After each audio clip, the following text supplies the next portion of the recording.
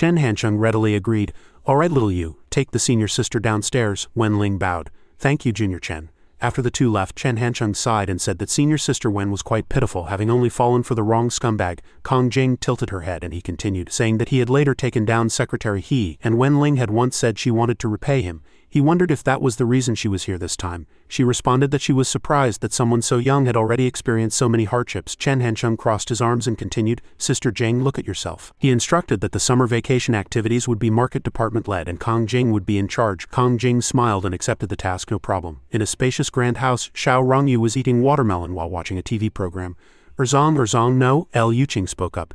Is Chen Hancheng still away? It has already been a whole summer vacation, she replied. Yes, Xiao Rongyu frowned and unhappily added, I do not know what he is so busy with. University is on break, so Rocket 101 should not have much business. Huang Wei brought out a plate of cut fruit and said, my girl peeled this for you. Xiao Rongyu shouted excitedly. Thanks, Dad. He looked very happy despite being his daughter's slave. Huang Wei smiled and said, do not worry, Hancheng is clever. He must have his own plan. 2 months is not that long. L. Yuqing said, Director Zhang's son upstairs will probably be coming over to show off later. Whenever someone receives a university acceptance letter, parents want to set off firecrackers to celebrate. After a while the parent indeed came downstairs. She smiled and took the acceptance letter, praising it. South China University of Technology, that is a 985 too. The person said that he actually wanted to attend Dongda but missed it by a little. So he went to South China University of Technology. L. Yuqing said it wasn't much of a difference. South China University of Technology is highly recognized in Guangdong Province. At that moment, Xiao Rongyu was looking at the paper printed with Rocket 101 China Post and frowned, thinking, did I miss something? Then she quickly ran downstairs.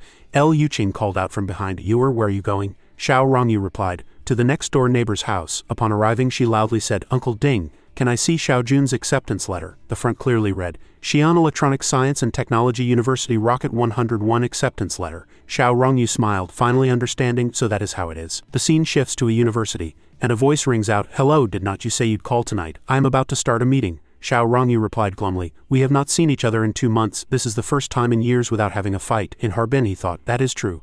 Since she met me I have never disappeared for so long except during the last Shira field battle.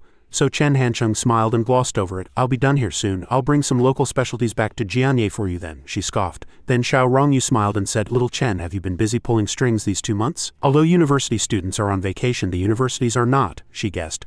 So you have been working everywhere to get the schools to replace their acceptance letters with Rocket 101's, achieving an unexpected publicity effect. Chen Hancheng breathed a sigh of relief. Our little Ewer is the smart one, he continued. Actually, I used the free banner, but I still had to give a lot of gifts. Fortunately, I managed to build good relationships in the end. Suddenly, someone interrupted. Whose call is that? Is that little Ewer? She recognized the voice. Shu Bo. Finally, Xiao Rongyu said, all right then, you go back to work. I'll wait for you at home. Then she hung up the phone, and only then did he free his hands. Chen Hancheng pushed open the door and walked into the meeting hall, announcing, meeting time, meeting time. Chi Wei, with her darker skin, felt unhappy inwardly. Junior Chen is truly awful. He said the conditions were good pay, free food and lodging, travel across the country to broaden our horizons, and only occasional tasks within our capability. It turns out that anything that does not kill us falls within our capability. And I have been severely tanned, Chen Hancheng spoke. After completing the business with Harbin Engineering University, our summer vacation blitz is almost over. Everyone can spend a day sightseeing here, and the day after tomorrow we'll return to Jianye. He continued, at the same time, everyone will receive bonuses and internship pay, he continued.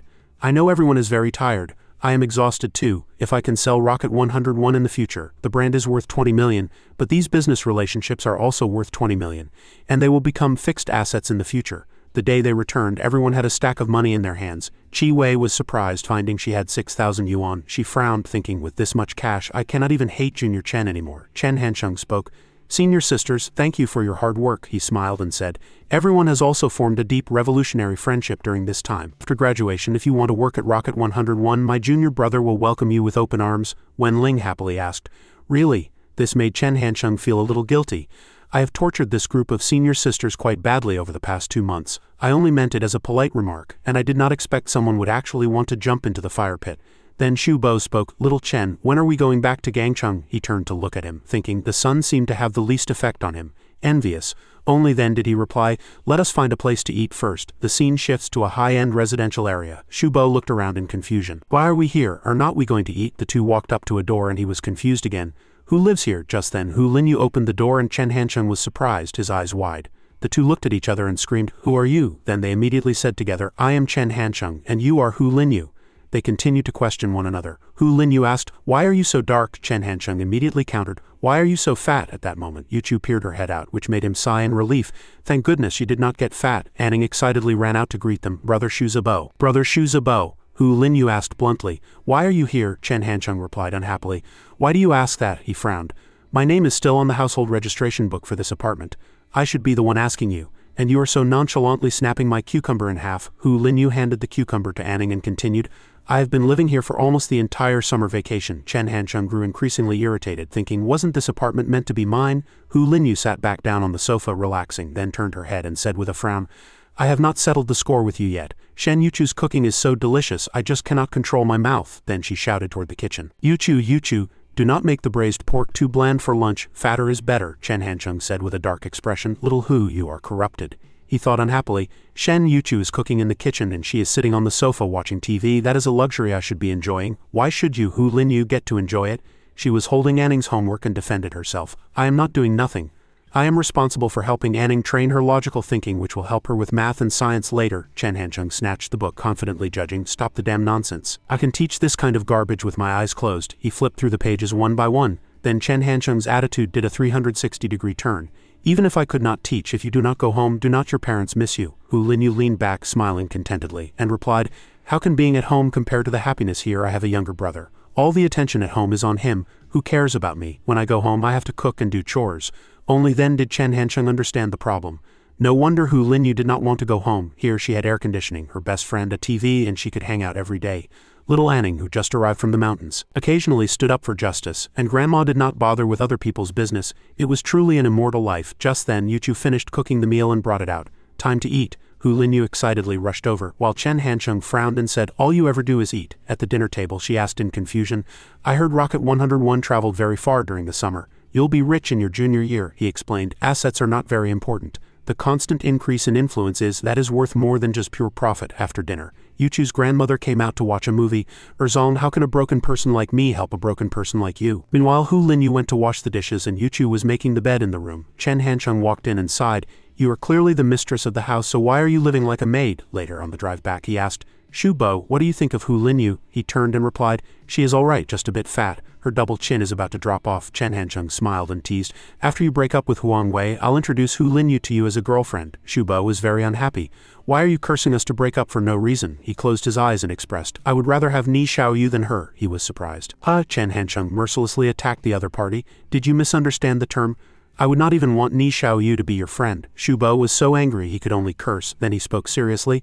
"I am telling you the truth. At least Hu Linyu is honest." Chen Hancheng assessed. "Huang Wei is a member of Rocket 101 headquarters and she should listen to assignments, but she has been at home since taking leave in July. Is she the only one special?" Shu Bo tried hard to argue. "She is sick, is not she?" Chen Hancheng asked bluntly. "Did she die?" He stated decisively. "If she did not die, she should return to work after recovering.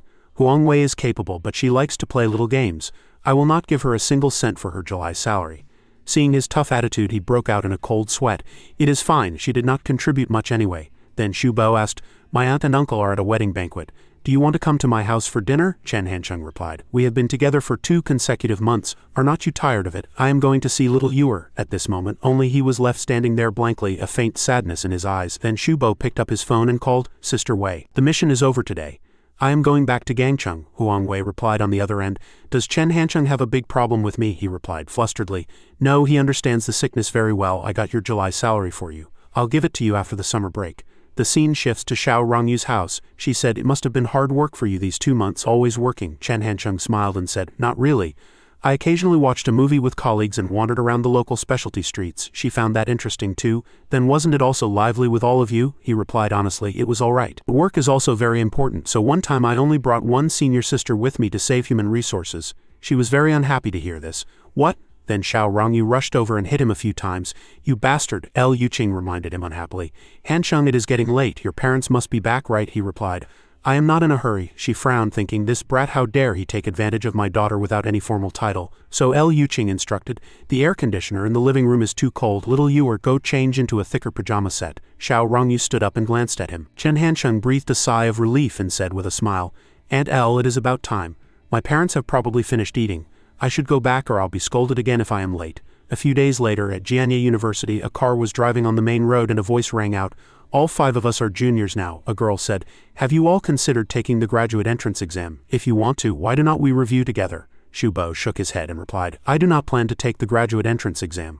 I plan to go directly into the workforce. The employment rate for liberal arts students is quite high at our school. Little Meng thought for a moment and said, I have to discuss it with my boyfriend. If he wants to take the exam, I'll follow him. She asked, what about little Ewer? Chen Hancheng frowned and questioned, why are you staring at me? He lowered his head and said, look how clever little Meng is. She directly skipped over me when asking this kind of question. He guessed, she probably knows that a poor test taker like me does not deserve to listen to graduate school talks. The girl in the back smiled and said, Chen Hancheng, you are already a big boss. What's the point of taking the graduate entrance exam? She turned to Xiao Rongyu and said, little Ewer, if I cannot find a job, I'll go work at your Rocket 101. Xiao Rongyu replied shyly, you can. She smiled happily. Then it is a deal. If I cannot find a job, I'll go to Rocket 101. What kind of position will you arrange for an old classmate then? Chen Hancheng teased. Sexy boss lady waiting online, she replied playfully. Then I would not dare go. This made him laugh. Then Xiao Rongyu asked, little Chen, the music was a bit loud just now. Can you repeat what you said? The scene shifts to the bustling city center. A car was driving when someone suddenly blocked the way, forcing Chen Hancheng to honk his horn to signal. The young boy cursed furiously. Honk honk, I am not deaf. Immediately, a girl walked over and warned, stop talking nonsense. Do you know who he is? The young boy was still arrogant and unafraid. Who? Young as he is not our principal, is he? She handed over a document with Chen Hancheng's introduction. See for yourself. The young boy looked at it and read.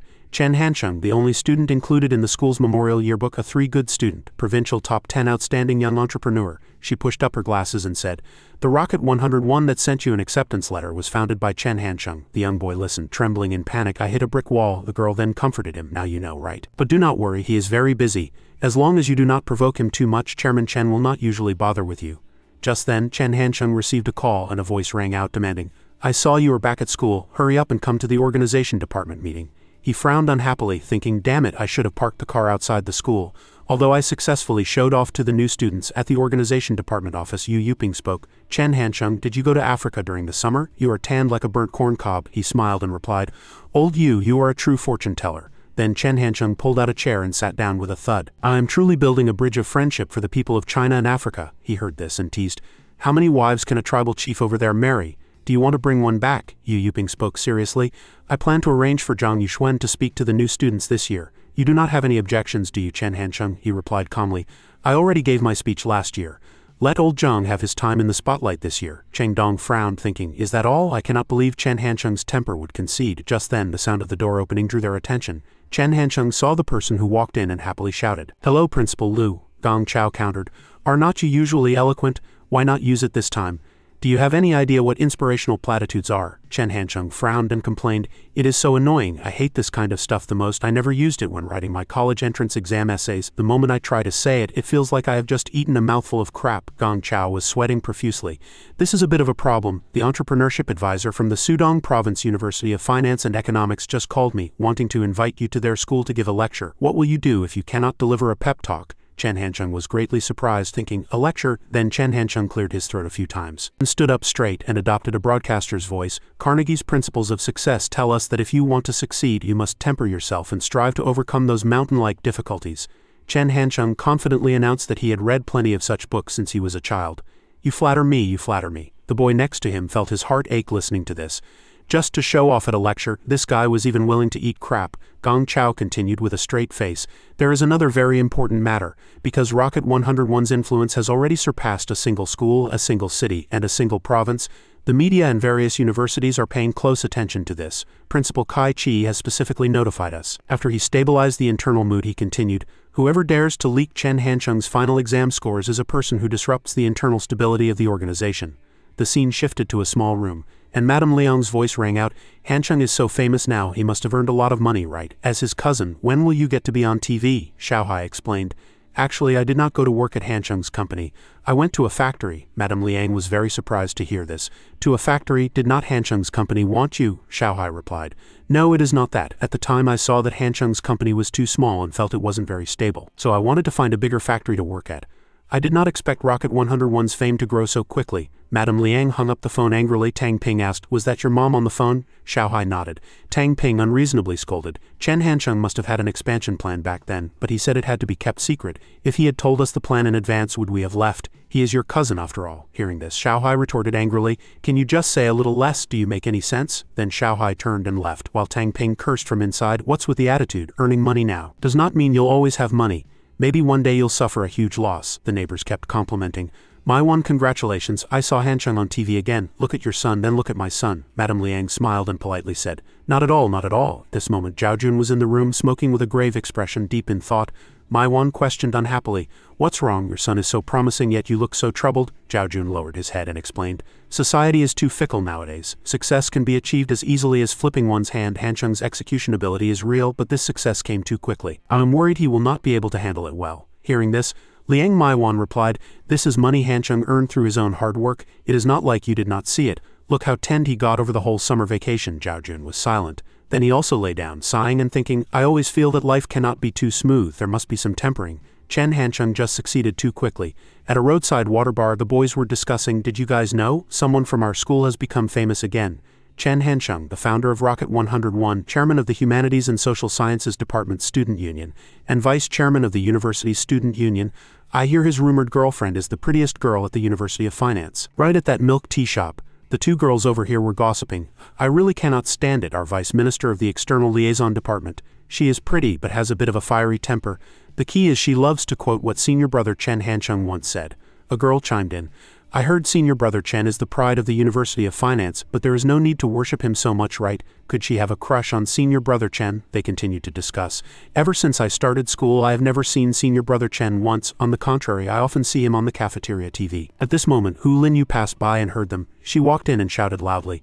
Yuchu, she asked curiously, how long has it been since you last saw Chen Hansheng? Yuchu raised her head, taking a few breaths. The two boys sitting at an outside table saw her and could not help but sigh, just as the rumors said, so pretty.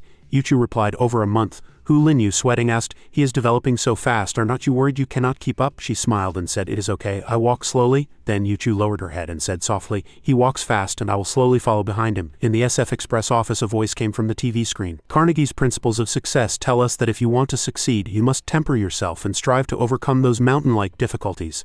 A story of a college student's entrepreneurship, an ode to the blossoming of a group of college students. At this moment there was a knock on the door. Yang Yao, the marketing director of SF Express, walked in. As soon as he entered, he heard someone ask, How is it? The founder of SF Express, Wang Wei, continued, Have you figured out the details of Rocket 101? He handed over the documents while reporting. The founder is named Chen Hansheng, a student at Jianye University. I heard that when he was a freshman, he found it too tiring to carry his luggage to the post office outside the school. So he simply decided to start a delivery company that would be convenient for all students.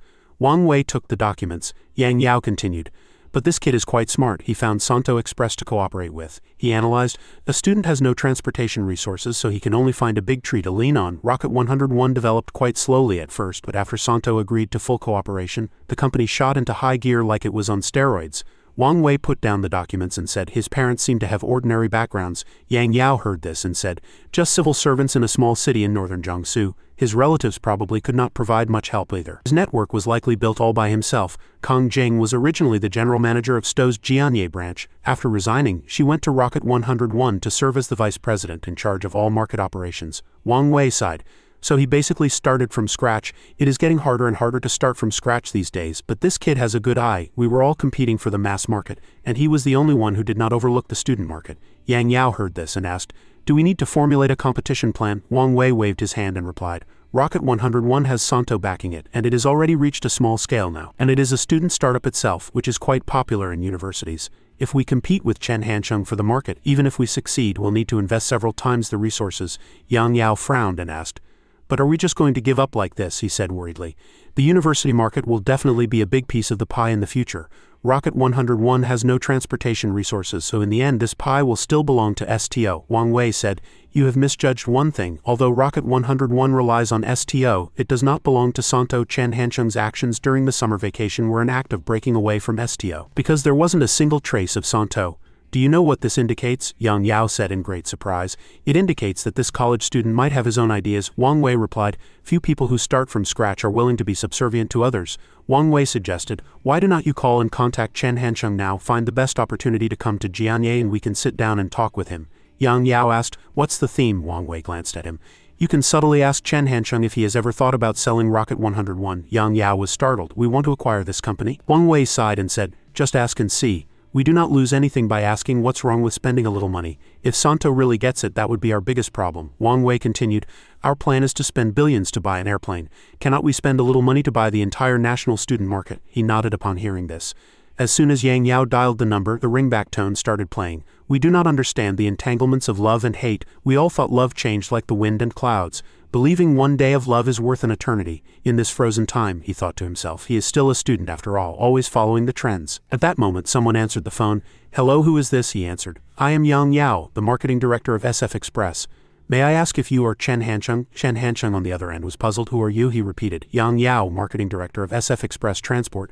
I am looking for Chen Hansheng. Chen Hansheng heard this and replied, this is Chen Hansheng, but I am in class right now. I'll call you back in 5 minutes, he laughed upon hearing this. Chen Hansheng said he is in class and will call back in 5 minutes. Wang Wei sighed, I did not expect him to be a good student who does not even skip class. 5 minutes later, Chen Hansheng called back, hello, I am sorry. Chen Hansheng was in class just now. Could you repeat who you are? Yang Yao introduced himself again. Yang Yao, marketing director of SF Express Transport. Chen Hansheng exclaimed excitedly, Director Yang, hello, you are a senior in the transportation industry. What are your instructions? He smiled and informed. He said he warmly welcomes me to come and sit down. I'll be coming to Jianye this afternoon. If the business does well, I dare to bet that the student transportation market will definitely be a big project. Wang Wei spoke, thank you for your hard work, old Yang. Yang Yao smiled and replied, do not be so polite, I am just going to see a junior. Wang Wei suddenly spoke, by the way, he asked curiously, after the initial few words, what do you think of Chen Hansheng as a person? Yang Yao imagined a modest and humble gentleman, polite, loves to learn, has ambition, is unwilling to be subservient, and his character should be quite good. In Chen Hansheng's office, Yang Yao's voice echoed continuously.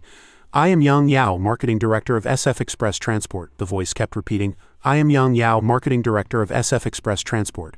I am Yang Yao, marketing director of SF Express Transport. And he listened with great interest. Little Yu stood by, questioning in confusion. Minister Chen, why are you lying to SF Express's marketing director? You clearly did not go to class. She thought to herself, the person on the other end must not understand Minister Chen. He was probably deceived by the TV news. She heard the person on TV continuously praise, Chen Hansheng is a good student with both integrity and talent. She thought to herself, how shameless. Chen Hansheng spoke, because he explained with great seriousness, this guy is a bad person trying to harbor ill intentions toward our Rocket 101. Little Yu was startled. Really? She was very surprised. SF Express wants to compete with us. You said it could be even more serious. Little Yu slammed the table and questioned, does SF Express want to acquire us? Chen Hansheng replied. That cannot be ruled out, he spoke. Yang Yao is coming over this afternoon. He might be coming to show off his power. She clenched her fists in anger. What? SF Express is so big, is not this blatant bullying? At this moment, Little Yu was puzzled.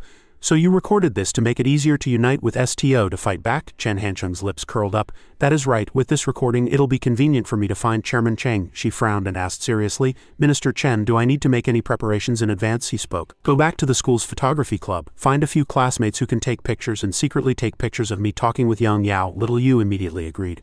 Okay. But she still did not understand. Since that guy has ill intentions towards us, why do you still want to see Yang Yao? Chen Hansheng explained. When two countries are at war, you do not kill the envoy. We are all people with status now. Even if we are competing and fighting in secret, we still have to be polite on the surface. That is how it is always played out in TV dramas, she questioned. But what are you secretly taking these pictures for? Chen Hansheng slammed the table, his eyes filled with anger, and he gritted his teeth. I want to remember the faces of these people, to always remember the hatred, and to push myself to make Rocket 101 bigger and bigger. Little Yu had a sudden realization. She immediately ran out. So that is how it is. I'll go prepare right now. As a veteran backbone member of Rocket 101, Ni Xiaoyu would be the first to object if SF Express wanted to acquire Rocket 101. However, Chen Hansheng thought with certainty, a traitor has appeared among us. Comrade Little Yu would surely never have guessed that the biggest traitor was actually her own boss.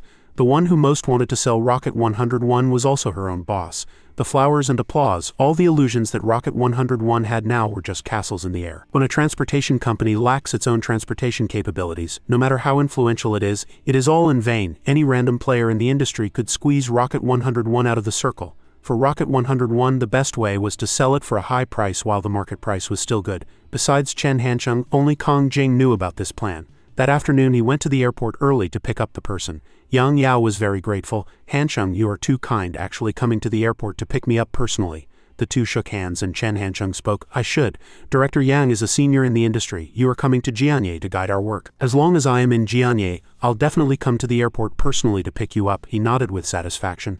Good, good. Then the two got in the car and prepared to leave. Chen Hancheng said with a smile, let us go back to Zhonglin University town first and find a place to sit. In the evening I'll ask you to review Rocket 101's young team. Yang Yao replied, no need to be so polite. I came here mainly for three things, he began to elaborate. First is to see the outstanding talents in our industry. Second is to chat about the developmental changes in the domestic freight industry. Yang Yao concluded. Third is to visit the Jianye branch. I'll be returning to Shenzhen tomorrow. In a certain cafe in Yiwu, the two chatted very happily. Yang Yao looked out the window and sighed, as expected of the prosperous Jiangnan region. He looked at the university students outside and could not help but praise. The extracurricular activities of Jianye University students are also very rich. Chen Hancheng smiled politely. Not at all, not at all. After a while, a few university students left. At this moment, a phone rang. Chen Hancheng spoke politely. Excuse me, I need to reply to the principal's message. It turned out to be a text message from Ni Xiaoyu. The photos have been taken, Chen Hancheng replied. Do not show your face at the cafe. Go book a private room at a high-end restaurant and have everyone from headquarters come over tonight. He clicked send. Ni Xiaoyu sent a puzzled text message. Do we need to treat that guy so warmly? Chen Hancheng replied. It is just a routine matter. That evening in a luxurious restaurant, Chen Hancheng introduced to Yang Yao. This is my assistant Ni Xiaoyu, a new age woman. He extended his hand for a handshake. Hello, little Yu. But she just bowed her head in return. Hello, Chen Hancheng explained the reason in a low voice. Little Yu just broke up. She is not in a good mood, Director Yang. Please do not mind. Yang Yao smiled and replied, I understand. It is normal for students to date. I was young once too. He looked at her and thought, that woman is quite good looking, and she is Chen Hancheng's assistant. I wonder what that boy was thinking letting a girl like this go. Little Yu was unhappy and even turned her head with a harumph, which made him feel a little awkward. She was quite a character. That night he wandered the streets alone. He had not touched any of the food and it would be a shame to throw it away. Chen Hancheng carried a takeout bag containing roasted pigeon and fried pork ribs, thinking as he walked, I'll just bring it back to room 602 as a late-night snack. When he got back to school, he was a little surprised. It had been a month since he was last here and he did not expect the changes to be so significant. In the distance was the library. Chen Hancheng comfortably enjoyed the cool night breeze. Is this what it feels like to come back to school after graduation? Then he walked to the dormitory entrance and forcefully pushed the door open. Chen Hancheng shouted happily, Sons, your king has returned. The people in the room were thrilled. Fourth brother, Brother Chen, wait, I am coming to hug you. Guo Shaoqiang, you bastard, do not you dare steal my hug, Shaoqiang asked. Brother Chen, when did you get back to Jianye? Chen Hancheng replied with a smile. This morning, actually I have been back to Jianye a few times during this period, but I did not have time to come back to school because I had to leave right after arriving. Young Ming walked up and said to Brother Chen, how's your business now? He replied, quite stable. My work for the next period should all be in Jianye. Shi Zhao happily announced, Fourth brother, I have good news for you. You were named a 3-good student again last semester. They kept chatting about various topics. Fourth brother does not need this little bit of honor to add to his reputation, does he? Yeah, I would like to share something too, but I just do not know what to say, Chen Hancheng thought silently. Aside from Li Kunan, whom I see often, the other four seem to feel a bit distant due to our differing statuses, he spoke up. Do you know at which university's lecture I received the most notes from girls? Young Ming was curious. Which one? He explained. How about this? I'll first tell you which university has the best-looking girls. The first university to invite me for a lecture was the Sudong Province University of Finance and Economics. The girls at that university on average are no less attractive than those at our University of Finance. The next morning, sunlight streamed into the small room. Yang Ming stuck his head out and shouted, Brother Chen, I am going to buy breakfast. What do you want? But the bed was already empty, which made him think a lot. Brother Chen, you and we are no longer in the same world. In a luxurious restaurant, Yang Yao and Chen Hancheng were eating together. He was smiling, but inwardly he was very anxious. They had been talking for so long but had not gotten to the key issue. Could he really have just come to Jianye for a normal business trip and to offer some guidance to Rocket 101 on the side? Yang Yao looked at his watch and said, It is about time to head to the airport. He spoke. Hancheng, would it be convenient for you to drive me to Luko Airport? He happily agreed. Of course, Chen Hancheng thought. The main course is finally here at the airport. Yang Yao asked, Hancheng, what are your future plans for Rocket 101? He put on a dejected look, sighed, but still added his own hidden meaning. What else can I do? I'll take it one step at a time. It is not like I can sell it, right? He was a bit surprised to hear this. Then Yang Yao closed his eyes and spoke. Selling it is definitely out of the question. After all, it is the dream of you young people. However, we can put a price on Rocket 101. Chen Hancheng immediately replied, 60 million. Yang Yao was confused. Why 60 million? He said calmly. Actually, I do not know, I just said it randomly. Suddenly he changed his mind again. How about 6 million? Hearing this, his expression changed. He thought happily, 6 million? SF Express can buy it right now. I need to find a way to trick Chen Hancheng into making a quick decision. Chen Hancheng sighed again and changed his tune.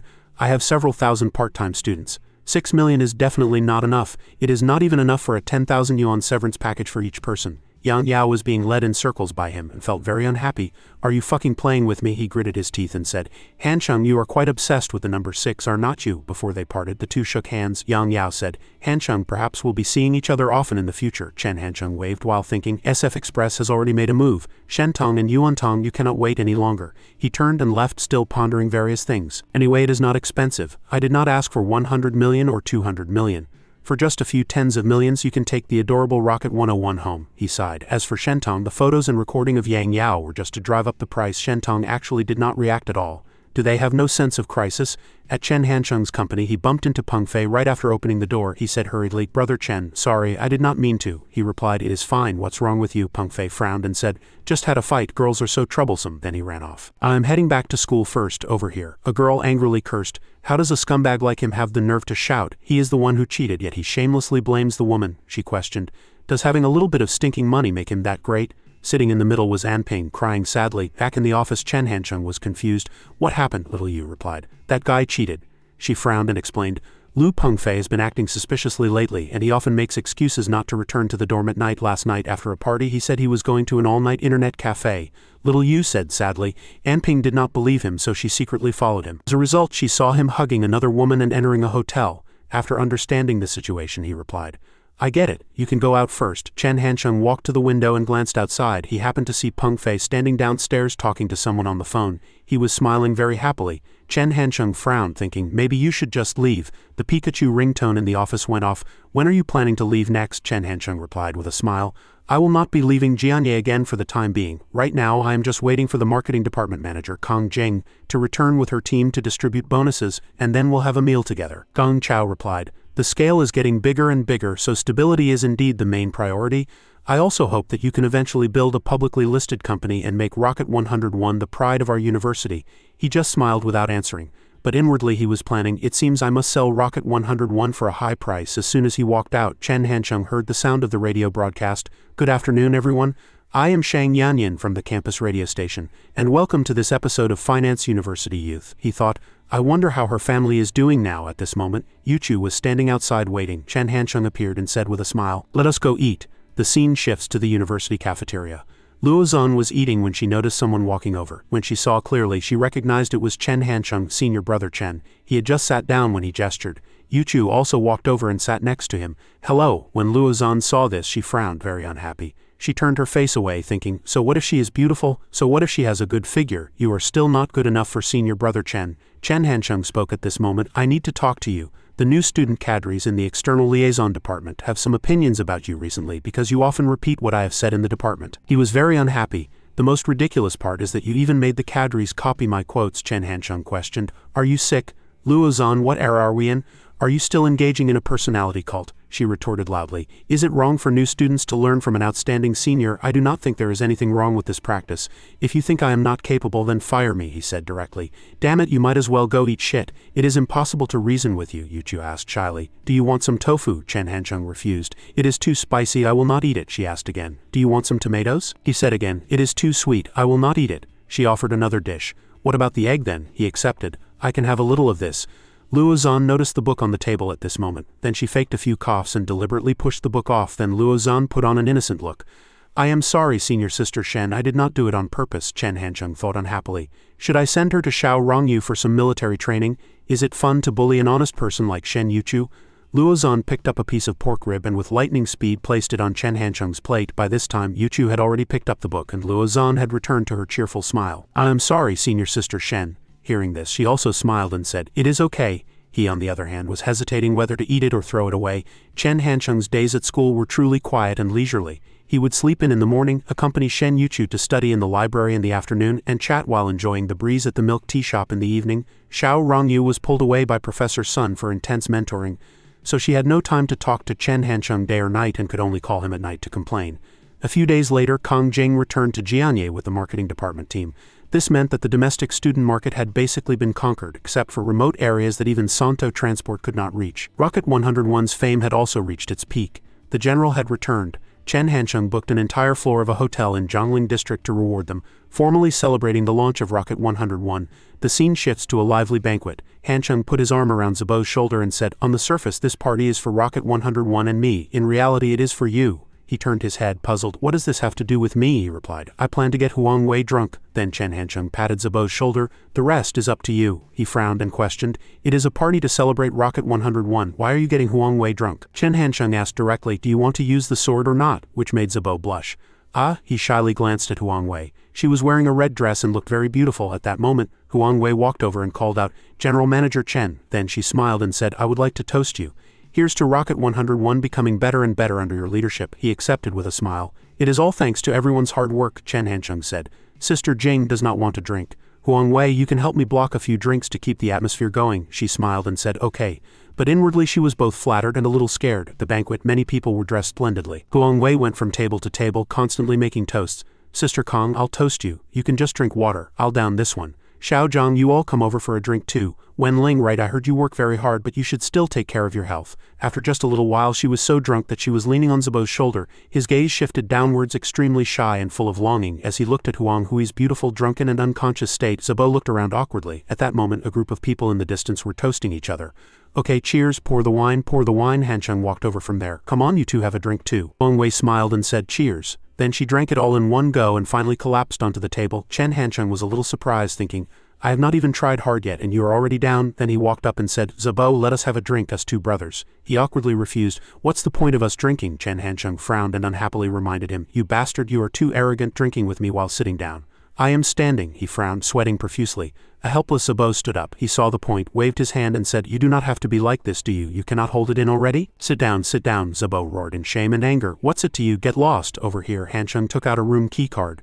Then he explained, "This is for a nearby hotel. You can take Huang Wei there and then go back to school, or you can sleep there. Decide for yourself." He snatched it away, muttering, "So arrogant." The crowd was still growing. At a table, Peng Fei and Anping were sitting without a word. At this moment, Hansheng approached, and the two called out in unison, "General Manager Chen, General Manager Chen." He stood up and said, "Brother Chen, I'll toast you. I have something to take care of, so I am leaving first." He smiled and said meaningfully, "What is it, going to an all-night internet cafe?" Peng Fei was startled and his face turned red. "I." Then he gritted his teeth and glanced at Anping. Chen Hansheng put down his wine glass and said, "Come outside with me." Then he turned and left.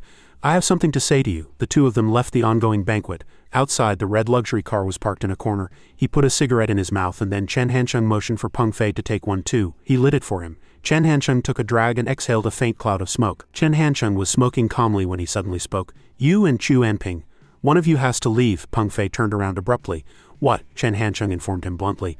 "When the time comes, I'll have Ni Xiaoyu give you an extra month's salary," he said directly. "Right now, Chu Anping is more important than you, so you should be the one to go." This stunned Peng Fei, and his face turned pale. Peng Fei was dumbfounded, thinking that he was already a fourth-year student. While other classmates were busy looking for jobs, he was the only one with the most stable mindset, and he was generous with his money. At Jinling University of Science and Technology, everyone who saw him had to call him Brother Lu. Now Chen Hansheng wants to kick me out of Rocket 101. This also means that everything I have enjoyed is over. He gritted his teeth at this thought. Then Peng Fei questioned loudly, "On what grounds?" He spoke slowly.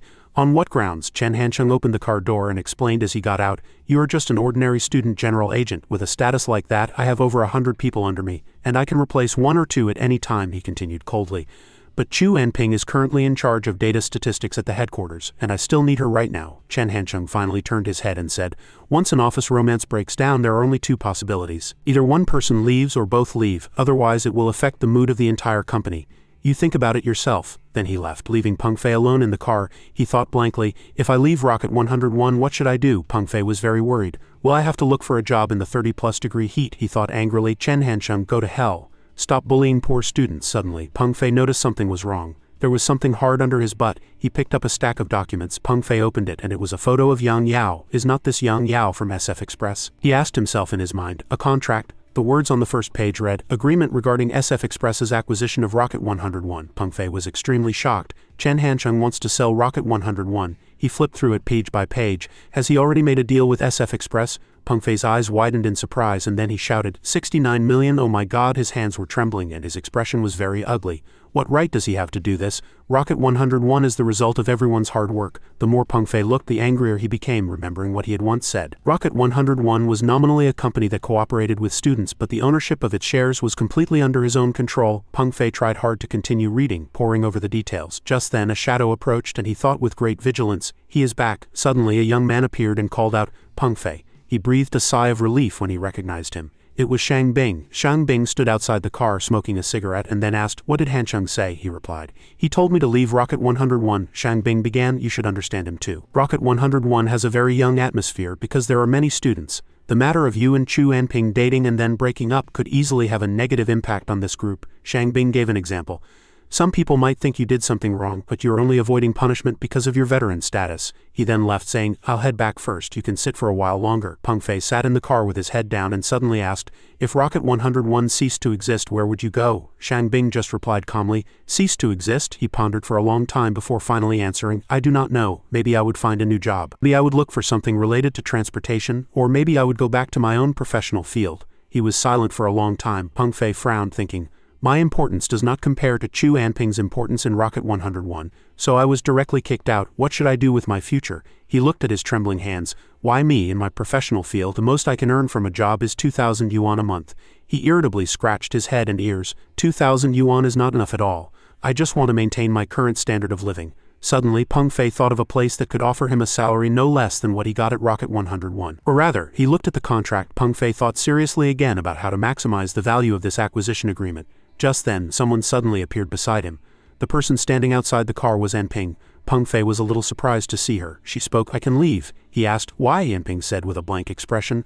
I can leave in exchange for you staying. Peng Fei seemed to not believe his ears. He pressed his lips together tightly, and then Peng Fei shouted excitedly, I still love you. I did not cheat on you because I stopped loving you. He explained, it is just that after being with you for so long we became too familiar, and the intense passion was gone. I have money. I wanted to relax. Peng Fei rambled on, defending himself, but he did not want to break up. We have been together for almost 4 years. It is more like family. Many people say I do not know how to cherish what I have, but actually I just do not understand love, he said dejectedly. These are my true feelings. As for this position, you should keep it. Your mom needs a high-income job right now. Chen Hancheng will not agree either, Peng Fei said worriedly. If you tell Chen Hancheng you want to trade yourself for me, Chen Hancheng will think you are challenging his authority. He'll comfort you on the surface, but in his heart, he'll have already decided to kick both of us out. He thought to himself, when it comes to ruthlessness, no one can compare to Chen Hancheng, which is why he succeeded so quickly. Anping just turned and left silently, leaving Peng Fei alone in the car, his face filled with worry. He looked at the document again. Peng Fei thought to himself, Shang Bing was the first person to come and console me, so I cannot let him lose his job. Looking at Anping's retreating back, Peng Fei said to himself again in his heart, you are the girl I love the most, so you cannot lose your job either, especially with a mother to take care of. He frowned with difficulty. This despicable guy, I'll deal with him. Peng Fei made up his mind. You were once the peer I admired the most. I learned a lot, such as ruthlessness and decisiveness. In the spirit of reciprocity, let me teach you a lesson too. He guessed if Chen Hancheng knew that 69 million had flown away, would he eat me alive? Peng Fei made a call to someone. He spoke politely. Hello, may I ask if this is Director Chang Xiaobing? I am Lu Peng Fei, the Student General Agent for Rocket 101 at Jinling University of Science and Technology. We have met before. There is something I would like to report to you. He took the documents and set off. He would arrive in the morning. He had to hurry. Just then, Peng Fei was suddenly startled. It turned out he saw Zabo coming out with Huang Wei. Why did I have to run into him? He frowned, but Peng Fei still decided to call out, Zabo, is Huang Wei drunk? He forced a smile. Yeah, Sister Wei is drunk. I am taking her to the hotel, Peng Fei replied. Is that so? I am heading back too. Just like that, the two of them brushed past each other. Run quickly. The scene shifts to an office. A man's voice sounded. You said on the phone that you had something very important to report in person. Director Chang spoke seriously. Please speak now, Peng Fei began. Before I reveal this secret, I would like to make 2 requests. He agreed. Go ahead. He then elaborated. First, this secret is related to Chen Hancheng. If his plan is sabotaged, he will likely retaliate against me.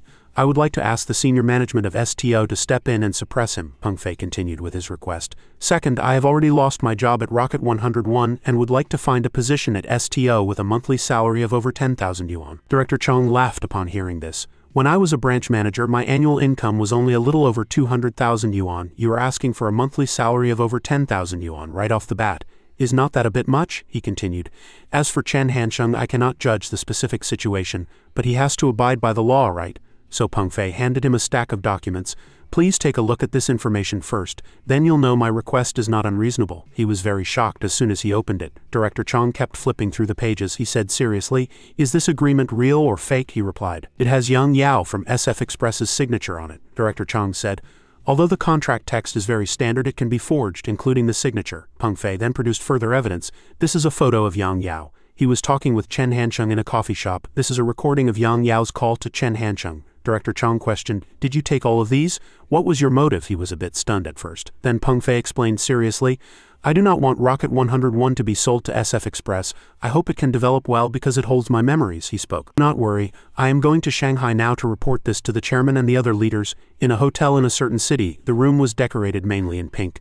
The bed was covered with pink sheets with a heart-shaped pattern in the middle, and red rose petals were scattered around it. Zabo was amazed and full of anticipation. He could not help but exclaim, erotic. Huang Wei was already drunk and unconscious. He gently helped her onto the bed. Zabo's heart was in turmoil, his cheeks flushed, and he thought, do I need to help Sister Wei take off her dress? The devil in his mind said, go ahead, take it off. You are her boyfriend. You have been dating for several months now. Is not this normal? But the angel in his mind dissuaded him. No, then you'll become Chen Hancheng. Only he would take advantage of someone in such a situation. Wang Zabo, you are a good comrade. He turned around, his face even redder. It turned out that Huang Wei was lying on the bed in a very beautiful and sexy posture. Zabo swallowed hard. Just then the phone rang, startling him. As soon as he answered the phone, Zabo cursed. What are you doing? Could not you have called later? The voice on the phone laughed sinisterly and urged, unsheath your sword. So Zabo was overcome by desire the next morning. He was sleeping soundly in bed, awakened by the sunlight. Zabo opened his eyes and saw that Huang Wei was already awake. He widened his eyes in horror. Zabo sat up abruptly and said incoherently, Sister Wei, I am sorry, But she sat up very calmly and said, go to the pharmacy later and buy me the 72-hour emergency contraceptive pill. I do not want to get pregnant right now, he stammered. Okay, Zabo was stunned for a moment, then smiled and thought, finally, there is one thing I am ahead of little Chen in. Huang Wei spoke, you should go take a shower too. Zabo stood up, walking towards the bathroom while looking back and thinking, it seems no different from usual. Should I be more proactive? So he walked over. She frowned and asked, are not you going to take a shower? Zabo said with great determination, Sister Wei, I will take responsibility. But Huang Wei still said coldly, you should go take a shower first. This made him very frustrated. While showering, Zabo was still immersed in his thoughts. Maybe my promise wasn't sincere enough. Maybe I should change and take real action. How do I take action? Maybe I should take her to meet my good friends. Although Chen Hancheng and Huang Wei had known each other for a long time, this time was different. He made up his mind to introduce her as his girlfriend. After showering, Zabo called Hancheng, hey little Chen.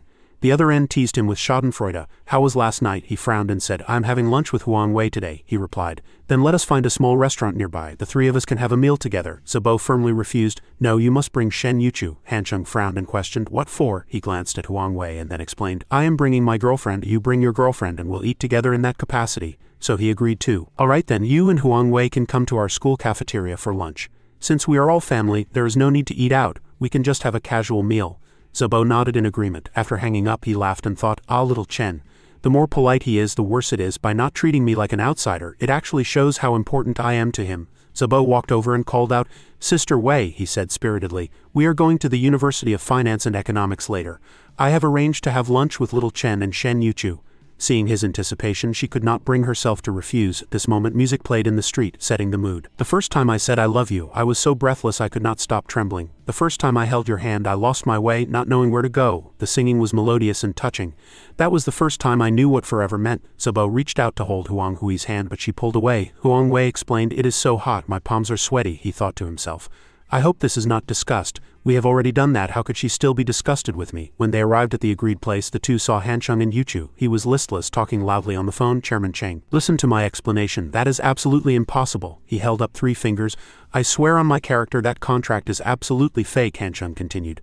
Fine, if you do not believe me, there is nothing I can do. In any case, if I say it is not true, it is not true.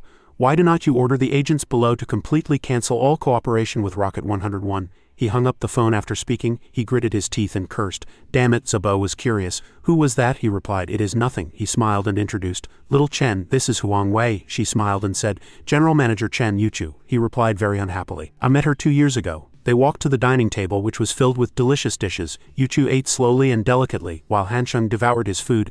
This made Huang Wei think to herself, what a strange couple, not like rich people at all. Suddenly Zabo spoke, Little Chen, I want to take Sister Wei home to meet my parents. This made his eating motion stop. What? She choked on her food. Huang Wei ran to a distance to cough. Han Sheng frowned and questioned, "Are you crazy? Why are you taking her to see Empress Dowager Liang?" He listened and replied, "We are already in this kind of relationship. I want to put her at ease," he said bluntly. "You are trying to put yourself at ease, right? To be sure you will not leave. This can only be called a sense of belonging," Han Sheng concluded. "Being sure that Huang Wei will not leave, that is a sense of security," he continued. "You want to take Huang Wei to meet your parents just to increase your own sense of security." At this moment Zabo looked at her. He stood up firmly and asserted, "Sister Wei, I am not kidding. We are already in this kind of relationship. I want to take you home to meet my parents." Huang Wei was silent for a long time before she spoke. "It is still too early." He retorted, "It is not early," Han Sheng thought to himself. "This is interesting. If I weren't here, how would Huang Wei have answered?" Suddenly his phone rang, so he stood up and pulled Yuchu to leave. "I have something to do. You guys can go back on your own. Huang Wei does not need to go to work this afternoon. Take a rest." Han Sheng walked away while answering the phone. "I already told you, I am giving my personal guarantee." Zabo watched his back full of envy. After returning he called out, "Sister Wei, let us go too." But Huang Wei had already stood up in a bad mood and only left one sentence. "I am calling a car back first. I did not rest well last night." He could only obey. "Okay." By the time Zabo came out it was already dark. He called Han Sheng and asked, "Where are you?" He replied, "I am with Shen Yuchu in the library." "What about you?" he answered. Sister Wei went back. "I am still at the cafeteria. I'll go find you now." At this moment in the library Han Sheng was smoking and said irritably, "What's so urgent?" "I am very busy too." Zabo was curious. "What happened now?" He explained. "That idiot Lu Pengfei, he knew I was going to fire him, so he stole some of the company's important documents and gave them to Santo. I really want to tear him to pieces." He questioned, "What important documents?" Han Sheng took a breath and then explained the whole story.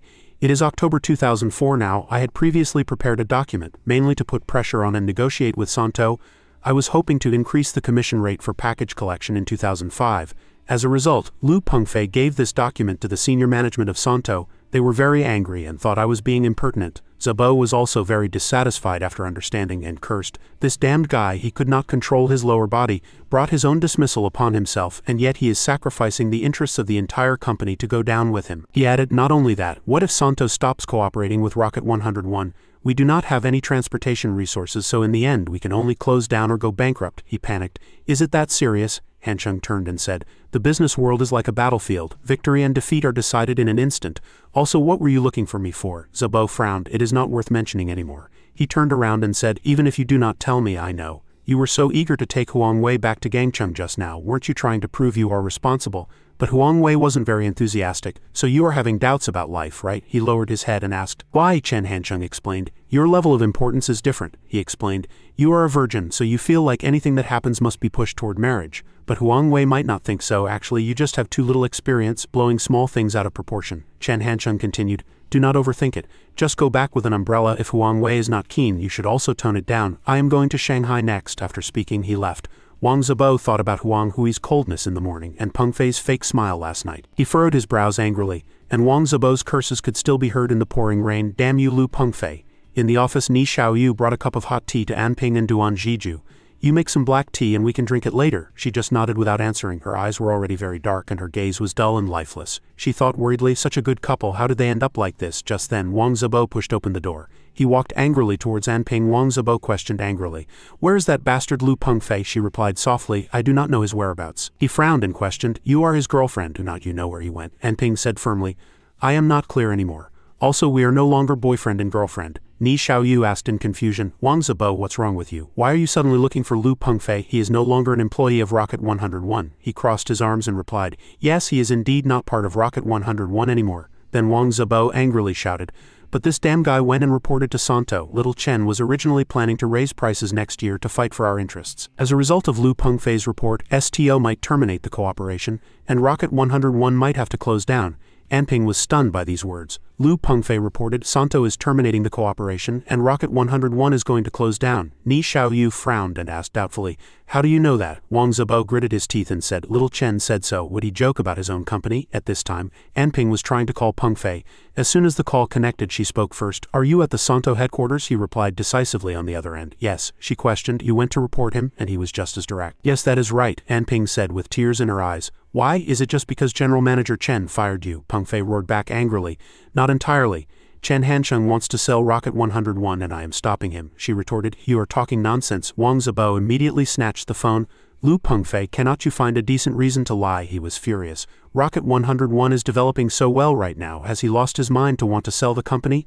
While everyone was still bickering below, Kong Jing was very calm upstairs. She sipped her tea while thinking, this is getting more and more interesting. Today's battle will determine life, death, and fame. Now it just depends on how much this deal can be negotiated for in the end. The scene shifts to Chen Hancheng's office. Ni Xiaoyu spoke, that is how it is. Before Wang Zibo came to the office, he asked Duan Zhiju where Lu Pengfei was. She was sweating profusely, thinking, I did not realize Wang Zibo had this side to him before. If Lu Pengfei were here, he would definitely have started a fight. He sighed and said, Zibo, it is not strange. It is true that he is honest and obedient, but it is also true that he values loyalty. After all, we have been brothers for decades. Ni Xiaoyu replied, how old are you guys? Decades of being brothers? He asked doubtfully. So is what Wang Zibo said true or false? Is Santo really going to terminate its cooperation with Rocket 101? Chen Hancheng turned around and said, it is a possibility. If Rocket 101 goes bankrupt or is acquired, what are your plans? She was silent for a long time. Then Ni Xiaoyu said trustingly, Minister Chen, you can definitely solve this problem, right? Chen Hancheng replied wearily. It is the business world, nothing is 100 certain. You do not think I am an omnipotent god, do you? Ni Xiaoyu pouted and angrily roared, that bastard, why would he do this? She slammed the table and declared, anyway, I do not care and I have no other plans. In short, I am following Minister Chen. Although I am not pretty, I am good enough to be a little secretary. Chen Hancheng smiled and thought, following me is the right choice because to some extent I am indeed God. The next day at the Santo company he took off his jacket, sat inside smoking, looking like a gangster. It was over 30 degrees and the air conditioner was deliberately not turned on. Chen Hancheng frowned and muttered to himself, I have gone deep into enemy territory alone. I am here to swindle money. It is normal for STO to be unhappy. What's a little coldness? After more than 40 minutes, a loud noise came from outside. Zhou Lei slammed the door open and roared angrily, you bastard, you ungrateful traitor. Then he lunged forward ready to fight. Rocket 101 just started and you want to sell it to SF Express. Do not you feel you have let down Stowe's cultivation and support? A group of people rushed forward to kick Chen Hancheng. A scream rang out. Dejun spoke, Lei, stop. Then he walked over and asked him where he was hurt. But he saw Chen Hancheng lying on the ground, his skin smooth without a single scratch. Zhou Lei said, brother-in-law, I have not even hit him yet. He frowned and said, you bastard, you have not done anything yet. He has already screamed and is lying on the ground. This made him feel very helpless. He frowned and spoke pitifully. I just screamed first. Director Zhou's fists are as big as sandbags. They are too scary. I was afraid I would be beaten to death before I could even scream, so I screamed first. He also smiled and said, because I felt a little comfortable and the ground was quite cool. I really should have lain down earlier. Dejun could only shake his head and then he requested, Hancheng, stand up first. He spoke seriously. I am not getting up unless Director Zhou promises not to hit me again. I'll have to lie down sooner or later. What's the point of standing up now? Zhou Lei heard this and was fuming, shouting loudly, you are pissing me off. He picked up a chair, wanting to smash Chen Hancheng. But luckily a subordinate stopped him. I have seen all kinds of people, but I have never seen such a shameless and thick-skinned bastard. Do you even deserve to be human? Dejun spoke, all right, I promise you. Then he turned and warned Zhou Lei, if you are still angry, just go back to your hometown Tonglu. Although he was angry, he still watched as Chen Hancheng got up. He then put on his clothes, he smiled and said, if you had been born 10 years earlier, for example, if this year wasn't 2004, but 1994, maybe it would have been enough to create a great era. Chen Hancheng frowned and replied, Chairman Cheng, times are always changing. 1994 was good, maybe 2004 is even better, Dejun asked doubtfully. How is it better? He was still in the mood to joke. Girls in 2004 all know how to dress up. I like them a bit more glamorous, preferably on the gaudy and glamorous side, which also left him speechless. Cheng Dejun took out the document and questioned. Chen Hancheng, seeing this agreement, do not you feel ashamed? He seriously expressed his opinion. I still stand by what I said, I did not draft this.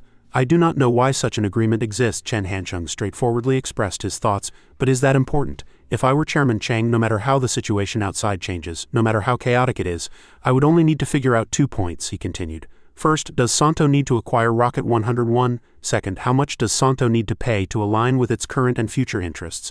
As for other unsubstantiated news, does Santo think it is important? Dejun seriously thought, no matter who Rocket 101 has contacted or what price the other party offered, none of that matters. The most crucial thing is, does Santo really need this gradually maturing University Express delivery market? If it does, what is the price? He spoke, we need to have another meeting. Chen Hancheng, you can wait in the reception room for a while, he asked boredly.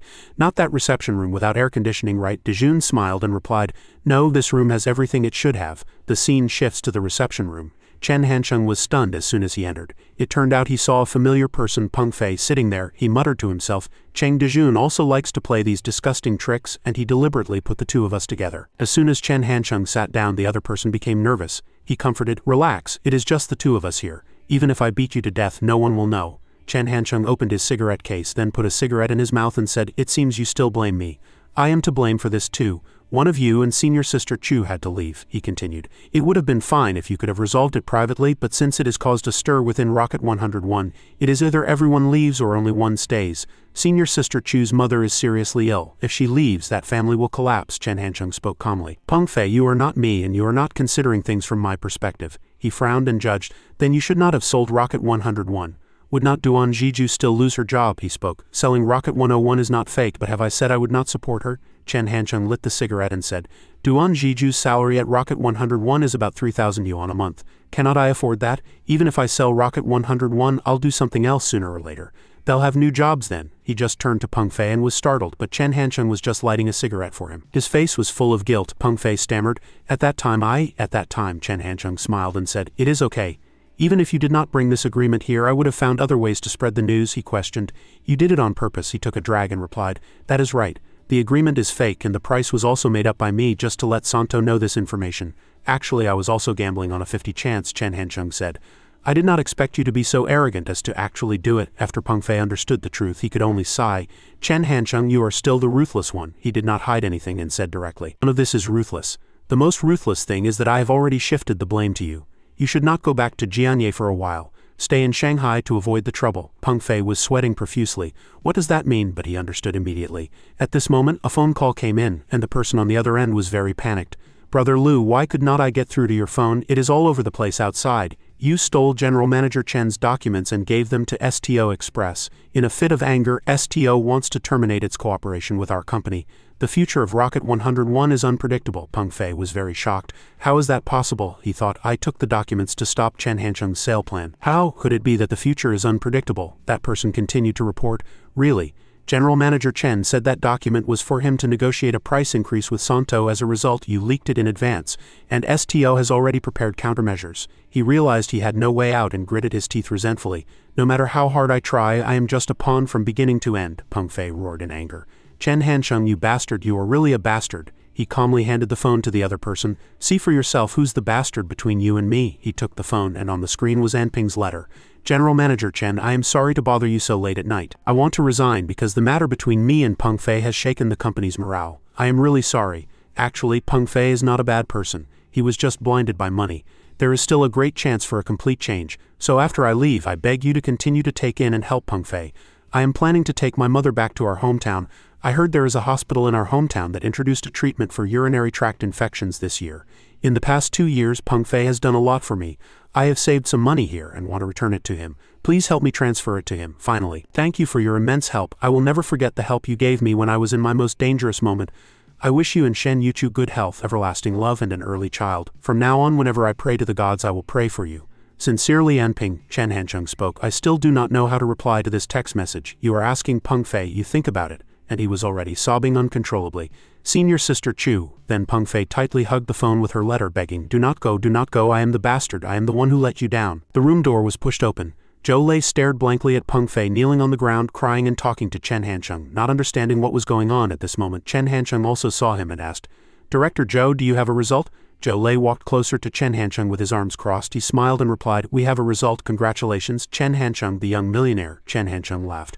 $1 million? Do you want me to call Yu Wei Zhao of Yuantong right now? Maybe he is also interested in this business. Zhou Lei sighed. All right. He looked at Chen Hancheng's arrogant appearance and could not help but sigh. This kid is too sinister, too disgusting, and too bold.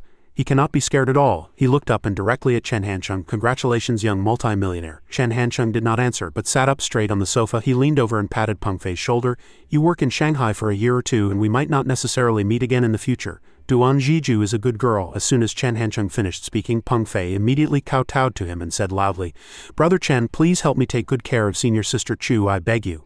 Amidst Peng Fei's increasingly loud kowtows, Chen Hancheng silently left the room. He lifted his foot and walked towards the light outside. This step was the beginning of turning things around. Chen Hancheng smiled. A building of 10,000 feet, all right. Outside, Dejun and a few people were waiting for Chen Hancheng in the corridor. He smiled and said, Congratulations, Hancheng. After we discussed it, STO indeed needs this business.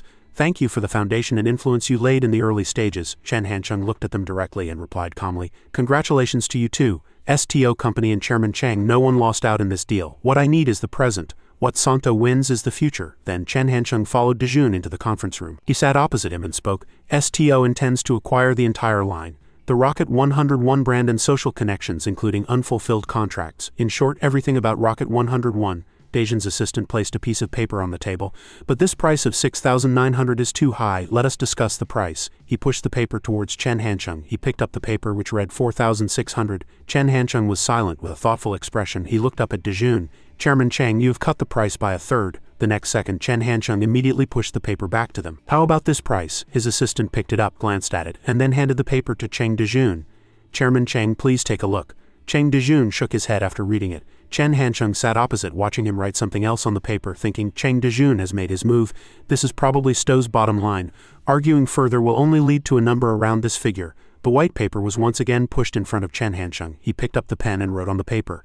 Cheng Dajun sighed. If this number still is not acceptable, the acquisition will probably be delayed. With a swish, the paper flew over again. Cheng Dajun picked it up and looked at it nervously. Then he let out a sigh of relief. Cheng Dajun clapped and said to Chen Hancheng with a smile, "Congratulations, Hancheng." Chen Hancheng also thought happily. Success, applause and laughter continuously echoed in the conference room. "Congratulations, congratulations, General Manager Chen, congratulations, Hancheng." When Zhou Lei came over, he happened to see Chen Hancheng bowing at a 90-degree angle. He was stunned for a moment. Is that necessary? He is already a multimillionaire. There is no need to be so subservient, but Chen Hancheng maintained that posture and said sincerely to Cheng Dajun, "In the future I'll have to ask Chairman Chang and all the leaders to take good care of Rocket 101. His voice was low. "Rocket 101 is like my child. I have to sell it just as it has grown up. Even if STO is a more suitable harbor for its development, I still feel a little reluctant." Zhou Lei was speechless. He was even playing the sympathy card after listening. Cheng Dajun also replied seriously, "Please rest assured, Rocket 101 will become an independently operated brand in the future. We will definitely take good care of it." Chen Hancheng nodded at him. "Thank you." After the two finished speaking, Zhou Lei, who had been standing by, also spoke up. "What will happen to Kong Jing in the future? You have to arrange a good place for her," Chen Hancheng said with a smile. "Sister Jing will soon achieve financial freedom. Her future lifestyle will mainly depend on her own choices." Cheng Dajun stepped forward and put his arm around Chen Hancheng's shoulder. "Hancheng, when the media reports on this, you'll become even more famous. You might have to endure a bunch of lengthy interviews again." Chen Hancheng looked back at him. "Speaking of which, there is a small matter I would like to ask for Chairman Cheng's help with," he said seriously. "Rocket 101 received a lot of attention from the start and carried the hopes of many part-time students. Now that I have suddenly sold it, it will probably cause a lot of misunderstanding, so please do not announce the acquisition information yet. And the price, let me be the one to disclose it." Cheng Dajun asked, puzzled. "How do you plan to disclose it?" Chen Hancheng replied, "Business is bad, or maybe there is an insider, or maybe the industry is in a downturn." Cheng Dajun calmly analyzed with Chen Hancheng, "You are so famous in the universities of Sudong province purely because your business is doing well. Now that it is closed down, that halo will no longer exist." He cast his gaze out the window. "At that time you will see many faces and a lot of human nature." Chen Hancheng also looked outside and said in a low voice, "What's wrong with that? It is quite interesting." He thought of the people around him, like Little You or Little You, Quan Nan Zabo, Kong Jing, and Yuchu. Chen Hancheng replied to Cheng Dajun, "I also want to see who exactly are the people who come flocking when I am at my peak and turn and leave when I am at my lowest." Hearing this answer, Cheng Dajun could not help but laugh. It was indeed very interesting. "The people who are still by your side at a time like this will always be by your side." In the restaurant, the noisy chatter of people could be heard. "General Manager Chen, I'll toast you. I drove here and have to go back to Jianye this afternoon." Zhou Lei, his face flushed from drinking, put his arm around his shoulder and said, "You are about to go bankrupt. What's the point of driving in the future?" Chen Hancheng laughed, almost forgetting this matter. "Thanks for the reminder," he thought. "Where would be a good place to put my baby Ferrari? I'll just leave it downstairs at home." As he was leaving, looking at the sign that said 100 kilometers to Jianye, Chen Hancheng became somewhat contemplative. "Little Ewer has been having a hard time lately. I should take her out." In the afternoon at the entrance of Jianye's Dongda University, Xiao Rongyu's voice came through the phone. "Hey little Chen, I was just about to look for you." Chen Hancheng sat in the car, chatting with her with a smile. "I can predict the future. I know you need me right now. Let us go. The handsome Chen will take you out to eat, drink and shop." Xiao Rongyu replied from the other end. "Wait for me downstairs at the dorm for 2 minutes. I'll just tidy up and come down." After a long time, Xiao Rongyu finally appeared before Chen Hancheng, looking neat and sharp. She stood by the passenger seat, bending down to look into the car. "I already said I would be down in 2 minutes. Did you really have to call and rush me every 5 minutes?" Later on the road, Xiao Rongyu chattered endlessly with Chen Hancheng. "I recently read such a thick book of lawyer regulations. My eyes are sore. Professor Sun has been very fierce lately. If I forget a few knowledge points, she scolds me. Sister Wu has gone back to the United States to collect evidence. I am under so much pressure." After listening, Chen Hancheng said to her, "How about this? This afternoon we'll have some dessert first, then go shopping for some clothes, and in the evening we'll have hot pot and watch a movie." "What do you think?" Xiao Rongyu replied. "Okay." The two walked into a coffee shop to eat cake. Xiao Rongyu took a bite and her eyes lit up. This is delicious. She scooped up a spoonful and held it in front of Chen Hancheng. Here, open your mouth. Chen Hancheng glanced at the cake. I do not like it. Xiao Rongyu did not pull her hand back, trying to coax him. Come on, it is delicious. In the end, he gave in and had to eat a spoonful of her cake. Xiao Rongyu then continued, in a couple of days, senior sister Gao Wen asked me to discuss partnering to open a law firm, including renting a place, funding, and the participation level of the lawyers. Chen Hancheng asked, puzzled, what's the participation level of a lawyer? Xiao Rongyu took a bite of her own cake and then replied, it is things like intern lawyer, general partner, senior partner, and director of the law firm. Chen Hancheng asked bluntly, which one is the biggest? Xiao Rongyu thought for a moment and replied, the director of the law firm. The director holds the most shares and does not need any qualifications. Both general and senior partners require a certain level of experience. Chen Hancheng picked up his cup and took a sip. Then you be the director. If Gao Wen does not agree, we will not play with her. We have Professor Sun backing us up. Is a master's degree from Jianye University that great? Xiao Rongyu was a little unhappy. Do not be so domineering. Actually, I do not want to be the director of this law firm either. Chen Hancheng asked her.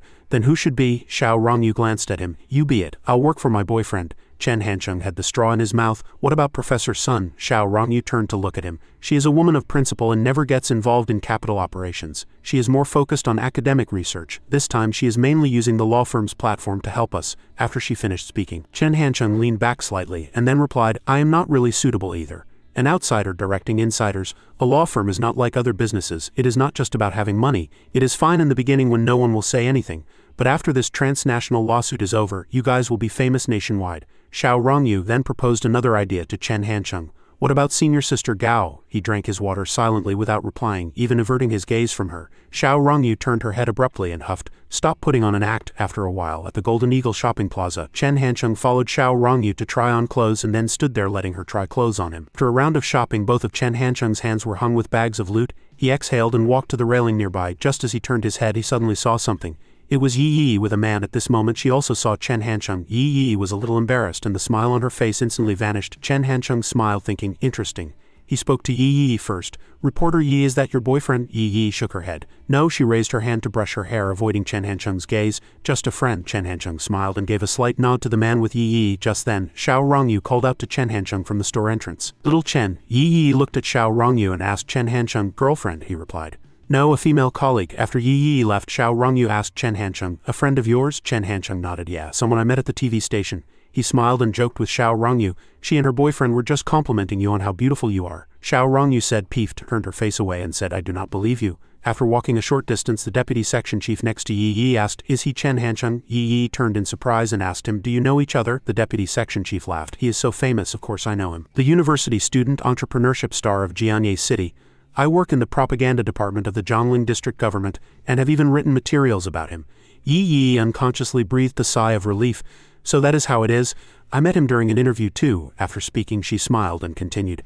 Actually, you are very impressive too, the youngest deputy section chief in the district government. The deputy section chief smiled and shook his head. Far from it, I am just stable. He lowered his eyes, but doing business can lead to unexpected bankruptcy and such situations that do not exist within the system. Yi Yi also agreed with this idea. They are just two different lifestyles, she thought. But no matter which one, they are both 328 times stronger than Zhang Eryu. In an apartment, the voice of a relative sounded, this is troublesome. Yi Yi's friend said worriedly, Chen Hancheng's business is huge. Rocket 101's influence far surpasses a deputy section chief. The two are not in the same league at all. Yi Yi sighed and asked her, then what should I do? Chen Hancheng has been on business trips all this time, and the deputy section chief asked me out to dinner. I cannot just refuse, right? Yi Yi's friend crossed her arms and offered advice. Chen Hancheng is definitely not happy about it. Successful young men all have a strong possessive streak. She asked Yi Yi, did you text him to explain? Yi Yi lowered her eyes. I did, but Chen Hancheng did not reply.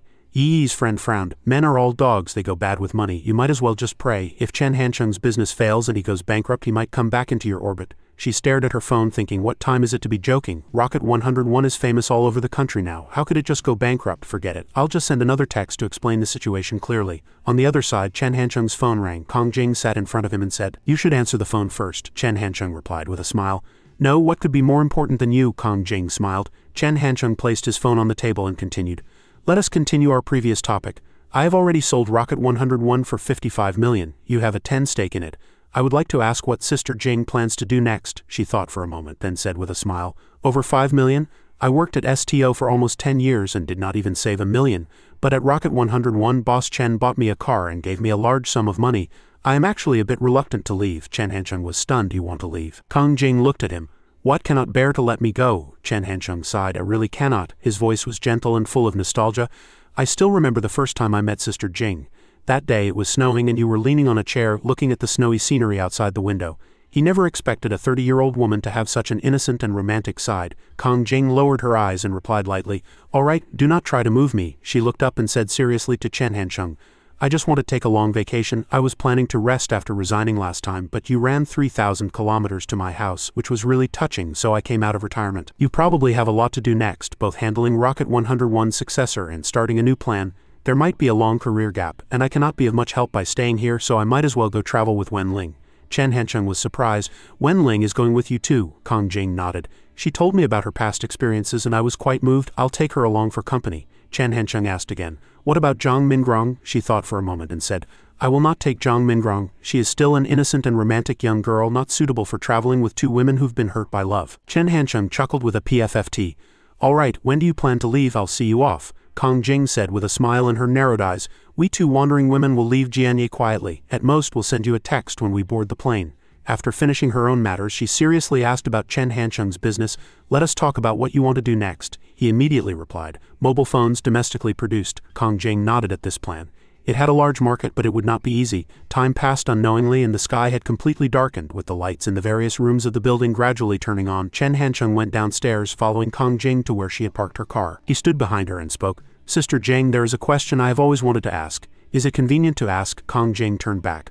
"What?" Chen Hancheng was silent for a long time, then he asked casually, "Did you sleep with your first love back then?" Kang Jing was startled by this blunt question and her face immediately turned red. "You?" But when she saw Chen Hancheng's very serious expression, Kang Jing fell silent for a moment, then turned her face away. She answered as quickly as she could, "Our generation wasn't as open as it is now." After speaking, Kang Jing got in the car, started the engine and left, leaving Chen Hancheng standing there. He was a bit dazed. The first person to leave him was actually Sister Jing. The next day, Chen Hancheng received a text message on his phone. Kang Jing was already on the plane. After reading the message, Chen Hancheng could not help but curse. "She just left like that?" After a while, he arrived at Rocket 101, and Chen Hancheng announced to everyone, "Director Kong and Wen Ling have gone on a trip." He scanned the people in the company. "Their return date is uncertain.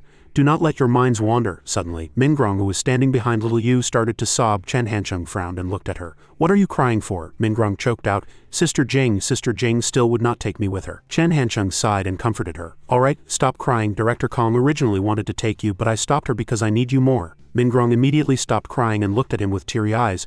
Really?" Chen Hancheng did not answer but walked over and patted Quan Nan's shoulder.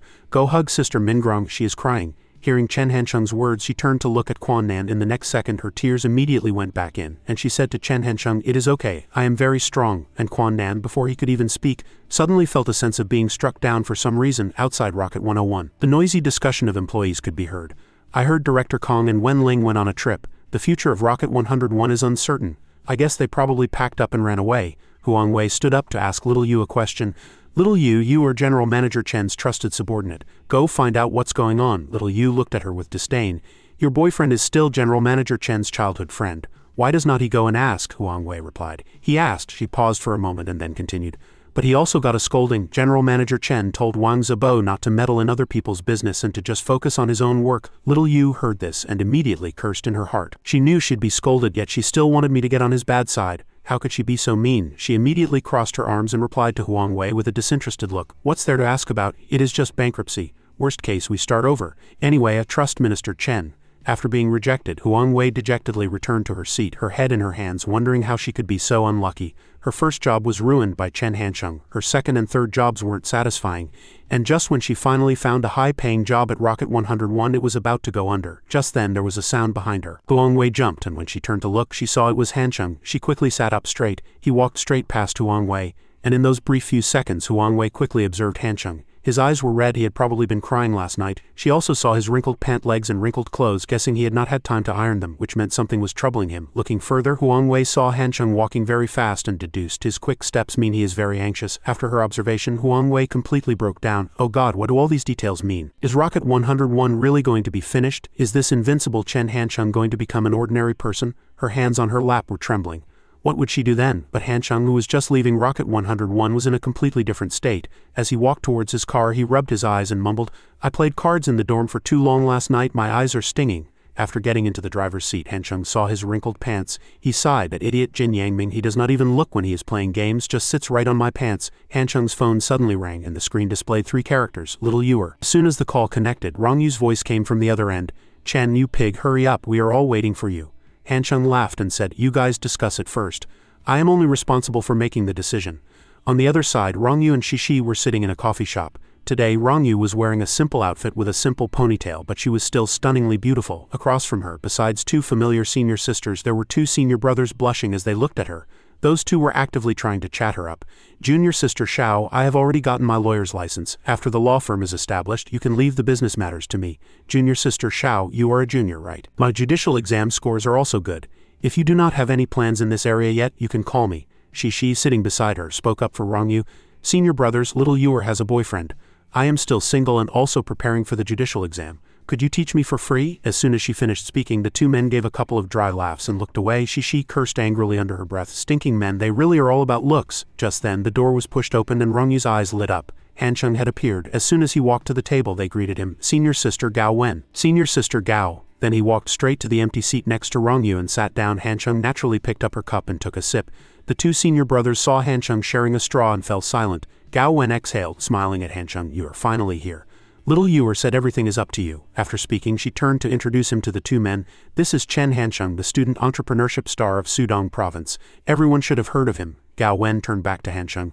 My 3 classmates here have all passed the judicial exam and gotten their lawyer's licenses. If we are going to open a law firm, the basic resource requirements are met. After listening, Han Chung smiled at them and said, hello everyone. The girl sitting next to Gao Wen secretly sized Han Chung up. She had heard the name Chen Han Chung, but she did not expect his relationship with Xiao Rongyu to be so intimate. Han Chung patted Rongyu's head and said, how far have you guys gotten in your discussion? She reached her hand under the table and pinched Han Chung's thigh. Why do you always sleep in? He laughed and scratched his head, answering her. It is a simple matter, no need to waste too much energy. Gao Wen was stunned when she heard this. Simple? She looked at Han Chung seriously and said, Junior Chen, starting a law firm is actually very difficult. Besides the qualifications, you need a registration fee of 100,000 yuan and a fixed office space, and that is not even counting the process of attracting business later. Han Chung did not rush to answer. Instead, he turned to Rong Yu and Shishi and asked if they had brought a pen and paper. Shishi quickly rummaged through her bag. I brought them. The 4 people opposite them stared with wide eyes as Han Chung wrote and drew on the paper. On the small notebook Shishi handed him, he wrote a few words. Qualifications are the easiest part. Whether it is from senior sister Gao's side or little Ewer's side, we can easily find 3 practicing lawyers who have passed the judicial exam to make up the numbers. One of the 2 senior brothers glanced at it contemptuously and said, it is not that simple. Han Chung ignored him and continued. As for the location, high-level lawyers are considered senior management, so the office location must be a bit more upscale. I made some inquiries just now when I was parking at the International Trade Center. There are still some vacant offices there. I suggest renting in the International Trade Center. Gao Wen immediately said, the rent at the International Trade Center is very expensive. He nodded, it is very expensive. 150,000 to 200,000 a year, and you have to rent for at least 3 years. Han Chung was silent for a moment, then continued, but little Ewer will pay for it, in case you did not hear clearly. He repeated, the 100,000 registration fee will also be paid by little Ewer. Han Chung asked the 4 of them, do you all know Professor Sun Biu? Gao Wen nodded. Of course we do, a titan of the legal world. He smiled and continued, then let me tell a story about Professor Sun and the soon-to-be-established law firm. He closed the notebook. To put it bluntly, Han Chung looked at them with a smile. We can absolutely establish the law firm ourselves. If senior sister Gao wants to join our efforts with your current qualifications, you can be a general partner. Gao Wen looked at Han Chung and heard him say, as for the director of the law firm. Han Chung paused, then continued, if Professor Sun is willing to take on the trouble, she can be the director. If she does not want to, little Ewer will be the director of the law firm. He enunciated every word clearly. Everyone is welcome to join the law firm, but the first order of business is to prepare for this Ming-Mang transnational lawsuit. As soon as Han Chung finished speaking, the atmosphere became completely silent.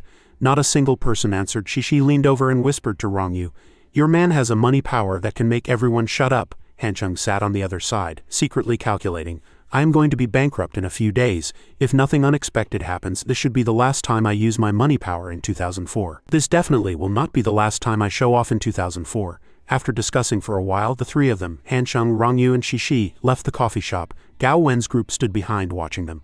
We have decided not to join the law firm. The 2 senior brothers said one after another. First, how can Xiao Rongyu be the director of the law firm? I do not want to be subordinate to a junior who's younger than me. Second, the position of a general partner does not meet my requirements. Third, having to deal with a large transnational lawsuit right after joining the firm without a gradual process is not conducive to development. Gao Wen listened silently as the two of them continued. Fourth, a rich person like Chen Hansheng might randomly interfere with the law firm's operations. After listening, she turned to Li Na beside her and asked, Li Na, what do you think? She thought for a moment and answered with a smile, It is quite good for little Yuer to be the director. She is young and can listen to opinions, so we will not have an autocratic leader. We can discuss things together. Li Na calmly analyzed the issue. A general partner is enough. If we went to the big four law firms, we would only be intern lawyers. Professor Sun's transnational lawsuit is very significant. We'll be known nationwide whether we win or lose, so we will not have to worry about business in the future. Working hard now can train our abilities. As for the issue with Chen Hansheng, that does exist. We'll need to discuss it further with junior sister Xiao. As soon as she finished speaking, one of the two male classmates frowned unhappily and said, Li Na, you are just refuting us point by point. She quickly shook her head and said, No, I am not refuting you. I am just understanding and discovering the issue from multiple angles. This is a lawyer's basic professional quality. Listening to them bicker, Gao Wen sighed and said, I'll go give it a try if it is possible. If only he did not have so much money. On the way back in Hansheng's Ferrari, Rong Yu sat in the back seat chatting with Shishi. What should the law firm be called? Rong Yu Law Firm or Handsome Law Firm? If all else fails, let us just call it Shishi Law Firm. Shishi tilted her head and smiled at her. Anyway, after the firm is established, you'll be Director Rong. I might as well be your assistant. She playfully leaned against Rong Yu. Director Rong, Chairman Chen is here to see you. Will you see him or not? Rong Yu crossed her arms, turned her face away and replied, No, not seeing him. No time. Then she paused and joked with Shishi again. There is no Chairman Chen, only Bodyguard Chen. Shishi, you'll be the assistant in the future. She looked at Hansheng sitting in the front. Then little Chen will be the bodyguard. He has to take me to work, pick me up from work, and even eat with me. We'll take the bus to and from work together, Hansheng said while driving. Would not that make me an escort for a prisoner? He laughed, dismissing Rong Yu's idea. Besides, unless I go bankrupt and become an ordinary person, I can barely squeeze onto a bus with you. Rong Yu leaned forward. The bus is great. Her cheeks were slightly flushed. She said to Hansheng, In the first semester of our freshman year, we took the bus everywhere we went. Rong Yu's voice was gentle. Student couples in love should squeeze onto buses, stroll around eating street food, and climb the Purple Mountain when they are tired of studying. You never had time to do these things with me. After a while, she called out softly, Little Chen, Rong Yu said to him with some sadness, we are already juniors. We only have 4 years of university. Can you take me on the bus more often? I want to be like other student couples. I do not like riding in private cars at all. Hansheng glanced at the rearview mirror and asked her why. Rong Yu lowered her eyes and said, Because the distance is too far. She leaned over. There is something blocking the way in the middle. I cannot even put my hand in your pocket. Hansheng was a bit contemplative. No wonder when he went shopping with Shen Yuchu she also preferred to take the bus. Rong Yu looked at Hansheng. Can you let us take the bus together from now on? When the car reached the sign that said 2 kilometers to Jianye, Hansheng also agreed. Okay, I'll take the bus with you for a year. Night fell. In the school cafeteria, Hansheng sat across from Yuchu, answering his phone. The person on the other end said happily, Hansheng, congratulations, a reporter from Central Finance is coming to interview you tomorrow. Of course, they are quite arrogant, so it might not air normally. But you should be prepared, Hansheng agreed with an okay. He hung up the phone and thought for a moment. The central interview is a good opportunity. I will not have to notify everyone one by one. I can just release the news directly then. Yuchu, sitting opposite him, asked, Are you done eating? Hansheng nodded, then rested his chin on his hand and looked at her. He suddenly asked Yuchu, If I go bankrupt and cannot support you, what will you do? She was stunned for a moment.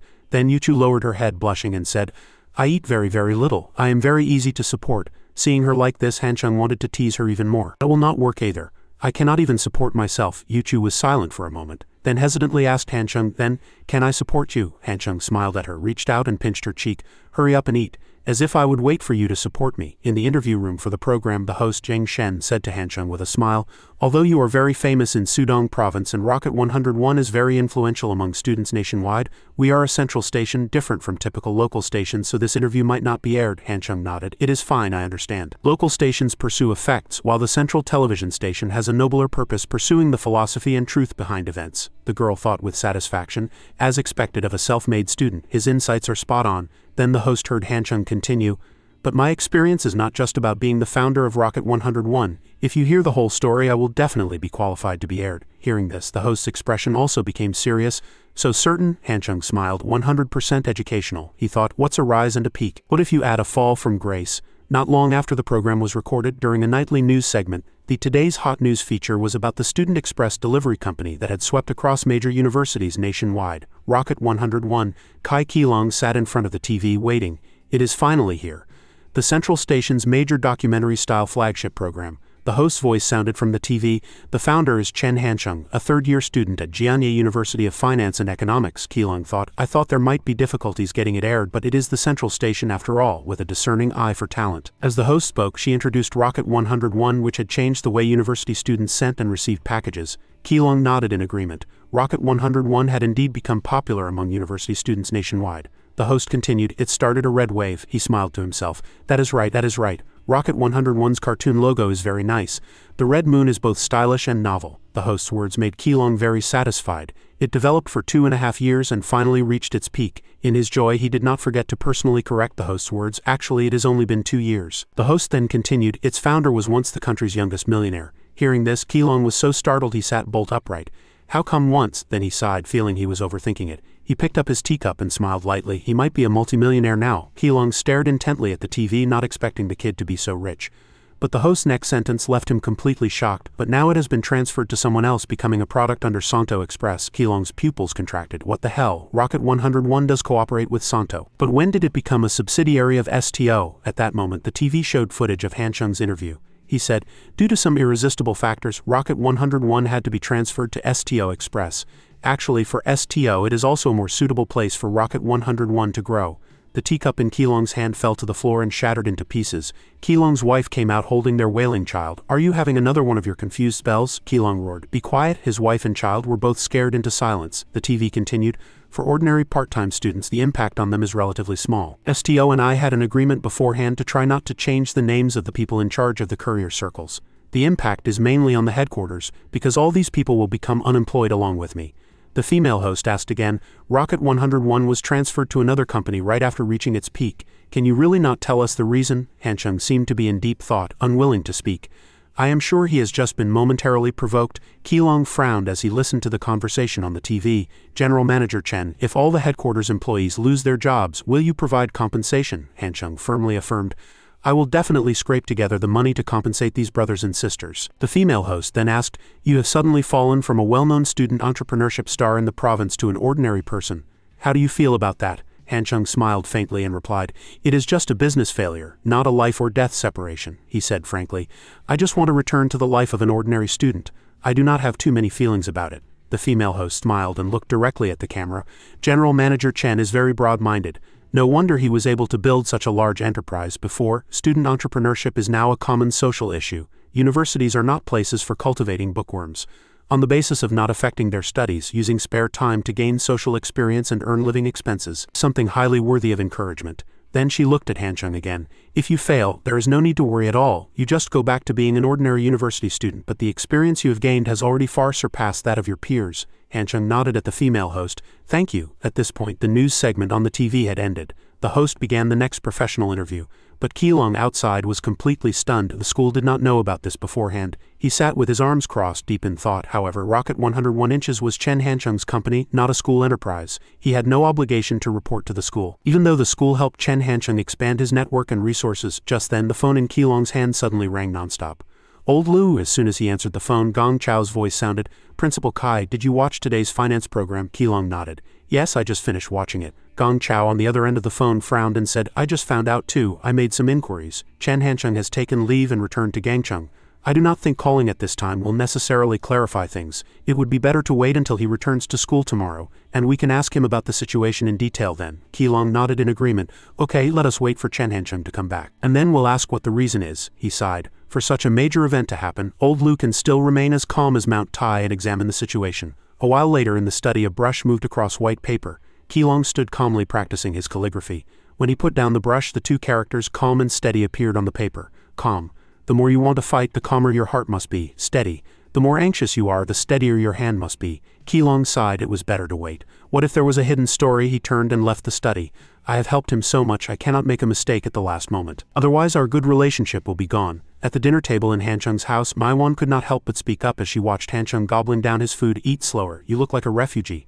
Hancheng, his mouth full of food, replied, It is still best at home. Maiwan scolded him. If you are at home, be at home. No propping your legs up. After a while, Hanchung turned and asked Maiwan, Mom, if my business fails and I become an idiot, what should I do? She laughed upon hearing this. As if you weren't an idiot before. Zhao Jun silently watched Hanchung and his mother chat, smiling as he enjoyed the family atmosphere. The next morning when Hanchung arrived at Rocket 101, noisy chatter could be heard from inside. He reached out to open the door and saw the room was packed with people. Hanchung's expression showed understanding. As expected, they were all here. Anping stood in front of little Yu and Mingrong. She spoke up. Hanchung, you do not need to protect Lu Pengfei now. Do not carry such a heavy burden all by yourself. Hanchung feigned indifference. Everything in the world happens for a reason. I do not blame Pengfei. He smiled at them, thinking with so many people here, this tolerant, great, strong and handsome response will probably get out right.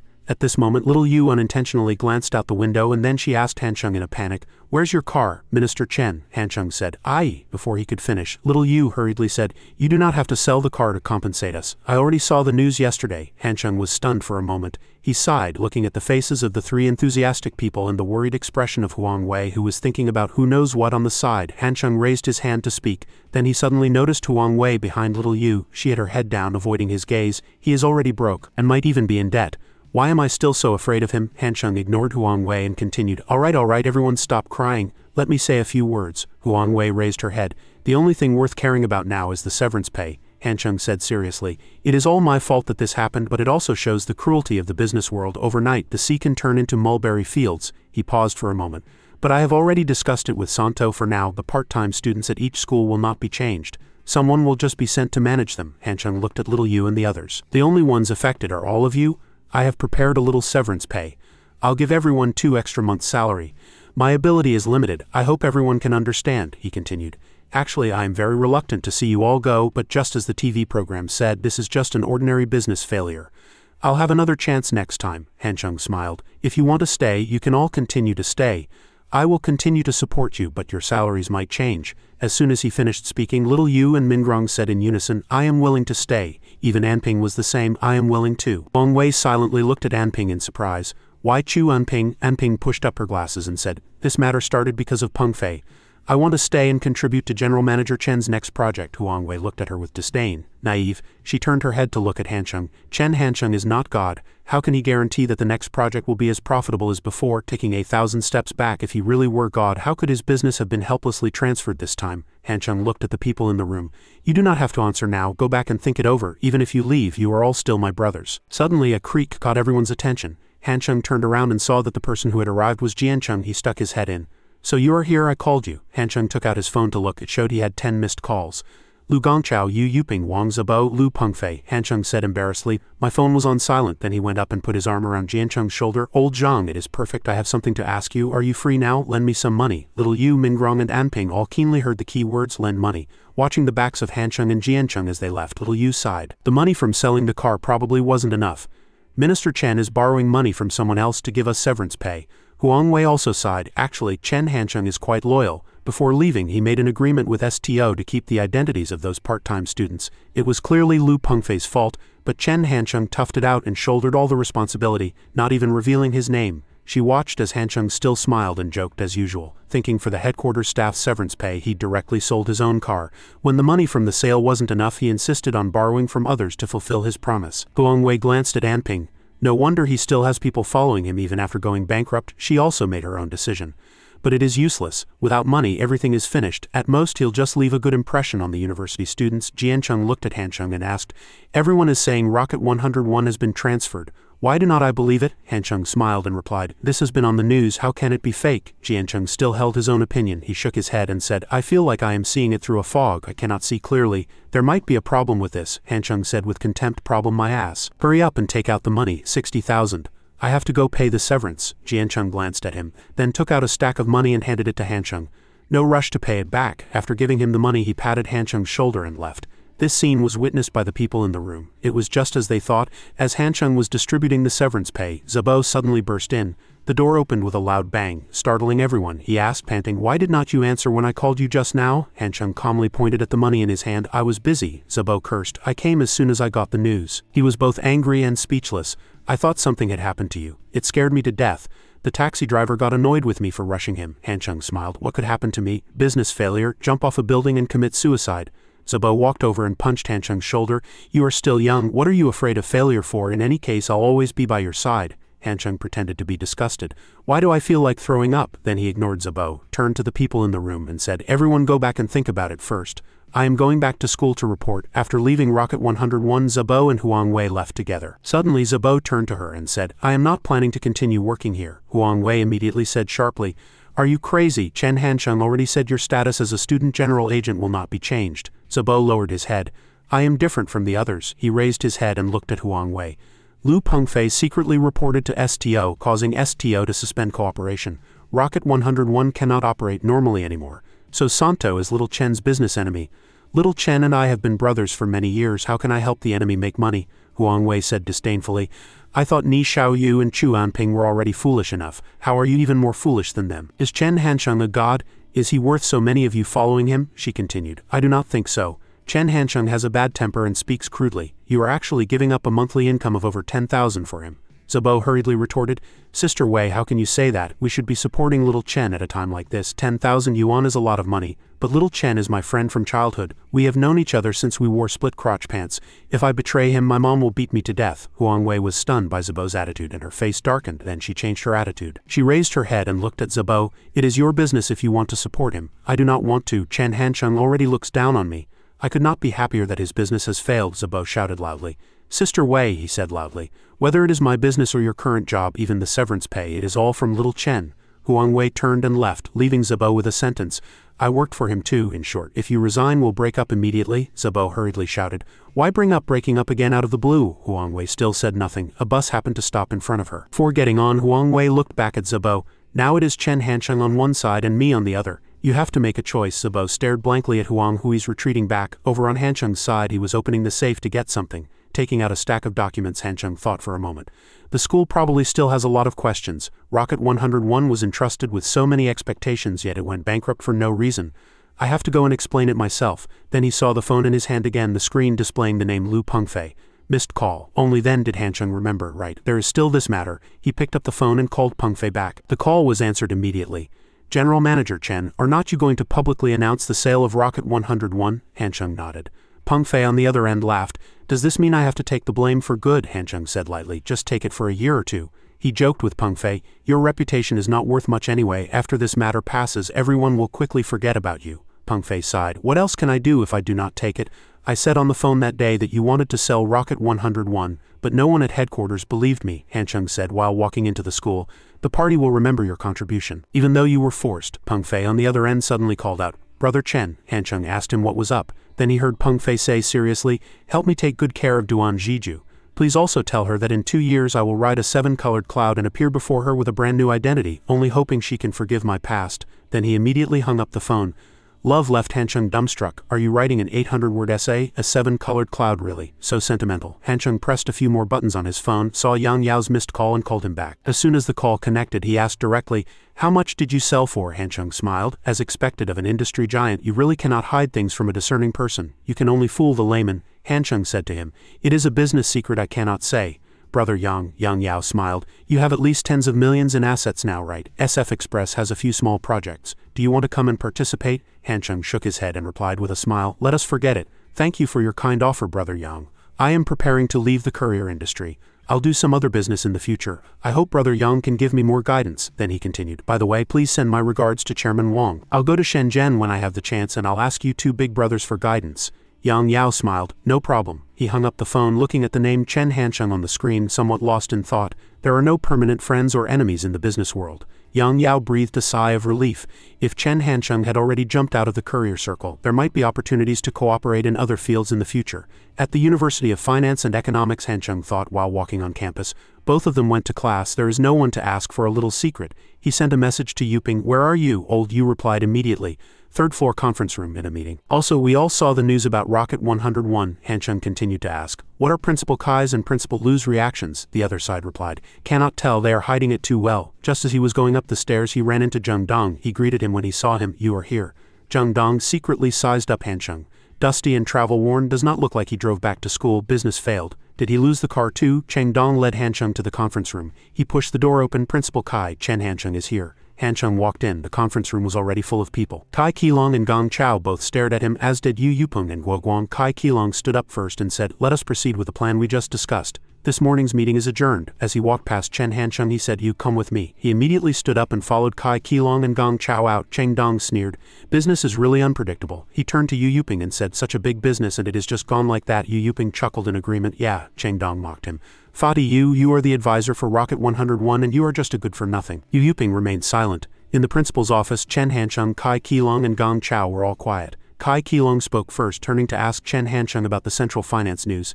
"Hansheng, do not you think you should explain?" Chen Hansheng nodded and held up a stack of documents. "Of course I am here to explain." After a pause, he placed the documents on the table and said, "But what I am explaining today, once it leaves this office, I as a student will not admit to it." Kai Qilong looked down at the words on the table, the contract for Santo Express's acquisition of Rocket 101. Kai Qilong was the first to pick it up and read. His brow furrowed and the document in his hand trembled slightly. Gong Chao watched, somewhat puzzled and confused. Immediately, Kai Qilong handed the document to him. "Old Lu, you evaluate it." While Gong Chao was reading the document, Kai Qilong got up to pour tea for Chen Hansheng. He found the gesture amusing. Principal Kai was too pragmatic. Just now he did not even get a glass of plain water. Gong Chao focused on reading the materials Chen Hansheng had brought. After finishing, he turned and asked him why. Chen Hansheng explained, "Although the barrier to entry in the express delivery industry is low, the ceiling is very high. With money you can buy airplanes. Without money you're stuck with truck transportation. Rocket 101 is even worse, just getting by in universities with tricycles." His voice was calm. "So, even though Rocket 101 seems popular in universities across the country, it is actually a castle in the air. Because it lacks transportation resources, it could be choked by its cooperative express companies at any time, which means there is no room for a breakthrough." Gong Chao then asked, "Second, why do not you want to publicize this news?" Chen Hansheng shrugged and replied, "Because many college students see me as a top entrepreneurial idol. This kind of sell-off aligns with market laws but not with their value expectations. So I discussed it with Santo and created a phenomenon of a real acquisition disguised as a bankruptcy. It is a strategy of shedding the golden cicada's shell under everyone's watch." After a pause, Chen Hansheng continued, "I'll also make it clear to the two principals here. I will not be involved in the express delivery industry anymore. It might be something young people like." Kai Qilong immediately asked, "What is it?" Chen Hansheng smiled and said, "I have not decided yet. I'll report to the leadership once there is progress." Gong Chao looked at him. "So when do you plan to announce this fake news? Many students do not watch CCTV news. They have no idea about Rocket 101's changes." Chen Hansheng picked up his teacup. "The contract stipulates that within a week, Santo will first deposit 10 million into the account, and the rest of the contract payment will be settled within a month." He took a sip to wet his throat.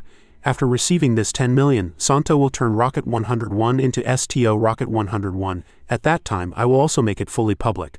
According to the estimated timeline, it might be in the next 2 days or tomorrow. From then on, I'll be just an ordinary university student." Kai Qilong asked curiously, "Are you planning to keep this a secret forever?" Chen Hansheng shook his head and replied, "Definitely not. One, I will stand up," he said with a smile. "A process of rising and falling, that is what makes a legendary life. In the future, when I give lectures, I'll have more stories to tell." Kai Qilong was both amused and annoyed. This statement was cheating, deliberately creating a chicken soup for the soul story. Gong Chao said seriously to Chen Hansheng, "You can have your fun, entertain yourself, and enjoy your little games. But what about Jianye University of Finance and Economics? You were the entrepreneurial star we promoted, but you ended up going bankrupt. Even if you make a comeback later, what about the school's reputation in the short term?" Chen Hansheng nodded. "That is a problem," he recommended to them. "Why do not we create another star?" Gong Chao was speechless. "Do you really think creating a star is that easy?" Kai Qilong also said excitedly. "You need money, resources, and crucially, a suitable project. Does the school have these conditions?" Chen Hansheng said calmly. "Yes," he cleared his throat. Latest news. After Chen Hansheng, Jianye University of Finance and Economics has another entrepreneurial student. The Meet You Milk tea shop she runs has become a national chain. What magic does Jianye University of Finance and Economics possess to continuously produce such entrepreneurial stars? Today we will find out. After finishing his performance, Chen Hansheng asked them, "How was that? Is not it amazing?" Kai Qilong was a bit stunned. It did seem pretty amazing. He thought a milk tea shop is a good project. And with a backer like Chen Hansheng opening dozens of stores across the country, it would not be an easy feat. He asked Chen Hansheng, "So who is the owner of the milk tea shop?" "Shen Yuchu." Chen Hansheng nodded. "It has to be her." Then on the left, a milk tea shop owner. On the right, the director of a famous law firm. He casually said to Kai Qilong and the other, "I'll be a useless kept man first. When the time is right, I'll just come out of retirement. Is not that amazing?" "Who is the director of the law firm?" "What do you mean by a kept man?" "Chen Hansheng." "What do you mean by that?" After Chen Hansheng had had his fun, Kai Qilong said seriously again, "Hansheng, after the renovation and reconstruction of our college, we can add more master's degree programs." He rolled his eyes. "So what? I cannot get in anyway." Kai Qilong immediately shook his head. "Not by examination." He smiled at Chen Hansheng like an angel. "My dear student, would you like to pursue a master's degree? If you want to, we'll give it to you." Chen Hansheng was stunned. A master's degree, he thought for a moment. A second-tier college like Jianye University of Finance and Economics, even if it is upgraded to a first tier in the future, the level is still a bit low, he sighed. China's Steve Chen, famous as he is, graduated from a second-tier college. In the future, when I am eating and singing karaoke with a bunch of founders from Tsinghua, Peking University, Wuhan University, universities of science and technology and universities of finance and economics, how embarrassing would that be? Then Chen Hansheng thought of Jack Ma. But Jack Ma's previous school was just a vocational college, and is not he still the richest man in China? Thinking of this, he replied to Kai Qilong. All right, Chen Hansheng said with a smile, then I'll reluctantly agree. After Chen Hansheng left, Kai Qilong and Gong Chao stayed to chat. Old Lu, what project do you think Chen Hansheng wants to do next? Gong Chao picked up his teacup. Things young people like are nothing more than electronics, online games, and karaoke entertainment. Chen Hansheng is bold but meticulous and has a lively personality. I cannot guess his plans. Kai Qilong blew on his teacup to cool it. Actually, if I weren't the principal of Jianye University of Finance and Economics and did not have to protect the school's interests from the school's standpoint, I would be quite interested in his life after bankruptcy. He looked very curious. A person like him, after 2.5 years, suddenly becomes an ordinary person. I wonder how his surrounding classmates will see him. After leaving, Chen Hansheng was eating with Yuchu in the cafeteria. He mumbled, "Is the Kung Pao chicken this salty? It is like they got the salt for free. The second cafeteria is so dumb." Hearing this, Yuchu picked up a piece, rinsed it in the soup bowl next to them, and then placed it in Chen Hansheng's bowl. She asked him if it was still salty. Chen Hansheng nodded, "Just right." Yuchu immediately smiled, and then she concentrated on rinsing the chicken for Chen Hansheng. Just then, Hu Linyu walked over with her tray and sat next to Yuchu. "Chen Hansheng, I just heard some strange news." She looked at Chen Hansheng and said, "There have been some strange rumors in school recently. I thought it was a joke at first, but now it is spreading like wildfire with all sorts of versions." Chen Hansheng asked calmly, "What news?" Hu Linyu was silent for a moment, then she said decisively, "People are saying you went bankrupt from a loss and transferred Rocket 101 to STO. Yuchu looked at Hu Linyu as she saw her friend say animatedly, "The reason is that there was a traitor and STO had to stop cooperation, so Rocket 101 could not continue operating." Chen Hansheng waited for Hu Linyu to finish before speaking faintly. "About that, all those rumors are true." Hu Linyu was a little shocked. "Stop joking, now's not the time for jokes." Chen Hansheng shook his head. "I am not joking," he said seriously to Yuchu and Hu Linyu. "I really did go bankrupt." Hu Linyu's mouth fell open. "Really?" she asked eagerly. "Why?" Chen Hansheng asked while eating. "Do not you already know the reason? Something about a traitor and betrayal." Hu Linyu cursed. "So it is true." Then she turned and whispered to Yuchu beside her. "Yuchu, your man is broke now." Yuchu had not said anything, just staring at Chen Hansheng. At this point he finally spoke, asking her, "What are you looking at? We agreed the other day. What will you do if I have no money?" Yuchu blushed a little and said naively, "Then I'll support you." Chen Hansheng smiled and said, "That is right, I'll have to rely on you from now on and rely on you well." Hu Linyu sat beside them watching, completely baffled as to why Chen Hansheng wasn't sad at all. In the classroom building, the students' attention was all focused in one direction. Shang Yanyan also looked back with concern. Quan Nan sat next to Chen Hansheng and whispered, "Brother Chen, it is all over the place outside now. It cannot be suppressed." Chen Hansheng rested his chin on his hand and replied faintly, "I wasn't planning on suppressing it either." He asked Quan Nan, "What's the public opinion like?" He replied, "Everyone says you are very loyal, not only taking all the responsibility yourself but also saving the jobs of many part-time students. As for the headquarters staff, you even borrowed money and sold your car to pay their severance." Quan Nan relayed to Chen Hansheng, "The student general agents from all over have been calling to ask. They want to come and see you." Chen Hansheng smiled, turned his face away and did not answer. Voices of discussion were constantly heard on campus. "Did you hear? Rocket 101 was forced to be transferred, and the entrepreneurial star Chen Hansheng has officially gone bankrupt. I really did not expect it." Meanwhile, Chen Hansheng was happily running around answering his phone. "Hello, Chairman Cheng. Not slow at all. I am heading to the bank right now to check the account." A series of discussion threads immediately exploded on the forums. Rocket 101 forced to transfer. Entrepreneurial star Chen Hansheng officially bankrupt. He kept receiving calls of condolence. "Hansheng, what's going on?" "Minister Chen, what's wrong?" "Chairman Chen, what happened?" When Chen Hansheng answered the phone, he sighed mournfully. "An unexpected accident has made my already not-so-wealthy family even worse off." People in the college were constantly discussing this issue. "Do you know Chen Hansheng, the star student of our University of Finance and Economics, the founder of Rocket 101, someone lamented. "He used to be so glorious. You could not even see him on campus, always giving lectures to others. Now he has lost money and become an ordinary person." Some people did not believe it. "Really? Weren't there rumors before that he was worth millions?" But Chen Hansheng did not care about this problem at all. He was now standing in the middle of the road looking at his phone. Been busy at the bank all day, so many messages and calls, over 40 missed calls, over 100 unread messages. Shang Yanyan sent him a message, "Class president, call me. You are not answering. How about I have a drink with you tonight? Where are you? I'll come find you. Want to go sing? I just booked a hotel room. I will not turn off my phone tonight when I sleep. You can come find me anytime. Watching a ball game with me will make you feel better." Luozon sent a message. Senior, where are you? I called so many times and you did not answer. I went to find senior sister Shen and found out she did not know where you were either, which made me feel a little better. If you want to make a comeback, I can borrow some money from my dad. Remember to reply. Even Guan Pingxing sent a message. When are you done fooling everyone? Can you tell me how much you sold it for? Chen Hancheng cursed as soon as he finished reading. Finally, it was Yuchu who sent a message. Where are you? Chen Hancheng replied. Busy. You go read a book first. Yuchu replied again. I want to wait for you to come back, Chen Hancheng replied curtly. Do not wait, I'll be back very late. After dealing with this pile of messages, Chen Hancheng finally let out a sigh of relief. Finished reading. Just then, someone called him. Hancheng, looking up, it was Zhang Jiancheng and his wife. Come have something to eat. Zhang Jiancheng's wife said, Hancheng, I heard from old Zhang that your business might be in some trouble. She comforted him. It is like that in business, you win some, you lose some. Your Uncle Zhang and I used to run a restaurant, sold piglets, and your Uncle Zhang even worked as a security guard before.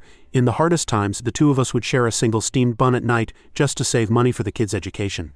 Zhang Jiancheng glanced at his wife and said, What are you talking about this for? This kid might not really be bankrupt, he is very cunning. Chen Hancheng picked up a piece of watermelon and waved it at Zhang Jiancheng. Old Zhang, what are you talking about? Who would pretend to be bankrupt? I am really broke right now, and I do not know when I can pay back that 60,000. At night at the University of Finance and Economics. On campus, a figure sat by the large stone carved with the school's name. Chen Hancheng saw it as soon as he entered. He spoke to Yuchu. Did not I tell you not to wait? Chen Hancheng went up, helped Yuchu up, and then patted the dust off her bottom. Whether you go bankrupt or not actually has the least impact on me.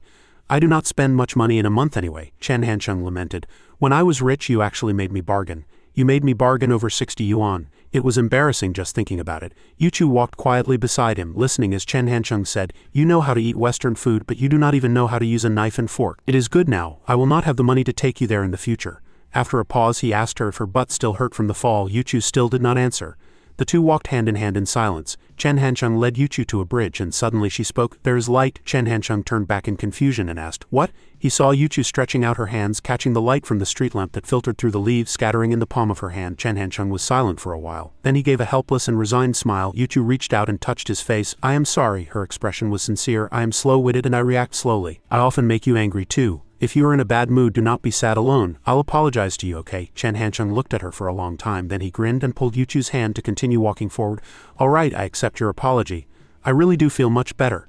Yuchu quietly followed behind Chen Hancheng. Seeing him happy, she subconsciously revealed a relaxed smile. Downstairs at the dormitory, Chen Hancheng handed Yuchu a bank card. She was surprised. For the milk tea shop, Chen Hancheng nodded. Yeah, a lot of money. He said to Yuchu, You go ahead, I am planning to be your kept man. If I am out of money, I'll just come to you. After speaking, Hancheng quickly said goodbye and left. As soon as Yuchu returned to her dorm, someone came up to greet her. She is back, she is back. Many classmates were waiting for Yuchu in the room.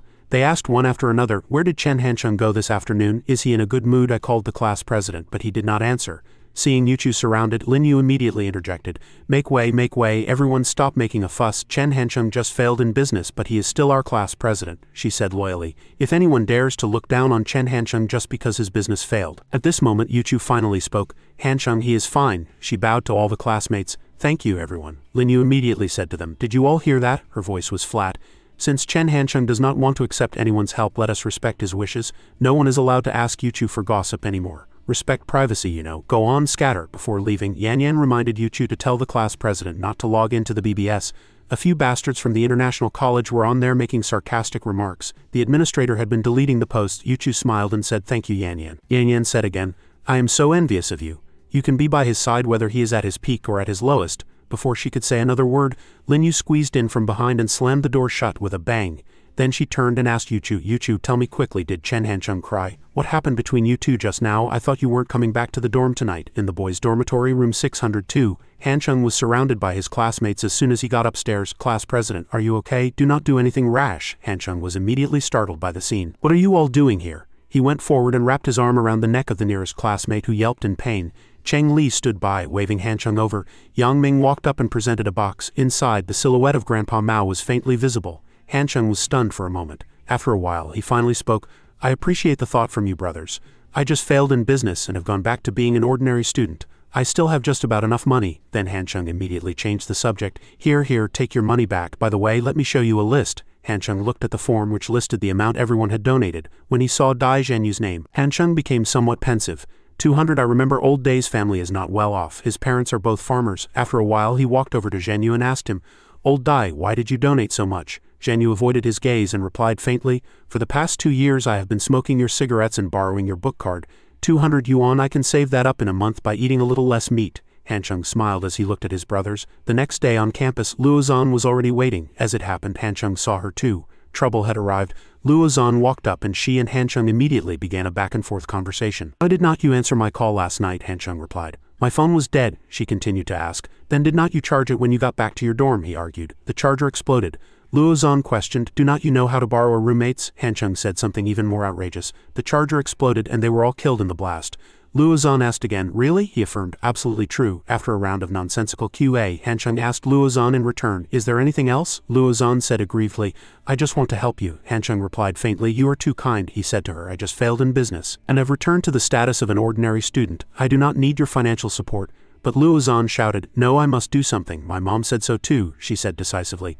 "Otherwise I will not let you into the classroom for class." Hancheng was so amused he laughed. "Impressive, your threat is very valuable." He looked at her coldly. "And I just love going to class." Seeing that she could not outtalk Hancheng, Luozan shouted, "In short, I must do something," she muttered at a volume the whole world could hear, making Hancheng feel helpless. "Anything will do." In the end, he conceded to Luozan, taking out his meal card and handing it to her. "Seeing as your kindness is overflowing, why do not you help me add some money to my meal card?" Luozan immediately ran off happily with the card. Okay. At noon in the cafeteria, Hancheng stood at the window ordering food. He took out his meal card and swiped it. As soon as he did, the person standing behind him immediately burst out laughing, which made Hancheng very confused. He followed the girl's gaze and looked back.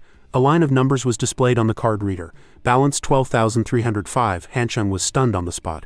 He said embarrassedly to the girl behind him, "The card reader must be broken. What kind of idiot would put 10,000 yuan on a cafeteria meal card?" Then he left with his tray at top speed. Hancheng immediately called Luozan. "How much did you put on my meal card this morning?" She calmly replied, 10,000. She had even thoughtfully calculated for Hancheng. "If you spend 25 yuan a day, it is just enough to last until graduation." Hancheng's mouth twitched. "Nice. I have a bus card here too. Can you top it up with 100,000? My phone's also low on credit, so you might as well fill that up too." In the boys' dormitory, Yang Ming was sitting at his computer talking to Hancheng. "Brother Chen, I just saw a post on the school's BBS." He turned to look at Hancheng. A student said they saw a school celebrity in the cafeteria at noon. That person's meal card had over 10,000 yuan. They do not know if the card reader was broken or if it was done on purpose. Hancheng was stunned for a moment, then replied, "Yeah, who knows who this celebrity is? Maybe it is the student union president, Zhang Yuxuan." After speaking, he asked Yang Ming, "Anything new on the BBS recently?" Yang Ming replied, "No," then he fell silent.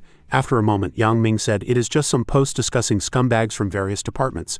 Something about the vice president of the accounting school hitting on a freshman from another province, and a guy from the finance school who sings well two-timing his girlfriend. In short, it is very boring." Hancheng sighed. How could no one be discussing it? Yang Ming closed his laptop and turned to entice Hancheng. "Fourth brother, let us get some people for a game of cards." Hancheng held up his constantly vibrating phone and smiled at them. "You guys play, let me see, so many messages and people keep calling." Hancheng looked at his phone.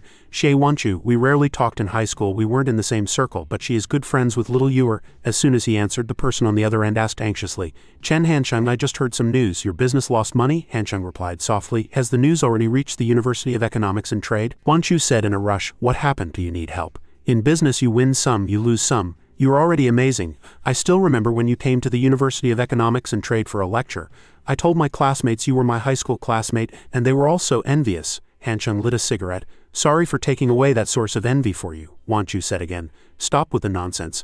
I am bringing Xiaoming to your school today to take a look. There is a guy who's been chasing me recently, and I want you guys to help me check him out." Before she could finish, the phone started beeping, indicating the call had ended. Wanchu hung up and immediately called Rongyu, even though Chen Hancheng's business had failed. Little Yuer must have known for a while. "I should still call and check on little Yuer's mood." Rongyu answered the phone. "Hello, Wanchu." Hearing Rongyu's voice, Wanchu was stunned. It sounded like she had just woken up, her boyfriend's business went bankrupt and she can still sleep. She has got a big heart. On the other end, Rongyu had indeed just woken up. Wanchu asked her, "Little Yuer, what are you doing?" Rongyu rubbed her eyes. "I just fell asleep while reading." Wanchu was puzzled. "You can still focus on your books?" Rongyu's voice came through the phone. "Is there anything else, Wanchu? I already called little Chen at 9 o'clock. My time for today is over." Wanchu asked in a low voice, "Chen Hancheng, did you talk to him on the phone last night? What did you guys say?" Rongyu replied innocently, "Just some very normal short phrases between a couple. What are you doing? Have you eaten? Do you miss me? Drink more water." After speaking, Rongyu also sensed something was wrong. She asked Wanchu, "Little Chen, did something happen to him?" She said, "I have to catch up on a lot of knowledge these 2 days. Besides class, I have been at the professor's house, so I have not paid much attention to what's going on outside." Wanchu stammered, Little Ewer, she hesitated. I might have made a bad call. Chen Hancheng probably wanted you to study in peace. I did not expect to butt in. Rong Yu on the other end immediately became anxious. Do not scare me, Wanchu. What on earth happened to little Chen? Wanchu said in a low voice. Chen Hancheng, it seems his business has gone bankrupt. After speaking, Wanchu quickly tried to remedy the situation. But do not worry, his mood is stable and he is quite happy. Before she could finish, Rong Yu hung up the phone. In the boys' dormitory at the University of Finance and Economics, Hancheng was playing cards with his friends. Seeing the call come in, he was puzzled. Little Ewer, and Yang Ming was looking at his cards with great excitement. Big card. Hancheng answered the phone. This call is a bit late. It is almost 10 o'clock. Did not Professor Sun give you any tasks today? But there was no sound from Rong Yu's end, and Hancheng also fell silent. He spoke. Little Ewer, are you still there? Hello, hello. Suddenly he heard her sobbing. Hancheng stood up and walked out. What's wrong? Crying again. Rong Yu's crying grew louder, and Hancheng started to worry. If Xiao Hongwei found out, he would probably be buried alive. Rong Yu choked out. Little Chen, am I your girlfriend? Hancheng quickly answered. Yes, of course you are my girlfriend. Hancheng spoke in a continuous stream. We live in the same place. Our parents are friends. You have come to a hotel with me, slept with me, and my friends and subordinates all know your significance in my life. I liked you in high school for 6. Realizing he had misspoken, he quickly corrected himself. Half of 6 years, that is still 3 years. How could you not be my girlfriend? After hearing this, Rong Yu immediately questioned. Then why did not you tell me you went bankrupt? She was in tears, speaking loudly. It is one thing for Zabo to know, but even Xiaoming knew before I did. What exactly is my status in your heart?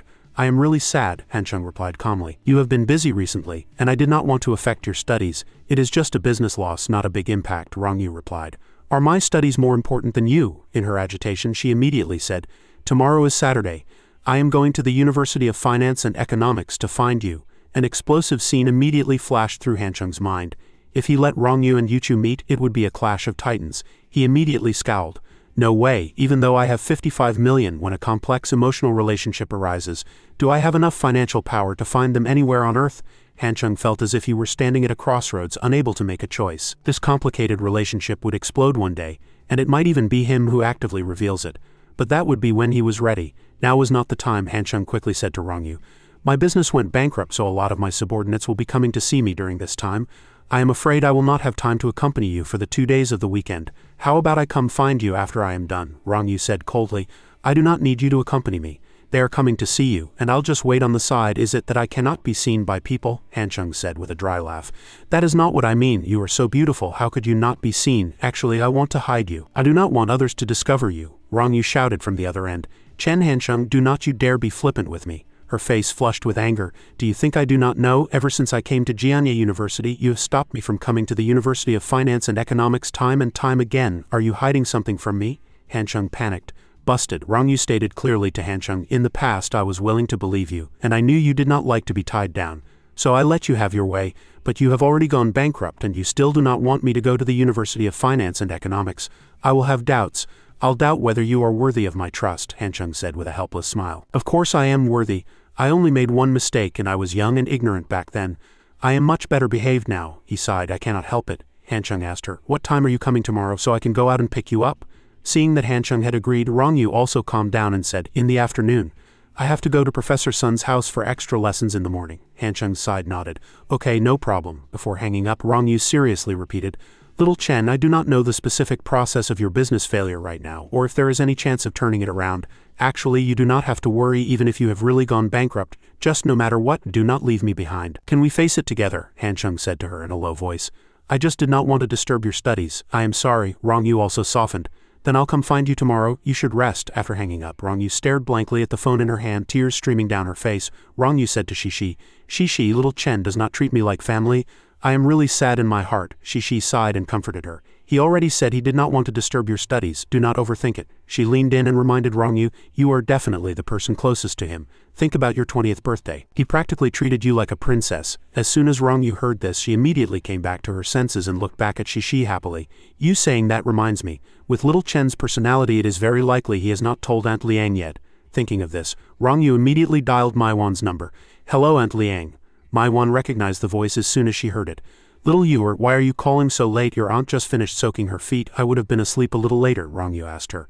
Aunt Liang, has little Chen called you recently? Maiwan shook her head. No, I was the one who called that boy a few days ago. He is always saying he is busy with business this and that, acting like he is Bill Gates. Rong Yu breathed a sigh of relief and said with a smile, Is that so? If he does not call you, then I'll just call you more often. She thought to herself, I was right. Aunt Liang does not know about little Chen's bankruptcy either, so I guess I do not need to be sad. This is just little Chen's usual personality. Rong Yu happily chatted with Maiwan. Aunt Liang, I recently saw a new skincare product at the Golden Eagle department store that is very suitable for you and my mom's age. I'll bring it back for you to try next time. She stood by, watching Rong Yu become happy again, and could not help but marvel that her tears came and went quickly. But things were different in the boys' dormitory at the University of Finance and Economics. Han Chung lit a cigarette. The three people, Yang Ming and the others who had been playing cards, also stopped, looking at him with confused faces. Han Chung was deep in thought.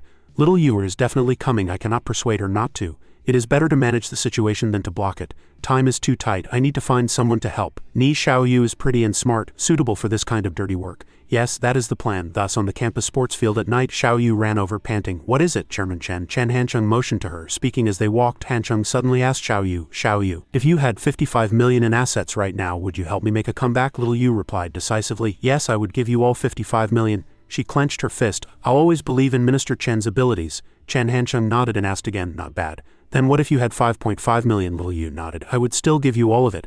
So Chen Hancheng and Little Yu played a game of question and answer. What about 550,000? Still all for you. 55,000? All for you. 5,500 yuan? I'll give you 2,000 and keep 3,500 for myself. Chen Hancheng was stunned. You give me all 55 million, so why only give me 2,000 out of 5,500? Little Yu blushed and scratched her head. Because I really do have 5,500 yuan. Chen Hancheng was momentarily at a loss for words. Then Chen Hancheng put on a righteous expression and said, through that brief test just now I feel you are very loyal and it is quite moving. After a pause he looked at Little Yu seriously. So the organization has decided to entrust this task to you. Little Yu was a little confused. What task? Why does it feel like it is not a good thing? The two walked and talked. After a while Little Yu shouted, what, you want me to take Shen Yuchu away from the school for half a day? Because Little Yu is coming. Chen Hancheng hurriedly shushed her. Keep your voice down. Leaking the organization's secrets is punishable by execution, Little Yu said disdainfully. Why are you still playing this game? You are a pauper now. Be realistic. Is not it better to just choose one girl? Chen Hancheng was also helpless. It is because my business failed. I cannot let my relationships fail too, can I? That would be a huge blow to me. Chen Hancheng pointed to his head. Little Yu, I, the minister, am under a lot of pressure. I have been wanting to jump off the rooftop lately, he sighed. You think I do not know about the ridicule on the BBS forums? Actually, I have really thought about dying. Little Yu looked at him with contempt. Minister Chen, how could a scoundrel like you possibly commit suicide? Chen Hancheng, having his thoughts exposed, said to Little Yu in anger and embarrassment, this is a work assignment. Just tell me if you'll do it or not. Little Yu thought in silence. Then she said, even if I take Shen Yuchu away, who at this university does not know she is your girlfriend? The moment you get close to Little Yuer, will not you be exposed immediately? Chen Hancheng lifted his face. You do not need to worry about that, he said to Little Yu. Your task is to take Shen Yuchu and Hu Lin Yu away from the University of Finance and Economics. Just for half a day is enough. Chen Hancheng's voice rang out in the quiet night. I'll arrange everything else. At the Meet You milk tea shop, someone came to see Chen Hancheng handing him a very thick bag. What's this for? Chen Hancheng looked at the person in front of him and hurriedly said, it is not easy for anyone. You work from dawn till dusk too. I am already grateful that you came to see me, an outdated boss. Let us not do this between us. The person who came was a student agent from another campus. General Manager Chen, actually, I feel very sorry for you. Rocket 101 had a new boss and a new sign. Logically, I should have resigned as well. Chen Hancheng waved his hands in a hurry. No, my childhood friend and my university roommates are also working and they are student general agents just like you. Actually, they also thought about resigning. The person asked him what the result was. Chen Hancheng sighed. I finally managed to persuade my university roommates. My childhood friend is still insisting on quitting, he said to the agent. Do not be like my childhood friend. He has lost his mind. I cannot persuade him and I am too lazy to bother. The student agent also breathed a sigh of relief and then flattered. It does not matter if your childhood friend quit. General Manager Chen will not treat him poorly. Chen Hancheng suddenly opened his arms and said, I will not ask you to stay for dinner since I cannot afford it now anyway. Just a hug and then you can go. Many agents have come and I still have to go and greet them. The student blushed. Is that okay? Little Yu stood behind, watching the two of them hug, and sighed. She never thought Minister Chen could be so mushy. Yuchu happily watched Chen Hancheng interact with everyone one after another as they came to see him. He hugged both men and women until Chen Hancheng's phone rang. It was a text from Xiao Rongyu. Little Chen, I am here and with some other classmates. Chen Hancheng thought, other classmates. Must be high school classmates, right? Just then, Shubo called, his voice nearly piercing Chen Hancheng's eardrum. This is bad. I just got a call from Little Yuer. She is coming to the University of Finance and Economics now. You have to figure something out, preferably stop her. Chen Hancheng found a chair and sat down. He asked Zabo why he should stop her, so uncomposed in the face of trouble. Shubo on the other end was still shouting, "Is your signal bad? Did not you hear what I said?" Shubo was stunned. He heard Chen Hancheng say, "Hush, handsome people have their own brilliant plans." The call was already hung up, leaving him looking bewildered. Although Chen Hancheng had said that as a friend, Shubo still quickly packed his things. Shen Yuchu was Chen Hancheng's public but unofficial girlfriend at the University of Finance and Economics. If little Yu went over and had just a little contact with little Chen, would not it be exposed? After packing, he turned and asked Huang Wei, "Sister Wei, are you going to Zhongling University town?" Huang Wei asked him what for. Shubo replied worriedly, "Let us go check on little Chen too. His business went bankrupt anyway, and many of our high school classmates have gone over." But Huang Wei refused. "I am not going," she blew on her fingers. "I am not Chen Hancheng's friend. Besides, he has no money now, so why should I have to look at his face?" Shubo fell silent, just staring at Huang Wei. Then he turned and left. At the Meet You coffee shop, Chen Hancheng coughed as soon as he hung up the phone, giving little Yu a look and then secretly calculated. "All right, let us proceed according to plan." Little Yu, who was standing next to Yuchu, immediately got the signal, but before she could act, Chen Hancheng coughed loudly from his side. Little Yu thought in silence for a moment, then slowly walked to Yuchu's side and whispered, "Yuchu, are you busy this afternoon?" She lowered her head to avoid Yuchu's gaze. "I have a room in Xianning University town that I want to tidy up and return. Can you and Lin Yu come and help me?" Yuchu immediately agreed. "Okay." Just then, Chen Hancheng spoke up again. "What's wrong? Are you guys leaving?" Yuchu explained. "I am going to help little Yu with something. I'll be back soon." Little Yu, on the other hand, stood by and cast a disdainful look at Chen Hancheng. He nodded at them. "All right then, remember to bring little Hu. The three of you go and tidy up quickly." Then he also reminded little Yu, "If you have any problems, remember to call me." She nodded.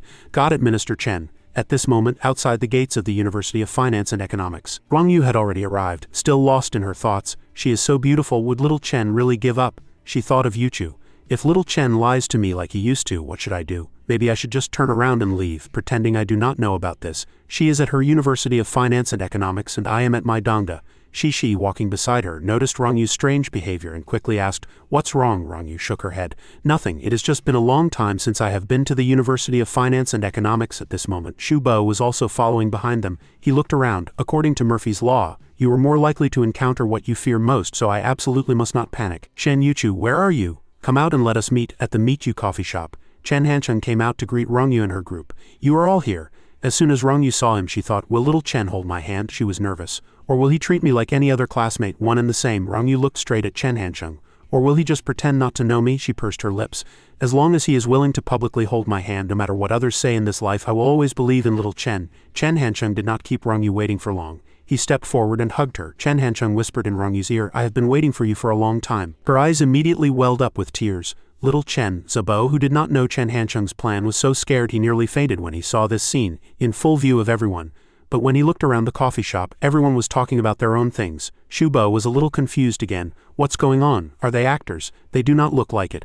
How did little Chen do it? He let his imagination run wild. Could this be the legendary campus version of the Time Stop game, and little Chen has a remote control that can control others' minds, and with just a gentle press of the power button? After thinking for a while, he also felt it was unreasonable. Shubo shook his head, trying to shake off this absurd idea. "What am I thinking?" A few other classmates were also staring at the scene of Chen Hancheng hugging Rong Yu. "Chen Hancheng is so bold in front of so many people. I am so envious." After the hug, Chen Hancheng pushed open the coffee shop door. "Everyone come in and sit." Shi walked over and spoke to Rong Yu. "Little Yu, you were worried that Chen Hancheng wasn't behaving at school, but now you can be at ease, right?" Many people saw it. Rong Yu blushed and nodded. She whispered, Shi, do you think it is because his business failed? Little Chen suddenly figured things out. If that is the case, I do not think going bankrupt is a bad thing. After everyone was seated at the table, Chen Hancheng had already explained everything, and they understood. "So that is how it is." Shi frowned and asked Chen Hancheng, "Do you want to sue that person?" He leaked Rocket 101's business secrets, and for that reason, Rocket 101 had to stop operating. Chen Hancheng smiled and shook his head. "Let us forget it. I have already publicly said I will not pursue it. Besides, how much could he compensate me? A poor student." Rong Yu sat beside him, holding Chen Hancheng's arm. "It is good not to have so much money. You will not be so busy in the future. Maybe you can even take me to experience the life of a normal couple." The few classmates opposite them all stared. Chen Hancheng, being hugged, was also thinking hard. A hug was still within an acceptable range, but linking arms like a couple on a large scale might cause trouble. So he immediately stood up and said to everyone, "The milk tea might be ready. I'll go get it, since everyone is here." A young girl working at the milk tea shop asked Chen Hancheng, "Senior brother Chen, is that girl also a student general agent?" The young girl looked at Rong Yu with envy. She is so beautiful, tall, and has dimples when she smiles.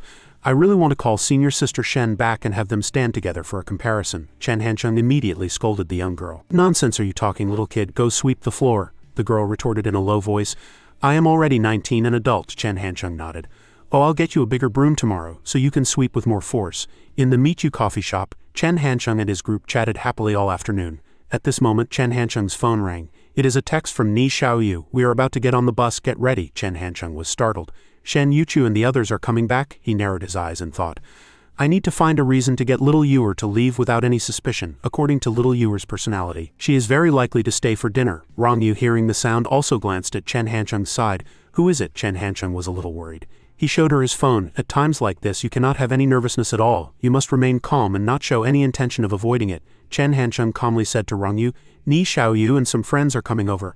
I have to have dinner with them tonight. You and Bian Shishi should go back first. Rong Yu immediately pouted. Is that so? I wanted to have dinner together. Chen Hancheng coaxed her to be obedient. Rong Yu lowered her head, looking unhappy.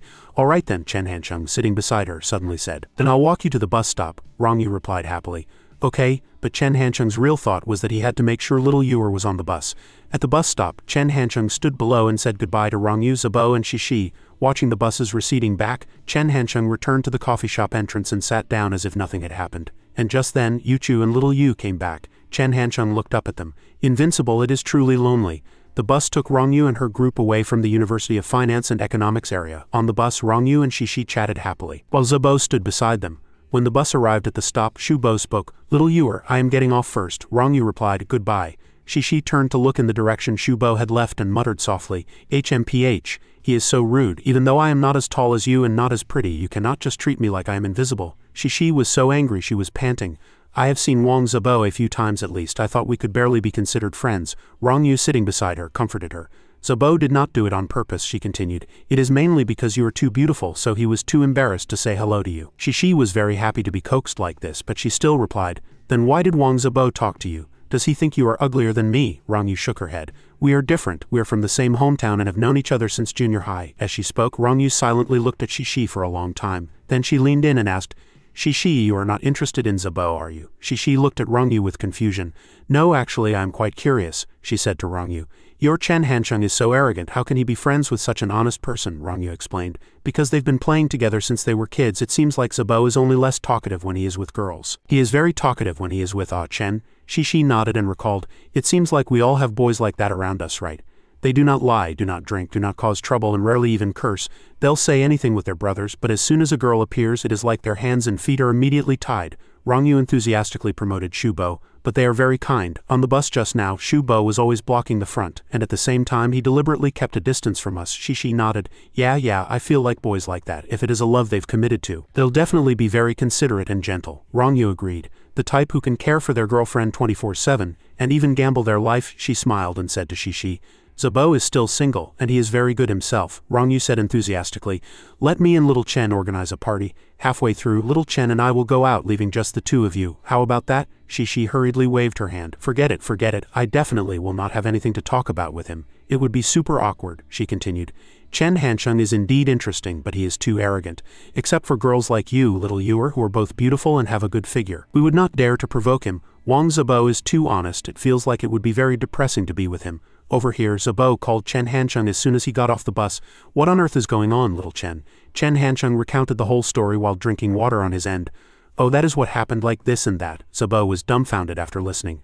So you hugged someone else at school before we came. After we came, you hugged little Yuer again. The students at the University of Finance and Economics have gotten used to seeing it, so they think it is normal. Shu Bo praised little Chen. Your brain works so fast. And his skin was thick. Just then he arrived at the entrance of Rocket 101 and saw the new sign, STO Rocket 101.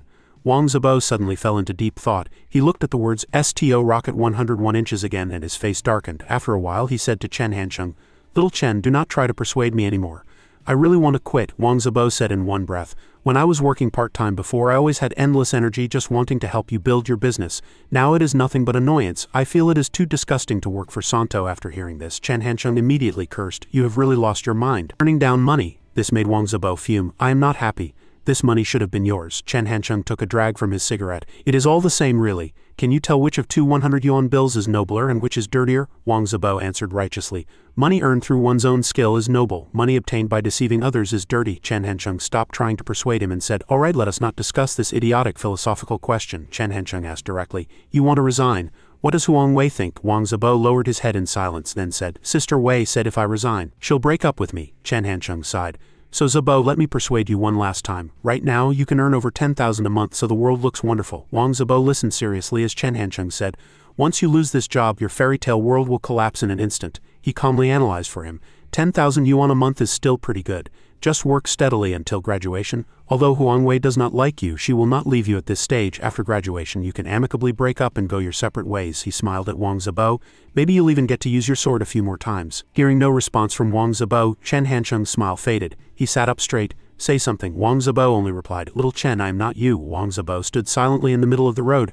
I am just an ordinary person. You can stand by and watch others' lives even pretending to be immersed in them. I am honestly envious when I see that. Wang Zibo said faintly. Because you guys are too smart. He clenched his fist. But when I reflect on myself, I find that I cannot do it at all. Wang Zibo stood up straight and raised his head.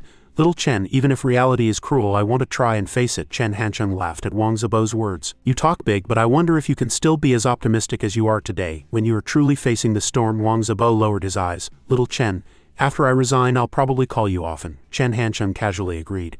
After a pause, he continued, You and Huang Wei are a human drama, absurd but real enough. I used to like predicting the endings of characters in movies, and now I want to see if I am right this time. After hanging up, Wang Zibo stood there for a long time, then walked into Rocket 101. The people inside greeted him one after another. Brother Wang, Brother Bo, Sr. Wang Zibo asked one of them, Where's Sister Wei? The person replied, She left in the afternoon. Wang Zibo thought to himself that he should still discuss his resignation with Sister Wei, since they were in a relationship after all. Wang Zibo dialed Huang Hui's number. It rang for a long time before Huang Wei finally answered. Hello. Wang Zibo heard background music and a voice saying, Welcome to the Aegean Sea Music Bar. He was stunned. The bar in the bar district. Huang Wei answered the phone and asked, What's up? She said to Wang Zibo, Bus or taxi? Do you have your own private car? You have been working part-time for a year and have not saved any money. Wang Zibo's mood instantly hit rock bottom. After working at Rocket 101 for so long, he could have actually saved up enough to buy a Ferrari. But Sister Wei, you wanted to buy a bag today, a phone tomorrow, and clothes the day after, which is why I could not save money. Wang Zibo pressed his lips together tightly. But why do you still have to blame me in the end? Huang Wei on the other end said, My phone is about to die and turn off. That is all. The call was disconnected. Wang Zibo looked at the brick phone in his hand. Among all the student general agents in Jianye, he was probably the only one still using a brick phone. Wang Zibo considered whether he should go to the Aegean Sea bar. He walked out. Sister Wei has been drinking. I am just concerned about her, afraid she'll get drunk, that is all. There is definitely no other meaning. Wang Zibo hailed a cab, taxi. After getting in, he was still immersed in his thoughts. It is definitely not because I am suspicious or stalking her. Wang Zibo told the driver the address, Aegean Sea Bar. In the boys' dormitory at the University of Finance and Economics, Chen Hancheng cursed at Wang Zibo. Why do you keep calling me? Wang Zibo said, Little Chen, I secretly came to find Huang Wei. He immediately asked Wang Zibo, Where did she go? The entrance of the Aegean Sea Bar, Wang Zibo replied. 1912 bar. Chen Hancheng said to him, A bar is not a nightclub. Some white-collar workers like to relax there. Just like how little Ewer loves going to dessert shops. With a piece of cake and a cup of milk tea, she and Bianchi can sit there for an entire afternoon, and the two of them together will not even spend 30 yuan. Wang Zibo was silent for a moment. Then he replied, But little Ewer never goes out with other guys. He clenched his fists. She also would not drink cross-cupped wine with other guys, especially when there are foreigners at the next table. Chen Hancheng was stunned for a moment, then heard Wang Zibo say loudly, And she would never clink glasses with those people just to show off. Wang Zibo stood outside the door looking in. Chen Hancheng seemed to understand the problem and said, Go home, stop looking. Wang Zibo saw Huang Wei being held by a foreign man. It is okay, it is actually quite a nice sight. Chen Hancheng nodded and said, All right then, I'll teach you a mantra. Chen Hancheng began to chant, The most effective way to eliminate fear is to face it. Go Wang Zibo. Wang Zibo wiped away his tears and said, Little Chen, stop joking. He stood at the entrance of the bar. Little Chen, you do not need to come over either. Wang Zibo lowered his head, his eyes red. You have already comforted me twice in a row. I am really too embarrassed to trouble you again tonight. Chen Hancheng said while laying down his cards. You do not have to worry about that. I never planned on cleaning up your mess. With my business having lost so much money, I can only rely on winning some living expenses from my roommates to barely get by. Wang Zibo was stunned for a moment, then said hesitantly, Then I'll hang up. The next second the call was immediately disconnected. Wang Zibo lowered his head with tears in his eyes as the wind howled through the city night inside the bar. Huang Wei was raising her glass with everyone. She tilted her head back and finished the drink with the men, then leaned against the foreign man, laughing and joking. Only Wang Zibo stood alone by the roadside. Seeing this scene, he cursed in anger. Wang Zibo's steps quickened. At worst it would just be a fight. But he stopped after walking a little way. But Wang Zibo wondered why. Why did not she care at all? She even used the phone I bought her to exchange numbers just because the other person was a foreigner. Wang Zibo remembered what Chen Hancheng had once said, "As long as I am the student union president for a day, the foreign students at the University of Finance and Economics will have to be my grandsons for a day. Whoever dares to show off, I'll crush them." Wang Zibo lowered his head. Could it be that in Sister Hui's worldview, having one or two foreign friends is something worth showing off? Little Chen had already pointed out that she was a low-class, calculating girl. But I was as if possessed, always desperately trying to get closer to her, always willingly spending money on her. He thought, if Sister Wei and I break up, will I be sad? Wang Zibo was stunned. Why do I feel a sense of relief along with the heartache? He placed his hand on his heart. Even though it is very sad, I also feel like a huge mountain that was pressing down on me has suddenly disappeared. Wang Zibo's tears streamed down his face. It is probably because my heart was already very tired. The people on the street grew fewer and the shops gradually turned off their lights to rest. Huang Wei finally walked out of the bar with the blonde foreigner. Her phone rang and Huang Wei lowered her eyes. Wang Zibo stood in a corner calling Huang Wei. She was standing right there, but the voice on the phone said, "Sorry, the number you have dialed is busy. Please try again later." A taxi pulled up. Huang Wei was still holding her phone, but the prompt on Wang Zibo's end was still the same. "Sorry, the number you have dialed is busy. Please try again later." The person standing at the taxi door called out to Huang Wei, "The car is here, let us go." Huang Wei hugged the foreigner and said goodbye. Until the car disappeared from sight, all Wang Zibo heard from the phone was a cold, "Sorry, the number you have dialed has been switched off." He stared blankly at the receding back of the taxi. At a cyber cafe, Wang Zibo got a computer and sent a message to Huang Wei on QQ. "Let us break up." After typing this, Wang Zibo's tears streamed down uncontrollably and he finally broke down sobbing on the table. He recalled how he and Huang Wei had met, starting through a computer screen, liking each other through a computer screen, breaking up through a computer screen, and losing her through a computer screen. At this moment he did not feel he had wronged Huang Wei at all, only that he had deeply wronged his hard-working parents in Gangcheng. The next morning at the cyber cafe, someone pushed Wang Zibo awake. "Hey classmate, wake up." Wang Zibo was stunned for a moment, looking at the person who had woken him, and then he remembered the interface on the computer screen from last night. The screen had been seen by everyone, and Wang Zibo fell silent upon seeing it. It was still the QQ interface. Originally, there was only one message he had sent to Sister Huang Wei. "Let us break up." Now there was an additional line from Sister Huang Wei. "Okay, one word." Wang Zibo was silent. His mood did not change much. He reached out and turned off the computer. Then Wang Zibo stood up and left. The sun had already risen outside, its glaring light shining down. The streets were bustling with people and traffic. The sunlight was so piercing that Wang Zibo could not open his eyes. He called Chen Hancheng. "Little Chen, Huang Wei and I broke up." Chen Hancheng immediately asked, "You dumped Huang Wei?" There was a long silence on the other end. Just as Chen Hancheng was feeling confused, Wang Zibo suddenly spoke. "Yes, I dumped her." Standing in the middle of the road, Wang Zibo said to Chen Hancheng, "Little Chen, from now on I want to put all my energy into my studies, hang out with you guys occasionally, work part-time when I have time, go home to see my parents often, and keep improving myself until I meet a girl more worthy of my protection." After saying all that and hearing no reply from Chen Hancheng, Wang Zibo cursed and asked, "Are you listening?" Chen Hancheng finally spoke. "I am listening. Keep blowing your own horn," he said while brushing his teeth. "I have seen plenty of your type. It is like you are using the breakup as a shot of adrenaline, thinking you can work hard and become a man who makes Huang Wei regret it, making her realize that missing out on you was missing out on the whole world. Right?" Having his thoughts exposed, Wang Zibo immediately blushed. Chen Hancheng said indistinctly, "Do not think about the future. Just take a day off today, sleep well in the dorm, and when you wake up to an empty room, think back on you and Huang Wei and have a quiet cry. That is the right thing to do. What's the use of talking so big now?" Chen Hancheng's words also chased away Wang Zibo's gloomy mood. "Damn, you see things way too clearly." After calming down, Wang Zibo asked Chen Hancheng again, "Little Chen, am I not good enough for little Wei?" Chen Hancheng did not answer right away. He thought for a moment. He could not just say that a student like him, with average looks, average abilities, an average family background, and average emotional intelligence, was never really good enough for Huang Wei. If it weren't for the part-time job at Rocket 101, you would not even have had the chance to go to a hotel with Huang Wei. That is what he thought. But Chen Hancheng still said something less hurtful to Wang Zibo. "Actually, for ordinary university students, not considering special cases like Shen Yuchu and Xiao Rongyu, the peak periods for men and women are different," Chen Hancheng said as he walked. "Huang Wei just graduated a year or two ago. As a university graduate, she has advantages in both knowledge and age, especially since she herself likes brand names and high-end circles." Wang Zibo listened as Chen Hancheng said, "A student like you who's still in school with no money at home has almost zero competitiveness compared to other men in society. Do you think you are a good match for Huang Wei?" Chen Hancheng's tactful but hurtful words pulled Wang Zibo back from his gloomy mood. He sighed.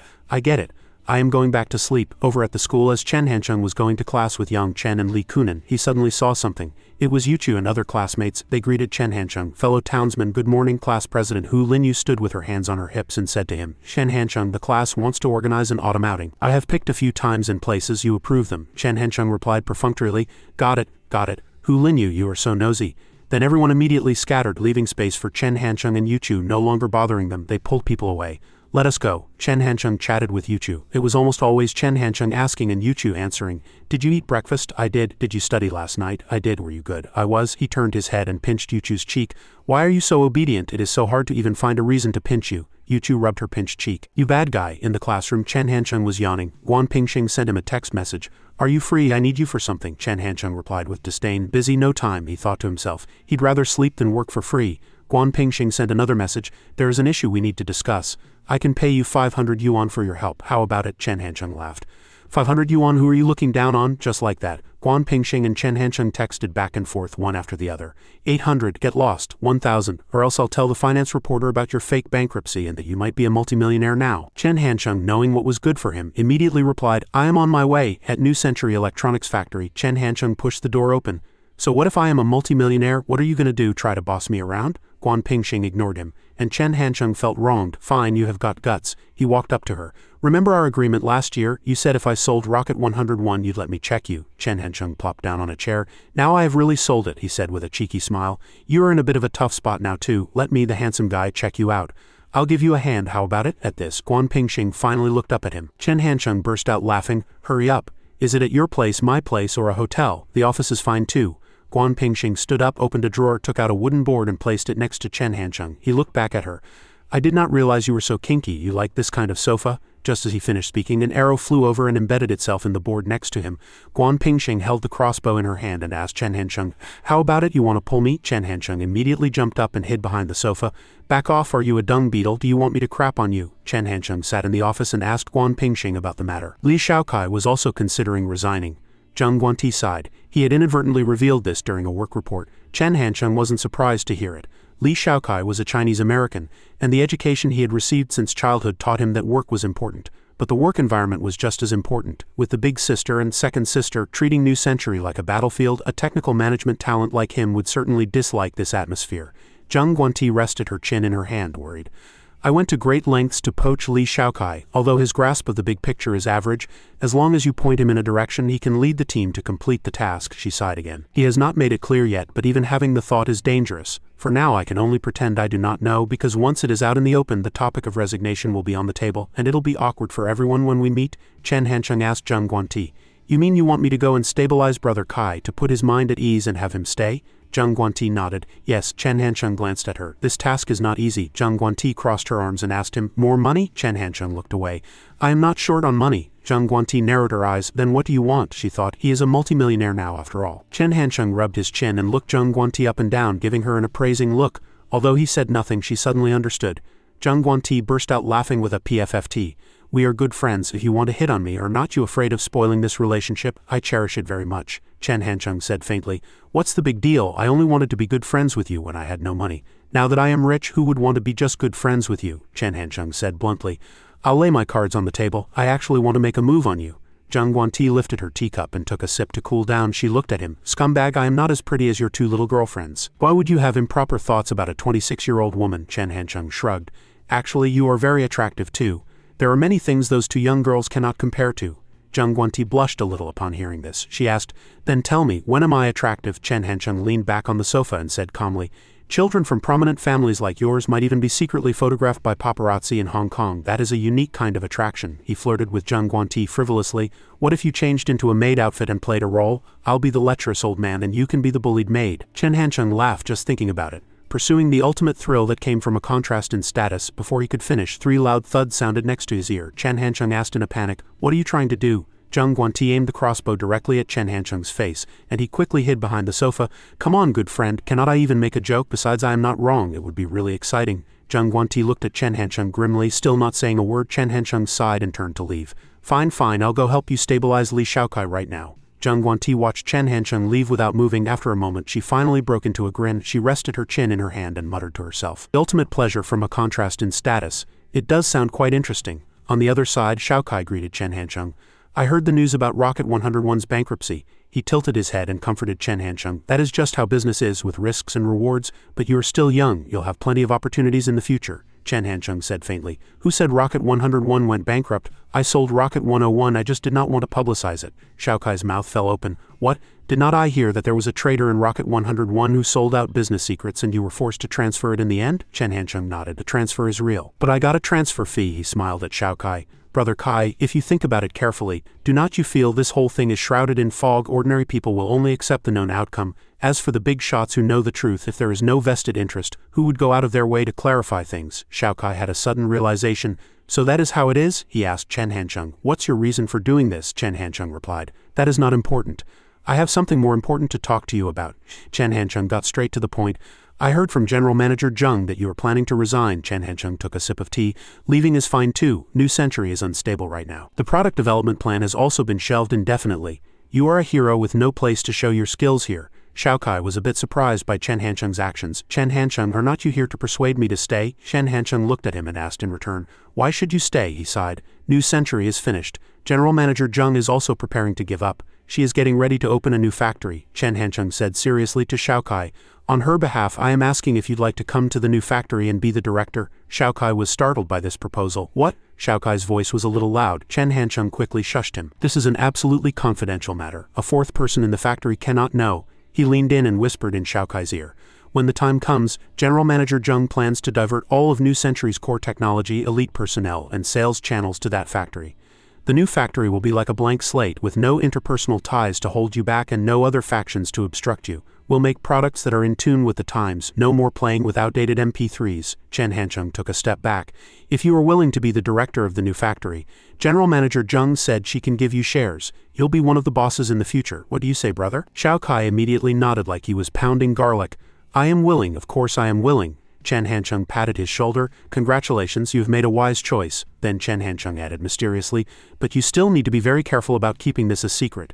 Even if you accidentally leak it, General Manager Zheng will not admit to it, because this would be equivalent to draining New Century of its core strength. You should not even talk to General Manager Zheng about this. If anything comes up, just communicate through me. Xiaokai immediately sat up straight and replied, I understand. As Chen Hansheng was about to leave, he turned back and gave Xiaokai a go-for-it gesture. Also, brother, you need to pull yourself together now. Do not let anyone see that something is off.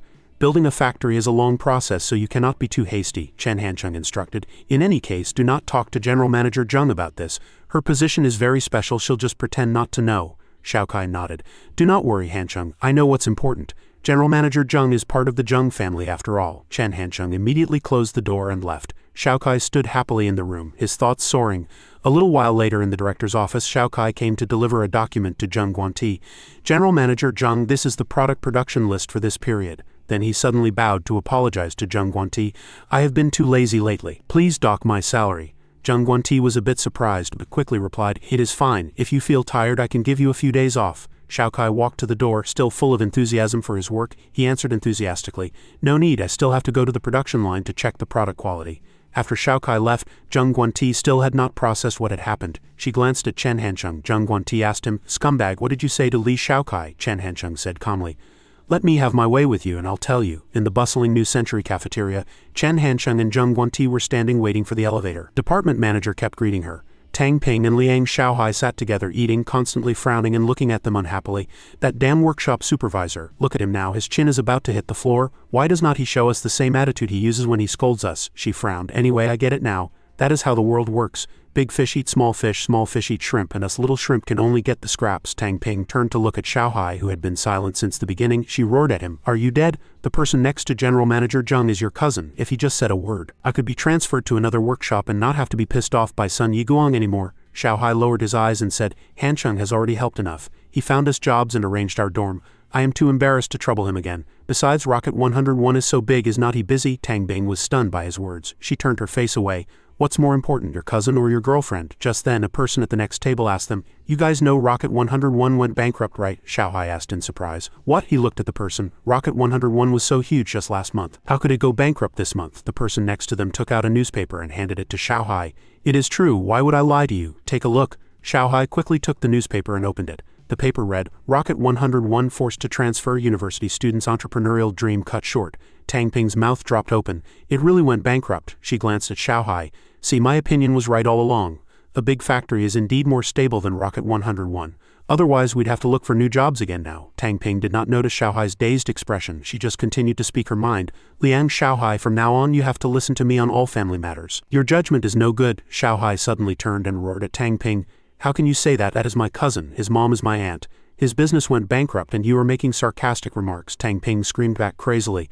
Liang Xiaohai, you are getting bold, are not you? Was I wrong? It is a fact that a big factory is more stable. We can work at New Century for a lifetime. It definitely will not go bankrupt like Rocket 101. Over here, Chen Hansheng and Zheng Guanti were waiting for the elevator and started talking. It has been a while since I ate here. It is still so lively. Zheng Guanti glanced at him. General Manager Chen is a multimillionaire now. To deign to dine at New Century. You are truly gracing us with your presence. The elevator reached the ground floor with a ding. Just as Chen Hansheng and the others got in and the doors were about to close, someone shouted, Hey, hey! The person who came was Hong Xiong, the representative of the second branch. He said to them, Wait a moment, wait a moment. The few employees standing in front of Chen Hansheng and the others immediately stepped back to make way. Hong Xiong politely thanked them. Thank you, Chen Hansheng asked Zheng Guanti. Is that him? She nodded and replied, It is. Chen Hansheng looked up and carefully sized up the person before him. So this is the representative the second branch sent to wrestle with Zheng Guanti? Hong Xiong greeted Zheng Guanti warmly. Good afternoon. General Manager Zheng. But Chen Hansheng, standing beside her, was completely ignored. He spoke up angrily. There is no room here. You can wait for the next one. Hong Xiong frowned and looked at Chen Hansheng. Who are you? Chen Hansheng smiled and replied politely. I am Chen Hansheng, the consultant hired by General Manager Zheng for the electronics factory. My English name is Handsome. Zheng Guanti facepalmed in exasperation. Oh, for God's sake, Hong Xiong ignored Chen Hansheng. He looked at Zheng Guanti. Since General Manager Zheng does not want me to take this elevator with you, his expression darkened slightly. Then I'll just wait for the next one. Chen Hansheng took a step forward and said unhappily to Hong Xiong, If you are going to get out, then get out quickly. Why are you standing in the middle of the elevator? Is there money to be picked up on the floor? Hong Xiong was so angry he was speechless, just standing there dumbfounded. As soon as he stepped back, the elevator doors closed immediately. This scene was witnessed by the surrounding employees, and Hong Xiong's mood sank a little. While eating upstairs, Zheng Guanti said to Chen Hansheng, You were too impulsive just now. He had a toothpick in his mouth and said with a nonchalant look, It was mainly because I thought about how the second branch is always bullying you. As a good friend, I just could not help but want to stand up for you. Zheng Guanti replied faintly. Is that so? She scoffed inwardly. Clearly you are deliberately provoking a war. The more the two sides fight, the faster New Century will close, and the closer your plan gets, Chen Hansheng, she mused. To build a new factory, you'd need at least tens of millions in capital. It is easy to get discovered when using that much money, but after Chen Hansheng sold Rocket 101, the problem was suddenly solved. Could it be that this kid had long been preparing to sell Rocket 101 and had set his sights on New Century Electronics Factory? Zheng Guanti stared at Chen Hansheng. If that is the case, it is too terrifying. The timeline would have to go back at least 2.5 years. Chen Hansheng is like a cunning fox, patiently laying out a plan for more than 2 years just for this piece of rabbit meat that is New Century Electronics Factory. At this thought, her face suddenly turned red. Rabbit meat. In Zheng Guanti's imagination, she was now like a little bunny, and Chen Hansheng was a wolf trying to get in the door. Little bunny, open the door. Amused by her own thoughts, Zheng Guanti could not help but let out a laugh. Chen Hansheng said to her, Why do not you just fire me? Then I will not be New Century's consultant anymore. Consider it a punishment for my impulsiveness. Zheng Guanti snorted, trying to set me up again. She stood up to leave. You do not need to waste your efforts anymore, comrade scumbag. I will not take that step until the very last moment. Outside the New Century Electronics Factory cafeteria, Chen Hansheng was walking when he ran into Liang Xiaohai, who was waiting there. He went up and called him Hansheng. Liang Xiaohai asked worriedly, I heard Rocket 101 went bankrupt from losses. Chen Hansheng nodded calmly. Liang Xiaohai saw that his mood seemed very stable and breathed a sigh of relief. He comforted him. It is okay, you win some, you lose some in business. At worst, you can just start over. Chen Hansheng smiled. Thanks, cousin and sister-in-law. Tang Bing suddenly stepped forward and said, You are still young, a university student. Failure is the mother of success. She asked Chen Hansheng tentatively. Hansheng, your relationship with General Manager Zheng should be pretty good, right? Tang Ping frankly stated her purpose.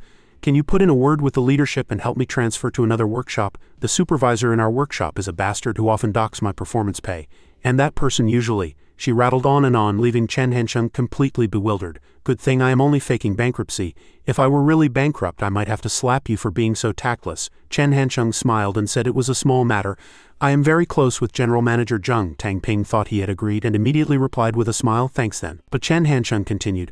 Sister-in-law, actually, I am having a hard time on my end too. He looked at her and asked, Cousin, I have just gone bankrupt. I am a bit tight on cash and I still owe a lot of debt. Can you guys sponsor me a little? Alarm bells immediately went off in Tang Ping's head. Borrow money, she gave a dry laugh. Han-chung, your cousin and I just started working not long ago. Our previous company went bankrupt and still owes us a lot of money. We really do not have much to spare from our salaries. Tang Ming nudged Liang Shaohai. If you are short on food, you can just come to the factory. Your sister-in-law can treat you to 2 meals a day in the cafeteria, Chen Han-chung scoffed. Then I would become a beggar. He said no more and immediately turned to leave. Liang Shaohai stood behind, wanting to call out to him. But before he could do anything, Tang Ping pulled him back. This bit of money is for our bride price. Do you still want to marry me? Liang Shaohai fell silent. Tang Ping stood behind and shamelessly shouted at Chen Han-chung. Han-chung, do not forget about my matter. Chen Han-chung had already walked some distance. He turned back and gave her a brilliant smile. Sure, when you are dead, I'll burn it for you. Hearing this, Tang Ping was completely dumbfounded. What? She turned her face and asked Liang Shaohai, was he just cursing me? Shaohai nodded. Tang Bing shouted, why wasn't he just fine a moment ago? Shaohai sighed. He has been quick to turn on people since he was a kid. He was a bit anxious, feeling that this matter wasn't over. At 11 p.m. at their grandmother's house in the countryside, Mai Wan and Zhao Jun pushed open the main gate and walked in. Before she was even through the door, she started shouting, Mom, I am planning to cut ties with my eldest brother and sister-in-law's family. Liang Shaohai's girlfriend cursed Chen Han-chung, saying he should go beg for food. Even though old Chen and I are not that successful, we only have this one son. It is one thing for us to hit and scold him, but what right does some girl have to say that about my son? Han-chung's grandparents also listened to Mai Wan's rant with blank faces. If my eldest brother and sister-in-law do not give me a clear explanation for this, I guarantee our families will have nothing to do with each other from now on. After some explanation, her grandmother's family finally understood what had happened. So that was it. Shaohai's mother, Empress Dowager Liang, mused. So Shaohai has a girlfriend over there. What was that about the 100,000 yuan bride price you mentioned last time? Mai Wan wiped her tears and said aggrievedly, Old Chen and I are not dead yet. So what do they mean by saying that? As long as old Chen and I are still breathing, would we ever let Han-chung go begging? Han-chung's grandmother quickly tried to make peace. Maybe the kid just misspoke. Empress Dowager Liang also added, besides, we do not acknowledge that girlfriend anyway. Liang Shaohai definitely cannot marry her. Mai Wan continued, it is not like you do not know Chen Han-chung's rotten temper. If it were anyone else saying that, would Liang Shaohai have gotten away without a few slaps? Hearing this, Empress Dowager Liang shot back angrily. Liang Mai Wan, watch your mouth. What do you mean Liang Shaohai would get slapped? I would like to see who dares to lay a finger on him. Han-chung's grandfather had a headache from listening and finally spoke up. All right, one of you is over 50, the other is 40. Still talking about cutting ties, can you just sever blood ties whenever you feel like it? Childish, he turned and scolded Empress Dowager Liang. What's the deal with Liang Shaohai? His own cousin's business went bankrupt. It is one thing not to help, but his girlfriend makes such cutting remarks and he just listens? When Shaohai was going on blind dates, Han-chung even came back from school specially. He sat with him and offered him cigarettes. How could he treat his own cousin like this? Han-chung's grandfather gave an order. Eldest daughter-in-law, you call Liang Shaohai too. Make it clear to me, he is not to marry that girl he is with, or he can never come home again. It is getting late. Third daughter, you and Zhao Jun should head home. Empress Dowager Liang glanced at Mai Wan. I wasn't planning on accepting her anyway. It was already dark outside. On the country roads, the wind blew across the fields with a chilling whistle. Mai Wan walked beside Zhao Jun and said, I think middle-aged women need to argue once in a while. Otherwise, with so much pressure in life, this is a way to relieve stress. Zhao Jun asked her, what pressure do you have? We do not have to worry about food or clothes at home, and Han-chung and I do not dare to go against your wishes. Mai Wan sighed. Han-chung's future job is marriage, whether we'll live with our son and daughter-in-law in the future, whether the first grandchild will be a boy or a girl.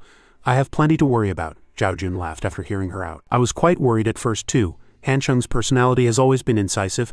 I wondered if suddenly making so much money would worsen this trait. That is not good for his growth.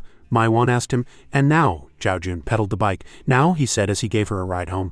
Now I am not worried at all. It is not a bad thing for a young person to suffer a setback. He reached the summit at such a young age. Even if he has hit rock bottom now, if he can stand up again, his achievements will definitely be greater than before. Mai Wan smiled. Your son really does not need a script when he brags. She said to him, the last time you gave me a ride like this was probably when we were dating, right?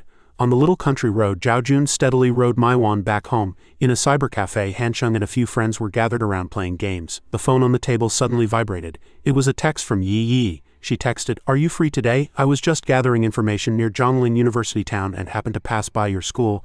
I was planning to find you for a chat. After reading the text, Han-chung immediately stood up and said to Yang Chen next to him, I am heading back to school. But he got no reaction at all. Han-chung cursed under his breath. Careful not to die from exhaustion. At the entrance of the University of Finance and Economics, Yi Yi was standing there waiting. She observed Han-chung from a distance. As expected, Chen Han-chung looked a bit down and out after going bankrupt. Han-chung appeared before Yi Yi in simple clothes. She said to him, you just came back from off campus? I am not interrupting anything, am I? Han-chung smiled. I am an idle man now. What could I possibly have going on? I was just playing games at the cyber cafe with my roommates, Yi said, thinking that the former entrepreneurial star was now seeking solace in the world of online games. In the Meet You coffee shop, Han-chung stroked the cat purring on his lap. Yi deliberated for a long time before speaking. Han-chung, I already heard the news about Rocket 101. I was too busy before and did not have time to come over, she comforted Han-chung. You have to pull yourself together soon. A business failure is just a temporary thing. You cannot be too down, Han-chung asked blankly. How am I down? Yi immediately retorted. Still say you are not. Remember the first time I interviewed you, you were wearing a sharp suit, practically bursting with confidence and humor, she sighed. Now the light around you has dimmed. I try to remember what you looked like when you were shining, but I cannot recall it at all. Han-chung looked at her, puzzled. Facing Yi's gaze, Han-chung smiled and said, Actually, I have always been me. Except for the first time we met when I wore a suit for the interview, I have always been pretty casual. There was even one time I rushed back overnight from out of town. My mental state and clothes were worse than they are now, but I still did the interview. He took a sip of water. So that light on me back then, Han-chung glanced at Yi. It was just that there was light in your eyes. Yi was startled by his blunt words. She lowered her head, avoiding Han-chung's gaze, so it turned out he had not changed at all. It was she who had changed. An awkward silence lasted for a long time. Then Yi spoke again. By the way, Han-chung, I have a boyfriend now, Han-chung asked her. Is it official? Yi nodded. She continued. Actually, you have met him. We ran into each other at Golden Eagle department store that day. He is a deputy section chief in the Zhongling district government, only 25 this year. Han-chung tried hard to remember. Oh, it is him. He was probably one of her backups. I went bankrupt, so the deputy section chief got promoted to official boyfriend. Yi avoided Han-chung's gaze. After all, you confessed to me before, she said haltingly. Actually, I've always seen you as a friend. I hope we can still be friends in the future. I believe you can definitely make a comeback, Han-chung observed Yi with a smile. This girl at least had some conscience, but keeping a backup was still a fact, so he had to mess with her a bit. Han-chung suddenly smiled warmly. I see, congratulations on no longer being single. Jia. Seeing Yi's blank expression, Han-chung quickly corrected himself.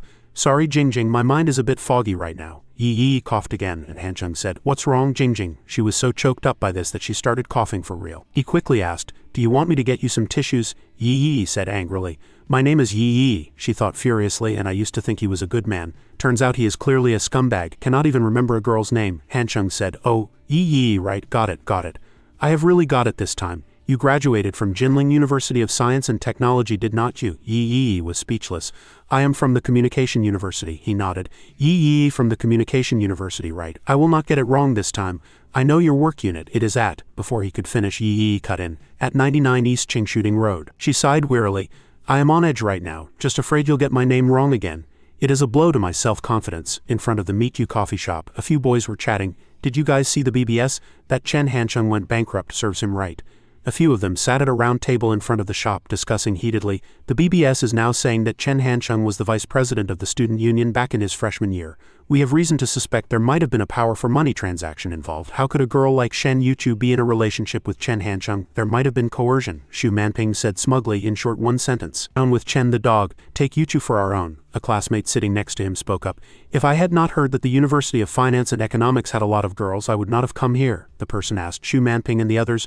Look over there, is not that Chen Han-chung? The few of them looked towards Han-chung and Yi. The person said, Yi, she is a host at Zhongling TV. The group cursed, and Xu Manping said unhappily, he is already bankrupt, so what right does he have to be laughing and talking with a pretty host? The classmate next to him added fuel to the fire. Young Master Xu, why do not you make a move and save the host from her dire straits? But Xu Manping remembered the slap Han-chung had given him last time and was still scared. He said timidly, Forget it, I do not want to stoop to a poor person's level, the classmate reminded him. Young Master Xu, Chen Han-chung is already bankrupt. Xu Manping said awkwardly, I am afraid to cross moves with a poor person, it would dirty my hands. Besides, why do not you guys go? Hong Ru sitting next to him spoke up. How about this? We do not have to provoke him directly. Chen Han-chung is just a scoundrel and we are much more valuable than him, but we can sit next to him and talk about our respective company situations. Upon hearing this suggestion, Xu Manping's eyes lit up. That is a great idea. He just went bankrupt and then he hears about development. He'll definitely feel terrible. Then he paused, and Xu Manping warily reminded his classmates, I have to remind you of one thing, do not mention Shen Yuchu, otherwise if this rogue gets desperate he has nothing to lose and might just kill one or two people. With that, they walked over to Han-chung's table and sat down one by one. Xu Manping was the first to speak. Young Master Zhe, your family's taxi company must be making good profits, right? I would say at least tens of millions a year, Hong Ru replied modestly. Not at all. Barely making ends meet, just not at the point of a losing transfer and bankruptcy. Han-chung glanced at them doubtfully. Students from the International College, Hong Ru's side then asked Xu Manping, Young Master Xu, when is your family's company going public? Xu Manping tilted his head back and replied, "It is a small business. Earning a few billion is enough. We would not dare talk about going public as long as we do not go bankrupt." They took turns showing off to Hansheng. "Young Master Lu, your family has been in the electronics factory business for generations. The market value must be around 200 billion, right? 200 billion is an exaggeration. I just hope it does not go bankrupt." After listening to them for a while, even an idiot like Hansheng would have sensed something was off. Are they deliberately targeting me, directing and acting in their own show with self-deprecating humor to double the effect? At this point he cut them off. All right, stop bragging." Hansheng turned his head. 200 billion? I do not even burn that much joss paper for my ancestors. Hongru said to him. "Chairman Chen, is our chat bothering you?" Hansheng pointed at his face and cursed. "Get lost, stop acting here. If you do not leave, I'll slap you so hard you will not have time to regret it," Xu Manping retorted. "No, we're just having milk tea like normal, Chairman Chen." "You have to be reasonable." Hansheng turned around and sat up straight to face them. Xu Manping was so startled he thought, "You scared the hell out of me." Hansheng frowned at them. "I am a crude person, I do not like to be reasonable. In short, do not act all high and mighty here. It annoys me." Xu Manping was silent for a long time, then he gritted his teeth and said, "Then give us a refund for the milk tea." Hansheng crossed his arms and said faintly, "No refund." Xu Manping said unhappily, "Chairman Chen, how can you be like this?" Hansheng did not waste words, just saying one. Scram! The next second, Xu Manping's group immediately retreated. "Yee," asked Hansheng. "Are you okay?" He shrugged. "It is nothing." He picked up his cup, took a sip, and said with amusement, "The sky has cleared, the rain has stopped, and my little brothers think they are all that again." That evening in the International College dormitory, today's operation was pretty good. It definitely got to him. Xu Manping nodded with satisfaction and said, "If we keep this up, snatching Yuchu will not just be an inspiring slogan anymore." Suddenly, there was a strange noise from outside. Xu Manping and Hong Ru turned sharply and asked, "Who is it?" The person outside replied, "Room inspection." Hong Ru immediately cursed, "Are you sick? A room inspection? What are you doing in the International College? Do not you know this is a lawless zone?" The words had barely left his mouth when the door was kicked open with great force. Hong Ru was so angry he wanted to curse him, but the second half of his sentence got stuck in his throat. The person standing at the door was Hansheng. The next afternoon an announcement echoed throughout the school. Jae Hongru from room 319 of the International Education College has had all his conduct points deducted for improper behavior. Shi Zhengdong, the deputy director of the International Education College, was walking on campus and was also startled. "What's going on?" In room 319, Hongru was giving his statement. "Chen Hansheng deliberately found fault with me yesterday. Checked the dorm and found a telescope. He then suspected me of peeping at the girls' dorm across the way and said I was behaving like a hooligan." He covered his face, which still had a handprint on it, and said, "That dorm is hundreds of meters away. How could that cheap telescope possibly see anything?" Shi Zhengdong nodded. "Forget it." He sighed. "Chen Hansheng has evidence, so there is nothing I can do. Besides, peeping is against the law." Then he noticed the strange mark on Hong Ru's face and asked, "What happened to your face?" Hong Ru said faintly, "Got slapped by Chen Hansheng." On the third day at noon, the broadcast announcement sounded again. Room 319 of the International Education College. Jae Hongru has received a serious warning for improper behavior. Shi Zhengdong was dumbfounded. "Now what?" This time, Hongru had handprints on both cheeks. He complained aggrievely to Shi Zhengdong. "Chen Hansheng said I did not draw the curtains after my shower and walked around the dorm naked. What if someone in the girls' dorm used a telescope? He accused me of deliberately spreading obscene content, which is also hooligan behavior." Shi Zhengdong was so angry he roared, "What does he mean? This is outrageous bullying." He was fuming. According to his logic, if a guy is naked in his dorm, it is hooliganism. What if a girl is naked and a guy sees her? Is it still the guy's fault for being a hooligan? Hong Ru nodded. "Yes, that is Chen Hansheng's logic." Shi Zhengdong slammed the table and stood up. "Why do not you resist this kind of unreasonable treatment?" Xu Manping said in a small voice. "We did resist, but we are afraid of retaliation." Shi Zhengdong was puzzled. "What?" he said to Hong Ru and the others. "Xu Manping, are not you all rich? Does not every family have millions or tens of millions? You are always bragging about knowing all sorts of important people." Shi Zhengdong lectured them. "And you do not even have the courage to resist." "Oh, and Chen Hansheng is already bankrupt," Hong Ru said faintly. "Professor Shi," he said meekly, "we are not afraid of ordinary people. We do not even respect each other, but we really do not want to provoke Chen Hansheng anymore." Hong Ru continued, "Unless we can completely destroy him, we are still afraid he'll come back for revenge even if he gets expelled." Manping said in a small voice, "I have also come to understand these past 2 days. We can bully other ordinary students, but even if Chen Hansheng is broke, he is still Chen Hansheng." They said to Zhengdong, "Professor Shi, if you can, please help us pass on a message. From now on at the University of Finance and Economics he can go his own way, and we'll go ours. Let us not provoke each other again." He pushed up his glasses and sighed. Shi Zhengdong thought to himself, "The poor fear the ruthless fear the reckless, and the reckless fear shameless people like Chen Hansheng." Outside the campus, Chen Hansheng's voice came through the phone. "How laughable. What right do they have to talk about going our separate ways? If they are not happy they can just drop out. Who's stopping them?" Shi Zhengdong was furious but did not know what to do. "Chen Hansheng, are you being unreasonable?" Chen Hansheng replied, "I am. What can you do about it?" He then said to Shi Zhengdong, Also, the BBS is not a lawless place. Tell those kids to watch their words. If anything happens, do not come looking for me. After hanging up, Shi Jiangdong was very confused. Why was Chen Hancheng still so arrogant? Was the school still backing him? In the principal's office, Shi Jiangdong found Gong Chao to talk. Principal Lu, I do not think we should escalate this conflict any further. Gong Chao listened silently as he explained that the students from the International Education College were rich, but that did not mean they should be bullied by Chen Hancheng. After speaking, Shi Jiangdong silently awaited Gong Chao's response. He nodded at him, saying that Shi Jiangdong had good comprehensive abilities and was very responsible. Gong Chao said with a smile, however, some teachers and students have told me that you, Shi Jiangdong, are too autocratic on certain issues. He explained that being decisive was a good thing, but one could not be autocratic. Shi Jiangdong needed to learn more from Yu Yuping about the subtle balance between the two, although old Yu liked to smooth things over when handling student affairs, especially when dealing with university students whose minds were already mature. The model of forceful suppression was no longer appropriate. Gong Chao asked Shi Jiangdong, do you understand what I mean? He nodded, I understand. I once forced students to change dorms, which led to a bad situation on campus, Gong Chao continued.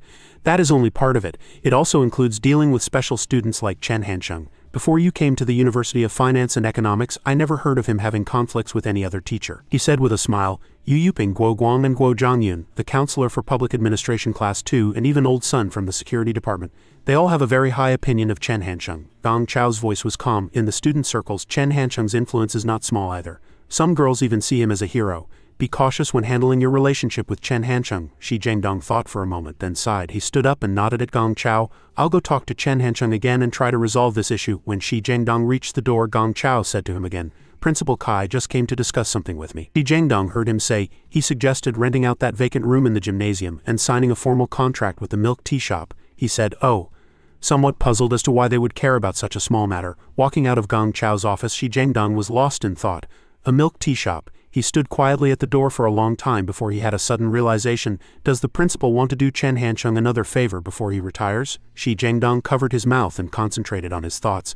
The leadership seemed to be increasingly supportive of Chen Hancheng. It was so damn strange. Even when Rocket 101 was at its peak, Principal Kai had never mentioned signing a formal contract. Now that Chen Hancheng had gone bankrupt, Principal Kai was suddenly more concerned than before. He thought as he walked, if Zhe Hongru refuses to apologize, I'll call his parents to the school. In the broadcast room, someone asked Chen Hancheng, is it over just like that? Yan Yan looked up at him. I thought you were going to war with the International College. Chen Hancheng said faintly. They surrendered. Shi Jiangdong also said it was Principal Lu's instruction, so I have to give old Lu face. Yan Yan squinted her eyes and said with a smile, then how do you plan to repay me, class president? Chen Hancheng nodded. Did not I come, he said to her. Hurry up, the small building in the second cafeteria is almost finished being cleaned up. Yan Yan immediately replied, coming. She intimately went up and took Chen Hancheng's arm. Now you are just like me in a state of bankruptcy. We are two people in the same boat, Yan Yan said in a low voice. Why do not you take pity on me and date me? Chen Hancheng laughed. Forget it. Instant noodles only take 3 minutes. At my current economic level, dating you would mean eating instant noodles for 3 years. The two of them walked out of the classroom building just like that. Chen Hancheng quickly broke free from Yan Yan's close embrace. She stood silently behind, watching his back. Yan Yan felt a little wronged. On the other side, Yu Chu had already signed the contract with the school. All right, Yuping said with a smile. From now on, regardless of whether you are running a milk tea shop or not and whether you are hiring underprivileged students or not, the school will not interfere too much. From now on for 4 years, that vacant room belongs to Shen Yuchu. Hu Linyu stood next to Yuchu and carefully read the contract again. Chen Hancheng came up and asked her, what are you doing?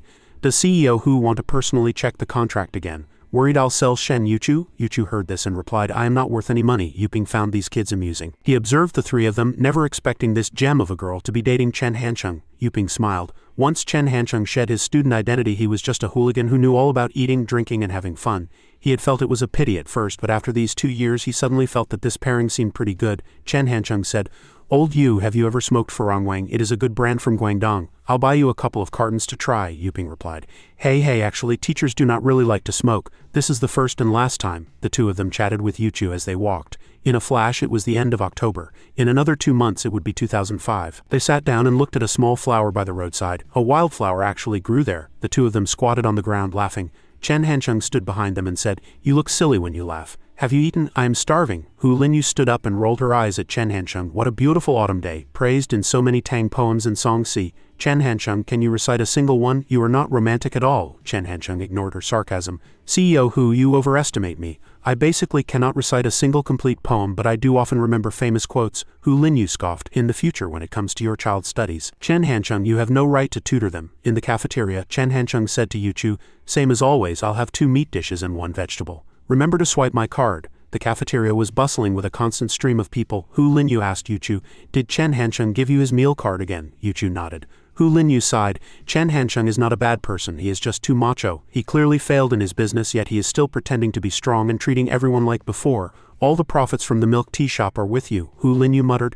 Chen Hansheng probably has less money than you right now. Yuchu did not answer her, instead focusing on ordering her food. I want shredded carrots, potatoes, and green vegetables. Hu Linyu asked Yuchu. He gives you his meal card every time, but you actually use your own card each time. Does not Chen Hansheng know? Yuchu smiled. It is okay. I already said I would support him. Hu Linyu clutched her chest and sighed. Oh, what is this thing called love that makes one pledge their life to another? The cafeteria lady immediately pulled Hu Linyu back from the 9th heaven. Classmate, what are you muttering about? What dishes do you want? She was startled and quickly replied, Auntie, sorry, I want a serving of sweet and sour pork ribs and tofu. At the table, Chen Hansheng asked Yuchu. Why have you been eating only vegetarian food lately? She replied. I do not want to eat meat.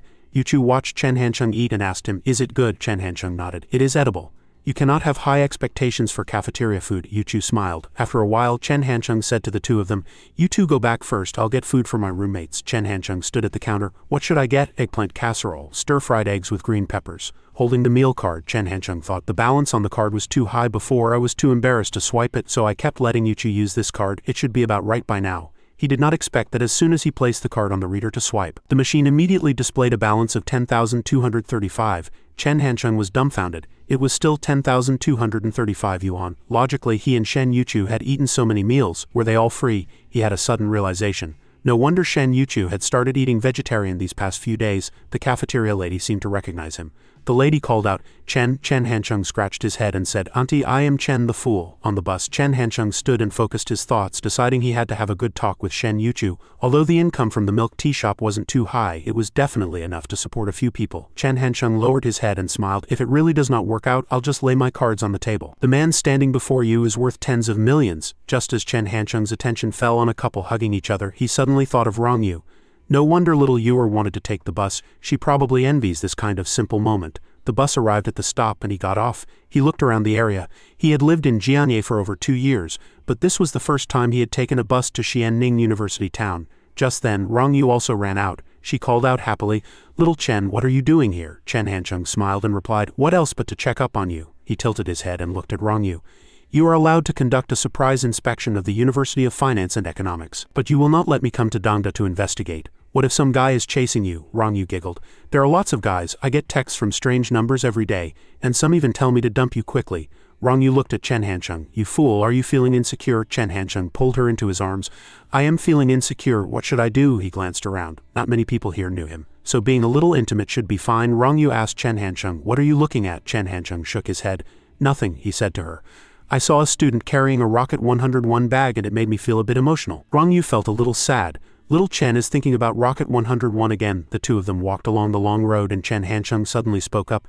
That outfit of yours makes you look a bit old. Rong Yu immediately jumped up. You are not allowed to criticize me. Not now, not ever. She turned her face away and said, I am already a junior. This is how juniors dress. Chen Hansheng laughed. Most university students nowadays have this mentality. They think they are adults and have to dress like one. After a while, Rong Yu asked again in a small voice, Does it look really ugly? Chen Hansheng looked at her carefully and seriously, and Rong Yu became a little nervous. Finally, she heard Chen Hansheng reply, No, it is fine overall. I will not dislike you whether you are ugly or not. The 2 of them chatted as they walked.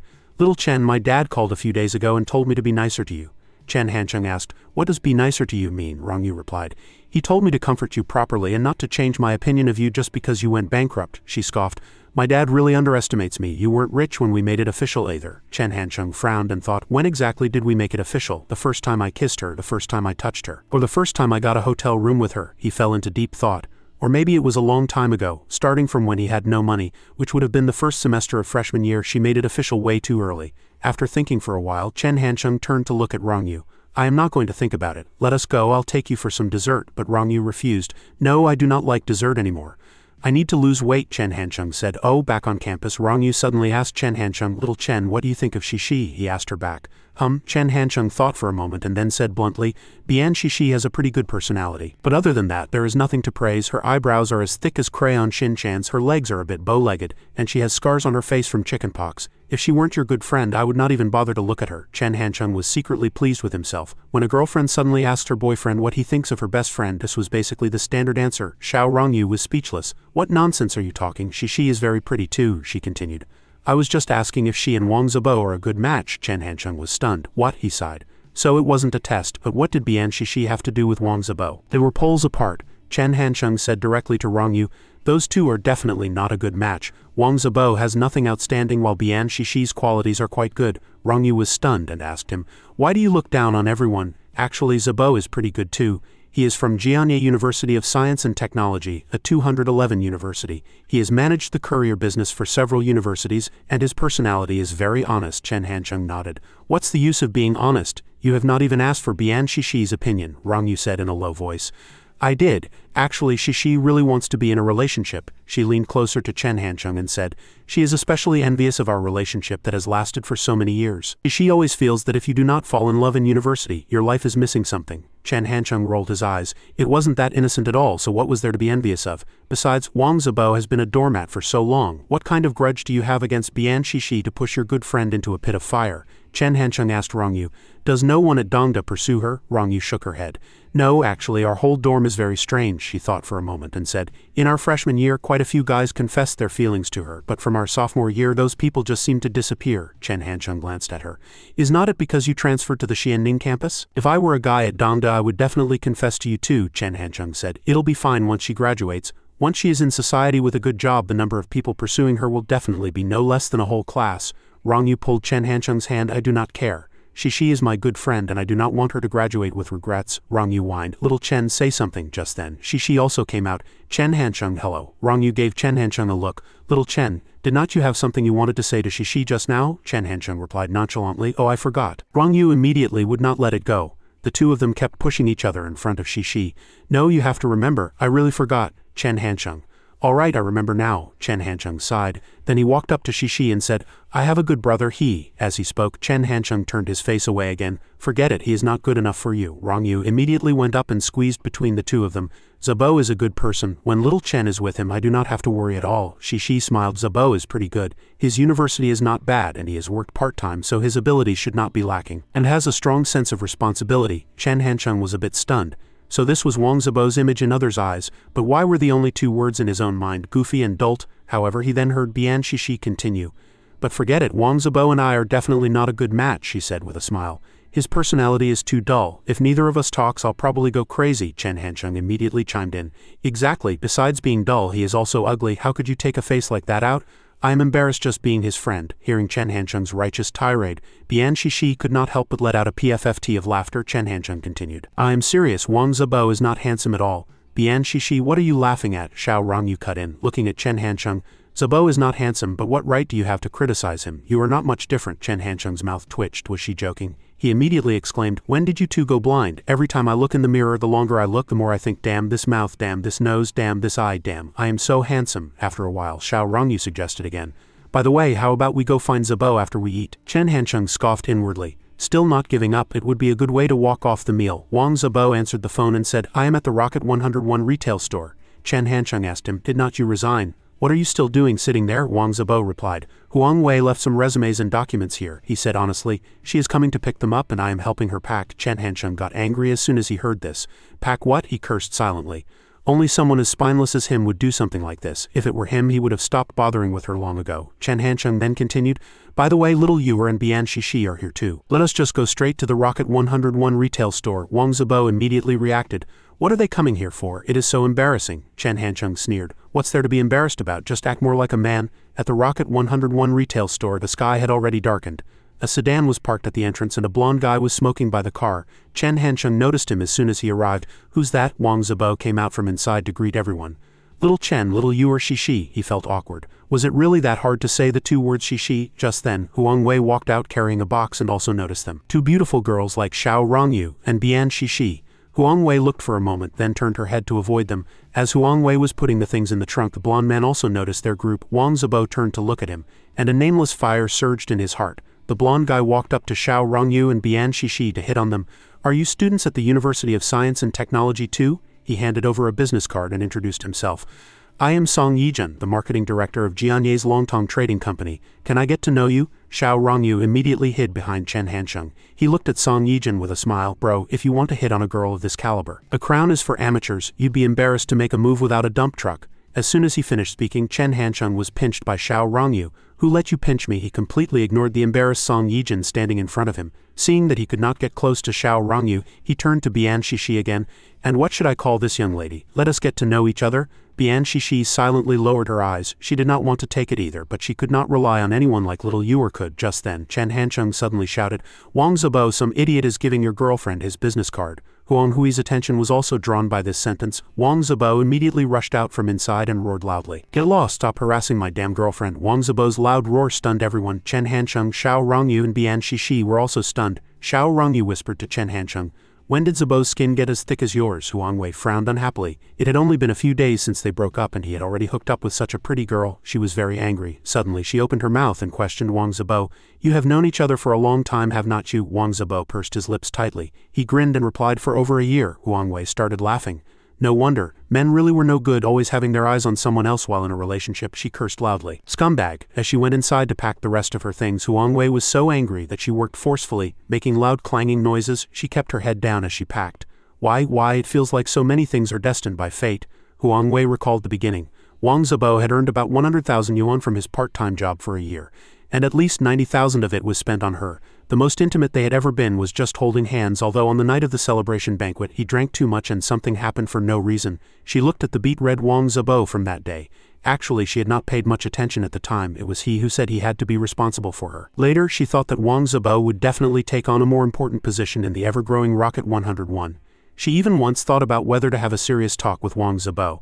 As Huang Wei was reminiscing, it just so happened that a few days later, Chen Hansheng went bankrupt. If Chen Hansheng had gone bankrupt 2 days earlier, Wang Zibo would not have even touched the side of my bed. Huang Wei felt bitter. It was all like a meticulously designed plot. She looked back at Wang Zibo standing outside the door. Could it really have been arranged by fate? Huang Wei picked up the remaining box. Then she walked out. As she passed by Bian Shishi, she paused, raised her head and stared at her, asking unhappily, "Are you guys deliberately targeting me?" Bian Shishi was baffled by the question. Chen Hansheng, who was next to them, interjected again. "No, we solemnly declare that this was merely a drill and does not target any organization or individual." Huang Wei looked at Chen Hansheng's smiling face, so angry she could not speak. After a while, Song Yijun's car also left with Huang Wei, leaving the four of them standing there in a daze. Chen Hansheng glanced back at Rocket 101. He thought to himself, the courier business really is a money-burning pit. Just how much did it cost to achieve this one step? He sighed. Good thing I sold it early. Otherwise, in another 3 or 4 years, my true colors would have been exposed. Cashing out was the most suitable choice. Wang Zibo went up and handed him a cigarette. Feeling pretty nostalgic, are not you? Chen Hansheng waved his hand at him. Stop posturing here.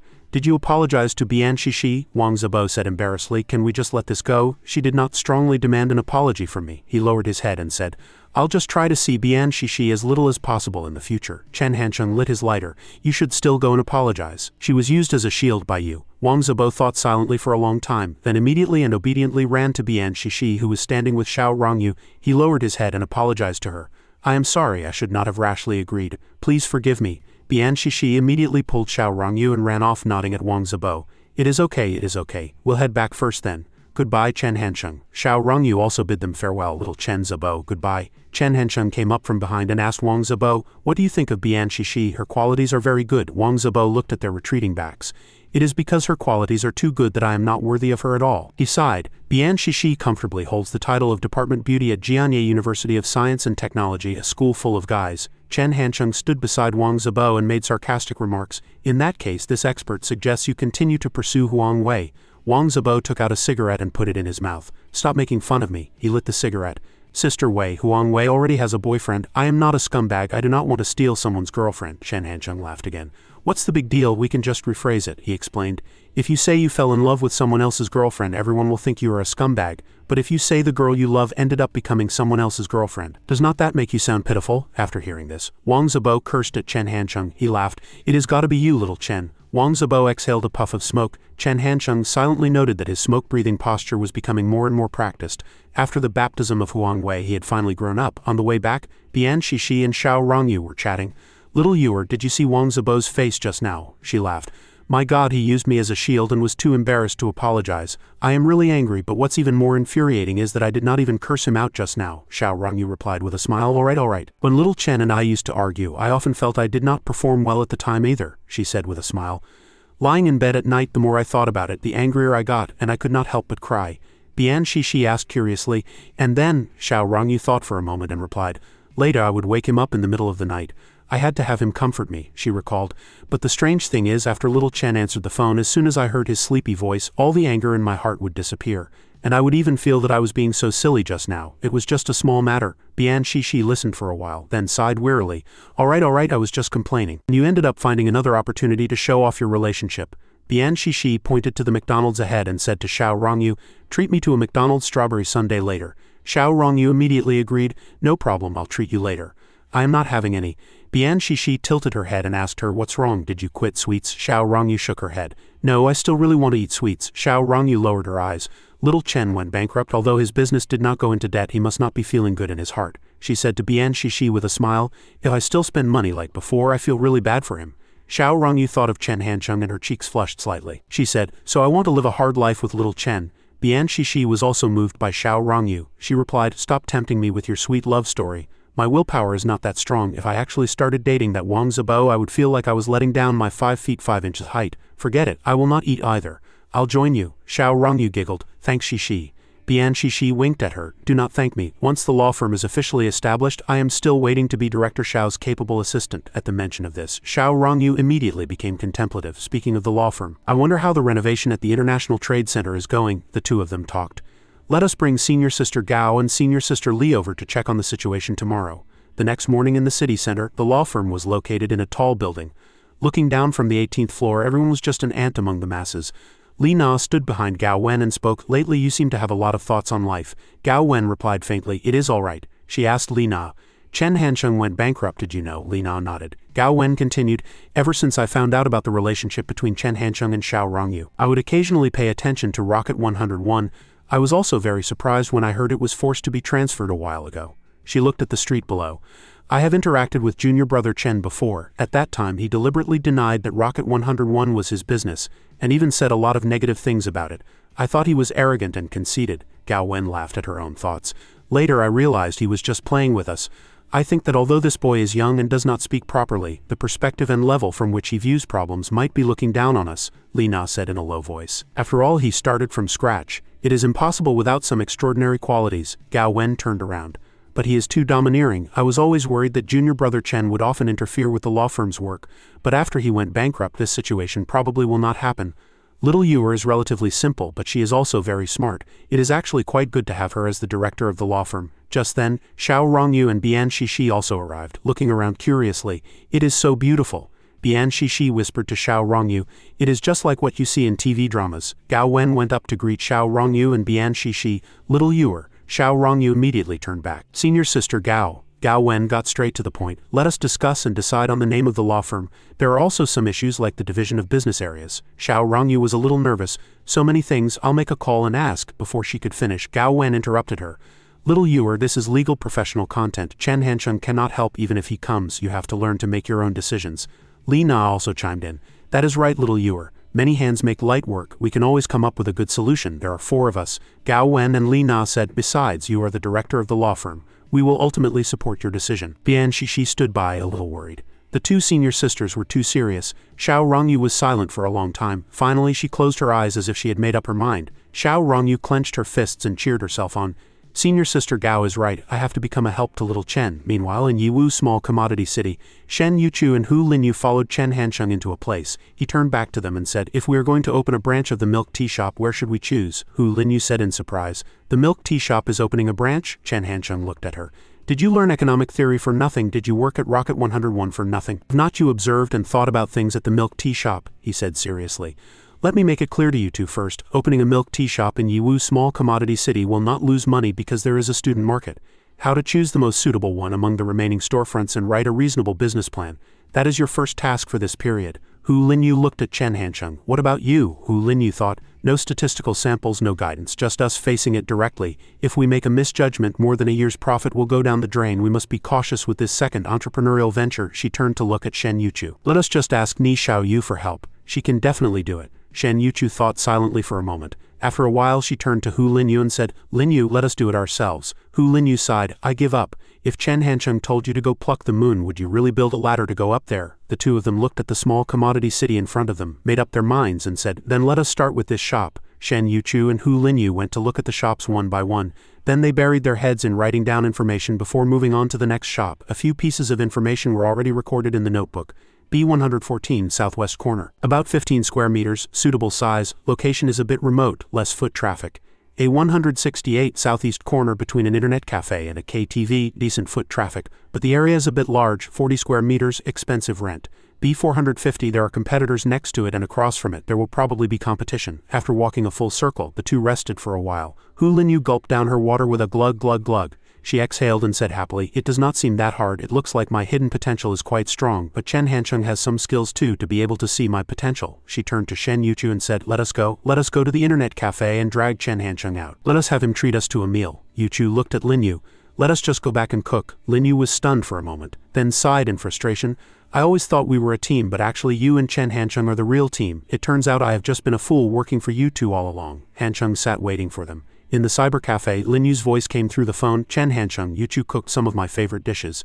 Hurry back for dinner. Hancheng scratched his head. Hu Linyu was so silly, eating until she was as fat as a pig. In room 2011 of Tianjing Mountain Huayuan, the table was already full of food. Yuchu was in the kitchen. She turned her head and said, it'll be ready in a minute. Hancheng sat on the sofa and nodded, thinking that this might be a picture of his life in a few years, just without the third wheel. Hu Linyu. Suddenly Hancheng saw something. A pink notebook lying on the living room table. Hancheng picked it up and took a look. Linyu came out and said, what do you think of this report? He closed the notebook and nodded in praise. The research is well done, truly worthy of CEO Shen and CEO Hu. Now you two can pick the shop you like best. Then he reminded them to remember to bargain first.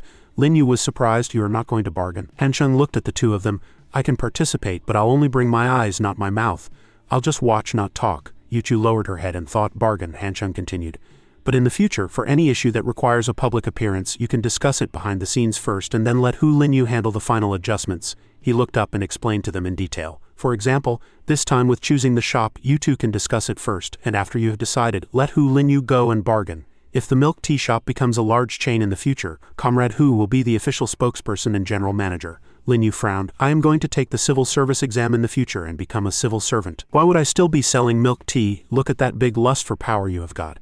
Hancheng smiled. Just think of it as helping Shen Yuchu gain practical experience. It might be a backup plan for you. In case you are unhappy in the system, the milk tea shop can still take you in. The next day at the Commerce and Rental Center, Linyu walked up to the front desk. Hello, her face was tense. Hancheng and Yuchu followed behind. The receptionist looked at them and said, the restrooms here are not for public use. There is a public restroom on the second floor. Linyu was angered by this comment. Do I look like someone who cannot find a place to use the restroom? I am here to rent a shop. The receptionist stared at her. Really? Linyu immediately pulled out a card and slammed it on the table. I even brought the money. See for yourself if you do not believe me. Hancheng stood behind, a bit speechless. Linyu clearly only had 28,000 yuan in savings, but her attitude made it seem like she had 2.8 million. As soon as she saw the money, the receptionist's attitude immediately changed. Please come to the conference room, everyone. I'll call the manager over. Hancheng walked up and said to Linyu with a smile, how about that? Money power is still quite intimidating, right? If you want to be an official, you'd need to be at least a deputy section chief to get this kind of treatment. A low-level clerk, they might not even bother with you. In the meeting room, Linyu was shocked when she heard the center manager's asking price. 3,000 yuan a month? That is a bit expensive. The center manager smiled and said, but this location is excellent. It is near the south gate, with an internet cafe to the right, a bus stop to the left, and a technical school not far away. If you open a milk tea shop here, business will definitely be booming. Linyu mumbled, but it is so close to the road with cars coming and going. There will be a lot of dust and there are hygiene issues too. The manager smiled and said, I can see you are serious about renting. How about this? 33,000 yuan a year is the lowest price, but it has to be paid in one lump sum. Linyu made a last-ditch effort, but we are still university students. Manager remained unmoved, smiling politely. Even if you were graduate students, the lowest price is still 33,000. Linyu turned to look at Yuchu. Seeing her nod, she turned her head to the left to look at Hancheng, but he had no reaction.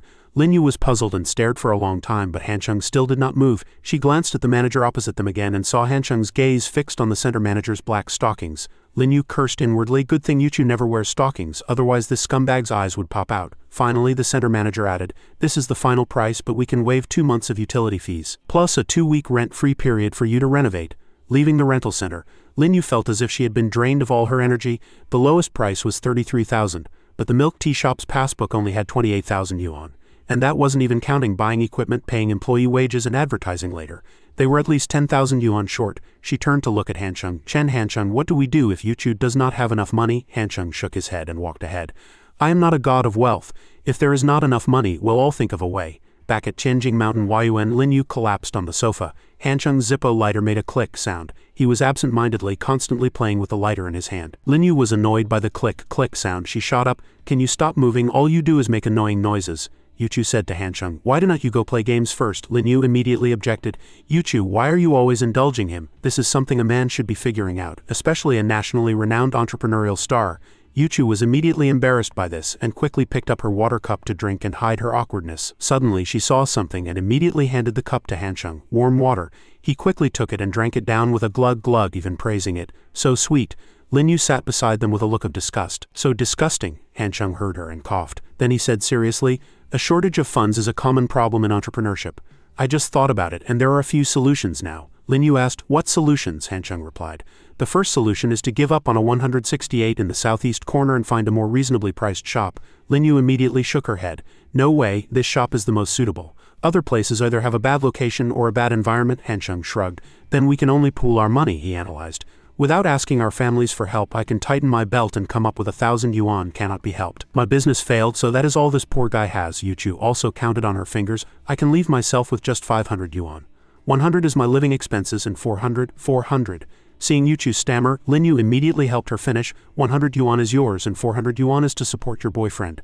I know. Yuchu finally finished her calculation and shouted, at that time I can contribute 2,100 yuan. Hancheng then looked at Lin Yu. What about you, rich lady? Who? Lin Yu was struck by the words rich lady. In this situation it was indeed. Lin Yu said decisively, I can contribute 4,000. I have to keep next year's tuition. That leaves 5,500. Taking out 4,000 leaves only 1,500, which is enough for living expenses for the next 2 months. Hancheng exclaimed, that much? You need 700 a month? Lin Yu glanced at him. Do you think it is just for one person? Lin Yu hugged Yuchu and said, look at your Shen Yuchu. How long can she last on 100 yuan? Are you going to have her continue eating free porridge with just chili peppers? In short, this 1,500 cannot be touched. This is our money for the winter. Hancheng smiled. Will not touch it. That still leaves a shortfall of 3,000. This solution is simple. I remember the class fund still has over 2,000. No one would know if we used it for a bit. Lin Yu's face immediately darkened. No, Yuchu also said in a small voice. That is not good, Hancheng shrugged. It does not really have any impact. I am the class president. You are the youth league secretary. No one will find out, and it is only temporary. We can pay it back as soon as we make a profit. Lin Yu vehemently objected. Absolutely not. This is collective property. As long as I am here, do not even think about touching it. Hancheng sighed. You do not even know this little trick. You will not go far in the system in the future. I'll just give little Yu a call. A short while later, little Yu appeared at Hancheng's door saying bluntly, Boss, am I about to start my second venture? He looked at little Yu. We are short 3,000 yuan. Help me cover it. Little Yu did not say a word and immediately turned to leave. Lin Yu looked at Hancheng and cursed inwardly. So shameless when borrowing money. Who would bother with you? 5 minutes later, little Yu ran back panting, and a pile of money was thrown on the table. Little Yu said seriously, Minister Chen, this is 5,000 yuan. If it is not enough, I have more. Hancheng smiled, picked up a water cup and handed it to little Yu. Thanks for the hard work. Have some hot water. Getting back to what we were talking about. Little Yu cheered excitedly. I knew Minister Chen would not just sit back and do nothing. The real action is just starting now. On her way back after getting the money, little Yu walked as if she were stepping on clouds. The milk tea shop project was pretty good too. Intellectuals in the city like to buy a cup of milk tea after lunch and carry it around with them. Now university and middle school students also had some pocket money. Milk tea was also a daily consumer product. Little Yu felt the air around her turn pink. So this project, I approve of this investment. In room 2011 of Tianjing Mountain Huayuan, Lin Yu said to Hancheng, since she lent you the money, you have to write an IOU. Hancheng replied perfunctorily with an Little Yu was stunned. What? You are really borrowing money? She waved her hand and said, forget it, we are so close, why write an IOU? Lin Yu refused. No, you must write an IOU. This is to ensure our credibility. Seeing that she could not be persuaded, little Yu immediately turned and ran.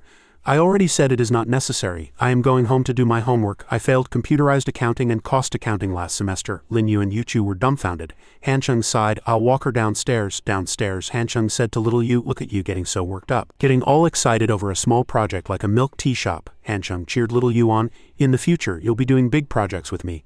How could you have so much time to be distracted? Little Yu's eyes sparkled as she looked at Han Chung with admiration. I knew Minister Chen would not leave me behind. What big project? He replied with a smile. It would not be a surprise if I told you. I'll take you for a look tomorrow. Little Yu jumped up happily. Great. The next day, under a tall building, a taxi stopped at the entrance. The people coming and going were all intellectuals in suits and ties. Little Yu's face flushed with excitement. This is so high class. The elevator went up to the 18th floor. The two of them passed the office of a securities company, and then a company called New Oriental. They walked towards another office. At this time, many male office workers had already gathered outside the office. What company is this? The female employees are so beautiful.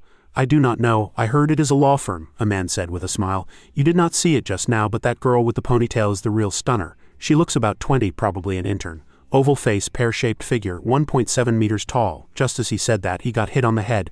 The man clutched his head, turned around and shouted, who hit me? Opposite him was Han Chung's smiling but not smiling face. He asked, why did you hit me? Han Chung grinned. Bro, a fair lady is a gentleman's desire. I totally get it. He stepped forward and helped him adjust his collar. But you are already at work still blocking the door to hit on girls. Is not that a university student's move? Han Chung warned him grimly.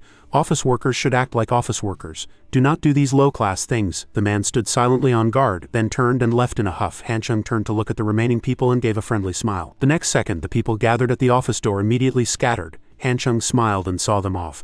Thank you, come for tea when you have time. Little Yu glanced at the group. Boring, stinking men. She looked up at Han Chung. Little Yu is so beautiful, are not you worried someone will try to hit on her, Minister Chen? Han Chung shrugged. What's there to worry about? He said to Little Yu.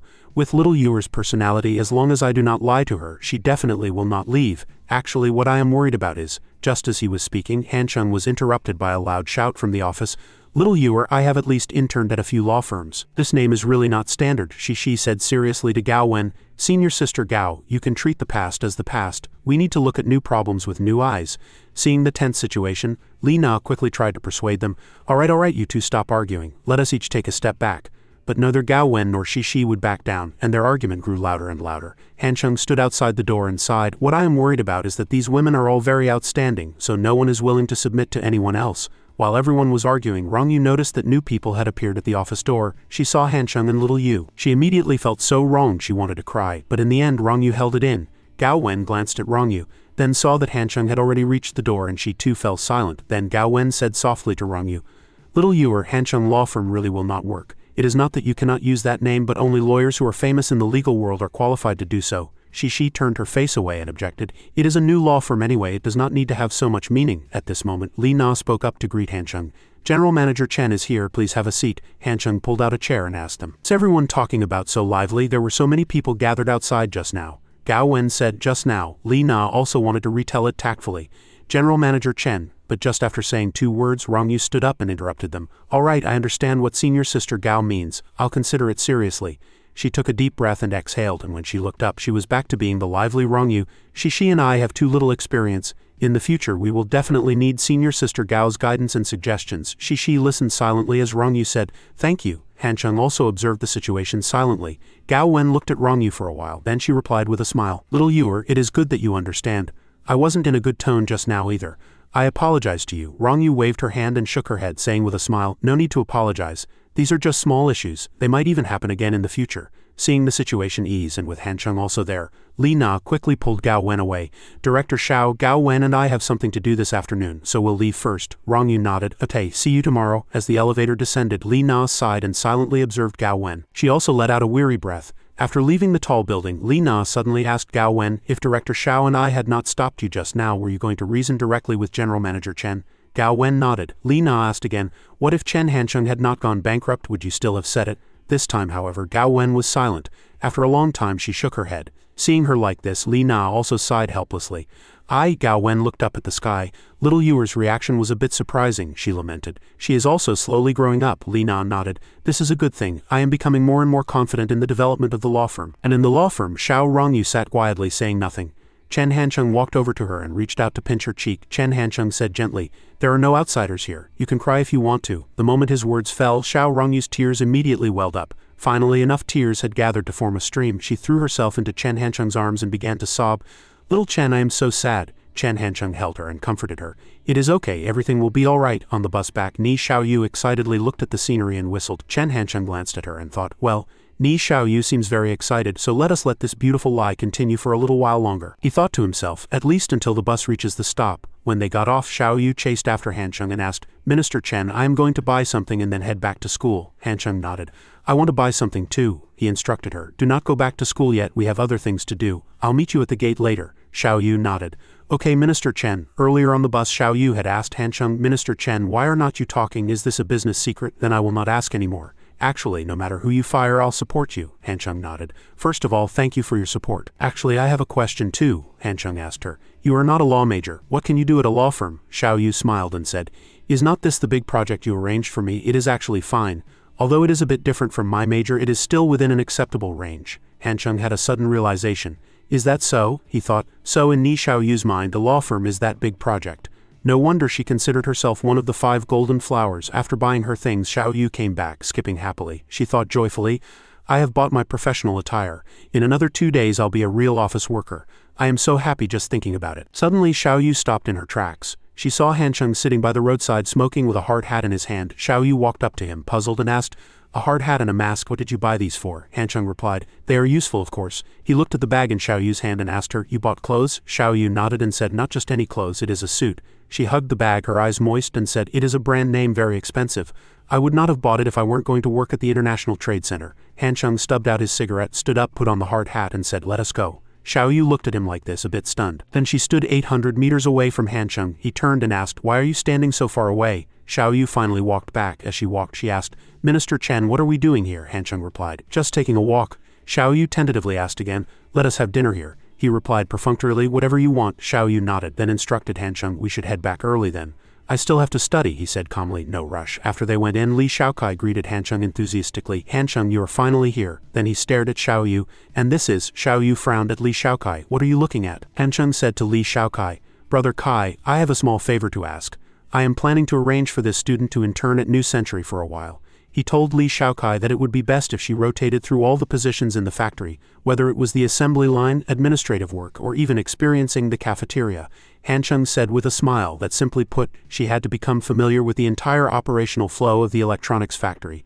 Li Xiaokai immediately understood. This was a sign that the plan was about to begin. Otherwise, why would Chen Hancheng arrange for someone to familiarize themselves with all the positions? First, cultivate a few capable assistants, then slowly implement the plan step by step. A brilliant strategy indeed. Li Xiaokai nodded. "No problem." Xiaoyu looked at Hancheng. "Minister Chen, if I am interning here, what about that big project of yours?" Hancheng said seriously. "To be honest, Xiaoyu, the law firm is not the big project." Xiaoyu was stunned listening as Hancheng said, "It is my fault for not explaining it clearly." She was thunderstruck. "The business district of the International Trade Center, how did it become a factory in the suburbs of Jianye?" Xiaoyu said with tears in her eyes. "If I am not there, will not the law firm be missing one of its golden flowers?" Hancheng shook his head. "It is fine, there are usually 4, adding you just makes it 1 more." Hancheng comforted her. "Actually, you are still a flower just like at New Century, only you are in a factory." Xiaoyu retorted, "How can this flower be the same as that flower?" Then Hancheng and Xiaoyu started a back-and-forth conversation. "Minister Chen, I still have to go to school." "It is fine, I'll talk to Principal Lu beforehand." "It is okay to skip class occasionally. I am not familiar with the work environment here yet. You'll get used to it slowly. You'll be accustomed to it in a day or 2. I just bought a suit. I do not want to go to the assembly line." So Hancheng put the hat he had just bought on her head. "Here, I have already prepared it for you." Xiaoyu was fuming. "Minister Chen, you cannot bully such a sincere person like me." Hancheng patted her shoulder, his eyes full of sincerity. "The people need it, the revolution needs it, history needs it. Only you are capable of shouldering this great responsibility." Li Xiaokai stood by, watching with utter confusion. What was the comparison between a law firm and a new factory? The initial investment for a factory was at least 10 million, enough to build several high-end law firms, he said to Xiaoyu. "Little sister, you need to see the situation clearly. Our plan is very grand and great." Hancheng quickly motioned to Li Xiaokai. "Brother, did not we agree to keep it a secret? Why are you talking so carelessly?" Li Xiaokai shrugged. "I wasn't planning on telling the truth anyway. I just wanted to give a rough outline." Hancheng shook his head. "That is not okay either." He pulled Li Xiaokai into a corner. "How about this? Let us give this plan a name. That way you will not have to give any more rough introductions to avoid leaks." Li Xiaokai nodded. "Sounds good. What should we call it? Plan A, Plan B, Operation Turn the Tide, the Swindler Plan, the Catch Them All Plan. Han Chung thought, what kind of names are these? You can tell they are no good just by hearing them. He said they should use nonsensical names so people could not guess the specific content. Li Shaokai pondered, nonsensical, after some brainstorming. Han Chung shouted, I have got it. The plan will be called Beat Me to Death and I Still Will Not Tell. Li Shaokai was completely baffled. Beat Me to Death and I Still Will Not Tell. Han Chung immediately finalized it and left. It is settled then. I am going to report to Director Zheng. In the director's office, Zheng Guanti was sitting and reading a document. Han Chung pushed the door open. She looked up at him, then calmly lowered her head again with no reaction. Han Chung naturally collapsed onto the sofa and naturally picked up the newspaper on the table to read. Then Han Chung naturally toured the room, standing in front of the glass door. He asked Zheng Guanti, are these awards from Jianye City or from Sudong Province? If they are from Jianye City, they are not worth much. But Zheng Guanti still did not answer, treating him like air. Han Chung said impatiently, I am asking you. She sighed and said to Han Chung, if you are too idle and bored, help me make a cup of coffee. Han Chung immediately grinned. Why did not you say so earlier? I would be more than happy to. A cup of coffee was placed in front of Zheng Guanti. She picked it up and took a sip. Then Zheng Guanti spoke. Scumbag, there is something I want to discuss with you. Han Chung replied with a smile. Director Zheng, no need to discuss. Just give me your orders. Zheng Guanti put down her coffee cup. All right. She sat up straight and said calmly, I want to kick you off the consultant list for New Century Electronics Factory. Han Chung's smile froze. What? He said to her. This joke is not funny. Zheng Guanti said seriously, I am not joking. I was just about to call and inform you. Han Chung fell silent. He thought to himself, I am always the one kicking others out. Now I am the one being kicked out. What's more, I was waiting to expose the mole, escalate the conflict between Zheng Guanti and Hong Xiong, and then when New Century was about to collapse I would directly drain the electronics factory of all its valuable resources. He calmly asked Zheng Guanti, what's the reason? Han Chung analyzed for her. The whole factory knows we are on good terms, and they also know I have offended Hong Xiong. If you fire me just like that, are not you afraid of what your subordinates will think? Zheng Guanti nodded. I am. She crossed her arms and replied faintly. But I have no choice. Since you provoked Hong Xiong, he has been abstaining from all recent decisions. But Hong Xiong is not without ability. If I try to reconcile with him and then firmly suppress him, it would be very beneficial for production. She pushed a document forward. But I am afraid he will not care, will turn hostile and cause trouble. That would not only cause huge losses but also disrupt the entire order of the factory. Han Chung picked up the document and flipped through it. It was a record of Hong Xiong's recent behind-the-scenes troublemaking, which had indeed affected the factory's normal production. He looked up at her. So Director Zheng plans to kick me out in exchange for internal peace? Han Chung said loudly. You are trying so hard to think for New Century, but will your family really be grateful? Do not you believe that the reason Hong Xiong dares to be so reckless is because he has his stepmother's permission? Zheng Guanti interrupted him. So, she said seriously, I want you to leave for now. The most urgent task is to first restore New Century's production order. That way, when I return to Hong Kong, I'll have the strength to compete with his stepmother. Han Chung laughed. Compete for what?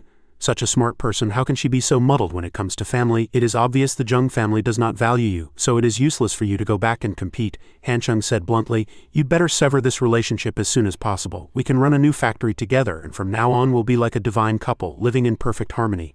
Zheng Guanti was stunned for a moment, then asked Han Chung, are you confessing your feelings to me? Han Chung blushed and turned his head away to avoid Zheng Guanti's gaze.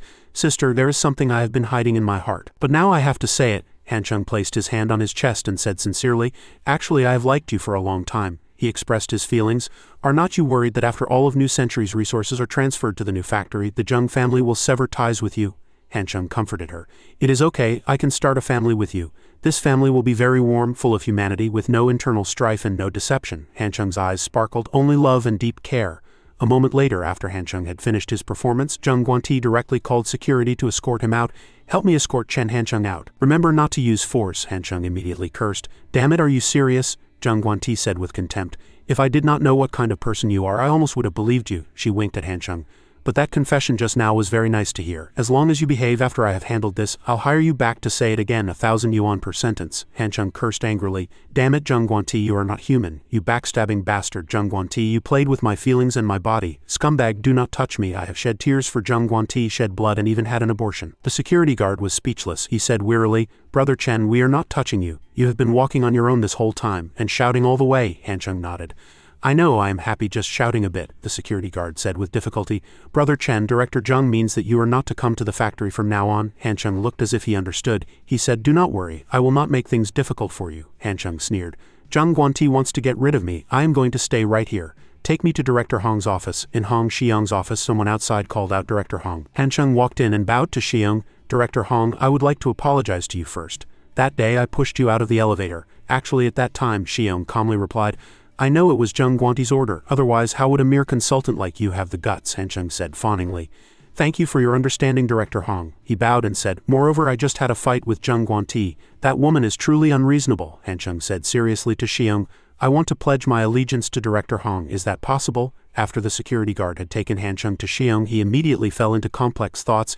Is not Director Zheng on very good terms with Chen Hancheng? Why did she suddenly kick Chen Hancheng out? Are not Director Zheng and Director Hong in conflict? Why would Chen Hancheng go to Director Hong? Xiong was stunned for a long time after hearing Hancheng's words. Then he burst out laughing. Hancheng squinted and laughed along, but inwardly he was cursing. What the hell are you laughing at? When I have emptied out New Century, that is when you'll be crying. Xiong lit a cigarette. Has Consultant Chen seen Infernal Affairs? Hancheng nodded. He had. Infernal Affairs was a movie about moles, so Hong Xiong meant he suspected his motives. He explained to him. I can understand why Director Hong suspects me. After all, I used to be very close with Zheng Guanti, Hancheng said. As for how to prove my authenticity, Director Hong can verify it as you please. Xiong looked at him. Why should I verify the truth and why should I accept you? Hancheng's eyes widened as if in disbelief. Director Hong is so formidable, how can you not see this small matter? Xiong exhaled a puff of smoke. Let us hear it, Hancheng calmly analyzed. The management in the factory knows about my relationship with Zheng Guanti. It is not terrible that I am leaving New Century. The most terrible thing is that I have gone to Director Hong's camp. This is not only a psychological blow to Zheng Guanti, but also a deterrent to her stubbornness. On the contrary, it can also enhance Director Hong's prestige and lay the foundation for winning over people in the future. Xiong nodded. It sounded reasonable. Why did you leave Director Zheng? Hancheng said. The conflict has been brewing for a long time. I founded a company called Rocket 101. A while ago, the company had cash flow problems. I went to Zheng Guanti to borrow a sum of money, but she said the amount was huge and could not be lent, so I was powerless. After a pause, Hancheng continued. So I could only watch helplessly as my hard work went bankrupt. I was already dissatisfied with Zheng Guanti at that time. Hancheng's voice also revealed long-suppressed anger. I went bankrupt because of the large debts from Rocket 101, he said seriously. However, I still have the position of consultant at the electronics factory, which allows me to earn a little money each month to fill the debt hole. Hancheng said angrily. But just now, Zheng Guanti suddenly told me that because I offended Director Hong, the situation at the electronics factory is getting worse, so she wants to fire me to ease the relationship between you two. Hancheng took a step forward and slammed his hand on the table, pushing Director Hong out of the elevator. Back then, that wasn't what I wanted to do, Hancheng roared at Xiong. Now that there is a problem, she is making me take the blame. I'll screw Zheng Guanti's ancestors for 18 generations. His mouth twitched and he said in a low voice, let us talk nicely. Why are you cursing? So what do you want now? Hancheng held up his hand and said, first I want to make that backstabber Zheng Guanti regret it. Second, I want money. Just then Hancheng's phone rang again. He took it out, looked at it, and then turned the phone toward Xiong. It was a call from Zheng Guanti. Hancheng stood in front of Xiong and answered the phone. Hello, what's up? On the other end of the phone was Zheng Guanti's voice. She asked, are you in Director Hong's office? Hancheng admitted it frankly. Yes, he told her. Director Zheng wants to get rid of me, but unfortunately I am the kind of person who cannot be driven away. Zheng Guanti was so angry she wanted to curse him. You bastard. But Chen Hancheng had already hung up. Zheng Guanti's brows were tightly furrowed. Chen Hancheng was a hungry wolf, not someone Hong Xiong could control. Zheng Guanti's hand trembled slightly. Chen Hancheng's real goal was New Century. He wanted to destroy the entire electronics factory. But would Hong Xiong believe his words? She recalled everything Chen Hancheng had ever done. He had once devised strategies for the electronics factory, and had also helped Li Shaokai stabilize the situation. Zheng Guanti continued to reminisce. There was even a time when he had waited for her outside the airport all night, then took her for duck blood and vermicelli soup at 4 a.m. Scene after scene flashed through Zheng Guanti's mind. If the Zheng family had not intended to take back the electronics factory, Chen Hancheng could have participated in New Century's development by becoming a shareholder. Her mind raced. But the Zheng family's intervention had revealed Chen Hancheng's predatory ambition, because now his competitors were the Zheng family, not her, with whom he had a close relationship. Just then, Li Shaokai opened the door and walked in. Director Zheng, you were looking for me? Zheng Guanti stood up and locked the door. She turned to look at Li Shaokai. Can you tell me what Chen Hancheng has been talking to you about recently? Li Shaokai did not answer right away. He observed Zheng Guanti's attitude for a moment. She had closed the door and her expression was serious. His face immediately flushed with excitement. After so long, Director Zheng was finally willing to discuss important matters with him. Li Shaokai trembled slightly. Then he looked straight at Zheng Guanti and uttered the words he believed to be the name of the grand plan. Beat me to death and I still will not tell. A line of text appeared. What does it mean to say the most ruthless words in the most timid tone? Li Shaokai looked at Zheng Guanti with confidence. She was a little stunned when she heard this. It seemed he had been tricked by Chen Hancheng too. She observed Li Shaokai. He had been sidelined by Hong Xiong a while ago and had even considered resigning. She had acted so tolerant and understanding towards him, yet now he was in cahoots with Chen Hansheng. Zhang Guanti said sarcastically, "Deputy Director Li, you and Chen Hansheng have done a good job." Li Shaokai was a bit baffled. "Am I overthinking it? The original plan was directed by Director Zheng, but that sounds sarcastic." He scratched his head and said sheepishly, "It is nothing. It was mainly Director Zheng's good leadership." Zhang Guanti wanted to say something, but in the end she said nothing, just opened the door to see Li Shaokai out. "You can go back first." Li Shaokai walked out completely bewildered. Zhang Guanti stood by the window and looked out. She observed the factory from a distance. Workers were moving back and forth, loading goods, and some had just finished their shifts and were leaving. Zhang Guanti frowned. At this moment, Zhang Guanti's secretary knocked on the door and came in. "Director Zheng," Zhang Guanti asked. "What is it?" The secretary stammered. "I just received news that Consultant Chen has been appointed Deputy Director of the Logistics Department by Director Hong." Zhang Guanti nodded, indicating she understood. The secretary looked sadly at Zhang Guanti's dejected back. "This is the first time I have seen Director Zheng in such a fragile state of mind," she thought angrily. "Scumbag men really are no good, changing their minds just like that. Chen Hansheng and Director Zheng used to be so close, and now he is suddenly defected to Hong Xiong. No wonder Director Zheng is so heartbroken. After all, no matter how strong she is still just a woman." On the other side, Xiong and Hansheng had already shaken hands. "Director Hong, I am still a university student, so I might not have much time to come to work." He smiled and said, "I hope you will not dock my pay." Xiong nodded.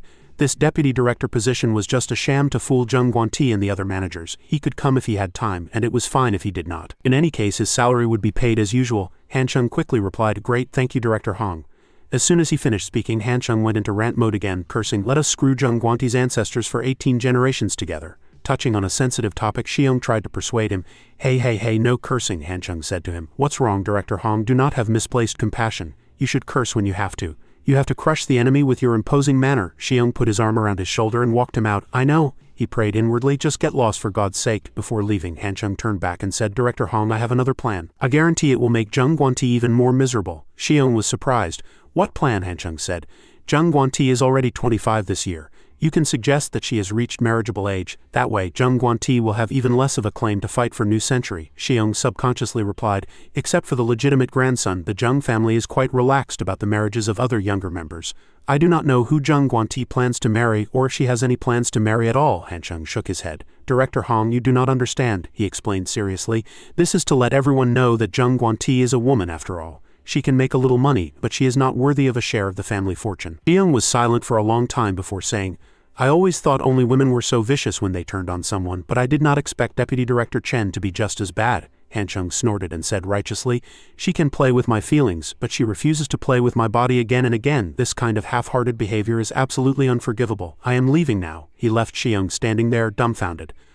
And so the result was that while the employees of New Century Electronics Factory were eating, they received the news. Zhang Guanti's close friend and comrade in arms, Consultant Chen, had been promoted to Deputy Director of the Logistics Department. They were all discussing it. Although the position of Deputy Director of Logistics wasn't worth much, it was at least more stable than the title of Consultant. You could say that this was Director Hong's backer from now on. Li Shaokai also received this news and immediately called Hansheng. "What's going on? Why did you go over to Director Hong's side?" "I heard you had a conflict with Director Zheng this afternoon," Hansheng replied calmly. "Brother Kai, you cannot just look at the surface of things. Use your brain. I have something to do. I'll hang up now." Li Shaokai stared blankly at the phone in his hand. In the cafeteria downstairs, Wei Lei asked Wei Yu, "Brother, can you analyze why Chen Hansheng did this?" Wei Yu replied faintly, "Why ask these questions? Let us eat," he said to Wei Lei. "We are from the same hometown as Chen Hansheng. Just remember that. The big shots above are fighting. We do not guess, we do not watch, we do not care, and we do not think about it." Tang Bing also turned to ask Xiaohai, "Your cousin is already the Deputy Director of Logistics." She nudged him, "Talk to him and see if he can help us get a different workshop position." Xiaohai immediately roared at her, "Are you crazy? We did not lend him money last time, and now you want to ask him for help. How can I even bring it up?" Tang Ping was unhappy about being yelled at. "What do you mean you cannot bring it up? Are not you and he relatives?" Xiaohai interrupted her. "That makes it even more embarrassing. After not lending him money last time, I am not even worthy of being his brother," Tang Ping retorted unwillingly. "But we really do not have the money. Those little savings are for our wedding," Xiaohai retorted. "I did not say that," Tang Ping roared. "Liang Xiaohai, you dare to get angry with me. Do not you see how hard my life is? I have a timid and useless boyfriend, get scolded by my boss at work and get nagged by my boyfriend at home." Xiaohai spoke, feeling powerless and tired. "Stop complaining, I'll make the call." He held his breath, waiting for the other person to respond. As soon as a voice came from the other end of the line, "Hello." Xiaohai let out a sigh of relief and said softly, "Hancheng, are you still short of money? I have 100,000 yuan on hand, I can lend it to you for now." The person on the other end replied, "No need, cousin. What's up?" Hancheng's words warmed Xiaohai's heart and made him put aside his pride. After all, they were relatives, what could not be said? He began to state his business to Hancheng. "It is like this." Then Hancheng on the other end of the line quickly agreed. "You want to change your position, right? I'll ask my superior first. If it is possible, I'll help you." Tang Ping stood by and asked tentatively, "How did it go?" Xiaohai's face still showed some doubt. It seemed Hancheng had agreed. Tang Ping said smugly, "I told you so. Sometimes you have to be less of a show-off to get what you want." Xiaohai was still a bit suspicious of how quickly Hancheng had agreed. Based on his understanding of Hancheng, he wasn't the type to repay grievances with kindness. In the evening, in the student dormitory area, the lights were scattered. Xiaohai's somewhat angry voice came through the phone. "Hancheng, did you make a mistake?" Xiaohai said anxiously. "I meant changing work positions, not bed positions." His voice carried, making the other classmates notice. "How could you transfer Tang Ping to a mixed-gender dorm?" "Over here," Hancheng replied frankly. "Bed positions?" He calmly tossed the question back to Xiaohai. "Wasn't it this position you wanted to change? Did you misspeak just now?" Xiaohai started to stammer. "I did not." A bolt of lightning flashed through his mind and he had a sudden realization. Xiaohai changed his attitude and quickly took the blame. "I misspoke by accident. I actually meant adjusting my post, but I said adjusting my bed." Hancheng on the other end of the line burst out laughing. "Then I understand. But the logistics department leaders have already gone home for the night, so I would rather not disturb them." Xiaohai softly thanked Hancheng. "Tomorrow is fine too, thanks Hancheng." He hung up the phone. He looked at his watch, a bit puzzled. "It is only 8:10 now. Who sleeps this early?" Xiaohai thought carefully. He was sure he had not missaid anything, and the pronunciation of bed and post were so different. How could Hancheng have misheard? What happened tonight was probably his warning, right? Tang Ping had appeared beside him at some point, saying unhappily, "I am so mad he cannot even handle such a small thing." Xiaohai quickly appeased her. "Forget it, just put up with it for one night." The next day, in the cafeteria, Tang Ping happily announced the good news. "I just received a notice. Starting today, I am officially transferred to another workshop." She could not stop smiling and praised Hancheng. "That old bastard Sun Yiguang cannot give me a hard time anymore.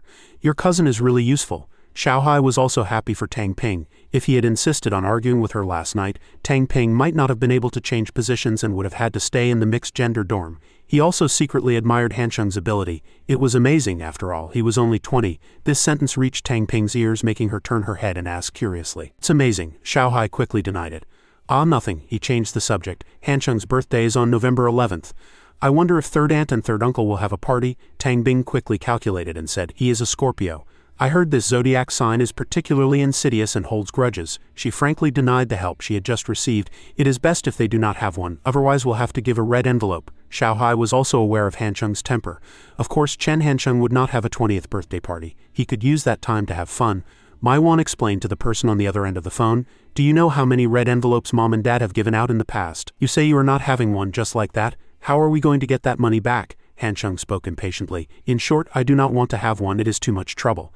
Just find some excuse, like there is a discount on groceries or you found 5 yuan on the street and then have a celebration party to collect red envelopes. That is not too much trouble." This made Maiwan very angry. What a disgrace to her parents. She lowered her voice and asked, "Then come home for a meal during the 2-day holiday. Other people's businesses go bankrupt and they cry and beg their families for help. You, on the other hand, your dad and I even prepared the money. But you seem to have forgotten you even have parents." Hancheng smiled and said in a reluctant tone, "Coming home for a meal is fine." Maiwan coughed and said carefully, "Can little Shen come back to Gangcheng?" Her cheeks turned red, a little embarrassed. "It is not that Mom only thinks about little you or whom I see often. Besides, little Shen has knitted so many sweaters and gloves for me. I have to meet her and thank her." Hancheng refused directly. "Do not dream. Little Ewer remembers my birthday and will definitely celebrate it with me. Mom does not want my birthday to become my death day, right?" Maiwan was so angry she could not help but curse. "Get lost. If you cannot talk properly, then shut up." Before hanging up, Hancheng did not forget to remind his mother, "If there is nothing else, I am hanging up. I'll be home this week, Mom. Remember to make something good." Maiwan was still on the previous topic. "If little Shen does not come back, I'll personally go to Jianye after your birthday. I am telling you in advance," she loudly threatened Hancheng. "If I find out you dare to mess with other girls, I have not finished." Hancheng hung up the phone. Maiwan tightly gripped the landline phone in her hand, fuming with anger. "This kid, he hangs up so fast." In front of the bus station, Hancheng comforted Yuchu. "Actually, it does not matter whether we celebrate this birthday or not." He gently reached out and touched Yuchu's cheek. "Mainly, I have a cousin named Tang Ping.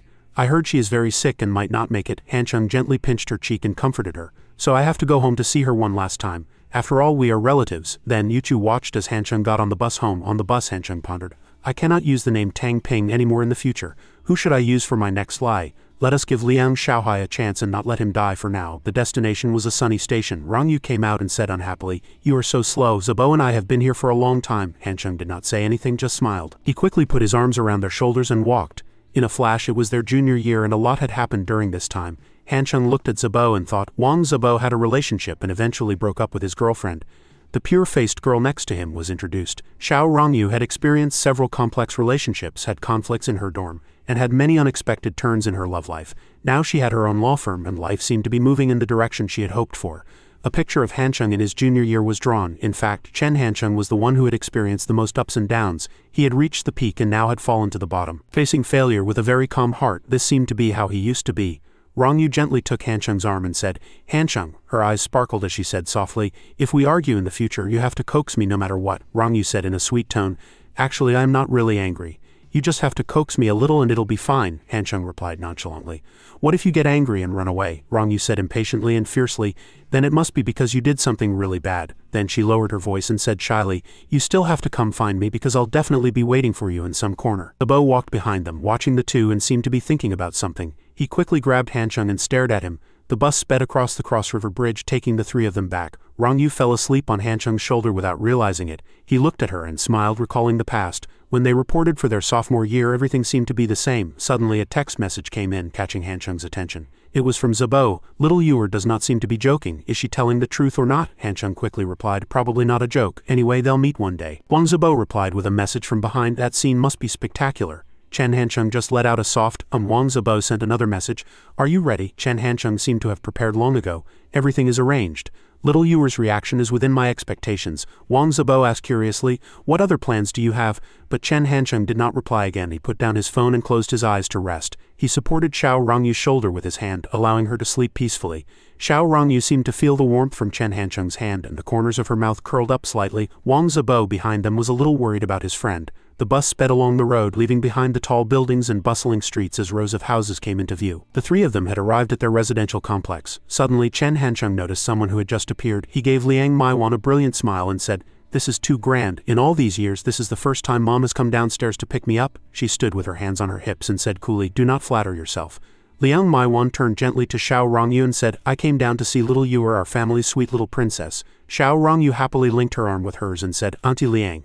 She presented a gift box to Liang Maiwan and said, "This is some makeup I bought for you. It is not expensive at all, so please do not give me any money. Just treat me to some dessert." Liang Maiwan praised Xiao Rongyu, not forgetting to take a dig at Chen Hancheng. "Our little Ewer is still the best. Having a son is completely useless, comes empty-handed and goes back empty-handed. It is so infuriating." Auntie Sha came down from upstairs and said, "Hancheng is back. Your mom said you are not celebrating your 20th birthday this year?" Chen Hancheng replied happily, "I am forever 18. Liang Maiwan told the two kids to go upstairs and rest. "You two go up first.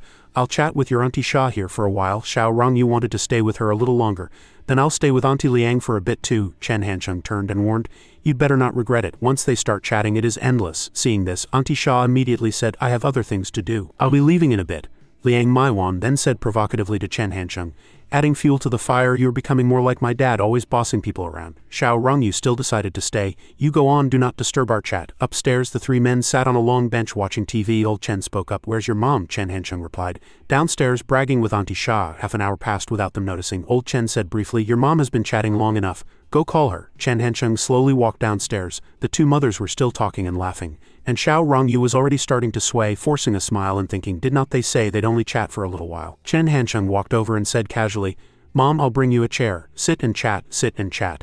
Liang Maiwan felt a bit embarrassed and tried to cover it up. "We are just going to talk for a bit and then go up. What are you bringing a chair down for? I have never seen you so proactive." At 1 in the afternoon, the conversation finally ended. Liang Maiwan said in a strained tone, "That Sha Ju is really talkative, always dragging me into those boring household matters." Chen Hancheng immediately retorted, "I wonder who was laughing so loudly." Liang Maiwan, having been called out, said loudly, "What nonsense are you talking?" She shouted in anger, trying to hide the fact that she had been enthusiastically chatting just now. "Chen Hancheng, look at you. No proper posture whether standing or sitting. How did I give birth to a son like you? You do not study hard in university and cannot even be in the same class as little Rongyu." She is pretty and studies well, so worry-free. Chen Hancheng was a little scared, thinking that disaster really did come from his own mouth. He thought guiltily that his mouth had gotten him into trouble. He knew full well that Empress Dowager Liang had the highest status at home, yet he still dared to provoke her. Old Chen next to him immediately understood and joined his wife in scolding Chen Hancheng. Nonsense again. What's wrong with your mom saying a few words to you? With your attitude, you still want to be friends with those riffraff? Chen Hancheng was so wronged he could not speak. Mom, Dad, please let me explain. Xiao Rongyu smiled happily when she saw this. She turned around and said loudly to Chen Hancheng, my legs are so sore, rub them for me. Chen Hancheng was still angry about what had just happened and bluntly refused. Get lost, do not touch me. Xiao Rongyu put on a wronged look. Xiao Hongwei appeared from behind, which made Chen Hancheng a bit wary. Uncle Xiao, when did you get here? He quickly started rubbing Xiao Rongyu's legs. I'll rub, Uncle Xiao, do not be angry. Xiao Rongyu said pitifully, little Chen, you are not good to me at all. She whined, it is such a hassle just to rub your legs, only my parents are the best to me. Chen Hancheng put on a professional smile and said, what kind of logic is that? If you weren't Uncle Xiao and Auntie L's daughter, would they still love you? Definitely not. He gently rubbed her legs and said sweet words. Only I, Chen Hancheng, a stranger with no blood ties to you, was moved by your talent and beauty, and that is why I am willing to be good to you. Xiao Rongyu listened blankly as Chen Hancheng said, our feelings seem purer, right? Xiao Hongwei and L Yuqing stood by thinking helplessly. Our daughter is usually so smart, how does she become a fool whenever she is around Chen Hancheng? Wang Zibo witnessed this scene and could not help but smile with envy. Liang Maiwan brought out a platter and said softly, it is time to eat, everyone wash your hands and let us eat. The table was filled with dishes of various flavors. Xiao Hongwei raised his wine glass and commented, this kind of good wine will stick to the glass like glue. When you swirl it, it will feel viscous. Chen Hancheng and Xiao Rongyu listened intently to Xiao Hongwei's words. Secondly, its color is slightly yellow. This is due to the distillation and purification process at high temperatures. Come, have a glass to wish you a happy birthday. Chen Hancheng picked up the glass and drank it all in one go. Xiao Hongwei softly probed, how is it? Chen Hancheng's eyes lit up and he said, another glass. Seeing his perfunctory reaction, Xiao Hongwei said angrily, you are like Zhu Baji eating a ginseng fruit, what a waste. Elegant and delicate, rich and mellow with a long-lasting aftertaste and a lingering fragrance in the empty cup. It is truly indescribable. Chen Hancheng quickly tried to smooth things over. Uncle Xiao is truly a man of literature. You can say such wonderful things just from drinking wine. After a long time, the food and drinks on the table were all gone. In the residential complex, night had fallen, and the lights of every household began to turn on. Chen Hancheng whispered, Uncle Xiao, did not you say there was another bottle? He seemed to be slightly drunk with a brilliant smile on his face. Hurry up and bring it out. Tonight, we father and son will finish it. Xiao Hongwei was a little helpless with Chen Hancheng. This kid is like a robber. He began to instruct. Hancheng, your Auntie L and I only have little Yu as our daughter. The family assets will be hers sooner or later, so you do not need to be in such a hurry. L Yuqing stood behind, thinking with some surprise, only one daughter, it will all be hers in the future. Is not this hint a bit too obvious? Chen Hancheng said with a frown. So you are not letting me drink tonight? Xiao Rongyu turned back and said irritably, that is right, I am not letting you drink. It is my family's wine, why should I give it to you? Chen Hancheng grinned and brought his face close to Xiao Rongyu's saying, I am not exactly an outsider. Xiao Rongyu's face turned beet red with embarrassment and she turned and walked away, so thick-skinned. How did I not see that in high school? She looked at the photo frame in her hand and smiled. The frame contained her high school class photo with Xiao Rongyu's figure, Chen Hancheng's slightly mischievous figure and Wang Zibo's innocent figure. Chen Hancheng curiously peeked over. Seeing this, Xiao Rongyu immediately blocked it and said narcissistically, do not look, it is just a photo, I do not look that good myself. Chen Hancheng coldly threw a wet blanket on her, but the photo is not good either. Xiao Rongyu blushed and said angrily, Dad, come and look at little Chen. Chen Hancheng said, time to eat. Your mom's finished cooking. A table full of delicious food was already set. L Yuqing and Xiao Rongyu ate gracefully. Over here, Chen Hancheng was gobbling down his food. Seeing this, L Yuqing gently reminded him, slow down, do not rush. Seeing Chen Hancheng eating with such relish, Xiao Rongyu asked, how is it? My mom's cooking is delicious, right? Chen Hancheng replied with a smile while eating. Of course, my dad said that back then the ones pursuing Auntie L were all sons of high-ranking officials. I did not expect Auntie to end up marrying a junior policeman. L Yuqing recalled and smiled shyly. Our family wasn't bad back then either. If I did not like him so much, why would I have married him? Over here, Xiao Hongwei proudly puffed out his chest. Chen Hancheng continued, the older generation's feelings were always so simple and pure, right? I also feel that I am that simple now. Xiao Rongyu sitting on the side heard this and interjected unhappily. Some things someone thinks they've been resolved just like that and still dares to say he is simple. Xiao Rongyu then asked Chen Hancheng, so whose cooking is better, my mom's or Auntie Liang's? L Yuqing looked at her daughter a little embarrassed. Why are you asking that? Chen Hancheng thought for a moment and then said, in that case, among these options, why not you add yourself in? Xiao Rongyu immediately blushed and said, what? L Yuqing and Xiao Hongwei's impression of Chen Hancheng improved upon hearing this. This kid is so quick-witted, no wonder little Yuer likes him. Xiao Rongyu happily asked Chen Hancheng again, So between me, my mom, and Auntie Liang, whose cooking do you think is the best? What was thought to be a continuing romantic scene was once again doused with cold water by Chen Hansheng. He said, is there even a need to ask? Of course it is, Auntie L. Besides, adding you in was just to keep my mom from being last. Xiao Rongyu cried out in anger. Dad, look at little Chen. Xiao Hongwei helplessly turned to comfort his daughter. It is okay. I like to eat what you make. I like whatever you make. The meal was over. Xiao Hongwei sat on the long bench and asked, so your 20th birthday just passed quietly like that? Chen Hansheng replied softly. It is not a big deal. A few relatives might come over tomorrow. He continued, at most the whole family will just have a meal together. I do not need anything. Xiao Rongyu walked over and stood between the two. She turned and sat down but sat closer to Chen Hansheng. Xiao Rongyu put on an unhappy face and said, could you please move over a little? Do not sit next to me. She opened her eyes and saw Chen Hansheng move a little. Xiao Rongyu was still not satisfied and whined. Not enough. Chen Hansheng moved a little more and asked for her opinion. How about now? Xiao Rongyu still wanted to be difficult. Still not enough. Chen Hansheng was gradually losing patience. He was running out of space to sit. Xiao Rongyu said coquettishly, what's it to you? This is my house. Chen Hansheng did not want to argue with her and said softly, all right. Chen Hansheng stood up to leave.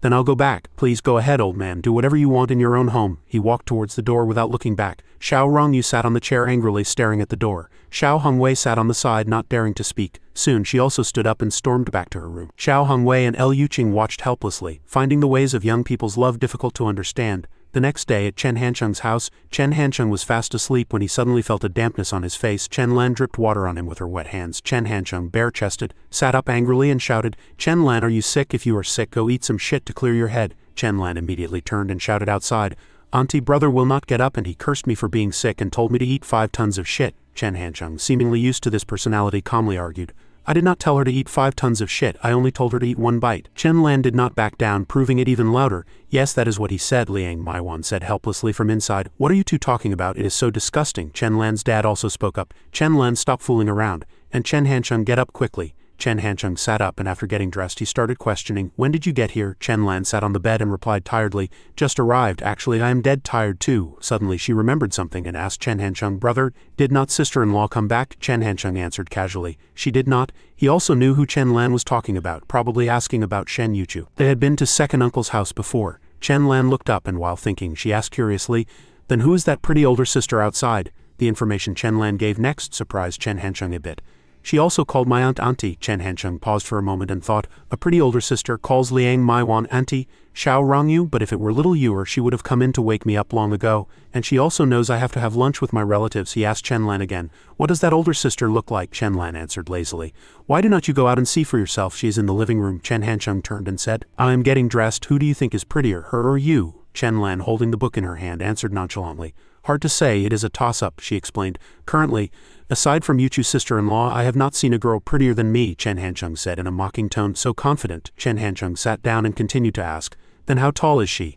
About 1.7 meters, Chen Lan thought for a moment and replied, 1.65 meters? It does not feel like 1.7 meters. Chen Hansheng fell into deep thought again. If Xiao Rongyu was excluded, then this person who suddenly appeared at his birthday banquet and was also pretty, and also knew Liang Maiwan, it seemed to be Luo Zhan. He quietly opened a crack in the door and peeked out. Outside, Luo Zhan was wearing a yellow spaghetti-strap mini dress and pouring tea for Liang Maiwan. She seemed to feel someone watching her, looked up and saw him.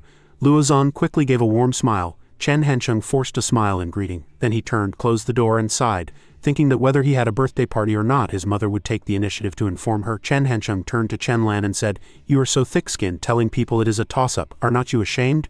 Chen Lan replied, then let us say it is 60 to 40. Are you happy now? She began to argue. I admit. She is the second prettiest girl I have seen in real life. Chen Hansheng made a face of disbelief and said, you are not worthy of saying that. Chen Lan shouted, auntie, brother is calling me ugly. Chen Hansheng immediately retorted, I am just telling the truth. Chen Lan, you cannot be both ugly and bossy, right? Outside, sunlight streamed into the house making the exquisite porcelain teacup sparkle. Chen Hansheng sat with his father and second uncle drinking tea and chatting. Luo Zhan stood by and said softly, senior brother Chen, let me add some water for you. He silently looked at her and Luo Zhan looked back at him with adoring eyes. Chen Hansheng said softly, they did not give any gifts, because I said beforehand that I did not need those things. Upon hearing this, Luo Zhan was overjoyed and said, really? Does that mean I am the only girl who gave you a gift? Chen Hancheng let out a soft, Luo Zhan smiled happily.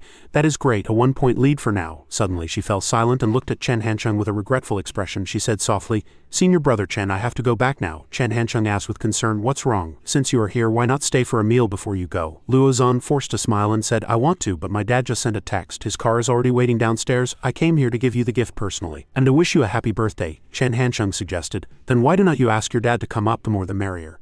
Luo Zhan tactfully refused. I cannot. My dad has a bad temper. She leaned down slightly and said gently, do not hide things from me again next time. I knew your birthday, blood type, height, and hobbies back in high school.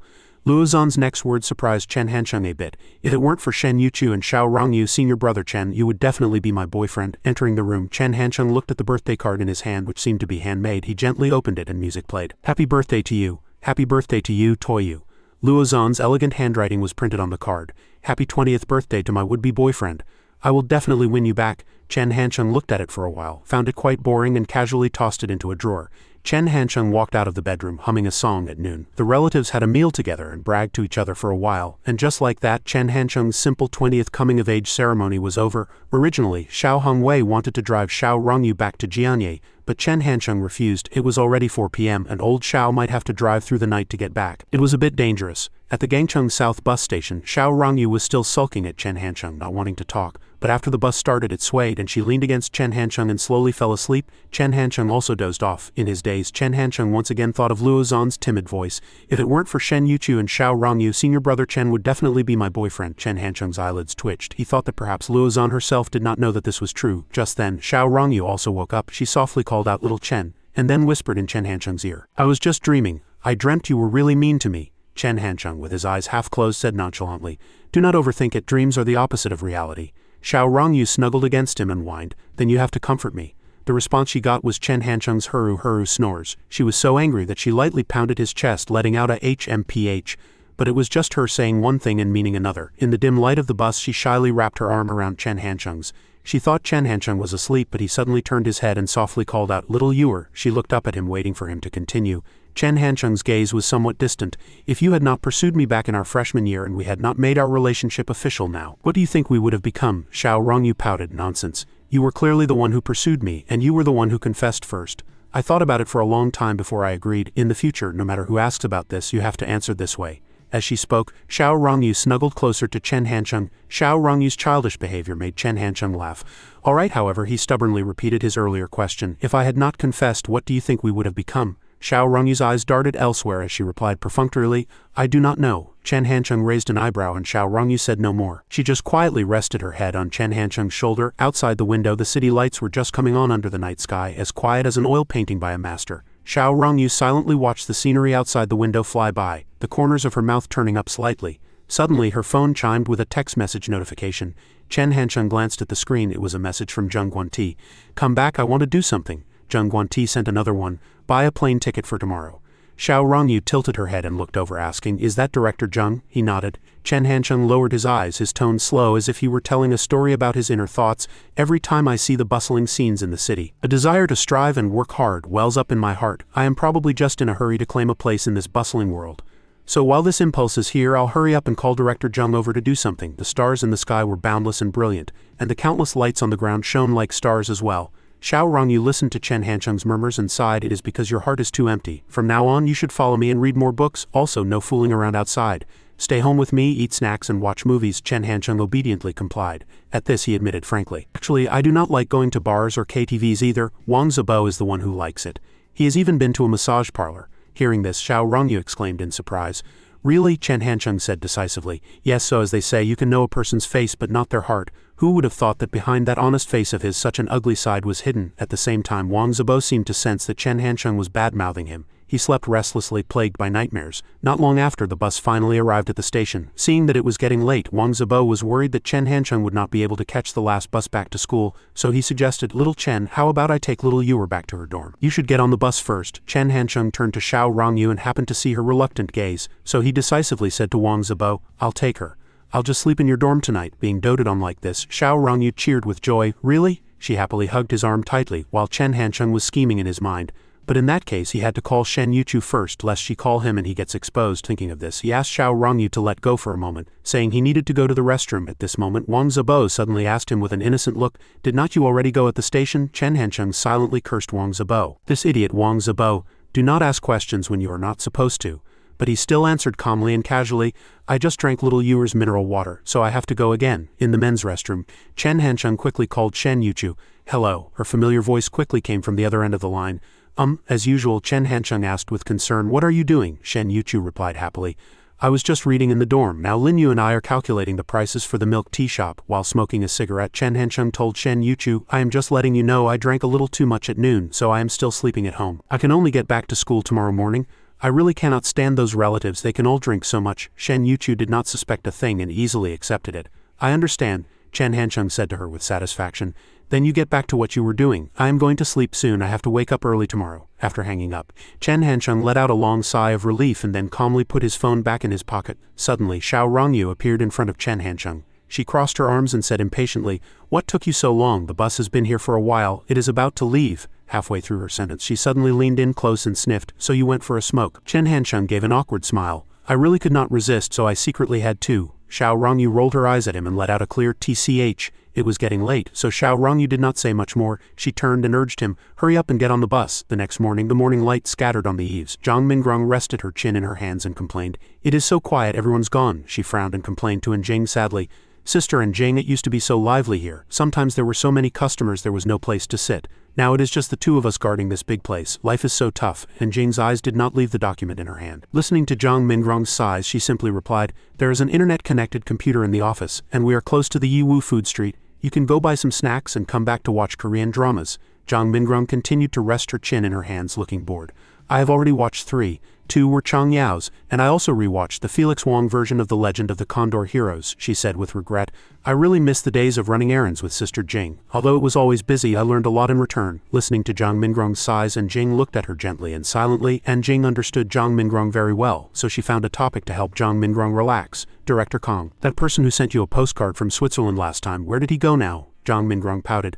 "I do not know. No matter how beautiful the scenery is, I still feel very angry." As they were talking, the door was suddenly pushed open and both of them looked out at the same time. The person who came was Ni Xiaoyu. As soon as she entered, Ni Xiaoyu's dark circles and haggard face startled Zhang Mingrong. Zhang Mingrong asked her urgently, "Sister Xiaoyu, where have you been? What's with this hard hat?" Ni Xiaoyu let out a long sigh. "Where else could I go? I was tricked into a factory by an unscrupulous boss. He even gave me this hard hat." And Jing asked Ni Xiaoyu with concern, "What happened? Do you need me and Mingrong to help?" Ni Xiaoyu shook her head wearily. "No need," she complained dejectedly. "It is useless for more people to know about this.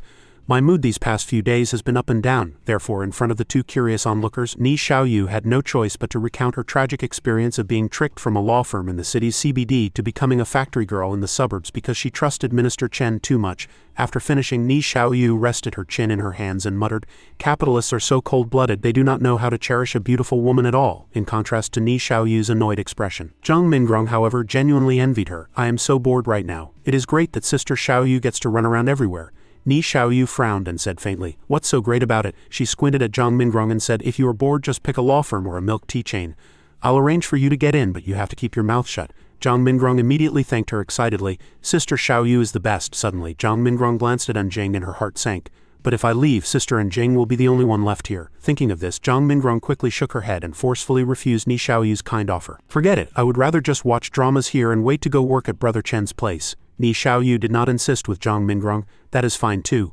Based on my understanding of Minister Chen, it should be soon. Otherwise he would not have arranged for me to go and learn." Ni Xiaoyu also felt a little expectant. "Actually, I also want to know what kind of treasure he is holding on to. Something that both the milk tea chain and the CBD law firm looked down on." While the three sisters were chatting enthusiastically, Chen Hancheng walked in from outside. He opened his mouth happily. "Xiaoyu is here?" As soon as she saw Chen Hancheng, Ni Xiaoyu angrily turned her head to the side. Chen Hancheng smiled and tried to smooth things over. "What are you angry about?" Took out a notebook and while flipping through it he announced, "I have called everyone here today to pay this month's salary." Zhang Mingrong, Ni Xiaoyu and Jing were all silent for a moment. After a few seconds, Zhang Mingrong quickly waved her hand. "I am not short on money right now, and I did not do anything this month. I am not taking it." Ni Xiaoyu next to her also stammered nervously, I can still hold on for another year. When I used to run errands for Sister Jing, she gave me a lot of rewards, and Jing also made an excuse to refuse. I still have some savings right now. Besides, Rocket 101 had problems because of Lu Pengfei, so I plan to volunteer to work for General Manager Chen for free. Listening to their long speeches, Chen Hancheng smiled. The salary that should be paid still has to be paid. He turned to Ni Xiaoyu and announced domineeringly, Ni Xiaoyu, it is one thing that you are not short on money, but whether I pay it or not is my decision. At this he turned to Enjing and said softly, Sister Enjing, your mother still needs money to stay alive. How can she do that without money? Finally he looked at Zhang Mingrong and asked softly, Hey Zhang Mingrong, how do you have so much money? With that, Chen Hancheng went upstairs. He looked back at everyone and said, So you still have to have a monthly salary. It has just been adjusted. Xiaoyu, come up for a second. In Chen Hancheng's room, Ni Xiaoyu carefully closed the door. She looked at Chen Hancheng and asked hesitantly, Chen, Minister Chen, besides being a factory girl, what other positions can I learn? Chen Hancheng did not answer right away. He rubbed his chin, a thoughtful look on his face. Ni Xiaoyu's body suddenly trembled slightly. She stammered halfway through her sentence and then squeezed her eyes shut. She took a deep breath, mustered her courage, and asked Chen Hancheng directly, But it cannot be too much, I still have to go to school, so is it sweeping the streets or scrubbing toilets? Chen Hancheng finally spoke. Xiaoyu, if you had 500,000 yuan right now, what would you do? A series of question marks instantly appeared in Ni Xiaoyu's mind. She asked blankly, 500,000. After thinking for a few seconds, she replied concisely, I would plan to wake up first. Chen Hancheng nodded and turned and walked towards the safe. As he took out an envelope, he said to Ni Xiaoyu, I wasn't planning on telling you this so early. Chen Hancheng handed the envelope to Ni Xiaoyu. Then he continued with a smile, but after thinking it over, I really cannot hide this from you. Inside the envelope, Chen Hancheng had given Ni Xiaoyu an acquisition contract. Ni Xiaoyu quickly skimmed through the contract. Beads of sweat unconsciously formed on her forehead, her brows furrowed, and for a moment Ni Xiaoyu was utterly bewildered. What is this? I had clearly accepted the fact that Rocket 101 went bankrupt and was even prepared to share the hardships. But then Minister Chen suddenly jumped out and said, Actually, I sold Rocket 101 for 55 million. I am a multimillionaire now. It is one thing for Minister Chen to be a multimillionaire, but the key is, based on the percentage, I really have 500,000 yuan.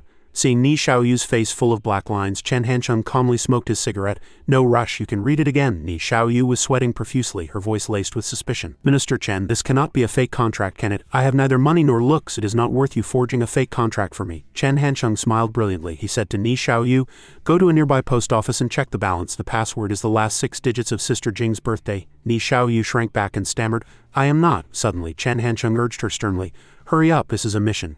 See if there is 500,000. Downstairs, Zhang Mingrong was watching a movie when she happened to see Ni Xiaoyu sprint past, which made her wonder. Sister Xiaoyu did not say much. Why did she leave already? A short while later on the bustling street, Ni Xiaoyu walked as if she were on clouds, her mind now a series of questions. If I have this huge sum of 500,000, what should I do? Buy a house, buy a car, get a new phone, or go traveling? Walking into a post office, Ni Xiaoyu looked left and right. After confirming no one was there, she inserted her bank card into the ATM. Soon the available balance was displayed on the screen. Ni Xiaoyu was stunned for a moment.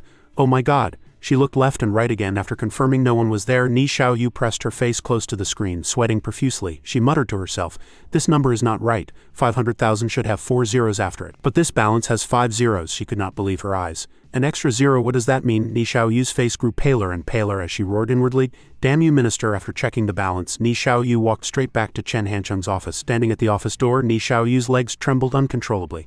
After a while she calmed down and slowly walked in. As she walked she pressed her hand to her heart.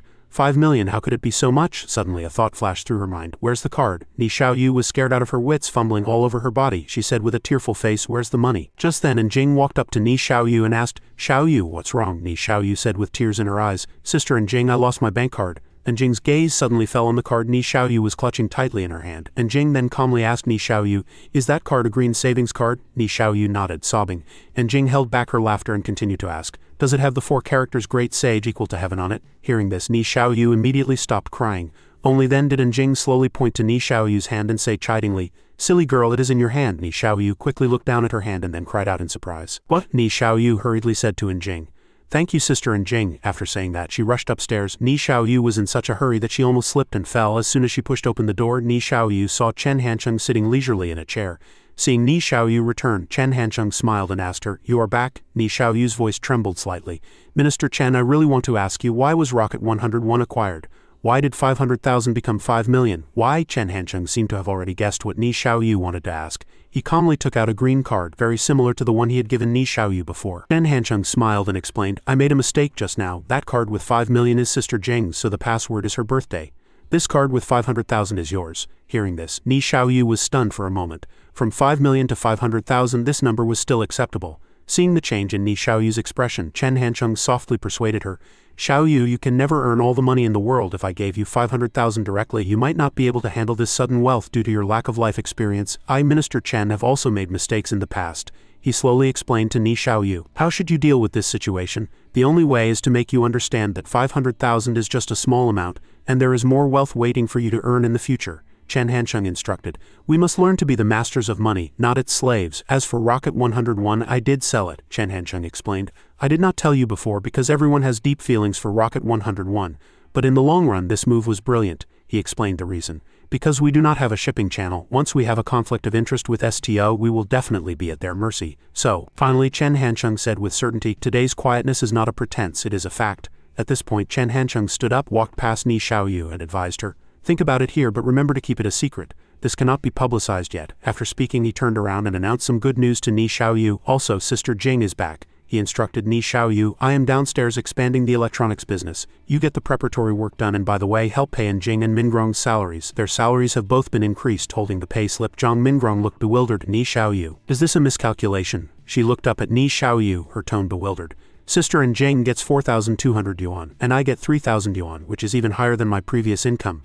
Ni Xiaoyu's face was calm, but her heart was in turmoil.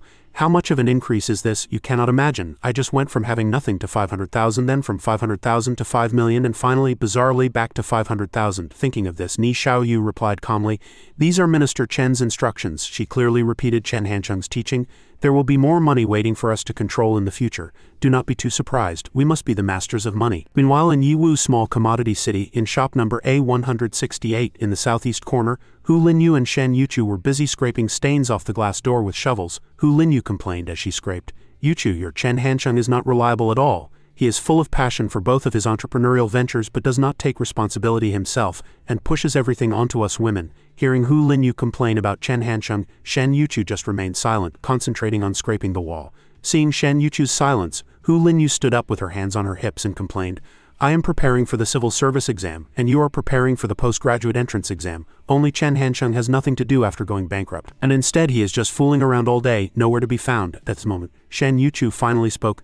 You go take a rest first, I'll handle things here. Hu Linyu looked at Shen Yuchu and saw her picking at the stains on the old wall with her fingernails. Hu Linyu could not help but frown. She could not bear to see Shen Yuchu work so hard, so Hu Linyu sat down next to Shen Yuchu and gently persuaded her. Yuchu, you are good at everything, it is just that someone like Chen Hancheng is not worthy of you at all. After a while, Shen Yuchu and Hu Linyu sat in front of the shop. Shen Yuchu took the opportunity to review her book while nibbling on bread. Hu Linyu sat to the side, holding a water cup, looking tired but feeling a sense of relief in her heart. The road to entrepreneurship, though arduous, also brought a sense of accomplishment and fulfillment. Suddenly, Hu Linyu's eyes lit up. She saw Chen Hancheng strolling over leisurely. Hu Linyu sneered, long time no see.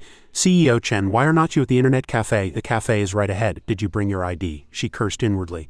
So passive-aggressive. At this point, Hu Linyu angrily pushed Shen Yuchu in front of Chen Hancheng and loudly reprimanded him. Stop smiling. You can ignore us, but what about Yuchu? Look at her. Her fingernails are full of dirt. But Chen Hancheng remained unfazed. He slowly said to Shen Yuchu, when you are working, this is normal.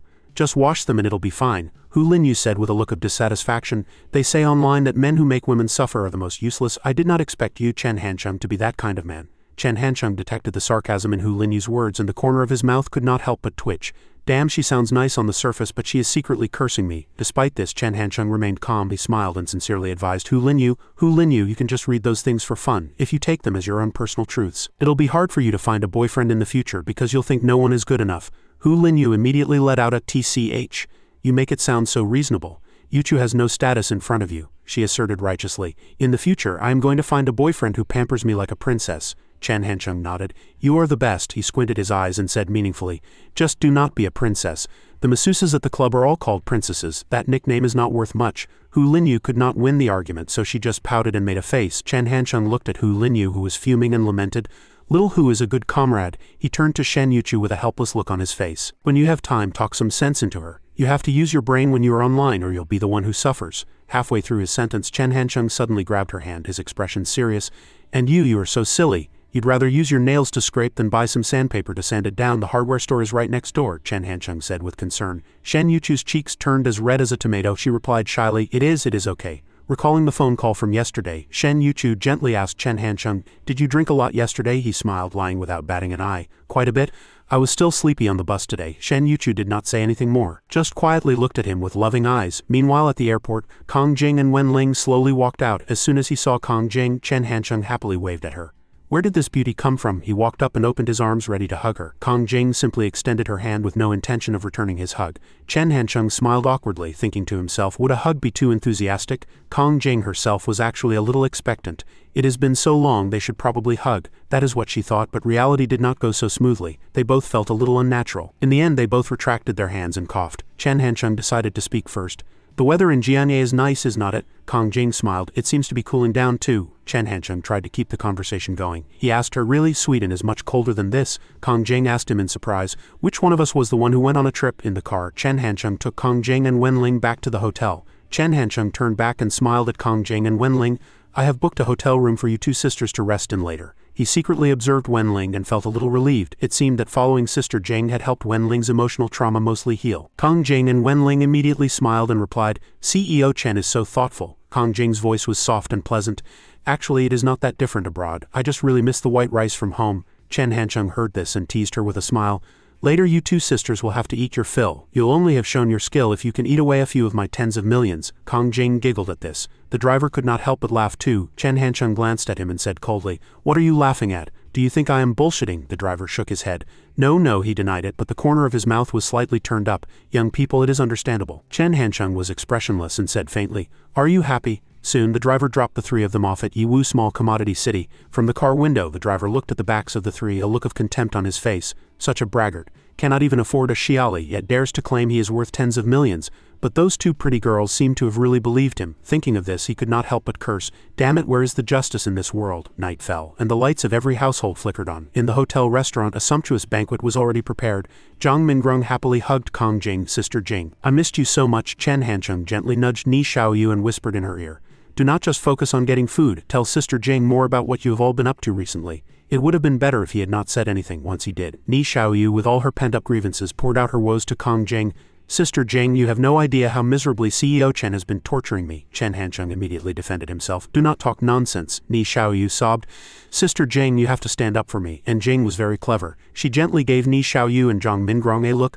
Sister Jing must have something to discuss now that she is back. "Let us go first." Ni Xiaoyu quickly stood up and said goodbye to Kong Jing, "Then we'll head back first." Seeing that Wen Ling was also preparing to stand up and leave, Chen Hancheng quickly stopped her. "Senior Sister Wen, do not go," he said to Wen Ling with a sincere smile. "Sister Jing trusts you and I trust you too." Chen Hancheng's words made Wen Ling's cheeks blush slightly. She was at a loss for words. Kong Jing smiled and said gently to Wen Ling, "CEO Chen is the boss, let us just listen to him. It'll save me from having to explain it again later." With Kong Jing's support, Wen Ling felt more confident. She smiled brightly and cheered, "Okay, thank you." Tonight, a crescent moon hung high, bright and clear, and the whole city was quiet. After dinner, Chen Hancheng took Kong Jing and Wen Ling for a walk. As Wen Ling walked, she thought, so Rocket 101 was acquired for 55 million. Brother Chen wants to make counterfeit phones in the future. He also wants to start his own electronics factory. This idea made her admire Chen Hancheng. Capable people are always so capable. After walking for a while, Chen Hancheng stopped in front of a factory. He excitedly told Kong Jing a piece of good news. "Sister Jing, if I open a new factory, Director Zheng from New Century has promised to invest and share resources." A thoughtful look appeared on Kong Jing's face. She thought that resource sharing wasn't that easy. Chen Hancheng turned his head, his tone full of confidence. "I have a very good relationship with Director Zheng. After all, we went through hardships together during the SARS period." Just then, a luxury car drove towards the three from a distance, honking its horn with a beep-beep. The person in the car was Zheng Guanti. "Speak of the devil and she shall appear." Zheng Guanti's face was very ugly, which made Chen Hancheng shiver for a moment, but he quickly returned to normal and greeted Zheng Guanti warmly. "Director Zheng, have you had dinner?" Zheng Guanti coldly turned her face away. Seeing her cold attitude, Chen Hancheng smiled awkwardly. "The wind must be too strong, she did not hear me." So he approached Zheng Guanti's car and greeted her politely again. "Director Zheng, have you had dinner?" Yan next to Zheng Guanti suddenly leaned out and shouted loudly, "Get out of the way, do not block the road." Veins bulged on Chen Hancheng's forehead. He forced a smile and said, "This sister has a sharp tongue." But he was cursing Yan inwardly. Suddenly a splash of cold water was thrown from the car onto Chen Hancheng's face, stunning Wen Ling and Kong Jing for a moment. Chen Hancheng roared in anger, "Damn it, you dare to launch a sneak attack?" Yan snorted coldly, "Pervert." After speaking, she said to the driver, "Driver, let us go," before the car drove off. Zheng Guanti suddenly glared at Wen Ling and Kong Jing. Wen Ling and Kong Jing met her resentful gaze at the same time. Zheng Guanti kept staring at the two of them until the car was far away. Chen Hansheng, Kong Jing and Wen Ling all stood quietly watching the car leave. After a while, Chen Hansheng turned to Kong Jing and asked, "Sister Jing, if I said that because Director Zheng and I are so close we often joke like this, would you believe me?" Kong Jing gave a helpless, bitter smile. She guessed there must be something fishy between these two. To break the awkward atmosphere, Chen Hansheng suggested, "Let us go look over there. There are still a few empty plots of land over there. They are all very suitable." Kong Jing expressed her agreement with Chen Hansheng's view. She discussed with him, "Leave the preliminary plan for building the factory and the deposit to me. I'll discuss preferential policies with the Zhonglin government later. I'll go back and rest first." At this point, Kong Jing turned to Wen Ling and said, "Little Wen, go call a taxi." It wasn't long before Wen Ling hailed a taxi. Before getting in, Kong Jing smiled and said to Wen Ling, "Come sleep at my place tonight. You can find your own place tomorrow. Building a factory is a long-term task." Wen Ling hesitated for a moment. "Sister Jing, I want to go back to school first," she forced a smile, and found a seemingly reasonable excuse. "The school needs me to sign a 3-party agreement. I am afraid I'll forget about it once I get busy." Through the taxi window, Kong Jing did not insist. She just waved her hand simply. "It is okay, see you tomorrow then." After Kong Jing left, Chen Hansheng quietly watched Wen Ling's back. His brows furrowed unconsciously. Wen Ling's 3-party agreement had been submitted long ago. He had used his position as vice president of the student union to help get it stamped directly. He guessed that she said this because she had something she wanted to report separately. Avoiding Kong Jing, thinking of this, he opened his mouth. "Senior sister Wen, since you want to go back to school, let us go together." Hearing Chen Hansheng call her, Wen Ling turned around and replied unnaturally, "Okay." Seeing Wen Ling's stiff expression, Chen Hansheng became even more certain of his guess. "There really is something." The corner of his mouth twitched slightly. "If it is not urgent, please wait a moment, I still have something to do." Afterwards, Chen Hansheng took Wen Ling back to the building at A168 in the southeast corner. When they arrived, Chen Hansheng calmly pushed the door open. Wen Ling followed behind him, a look of distress on her face. Chen Hansheng walked in, reached out and flipped the switch, and the room was instantly lit up. While rummaging through his bag for a rag, he briefly explained the current situation to Wen Ling. "The milk tea shop at school is preparing to expand. This is the second branch. Shen Yuchu came here to clean this afternoon." Mentioning Shen Yuchu, Chen Hansheng's tone could not hide his affection. "Senior sister, you know her too, she is a bit of a simpleton." He recalled how Shen Yuchu looked when she was working. Shen Yuchu is silly enough to use her fingernails to scrape off those cement lumps. Her nails are all worn down. It hurts my heart to see it. So I am taking advantage of this free time to finish all this hard work. As he spoke, Chen Hansheng turned around, buried his head, and began wiping the dust off the walls with the rag. After a while, he turned around, his face already covered in dust. Chen Hansheng wiped the sweat from his forehead with his hand and asked Wen Ling with a smile, "Senior sister Wen, you are not laughing at me, are you?" Wen Ling was touched to see him putting in so much effort for Yuchu. She shook her head, "Of course not." Then Wen Ling stood by and quietly watched Chen Hansheng bury himself in the cleaning.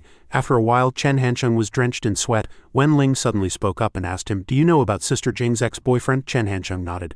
"Do you know about the one who went abroad?" In Chen Hansheng's memory, the love story of Kong Jing and her ex-boyfriend was a typical 1990s university romance. It was said to be a very pure love, and the two were deeply in love. The ex-boyfriend went abroad to study, and Kong Jing, who worked at a bank, would send him her meager salary.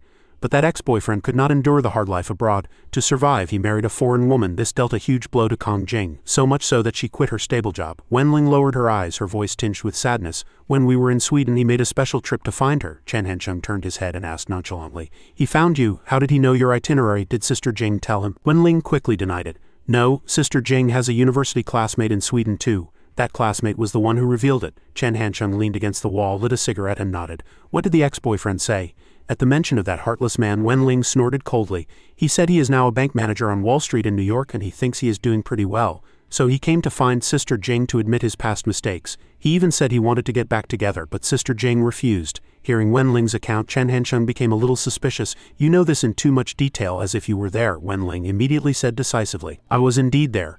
They met twice, but Sister Jing brought me along each time." Chen Hansheng's face grew thoughtful. It seemed to be just as he had imagined. After that ex-boyfriend married the foreign woman, although his life stabilized, he still could not forget his first love, especially as he got older and more successful in his career. And since he had no real feelings for that foreign woman, his idea and confidence in winning back his old love grew day by day. Thinking of this, he let out a long sigh. Chen Hansheng guessed that when Kong Jing was traveling in Sweden, their mutual university classmate wanted to play matchmaker for the two, perhaps wanting to bring the golden couple back together. Chen Hansheng suddenly roared. On what grounds? The more he thought about the excellent Kong Jing, the angrier he got at that scumbag. He'd better live a good life with that European woman. Now that he sees Kong Jing is like a ripe peach, he wants to come back for a bite. At this thought, Chen Hansheng unconsciously crushed the cigarette in his hand. He gritted his teeth and said, "Not only do I disagree, but the 1.3 billion people of our country also disagree," Chen Hansheng recalled. "Actually, when Sister Kong was traveling, I also sent her messages, for example. Where did you go today? What was the most fun place? Remember to take care of yourself." But because of the time difference, a groggy Sister Jing would only see it the next morning and give a simple reply. My work was also quite busy, so I might not have been able to reply quickly. After a long time I would ask a random question, and Kong Jing would only see it a day later. In this way the conversation repeated itself. It wasn't enthusiastic, nor was it cold, but the connection between the two of them never broke. Kong Jing never told me about her and her ex-boyfriend. After reminiscing, Chen Hansheng turned to Wenling and asked casually, "Senior sister, you do not have a place to stay in Zhongling yet, do you?" Wenling confirmed, "Not yet, I was planning to look for a place in the next couple of days." Chen Hansheng suggested directly, "You do not have to rent one yourself. Tomorrow I'll have Xiao Yu and Mingrong rent a 2-bedroom apartment for you in Tianjing Mountain Huayuan." Wenling quickly refused. No, junior brother Chen, I did not tell you this news to trade Sister Jing's secret for material help." Chen Hansheng nodded. I know. I know you care about Sister Jing. Actually, we all care about Sister Jing. You are not selling her out, it is just a deeper level of care." Chen Hansheng's words put Wenling much more at ease. Chen Hansheng softly persuaded her, "Do not take it to heart, you should have told me. Think about it, if that ex-boyfriend had been sincere back then, he would have shared the good times and the bad with her. 10 years ago he clearly had another option. If he could not make it abroad he could have come back to China. But he chose to marry a foreign woman." At this point a cold glint flashed in Chen Hansheng's eyes, and his tone was filled with undisguised contempt for that heartless man. To put it bluntly, he just did not love her enough. Now that he has a little money, he wants to come back and find Sister Jing.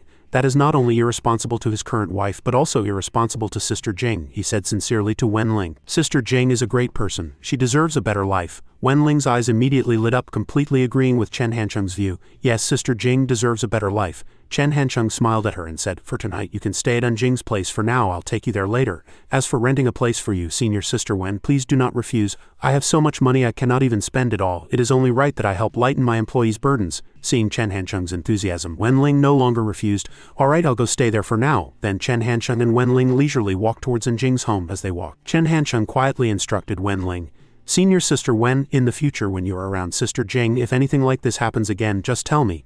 Wenling felt a bit uncomfortable. She said hesitantly, This is not very appropriate, is it?" Chen Hansheng reassured her.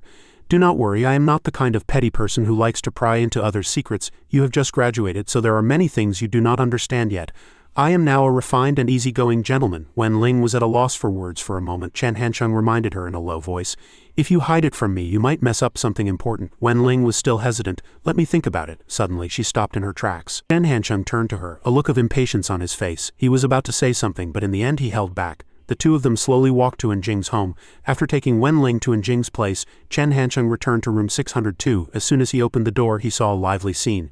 Jin Yangming was shouting excitedly, "Everyone go all in, whoever loses eats a booger, you in." As he spoke he put down his cards. Guo Shaoqiang laid out his cards and sat opposite him, muttering with boredom, "If I have to, I have to. Let us see the cards." Dai Zhenyu lay on his bed, a look of disgust on his face, gambling on eating boogers. "I really do not know what to say about you guys." Not far away, Yang Chen was sitting in a corner, frantically tapping on his keyboard. Cao Jialiang was on the phone. "No, my roommates are playing cards. How about we go to the movies tomorrow?" Yang Chen suddenly turned to Jin Yangming and said impatiently, "Old Jin, do you believe I'll delete your QQ account? Your messages keep popping up. I cannot even play the game." Jin Yangming immediately cursed. "Fuck, I used to help you stay logged on all night. Otherwise would you have 2 sons now? Damn it." Chen Hansheng walked up to the two with a grin and sarcastically said to Jin Yangming, "Jin Yangming, can you keep it down? You dog, you set an alarm but never wake up to it yourself. It is always a roommate who wakes up and then wakes you." Then he turned to lecture Jin Yangming and Guo Shaoqiang. "Old Jin and Xiao Chang, you two are disgusting. No wonder you still cannot find girlfriends as juniors." At this he glanced sideways at Dai Zhenyu and said sarcastically, "Old Dai, you read Huang Yi's novels with the lights off. If your breathing gets even a little heavy, I think you are jerking off." Finally he looked at Cao Jialiang and spoke slowly, "Jialiang, are you done yet? You are on the phone for so long every time. You use the most of the dorm's phone bill." Guo Shaoqiang squinted at Chen Hansheng and sneered, "Damn, you come back after having your fun and now you are complaining about us, huh?" Chen Hansheng said with a fake smile, "Cards, cards." He turned and shouted at Jin Yangming, "Jin Yangming, stop playing games, we are one short for a game." Guo Shaoqiang sat down at the card table, his face lighting up as he began to talk. "I saw a super pretty first-year girl in the cafeteria today. Fuck, you guys have no idea how pretty she was. She was wearing a white cotton dress, had a tall and well-proportioned figure, and even had a perfume scent. She looked a lot like Hong Kong's Joey Wong. On my rating scale, she is at least a 9.12. You know Shen Yuchu is a 9.88. Hearing Guo Xiaocheng's bragging, Jin Yangming could not help but exclaim, "That amazing, did you see her in the first or second cafeteria? A girl that pretty cannot be unknown, we can just post on the BBS and ask about her." Chen Hansheng also chimed in, asking Guo Xiaoqiang, "Old Guo, did you hit on her and ask for her QQ number then?" At this, Guo Xiaocheng's face fell and his tone became dejected. "What's the point of asking for her QQ? My monthly living allowance is only 500 yuan. I have to eat, play games, occasionally buy a couple of pairs of sneakers, and I often eat late-night snacks. How could I afford a girl like that? I was just telling you guys about it. I wasn't actually prepared to do anything." Hearing this, the others immediately booed. In Chen Hansheng's view, Old Guo's situation was the norm for most guys, and it might even continue until graduation. Meeting a girl who makes your heart flutter at school, going from strangers to passing by each other, then never seeing each other again, and finally, she becomes a memory in your heart. The next morning, a phone alarm suddenly rang in the dorm room, the lyrics full of emotion. "You say you love lilacs the most because your name is just that. Such a melancholic flower, such a sentimental person." Chen Hansheng, who was sleeping, finally could not take it anymore and roared, "Fuck, your damn alarm has been going off for ages, why have not you turned it off?" And the owner of the alarm, Jin Yangming, was still curled up in his quilt sleeping soundly. Chen Hansheng decided to climb out of bed, walk over to Jin Yangming and haul him up. Jin Yangming was still groggy while Chen Hansheng had already started his lecture. "I do not even want to condemn this stupid behavior of yours anymore. You are not going to change anyway, but can you at least switch to a song with some taste?" Jin Yangming rubbed his sleepy eyes and scratched his cheek. "My taste is great. The story behind Lilac Flower is very moving. I think this is the pinnacle of the Chinese music scene." Hearing his twisted logic, Chen Hansheng immediately laughed mockingly. "Pinnacle, I have never seen anyone like you." Then he began to reason with Jin Yangming. "J. Chow's Common Jasmine Orange, J. Lin's River South, which of these does not have a better rhythm than Lilac Flower? These catchy but cheesy pop songs spread online because of listeners like you who have no appreciation." Note: Saliva songs refer to those songs that are played endlessly in streets and alleys and are known by everyone, young and old. Chen Hansheng was talking nonstop when a sudden melody of a cheesy pop song made him shut his mouth. "My dear, you fly slowly. Be careful of the thorny roses ahead, my dear. You open your mouth, the fragrance of the flowers in the wind will intoxicate you." Guo Xiaoqiang asked blankly, "Whose phone is ringing?" Cao Jialiang, while brushing his teeth, reminded Chen Hansheng, "Brother Chen, your alarm is going off." Chen Hansheng quickly changed the subject. "Hurry up and get up, we are going to be late for class." Jin Yangming yelled angrily, "Brother Chen, how can you have the nerve? 2 butterflies is even worse than Lilac Flower." In the lecture hall, the finance and economics lecturer Shui Jing was gracefully recounting a past event. "Once our unit was treating guests to a meal. Since I was in charge of both HR and administration, I had to go along. State-owned enterprises were like that back then. You could not find an excuse to get out of it like in a private company," she continued. "After a few of these meals, I suddenly realized that because of the drinking, the dishes we ordered might not be enough. At that time, I secretly went out to add a few more dishes. But because our leader was drunk, he directly asked me where I was going. The restroom was in the room." Shui Jing enthusiastically told her story. Then she said, "I bluntly said the dishes weren't good enough and the clients might think we weren't well prepared.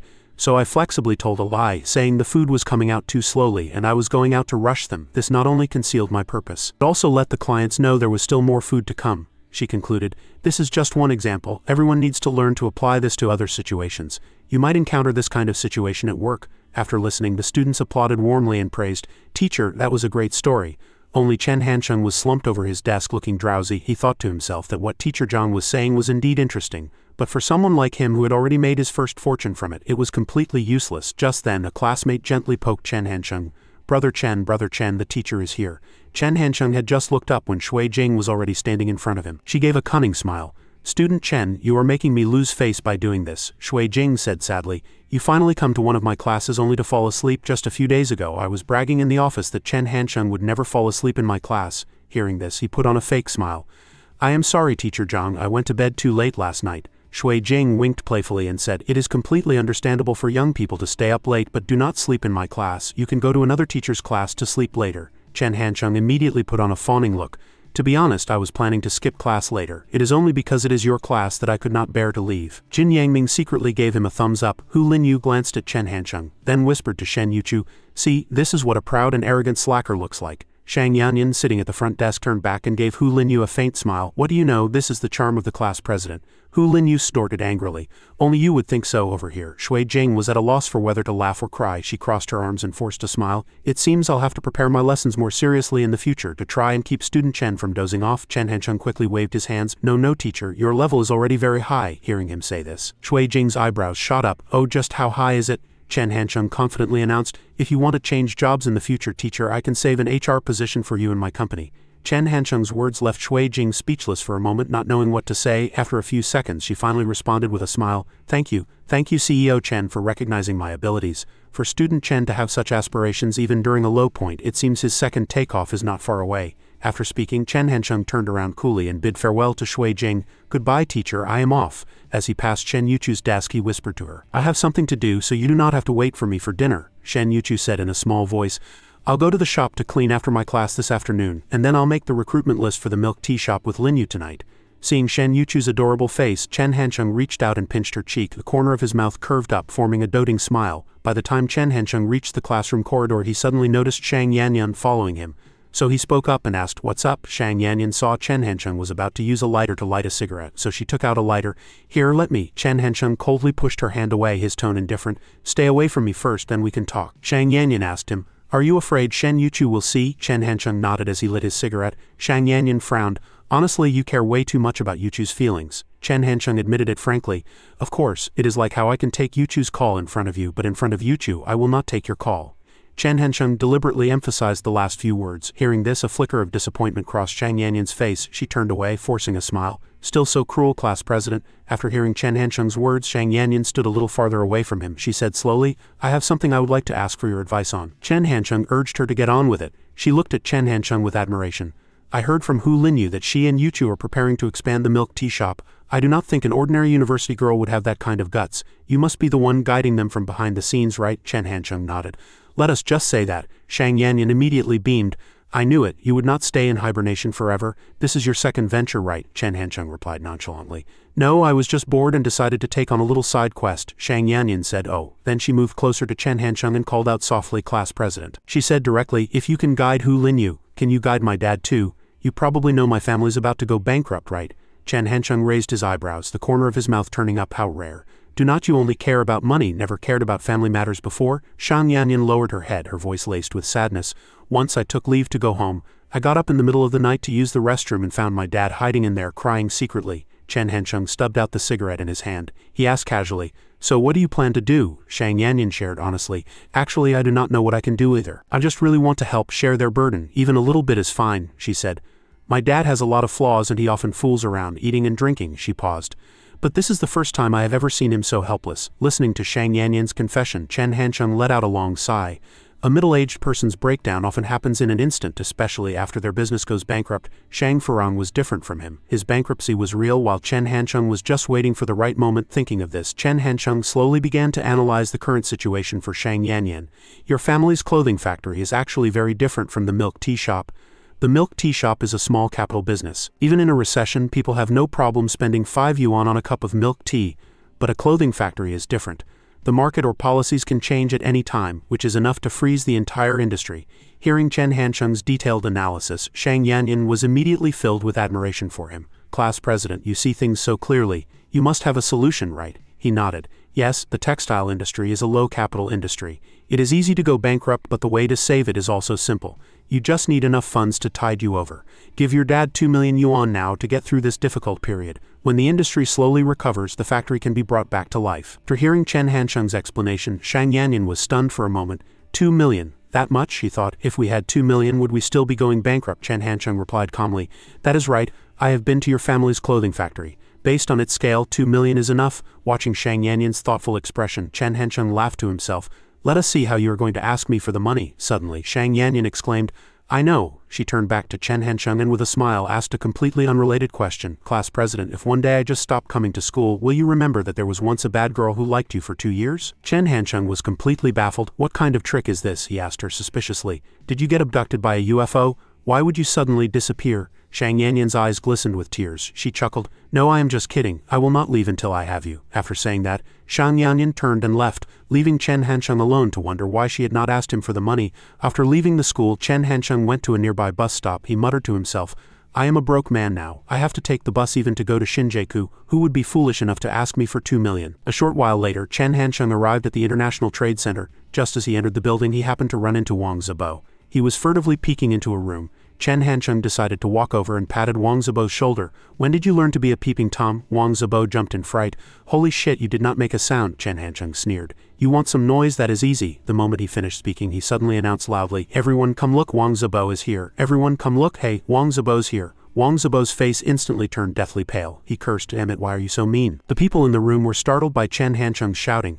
Bian Shishi pushed the door open to see what was going on. As soon as he saw her, Wang Zibo's face turned as red as a ripe tomato. He shyly called out to Bian Shishi. Chen Hancheng slung an arm around Wang Zibo's shoulder from behind and enthusiastically introduced him to Bian Shishi. "Wang Zibo, my childhood friend, a junior at Jianye University of Science and Technology. He has recently been helping out at the law firm. If you need anything, just ask him. Do not be polite." Wang Zibo looked away and muttered under his breath, "I have to go to class normally too." After a while, everyone was seated. Xiao Rongyu spoke up. "Everyone's here. Let us start the meeting." Xiao Rongyu looked at Chen Hancheng. He instructed, "You are the director. You decide." Senior sister Gao Wen smiled and asked, "Does anyone have any opinions?" Xiao Rongyu then stood up to speak. "There are a few things I would like to discuss with everyone today." Xiao Rongyu stood in the center of the room full of confidence and wanted to clarify a few things with everyone. First is to handle the cleaning and environment. Second is to purchase office supplies. As Xiao Rongyu was speaking, she suddenly noticed Chen Hancheng. He wasn't paying attention at all. Xiao Rongyu cursed inwardly in frustration. This jerk is just sitting there with his head down playing with his fingers. She quickly returned to the topic. Third is to divide and establish the personnel department. Fourth is to hang the sign. Fifth is to set up the network and other hardware. Sixth is that Professor Sun will also be visiting, so we need to be prepared. Bian Shishi sat and listened to Xiao Rongyu's speech. She secretly praised her. "Little Yuer is so smart. She is adapting so quickly." Bian Shishi's gaze shifted to Wang Zibo and her expression instantly changed. She silently judged him, does not know how to apologize, does not know how to coax a girl. He and Chen Hancheng are truly two extremes. Good thing I do not have to be around him often, otherwise it would be so awkward. About an hour later, Xiao Rongyu finished her presentation. She announced the end of the meeting. "Professor Sun is calling me back to school." Everyone also stood up one by one, waving goodbye.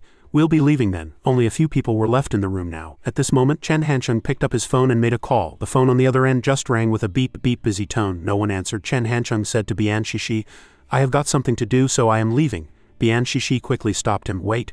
An embarrassed look appeared on her face. "Chen Hancheng, if you leave, will not I be the only one left here?" Chen Hancheng was stunned for a moment. "What?" But he quickly pointed at Wang Zibo. "In your eyes, you do not consider him a person?" Bian Shishi smiled awkwardly. "How could he not be a person? That is not what I meant." Chen Hancheng chuckled. He put his arm around Wang Zibo's shoulder and said, "Wang Zibo, do not mind her. What Bian Shishi means is that in her eyes you barely count as a person." Wang Zibo's cheeks burned hot. He said awkwardly to Bian Shishi, "I am going to connect the network cable." She watched Chen Hancheng's retreating back after he left. Bian Shishi let out a long sigh. Now only she and Wang Zibo were left in the room, each busy with their own tasks. Unconsciously, Bian Shishi secretly glanced at Wang Zibo. He was still sitting there, concentrating on installing the wiring, with no sign of wanting to talk to her. Bian Shishi's mouth twitched. She was fuming, wondering what little Yuer was thinking, setting her up with Wang Zibo. She pouted. "Just because he is from the same hometown, you cannot just throw him at your best friend, can you?" Wang Zibo did not turn around, so Bian Shishi naturally could not see his face, which was as red as a tomato. His mind was a mess and his hands could not concentrate on connecting the wires. Pushing down his chaotic thoughts, Wang Zibo worked hard to connect the network cables. Then he quickly assembled the office furniture. Finally, he even went to clean up. Watching Wang Zibo's series of actions, Bian Shishi secretly nodded. He is quite efficient. I guess that is one of his few good qualities. She looked around the office, lost in thought, when she suddenly heard Wang Zibo's arguing voice from outside. "What's going on here?" Outside, Wang Zibo was angrily pointing at the sign. This character was crooked. Standing opposite him were two workers. One of them argued, "We bumped it by accident when we were getting into the elevator. It does not really affect anything. Everyone knows what the character is anyway." Wang Zibo firmly disagreed. He said seriously, "That is not acceptable. Crooked is crooked. You can put up the other characters first and take this one back to fix it. We are not in a hurry right now." The two workers hesitated. One of them tried to get away with it again. "It is no problem. It will warp over time anyway." Wang Zibo insisted, "No, this should be taken seriously.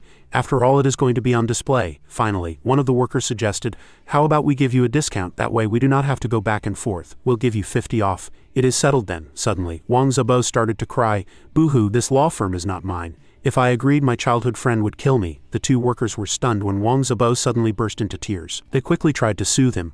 All right. Just then, Bian Shishi suddenly appeared behind Wang Zibo. She held up her phone to the two workers. "Hey, do not make things difficult for us. We are not the bosses." Bian Shishi stood in front of Wang Zibo and said loudly, "The owner of the law firm is right here. He'll talk to you." Chen Hancheng's angry voice immediately came from the phone. I am very familiar with your company's manager. He was the one who printed my advertising bags for my first business. We have some history. Take the character back and fix it. When you have time later we can have a meal. It'll be my treat to thank you." The two workers were still trying to be evasive. "Boss, it really does not affect anything." Since they would not listen to reason, Chen Hansheng roared in anger. "Affects my ass, it is not your company. Of course you do not care. You have two choices now. 1. Take it back and fix it. 2. Refund my deposit." He gave them a direct ultimatum. "If you dare to stick it on crooked, I'll dig up your ancestral graves. You just know how to bully an honest person like me." The two workers did not dare to argue anymore. They quickly ran off, repeatedly saying, "We'll go back and fix it." After this incident, Bian Shishi realized that this was how ordinary people were. Seeing that Wang Zibo was easy to bully, they pushed their luck. But with Chen Hansheng, who was violent and unreasonable, they did not dare to offend him. Wang Zibo lowered his head, turned, and went inside. Bian Shishi secretly watched him. She stood behind Wang Zibo, watching him organize the electronic equipment, and her favorable impression of him grew a little more. So loyal and persistent for a friend. This must be his second good quality. On the bus, Bian Shishi instructed Wang Zibo, "Wake me up when we get to my stop. I want to sleep for a bit." Wang Zibo sat next to her, secretly watching Bian Shishi doze off, his eyes full of affection. It is already 10 p.m., she must be really tired. After the bus had been moving for a while, Bian Shishi unconsciously rested her head on Wang Zibo's shoulder. His whole body instantly froze. Wang Zibo looked flustered at the soundly sleeping Bian Shishi. His face was as red as a tomato and he panicked inwardly. "Oh no, should I wake her up?" Wang Zibo looked at Bian Shishi. He was really hesitant. Bian Shishi was sleeping so soundly that he could not bear to wake her. Just then the ticket conductor suddenly shouted loudly, "Donda is next. Anyone getting off, get off now." The conductor's shout woke Bian Shishi up from her daze. She happily waved goodbye to Wang Zibo. "Thanks for taking me back so late. See you next time." After saying that, she got off the bus. Wang Zibo's affectionate gaze followed Bian Shishi's retreating back. On the last bus of the night, Wang Zibo said softly, "Thank you for pretending to be my girlfriend for 20 minutes. Unconsciously, the end of November passed and December arrived. The second branch of the milk tea shop officially opened. The law firm was registering with the Bureau of Justice, just waiting for Professor Sun's appearance. The only thing dragging on was the electronics factory. After discussing with Kang Zheng, Chen Hansheng decided to rent 600 mu of land at once for a 20-year term. Chen Hansheng was waiting for the approval to go through, and secondly for Liang Maiwan to come to Jianye early this morning. Chen Hansheng was curled up in his warm quilt. He lazily picked up his phone and a name immediately appeared on the screen, Chen Qinyu. Chen Hansheng pressed the answer button. He asked Chen Qinyu, "Why the sudden call, what's up?" Chen Qinyu's voice immediately came from the other end of the line. "Is it convenient for you to talk now? Are there any girls sleeping next to you?" Chen Hansheng joked. "No girls, but there are a few rugged men. I am in my dorm." Chen Qinyu seemed to have been waiting for Chen Hansheng to say this. He said concisely, "Good, I'll wait for you downstairs." He hung up and Chen Hansheng stared at his phone screen. He muttered, "Whoa, what a domineering former student union president." Not long after Chen Hansheng got dressed and went downstairs, Chen Qinyu was indeed already waiting there. As soon as he saw Chen Hansheng, Chen Qinyu frowned and said sarcastically, "Well, look at you, you even changed your clothes, such a show-off." Chen Hansheng did not hold back either, asking him directly, "What are you here for? You're about to steal all the girls." He immediately got serious and went straight to the point. "I have something urgent, let me ask you, has Yan Yan been to class these past 2 days?" Chen Hansheng scratched his head and answered honestly, "How would I know? I do not even go to class myself, who cares about her?" Unexpectedly, Chen Qinyu suddenly got angry and yelled at him, "Fuck, are you even a man?" Chen Hansheng quickly tried to calm him down. "Hey, do not worry, let me ask around first." After saying that, he took out his phone and dialed Shang Yanyan's number. The only response Chen Hansheng got was the mechanical female voice of the operator. "The number you have dialed is switched off. The number you have dialed is switched off." Chen Qinyu ran his hands through his hair in frustration. "Do not bother, I have already called dozens of times since last night." Chen Hansheng frowned and asked Chen Qinyu, "A few girls in the class said Shang Yanyan took leave to go home. Do you have any news?" Chen Qinyu then told Chen Hansheng the whole story. "The climate in Europe and China is really opposite. We just finished our summer vacation and were planning to rest for a bit before coming to find you guys. But last night Yan Yan suddenly sent me a message asking if she could borrow 2 million from me." Chen Hansheng said, "Oh. What did you say?" Chen Qinyu answered with difficulty. "Where would I get 2 million? I only have about 10,000 yuan in total. My monthly allowance is only a few thousand. My car is still at home and even if I sold it, it would only be around 300,000. The problem is, I do not know what she needs 2 million for." At this, Chen Qinyu's face darkened, his tone full of worry, and then Yan Yan just said, "It is nothing, just asking casually. The last thing she said to me was, take care and find a girl who truly loves you."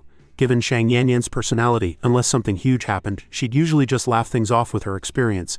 It was then that Chen Hansheng told Chen Qinyu a piece of news. Her family's clothing factory went bankrupt and her parents' relationship is on the verge of collapse.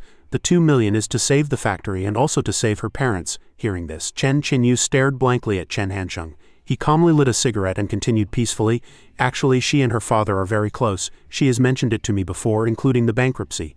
A glimmer of hope appeared in Chen Qinyu's eyes. Then you, Chen Hansheng decisively interrupted. Rocket 101 went bankrupt too. The light in Chen Qinyu's eyes went out again. He took a dejected drag from his cigarette. No wonder, if you had not gone bankrupt she would not have asked me.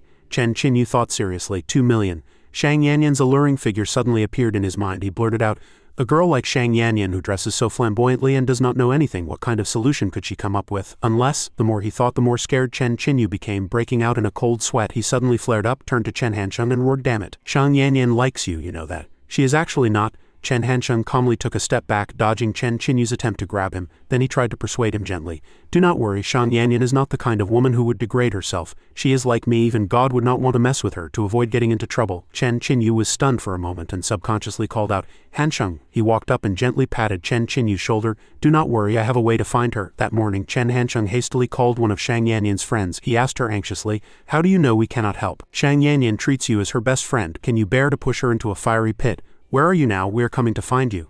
After hanging up, Chen Hansheng explained to Chen Qinyu, she is a friend of Shang Yanyan's. Once when I was on a business trip to Shanghai, Shang Yanyan dragged a group of friends to sing karaoke. I saved the number of the prettiest girl there. She knows Shang Yanyan's whereabouts. Surprising, is not it? Chen Qinyu looked at Chen Hansheng silently for a moment. Chen Hansheng urged him, let us go to Shanghai. In the car, Chen Qinyu focused on driving according to Chen Hansheng's instructions. Stop at the Postal Savings Bank, I want to withdraw some money. So Chen Qinyu took him to the Yiwu post office. Chen Hansheng shook his head. This will not work, they do not have that much. I need to go to the Jianye head office. Chen Qinyu raised his eyebrows and asked Chen Hansheng suspiciously, it is not enough here. How much do you want to withdraw? He smiled and asked Chen Qinyu back, if I said I want to withdraw 2 million to help the girl in your heart get through this, would you believe me? Of course, Chen Qinyu did not believe him. He snapped at Chen Hansheng. Damn it, you are still joking at a time like this, Chen Qinyu said as he drove. Before I went to Australia, Yan Yan and I agreed to break up. He recalled what she said at the time, the guy she likes the most is actually you. So after I got to Australia, I kept in touch with our classmates and often sent them postcards from Australia, but I deliberately left you out. At this point, Chen Qinyu felt a little apologetic. He turned and said to Chen Hansheng frankly, you might have found it strange. Actually, that is the reason. I want to say sorry to you now. After all, we are friends too, and you are the only one with me at a time like this.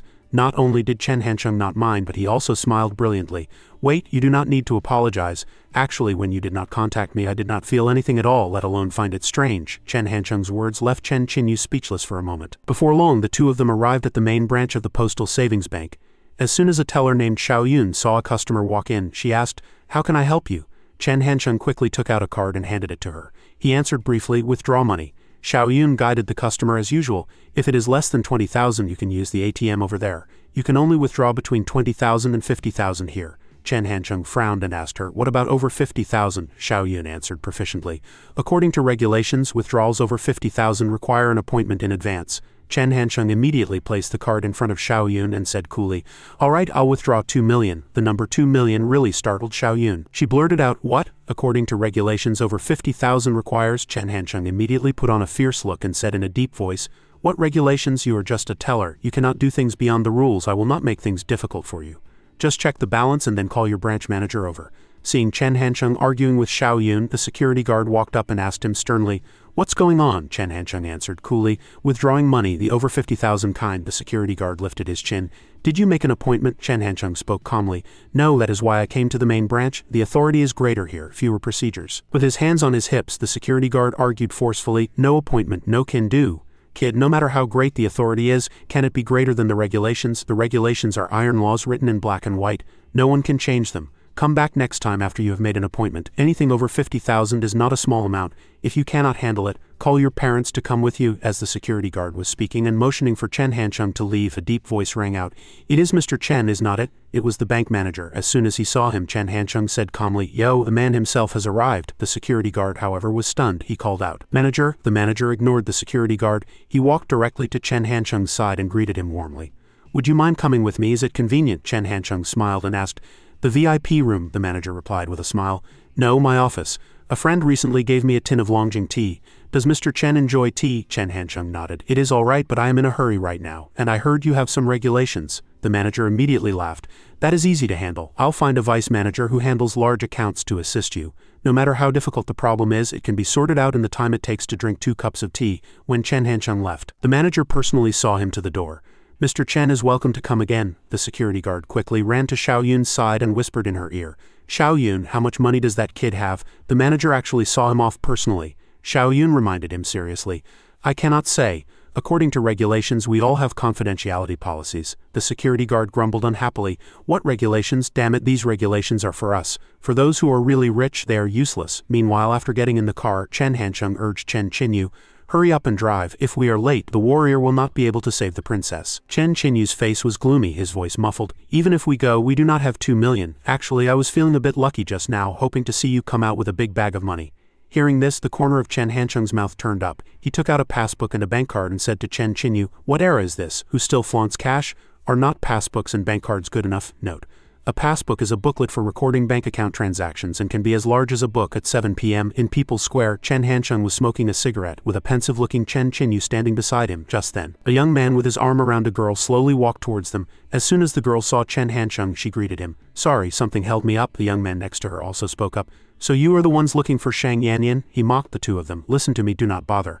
I heard she wants 2 million. Is not that a fairy tale unless some rich guy keeps her? The girl next to him said in a low voice, stop it. The young man rudely pushed the girl down and yelled, damn it, why cannot I say it, you smelly bitch, you really think you have the right to speak? Chen Qinyu suddenly spoke up. Have you two had dinner? If not, it is my treat. The young man turned to him and said, oh, quite rich, huh? Then he said some very unpleasant things. This one next to me only costs 200,000. Although she is not as pretty as Shang Yanyan, she has many benefits. Chen Hansheng directly proposed to the young man. I want to talk to her alone for half an hour. Name your price. He looked at Chen Hansheng and nodded. You know the rules. Money makes the world go round, right? 1,000 for half an hour. Chen Hansheng generously took out the money. He pursed his lips. Is it enough? The young man's eyes lit up. He rushed to snatch the money from Chen Hansheng's hand, but Chen Hansheng had already pulled his hand back. Chen Hansheng pointed to Chen Qinyu's car. See that Lexus? You watch the car for me. The young man gritted his teeth in anger. Damn it, you want me to watch the car? Chen Hansheng slapped his face with a wad of cash, his tone mocking. I am giving you money. If I told you to eat shit, you'd have to eat it. He held the money in front of the young man. Hey, I am asking you, do you want to earn this money? He immediately looked as if he were hypnotized, drooling. Yes, of course I do. Holding the money, the young man counted it while smiling disdainfully, his eyes secretly glancing at Chen Hansheng, Chen Qinyu and the girl. Chen Hansheng and Chen Qinyu took the girl into a fast food restaurant. The girl looked worried. She softly advised Chen Hansheng, you should not have provoked him. Chen Hansheng sneered, he is just a small fry. It was better to talk now that the idiot was gone. Where is Shang Yanyan? The girl carefully asked Chen Hansheng and Chen Qinyu. What is your relationship with Yanyan? Chen Hansheng turned to Chen Qinyu and gently patted his shoulder. He is Shang Yanyan's ex-boyfriend, a rich second-generation kid. The girl asked Chen Qinyu directly, can you come up with 2 million? Chen Qinyu said awkwardly, the girl decisively cut him off. If you cannot, then do not go and bother her. Chen Qinyu pointed at his car, explaining awkwardly, my Lexus is worth over 500,000. Do you think I can come up with 2 million? I also have. The girl's face instantly darkened, her brows furrowed and her lips pursed as if in a fierce internal struggle. From behind the counter, a waiter walked up to Chen Hansheng and gently reminded him, Sir, smoking is not allowed here. Chen Hansheng said with a fake smile, I am not smoking, I am just biting the cigarette butt. After a moment of silence, the girl finally decided to tell Chen Hansheng and Chen Qinyu everything. She wants to work as a KTV hostess to earn money. Tonight at 8 p.m. is her first day. Chen Hansheng got the information he wanted, so he simply nodded, okay. With that he turned to leave. The girl quickly shouted after him, wait. The girl sobbed and said, my family also went bankrupt. Like Yanyan, I did not get any help, but no one came to help me back then. Chen Qinyu silently took out a wad of cash and handed it to the girl. He looked at her with sympathetic eyes and sincerely advised her, thank you, you should break up with your boyfriend soon and find a proper job. The girl looked at the money Chen Qinyu handed her. He sighed, life is a long road, it is inevitable to take a wrong turn, just as Chen Hansheng walked out of the convenience store. The young man greeted him enthusiastically. Boss is out. Chen Hansheng nodded. He tossed him a bottle of water and then ordered, here, pour this water for me to wash my face. The young man replied obediently.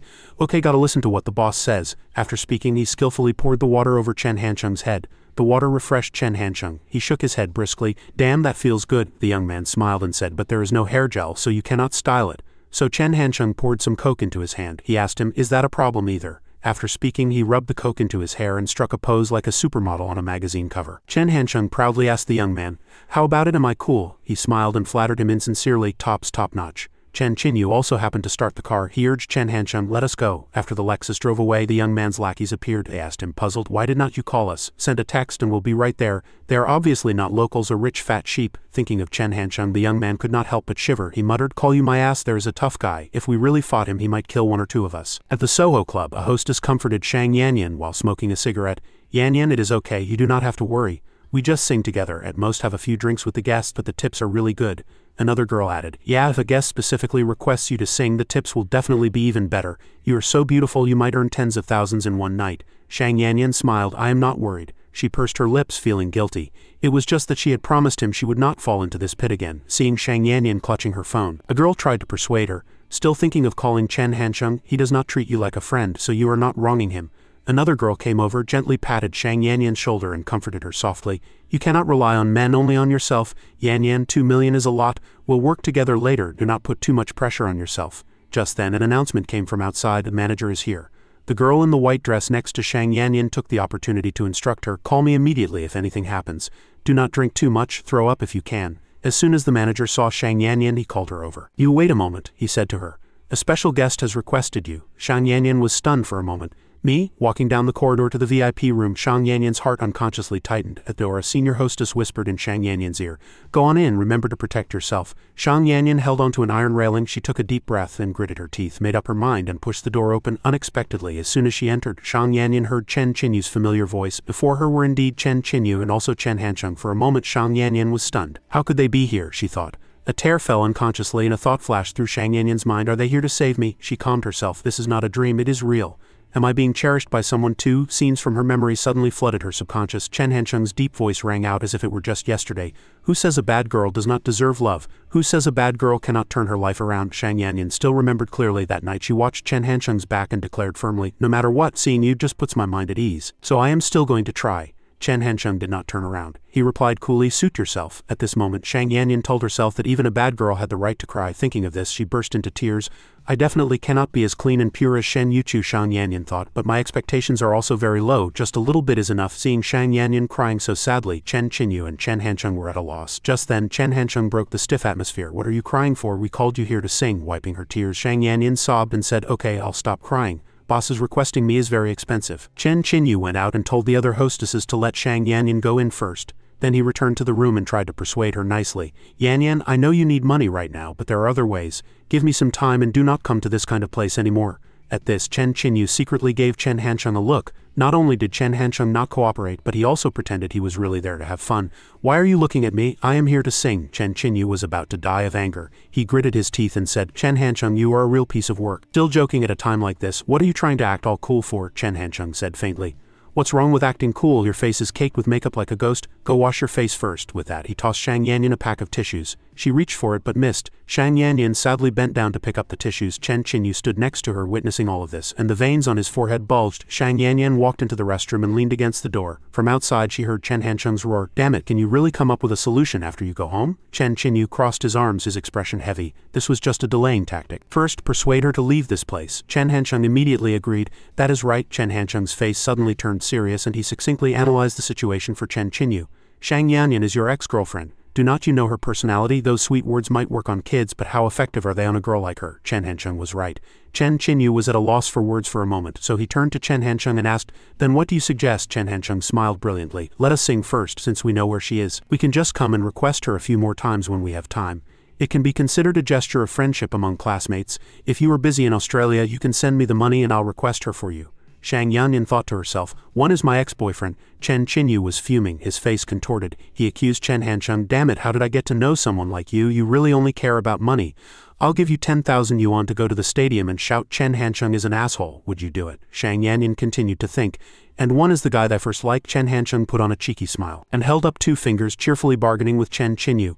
Add another 20 yuan and I'll do a somersault while I shout. Meanwhile, in the restroom, Shang Yanyan turned on the faucet and looked at herself in the mirror. She gently wiped the water off her face with the tissues Chen Hansheng had given her, feeling very troubled. How should I face them? After waiting for a long time and not seeing Shang Yanyan come out, Chen Qinyu called out Yanyan. From the restroom, Shang Yanyan replied softly, I am here. Chen Hansheng and Chen Qinyu both looked towards the restroom at the same time. Shang Yanyan, wearing a dark red dress, slowly walked out. She gently ran a hand through her hair, the corners of her mouth turning up, revealing a shy smile. Bosses, Shang Yanyan walked over and sat down next to Chen Hansheng, saying sweet nothings to him. What song would the bosses like to hear today? What dance would you like to see? I can do both Sandy Lam and Fish Liang's songs. Chen Hansheng smiled. That is more like it. When you are out having fun, you should be happy. He took out a few dice and happily suggested, Sister, let us play dice, it is free. Shang Yanyan was stunned for a moment, but she quickly and obediently cooperated with him. Okay, I'll listen to whatever the bosses say tonight. Chen Qinyu watched them flirt and was very puzzled, so he asked, what are you two up to? Chen Hansheng twirled the dice in his hand and answered nonchalantly. Playing dice. Chen Qinyu, are you in? It is more fun with 3 people. Chen Qinyu suddenly flew into a rage. He angrily knocked the dice out of Chen Hancheng's hand and roared fiercely, "You two can still play such a boring game?" The veins on Chen Qinyu's forehead bulged. He turned and loudly questioned Chen Hancheng. "Shang Yanyan is your classmate. Even if you do not like her, she has liked you for 2 years. Is it necessary to go this far?" After speaking, he looked at Shang Yanyan, his voice full of injustice. "Yanyan, do you see? This is the true face of the person you have liked for 2 years. You even said he is like an angel in your heart, that there is no problem he cannot solve."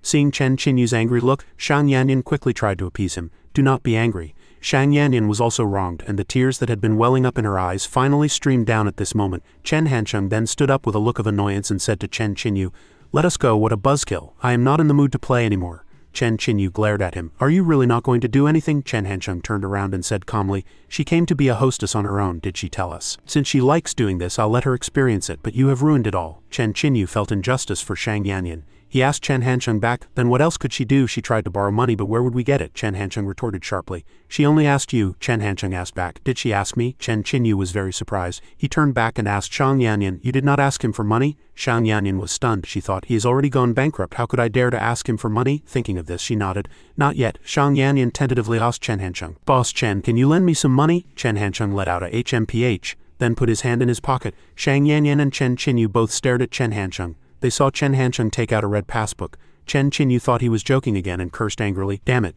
Chen Hancheng calmly held the passbook and waved it in front of Chen Qinyu and Shang Yanyan. He said to them, "Look, this is what I got from selling my body." With that, he threw the passbook at Chen Qinyu. Looking at the red passbook that had fallen in front of him, Chen Qinyu was stunned for a moment. He picked it up and flipped it open. Chen Qinyu's face instantly darkened. He said nothing, just silently handed the passbook to Shang Yanyan. She nervously opened the passbook and her whole body suddenly trembled slightly. A moment later, Shang Yanyan hugged the passbook and burst into loud sobs. Watching Chen Qinyu and Shang Yanyan cry so sadly, Chen Hancheng slowly exhaled a puff of smoke. He leaned back in his chair and lamented, "I spent so much money and did not even get to hear a song. What a huge loss." Hearing him say this, Shang Yanyan moved closer to him. She called out softly, "Boss Chen, what's a song? If you take me out tonight, I am willing to." With that, she hugged Chen Hancheng's knees. Chen Hancheng was stunned for a moment. "Take you out for what?" Shang Yanyan's cheeks turned crimson. She stammered, "To do what you men all like to do." Chen Hancheng suddenly narrowed his eyes and smiled mischievously. "Oh, the things men like to do." He happily patted Shang Yanyan's shoulder. "Let us go play League. I am a sick Yasuo player." This time it was Shang Yanyan's turn to be stunned. She asked awkwardly, "Who's Yasuo?" Chen Hancheng reached out his hand to Shang Yanyan and said, "Are you done looking? If you are done, give it back." Chen Hancheng waved the passbook in his hand and said mockingly, "What a pity, no one is borrowing money from me. This money is about to burst my pockets." Shang Yanyan quickly hugged Chen Hancheng's arm, crying and begging him, "I'll borrow it, I'll borrow it." Being held so intimately by Shang Yanyan, Chen Hancheng's cheeks turned slightly red. He coughed lightly a few times. "If you want to borrow it, you have to write an IOU." Shang Yanyan nodded without hesitation. "I can write it right now," Chen Hancheng said with a fake smile. "You'd better have your dad write it. You do not have anything to use as collateral."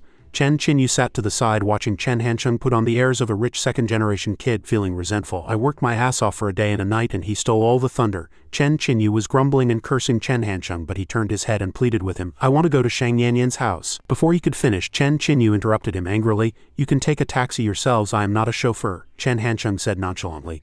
"I am not asking you to be a chauffeur," he shamelessly proposed. "I mean, let me borrow that Lexus. It is not even 9 yet. You can take a taxi back to Jianye." Chen Qinyu's face instantly darkened. He muttered to himself helplessly, "I think I finally understand how He Chong felt back then." Meanwhile, Shang Yanyan hurried into the dressing room. Before she left, she said to Chen Hancheng, "I am going to pack my things, wait for me." After Shang Yanyan left, Chen Hancheng happily slung his arm around Chen Qinyu's shoulder and flattered him. "Chairman Chen, see the job through to the end. This way you'll have a sense of participation in the whole process." Chen Qinyu was so angry he turned his head and yelled at Chen Hancheng, "Participation my ass, how about I give Shang Yanyan a lipstick? So when she kisses you, my sense of participation will be even deeper." A short while later in the parking lot, Chen Hancheng slowly lit a cigarette, then handed the lighter to Chen Qinyu. While lighting Chen Qinyu's cigarette, Chen Hancheng advised him, "You should stop wasting your time on Shang Yanyan in the future. Just focus on studying in Australia for a few years and learn something useful." He sincerely told him to find a suitable girl to marry in the future. "Shang Yanyan and you have no future," Chen Qinyu snorted coldly. "How do you know?" Chen Hancheng replied calmly. "Do you think Shang Yanyan can be a stay-at-home wife? Do you think Shang Yanyan can help you in your career? She does not even want to have children." At this, Chen Hancheng said directly, "If you get married, you'll get divorced sooner or later." Chen Qinyu's leg twitched. He turned to look at Chen Hancheng and asked cautiously, "You will not marry Shang Yanyan either, will you?" "Shen Yuchu is the ideal wife for any Chinese man," Chen Hancheng replied faintly. "Actually, besides being classmates, Shang Yanyan and I are just creditor and debtor." He slowly exhaled a puff of smoke, his gaze distant. "As for the future, who could say for sure? A few minutes later when Shang Yanyan came out, only Chen Hansheng was left waiting for her. He said to Shang Yanyan, "Your ex-boyfriend drove off by himself. I'll take you home and act as a creditor while I am at it."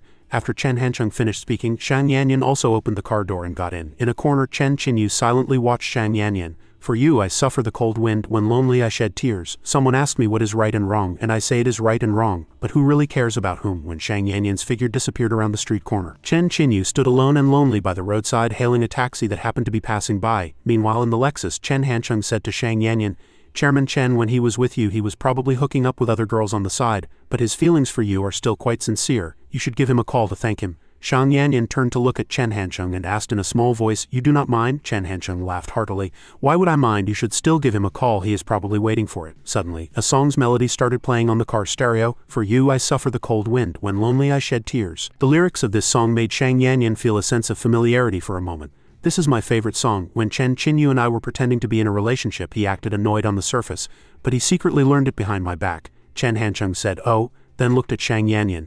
She smiled and asked him, "Can I borrow your phone then?" Although Chen Hansheng still handed the phone to Shang Yanyan, he secretly judged her in his mind. "This is too skillful. She really understands men's hearts. This call should indeed be made." After all, Chen Qinyu had been busy all day, but Shang Yanyan was also afraid he would be jealous, so she deliberately borrowed his phone to make the call, not only to express her gratitude but also to state her identity and position. He thought if this were a palace drama, neither the silly baby nor the white moonlight would be a match for Shang Yanyan. Bestie director Zheng would be okay. But she is too ambitious to care about these petty things. With Luo Zan's temper and Sister Jing, why would I even think of Sister Jing? Meanwhile, Chen Qinyu answered Shang Yanyan's call. He was full of frustration, so he answered impatiently. "Hello?" Shang Yanyan's voice came from the other end of the line, stunning Chen Qinyu for a moment. A moment later he chuckled softly. "You actually dare to call me in front of Chen Hansheng. It seems my efforts weren't in vain. Today's hard work was worth it." Hearing Chen Qinyu's words, Shang Yanyan was very moved. She said to him sincerely, "Qinyu, I really want to thank you, not just for today, but also for your tolerance back then." Chen Qinyu replied reluctantly, "Why thank me? I am not a good person either. When I was with you I was actually still secretly. I had not completely broken up with my ex-girlfriend. Remember last year's Shishi festival? I lied to you and said I was going to an internet cafe all night, but I was actually going to see my ex."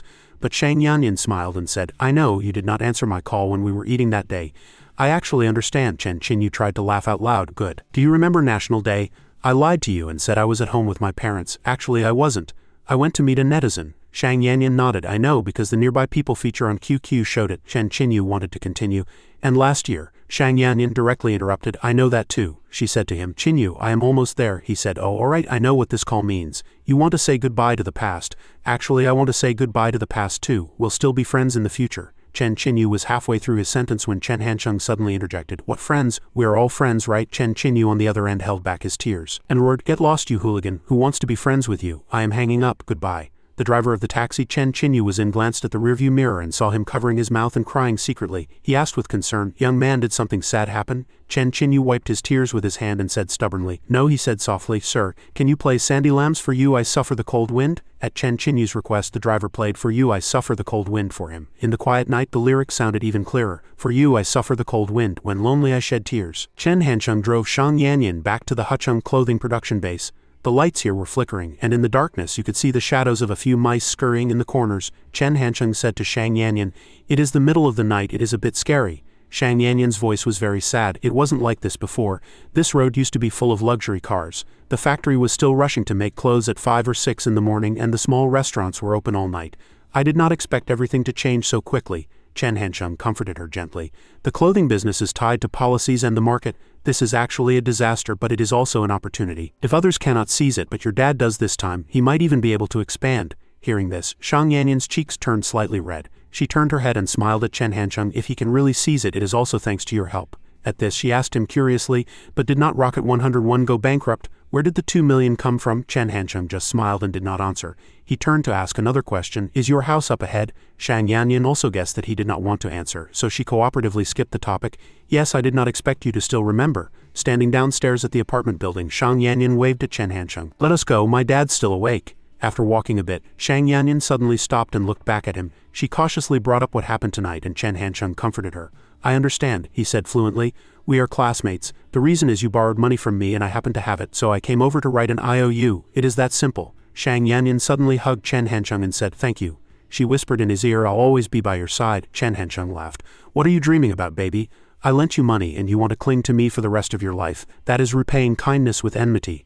At the door of her house, Shang Yanyan gently pushed the door open. As soon as he saw her, Shang Furong asked, "Why are you back, Yanyan?" It was only then that he noticed Chen Hancheng following behind her. Shang Yanyan's parents were immediately delighted, and Shang Furong greeted Chen Hancheng. "Little Chen, good evening." Then he said to Shang Yanyan, "Why did not you tell me little Chen was coming? Otherwise Dad would have taken him to Bajianlu for a late-night snack for some hairy crabs." Chen Hancheng smiled and said, "Boss Shang, you are too kind." Shang Furong smiled politely.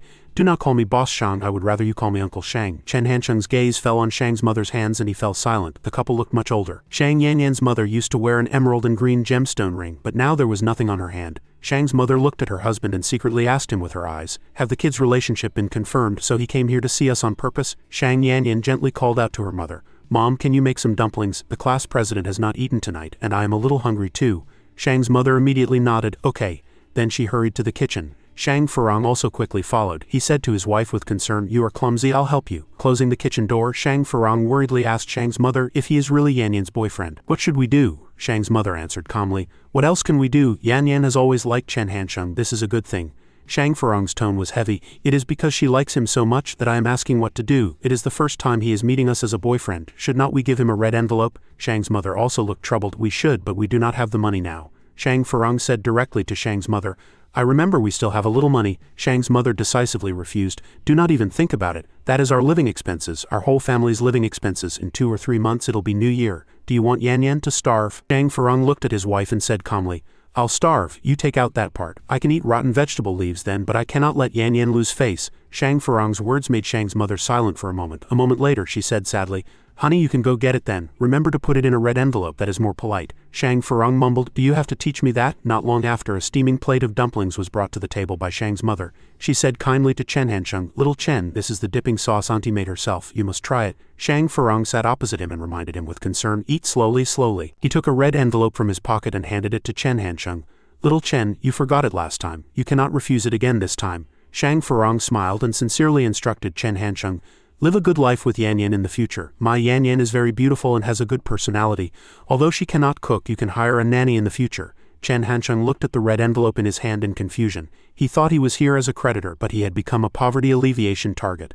And the meaning of these words was not right. "Shang Yanyan is my girlfriend." Thinking of this, he could not help but look at Shang Yanyan next to him. Her cheeks were already flushed red. She shyly shouted, "Dad, we are back." Shang Yanyan was still talking when Chen Hancheng quickly stopped her. "Are you going to take them to the bedroom and explain slowly?" Shang Yanyan had to stand up and said softly to him, "All right then, you can watch TV." A few minutes later, Shang Furong came out of the bedroom. He called Chen Hancheng, "Little Chen." Shang Furong was a little embarrassed and his speech was intermittent. "That, Chen Hancheng, no, CEO Chen," Chen Hancheng said to him relaxedly. "You can call me whatever you want. I am Shang Yanyan's classmate anyway. She probably told you, right?" Shang Furong nodded lightly and said, "She told me everything." He looked at Chen Hancheng with a difficult expression. "But there is something, CEO Chen. Yanyan asked to put up collateral, but our car has been sold, we have no savings, and the things in the house are not worth 2 million. How about I transfer the ownership of the factory to you first?" Shang Yanyan suddenly walked up to Chen Hancheng and whispered in his ear, "Why do not we forget it? I will not go to KTV either. Let us think of another way," Chen Hancheng deliberately said loudly. And what he said had nothing to do with what Shang Yanyan had just whispered in his ear. "What land? I do not want land." "What did you say? Although land is good, I do not really need it." Shang Furong, sitting opposite, quickly agreed. Right, I'll forget about this messy business." He discussed with Chen Hancheng, "This land is not rented, it is our family's land. I can transfer a paper agreement to you. At most, we'll just have to go back to the village to handle the formalities." The two men discussed this, and only Shang Yanyan was still confused. She asked herself in a daze, "When did I mention the word land?" Shang Furong quickly prepared all the necessary documents and handed them to Chen Hancheng. He said to Chen Hancheng, "Look, this is our family's land deed." Chen Hancheng smiled politely. This is not necessary, uncle and auntie," although he said so. Chen Hancheng was very satisfied. As he looked at the documents, he secretly assessed them, about 70 acres. He was also acquiring land now, but that was in the suburbs of Zhongling. This was in the suburbs of Shanghai and the value was incomparable. Chen Hancheng calculated carefully. The new factory's location had not yet been decided. Kong Jing could apply for 600 acres at once. As long as the factory's annual tax payment reached a certain standard, the rent would be waived. The support from the state and government for the development of the private economy was still very strong. But the factory in Zhongling district was only the first stage. After establishing a foothold, they had to expand outward. This belonged to the second stage. If they planned to put down roots in Shanghai and the Yangtze River Delta, this was inevitable. If he built a factory in Shanghai, he would have more confidence when bragging to his family in the future. Thinking of this, Chen Hancheng revealed a sly smile. At the same time, Shang Yanyan's family of 3 was still nervously waiting for Chen Hancheng's reply. After reading the documents, Chen Hancheng smiled politely. I feel like I am taking too much advantage of everyone. It is burning my hands just holding it. Uncle, seeing his vague attitude, Shang Furong could not help but frown. He secretly guessed that this kid was playing the typical hard-to-get game. Shang Furong thought carefully, but this was all his valuable property. What else did Chen Hancheng want to get? He secretly glanced at Shang Yanyan and guessed, people. He observed that Shang Yanyan and Chen Hancheng were very close and dismissed this guess. My daughter has already made a move, what's there to catch? Unable to figure out what Chen Hancheng was planning, Shang Furong had to ask directly, are you worried that a land deed is not as solid as a property title? Chen Hancheng shook his head with a smile. No, the more informal the procedures, the easier it is to handle. I mean, I want to give Uncle Shang some more money, so Uncle will not be at a disadvantage with the mortgage. Shang Furong asked him, then what do you want? Chen Hancheng answered frankly, I want to ask Uncle for a favor. Many factories around have closed down. I am not a local, so it is too inconvenient to ask around. Uncle is a local. When you have time, can you help me ask if anyone nearby wants to sell land? On the surface, Uncle will buy it back in your name, but actually it will be in my name. It is best if they are connected. About 300 acres is enough. Shang's mother stood behind her husband and said happily, this is simple. The neighbors around have been selling their land for a long time. It is just that they could not find a buyer. Also, the village committee is a bit troublesome. Shang Furong suddenly raised his hand to stop his wife. Then he turned to Chen Hancheng and asked, do you want to build buildings? Chen Hancheng answered calmly, I am not in real estate. It is too expensive and the location here is not good. Everyone has their own house who would buy it. At this he suddenly grinned and excitedly revealed his plan to the Shangs. Actually, I want to open an electronics factory. In the future, the products will be stamped made in Shanghai, and the grade will naturally go up. Hearing this, Shang Furong nodded.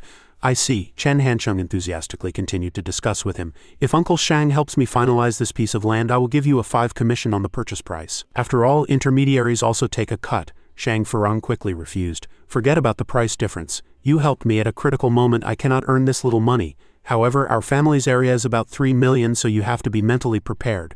Chen Hancheng was stunned for a moment. 40,000 an acre, he calculated in his mind. Around 2002, a piece of land in Gangcheng was only about 200 T yuan. The city was about an hour's drive from the center of Shanghai, a 20-fold difference. He considered it. 55 million was a lot, but this money was nothing compared to the price of land in central Shanghai, so he decisively agreed, okay. Chen Hancheng was secretly happy. If he could really buy 300 acres of land in the suburbs of Shanghai for more than 10 million, it would be as stylish to grow vegetables here in the future. He happily said to Shang Furong, I'll tighten my belt and live a hard life then. Shang Furong asked Chen Hancheng, then when do you plan to build the factory? Chen Hancheng pondered. The time is not certain, let us just have an empty lot here first. With that, he handed the passbook to Shang Furong. There is only 2 million here. When I have time, I'll send another million. You cannot just ask for 2 million when others ask for 3, Uncle Shang. By the way, I'll sign a mortgage transfer contract with you. Shang Furong immediately agreed, okay. At this time, Shang's mother asked Chen Hancheng, it is so late, why do not you stay here for the night? Chen Hancheng immediately refused. No, auntie, I still have class tomorrow. After speaking, he turned to ask Shang Yanyan, do you want to rest here? Shang Yanyan replied happily, if you go back, I'll definitely go back too. After speaking, she turned to Shang Furong, gently held his hand and instructed, the life-saving money is here, you two do not have to be under so much pressure. Also, remember what the class president said, Dad. After Chen Hancheng drove Shang Yanyan back to school, Shang Furong silently watched the car from upstairs for a while. Shang's mother then blamed him. Chen Hancheng gave an extra million, you did not even say thank you. He asked his wife faintly, what should I thank him for? He explained while lighting a cigarette. Chen Hancheng just wanted to help me, I definitely would not take that million. Or if he was willing to be Yan Yan's boyfriend, I would give him the land for free. Shang's mother asked unhappily, how do you know there is no chance for them in the future? Do not offend people. Shang Furong looked at the red booklet on the table and said meaningfully, the 8 characters have not even been written yet, it will not work out, he said profoundly. The red envelope is still there, Chen Hancheng is so smart he definitely would not forget it on purpose. Shang Furong looked up at the sky, his tone sad, I asked for more money, actually it was for Yan Yan. Thinking of Shang Yanyan smiling brightly when she sat next to Chen Hancheng, Shang Furong said with some melancholy, what her life will be like in the future it is still uncertain. In the darkness, Chen Hancheng's Lexus sped along. In the car, Shang Yanyan said softly to Chen Hancheng, the person I should thank the most is you. Chen Hancheng's face turned pale and his voice trembled. Do not be in a hurry to thank me, Chen Hancheng said through gritted teeth as he looked down. Cannot you see I am in pain? He said to Shang Yanyan. Help me with your actions. Shang Yanyan followed Chen Hancheng's gaze and looked. Her gaze fell on his sturdy shoulder. Shang Yanyan's cheeks suddenly turned red. She thought to herself, I have not even finished speaking and he is already so sure and he is ordering me to do such an excessive thing. Is it because he lent my dad 2 million? Thinking of this, Shang Yanyan deliberately rested her chin on her hand and looked out the car window. Seeing that she was ignoring him, Chen Hansheng impatiently urged, Hurry up, I am about to burst. Shang Yanyan still did not turn around. She gently persuaded him, just endure it. It is not safe on the highway, I'll help you when we get back to school. At this, she turned to Chen Hansheng and explained calmly to him. It is not that I am not listening, it is just for safety reasons. Unexpectedly, Chen Hansheng angrily yelled at her. Are you sick? What's so dangerous about it? You just have to help me with it. Why so much nonsense? Shang Yanyan mumbled. Are you really in such a hurry? Chen Hansheng impatiently yelled at her. Hurry up. He was so angry he could not speak. If it weren't for the seatbelt he would have done it himself. Shang Yanyan's face was as red as a ripe persimmon. She shyly agreed, okay, I'll listen to you. With that, she reached for his calf. Chen Hansheng could not help but knock Shang Yanyan on the head. He angrily cursed her. Damn it, I am driving, what are you sticking your head over for? Is there a US dollar under the car? Do not you have hands? Shang Yanyan touched her head in a daze. With my hands, she complained to herself, you should have said so earlier. I was still hesitating. Chen Hansheng was stunned again. He looked down and found that Shang Yanyan was sneakily putting her hand into his pants. He knocked her on the head again. This time Chen Hansheng was really pissed off by her. He sternly lectured her. Can you be more serious? Why are you always thinking about that? I wanted you to help me loosen the seatbelt. I just ate too many dumplings and feel a little tight in the chest. So that is what it was. Shang Yanyan was so ashamed she wanted to dig a hole and crawl into it. As she helped him loosen the seatbelt, she complained angrily. Why did not you make it clear? Chen Hansheng said seriously. I am a gentleman, how could I ask you to do that? Shang Yanyan angrily mumbled, you'd better be. Not long after, Chen Hansheng drove the Lexus into the dormitory parking lot. Seeing that Chen Hansheng was about to leave, Shang Yanyan quickly shouted, Class President. Chen Hansheng did not turn around, just said coldly, Hurry up. Shang Yanyan gently flicked her hair, put on her most charming posture, and then announced, From tomorrow on I have decided to be your girlfriend. She touched her chin, with a thoughtful look on her face, but I have never been your girlfriend before. Can you say a few words to me in the tone you use with your girlfriend? Chen Hansheng readily agreed. That is easy. Shang Yanyan nodded with satisfaction. I am listening. His cold voice immediately came from her ear. I am going to take a shower. I did not look at my phone when I was sleeping. Hearing this, Shang Yanyan opened her eyes in disappointment. His tone was obviously a little heartless. I am just a normal friend with her. If you think so, I cannot do anything about it. The more Shang Yanyan listened, the uglier her face became. After speaking, Chen Hansheng casually waved to Shang Yanyan. I am leaving, leaving Shang Yanyan alone in a mess in the wind. Is this the tone Chen Hansheng usually uses when talking to his girlfriend? Soon after, the Set 4 and Set 6 exams were approaching. Everyone was in a state of preparation. In the library, Yuchu was seriously and quietly reciting the English conversation she had recorded earlier. Photography world once an expense. She was studying hard while Chen Hansheng was sound asleep on the table. Occasionally he would raise his head and glance at Yuchu. Chen Hansheng, bored, took off Yuchu's headphones and put them on himself. After listening, he teased her. Your spoken English has a bit of a Sichuan and Chongqing chili flavor. Being teased by Chen Hansheng, Shen Yuchu's cheeks immediately flushed red. She quickly turned around and turned off the recording. Just then, Chen Hansheng received a call. Seeing the phone screen, his expression immediately darkened. It was from Empress Dowager Liang. He quickly pressed the answer button, and Liang Maiwan's familiar voice immediately came from the other end of the line. I have taken my annual leave and plan to stay in Jianye for a few days. Chen Hansheng frowned and asked her, Mom, are you really coming? Liang Maiwan answered matter-of-factly. Of course it is true. I have two purposes for this trip. One is to visit little Shen, and the other is to see what you are usually up to. Because your dad keeps reminding me that how you are at school is just for show, and I also need to consider your life outside of school. So I plan to stay for a few more days. Chen Hansheng sighed helplessly. This is clearly old Chen's trick to lure the tiger out of the mountains. Liang Maiwan then asked, Where's little Shen? Chen Hansheng habitually glanced at Yuchu, then quickly reported to her, She is studying right next to me. He poked Yuchu with his finger, then handed her the phone, adding, My mom, say a few words to her. Yuchu awkwardly held the phone to her ear. Chen Hansheng sat next to her, sighing inwardly. She usually did not talk much, but this phone call seemed to have used up a lifetime of words. In the library of the University of Finance and Economics, Yuchu shyly handed the phone to Chen Hansheng. Senior brother Chen, I am done talking. He took the phone and directly asked Liang Maiwan on the other end, Mom, how's little Shen? Liang Maiwan's voice was full of affection. My goodness, little Yuer talks so much. She can talk to me for half an hour without repeating herself. This sweetheart is just too silly. Chen Hansheng smiled and explained on Yuchu's behalf. Just meet her and stay for a few more days and it'll be fine. Shen Yuchu is just too nervous. She actually respects you a lot. While Chen Hansheng was chatting with his mother, Yuchu's eyes suddenly glistened with tears. Liang Maiwan was of course very fond of Yuchu. Her kind laughter came from the other end of the phone. Of course I can feel it. Otherwise why would I like her so much? Alright, I'll talk to you when I get to Jianye. After speaking, Liang Maiwan hung up. Chen Hansheng immediately muttered, So she is still coming. He looked at Yuchu and saw her sobbing, so he comforted her softly. All right, do not be sad. Yuchu's eyes were red. She turned and said softly to Chen Hancheng, "I am so stupid." Chen Hancheng propped up his chin and said to her with a smile, "You are really not good with words." Yuchu was so aggrieved she did not dare to look up, and tears welled up in her eyes again. Drops of tears fell onto the white paper. Chen Hancheng silently watched Yuchu clumsily wipe the tears from the soaked paper with a tissue. He used his hand to wipe away Yuchu's tears, then asked with concern, "Is my mom's opinion very important to you?" Yuchu nodded aggrievedly. Chen Hancheng gently held Yuchu and encouraged her softly, "Do not worry, if you are not good with words then do more. She'll be at the Tianjing Mountain Residential Complex. When you have time, cook a meal for her. She has cooked for me and Dad her whole life. If you make her a bowl of noodles it'll probably move her." Hearing this, Yuchu finally managed to smile. Just then, Hu Linyu walked over from behind Yuchu. As soon as she saw Chen Hancheng, she started complaining to him non-stop, always bullying Yuchu. "Do you feel a sense of accomplishment?" Chen Hancheng quickly explained, "I did not. Her eyes just got tired from reading." Hu Linyu still stared at him with resentful eyes, so Chen Hancheng had to force a smile. "Student Hu, how's your English review going?" Mentioning the English exam, Hu Linyu answered honestly, "I passed Set 4 anyway and I'll just take CET 6 for fun. The best my English has ever been was on June 8, 2002 when I got the college entrance exam English paper. It has been all downhill since I got to university." She had passed Set 4 with Wen Xiaoning and Yuchu. Hearing Hu Linyu's clear answer, Chen Hancheng did not know whether to laugh or cry and commented, "Little Hu, you are too honest." Suddenly, Chen Hancheng noticed the stack of papers in Hu Linyu's hand. "What's this?" Hu Linyu handed the stack of papers to Yuchu, then said, "This is the recent turnover of the milk tea shop and the promotion plan." After speaking, Hu Linyu rested her head on the table, her tone weary.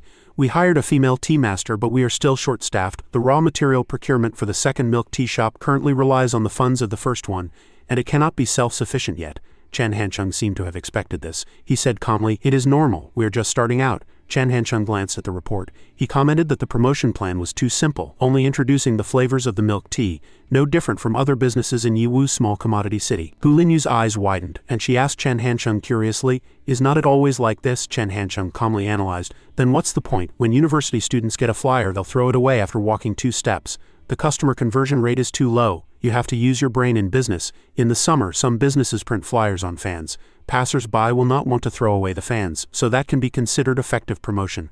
But you cannot give out hand warmers in winter. The cost is too high. This is when you need to think. The milk tea shop in Yiwu small commodity city targets university students. What will students pay attention to at the end of the term?" At this he suddenly pointed at Hu Linyu and said loudly, "Hu Linyu goes first." Hu Linyu's mouth twitched. "Summer vacation." Chen Hancheng squinted at Yuchu. "What do you think?" Yuchu asked him naively.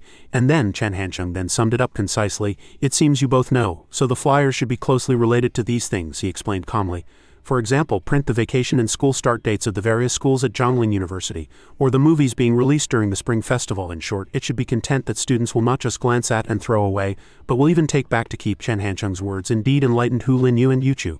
Hu Linyu snorted coldly, "You have so many ideas, why do not you be the boss yourself?" Chen Hancheng said righteously, "I have to take set 4, I want to get over 300 this time." Hu Linyu glared at him and let out a tch, "You are just lazy." Suddenly the phone in Chen Hancheng's hand rang. He quickly said, "I have to take a call." A name immediately appeared on the phone screen. Chen Hancheng immediately recognized it as boss Shang Furong. Chen Hancheng quickly walked out of the classroom. As soon as he answered, he directly asked, "Uncle, you found the land so quickly?" Shang Furong's deep voice immediately came from the other end of the line. "The industry is in a freezing period. Everyone is eager to sell. It is a rare opportunity. When the freezing period for the clothing industry is over, you will not be able to buy it at this price." Chen Hancheng was very satisfied.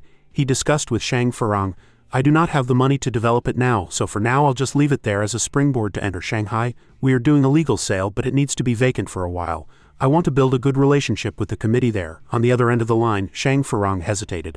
"This is a bit difficult. You will not be able to see the director until next year." Chen Hancheng asked in surprise, "Why?" He immediately heard Shang Furong's answer from his ear. "He'll be released next year." His words sent a chill down Chen Hancheng's spine. He said decisively, "The Set 4 and Set 6 exams are coming up, so I am a bit busy. I am not coming." After the Set 4 and Set 6 exams, Empress Dowager Liang was on her way to Jianye. At the gate of the University of Finance and Economics, Chen Hancheng stood with his hands on his hips, saying unhappily, "I really do not understand your mom's behavior," he continued. "Smelling a set of clothes only costs a dozen yuan, but your mom made my mom come over to express her thanks. Auntie L even specially sent over a dozen pounds of free-range eggs to my house." Wang Zibo said helplessly, "These are free-range eggs, they must be at least a few dozen yuan." Chen Hancheng rubbed his temples with his hand. "My mom actually happily agreed and then excitedly brought them here. The two of them are almost 100 years old combined, cannot they handle this little thing?" Wang Zibo advised, "The clothes are not important, it is the thought that counts." Suddenly, Chen Hancheng looked at Wang Zibo with a serious expression. He said, Zebo, you have been acting weird recently. Hearing him say this, Wang Zebo was startled. Why do I feel like you have become mushy? He blushed with embarrassment. When did I get mushy? Do not talk nonsense. Wang Zebo turned around so others would not see his strange behavior. He asked, why is not the car here yet? Chen Hansheng achieved his goal, so he raised the corner of his mouth and sneered. Wang Zebo shivered. Chen Hansheng's voice rang out, Shi.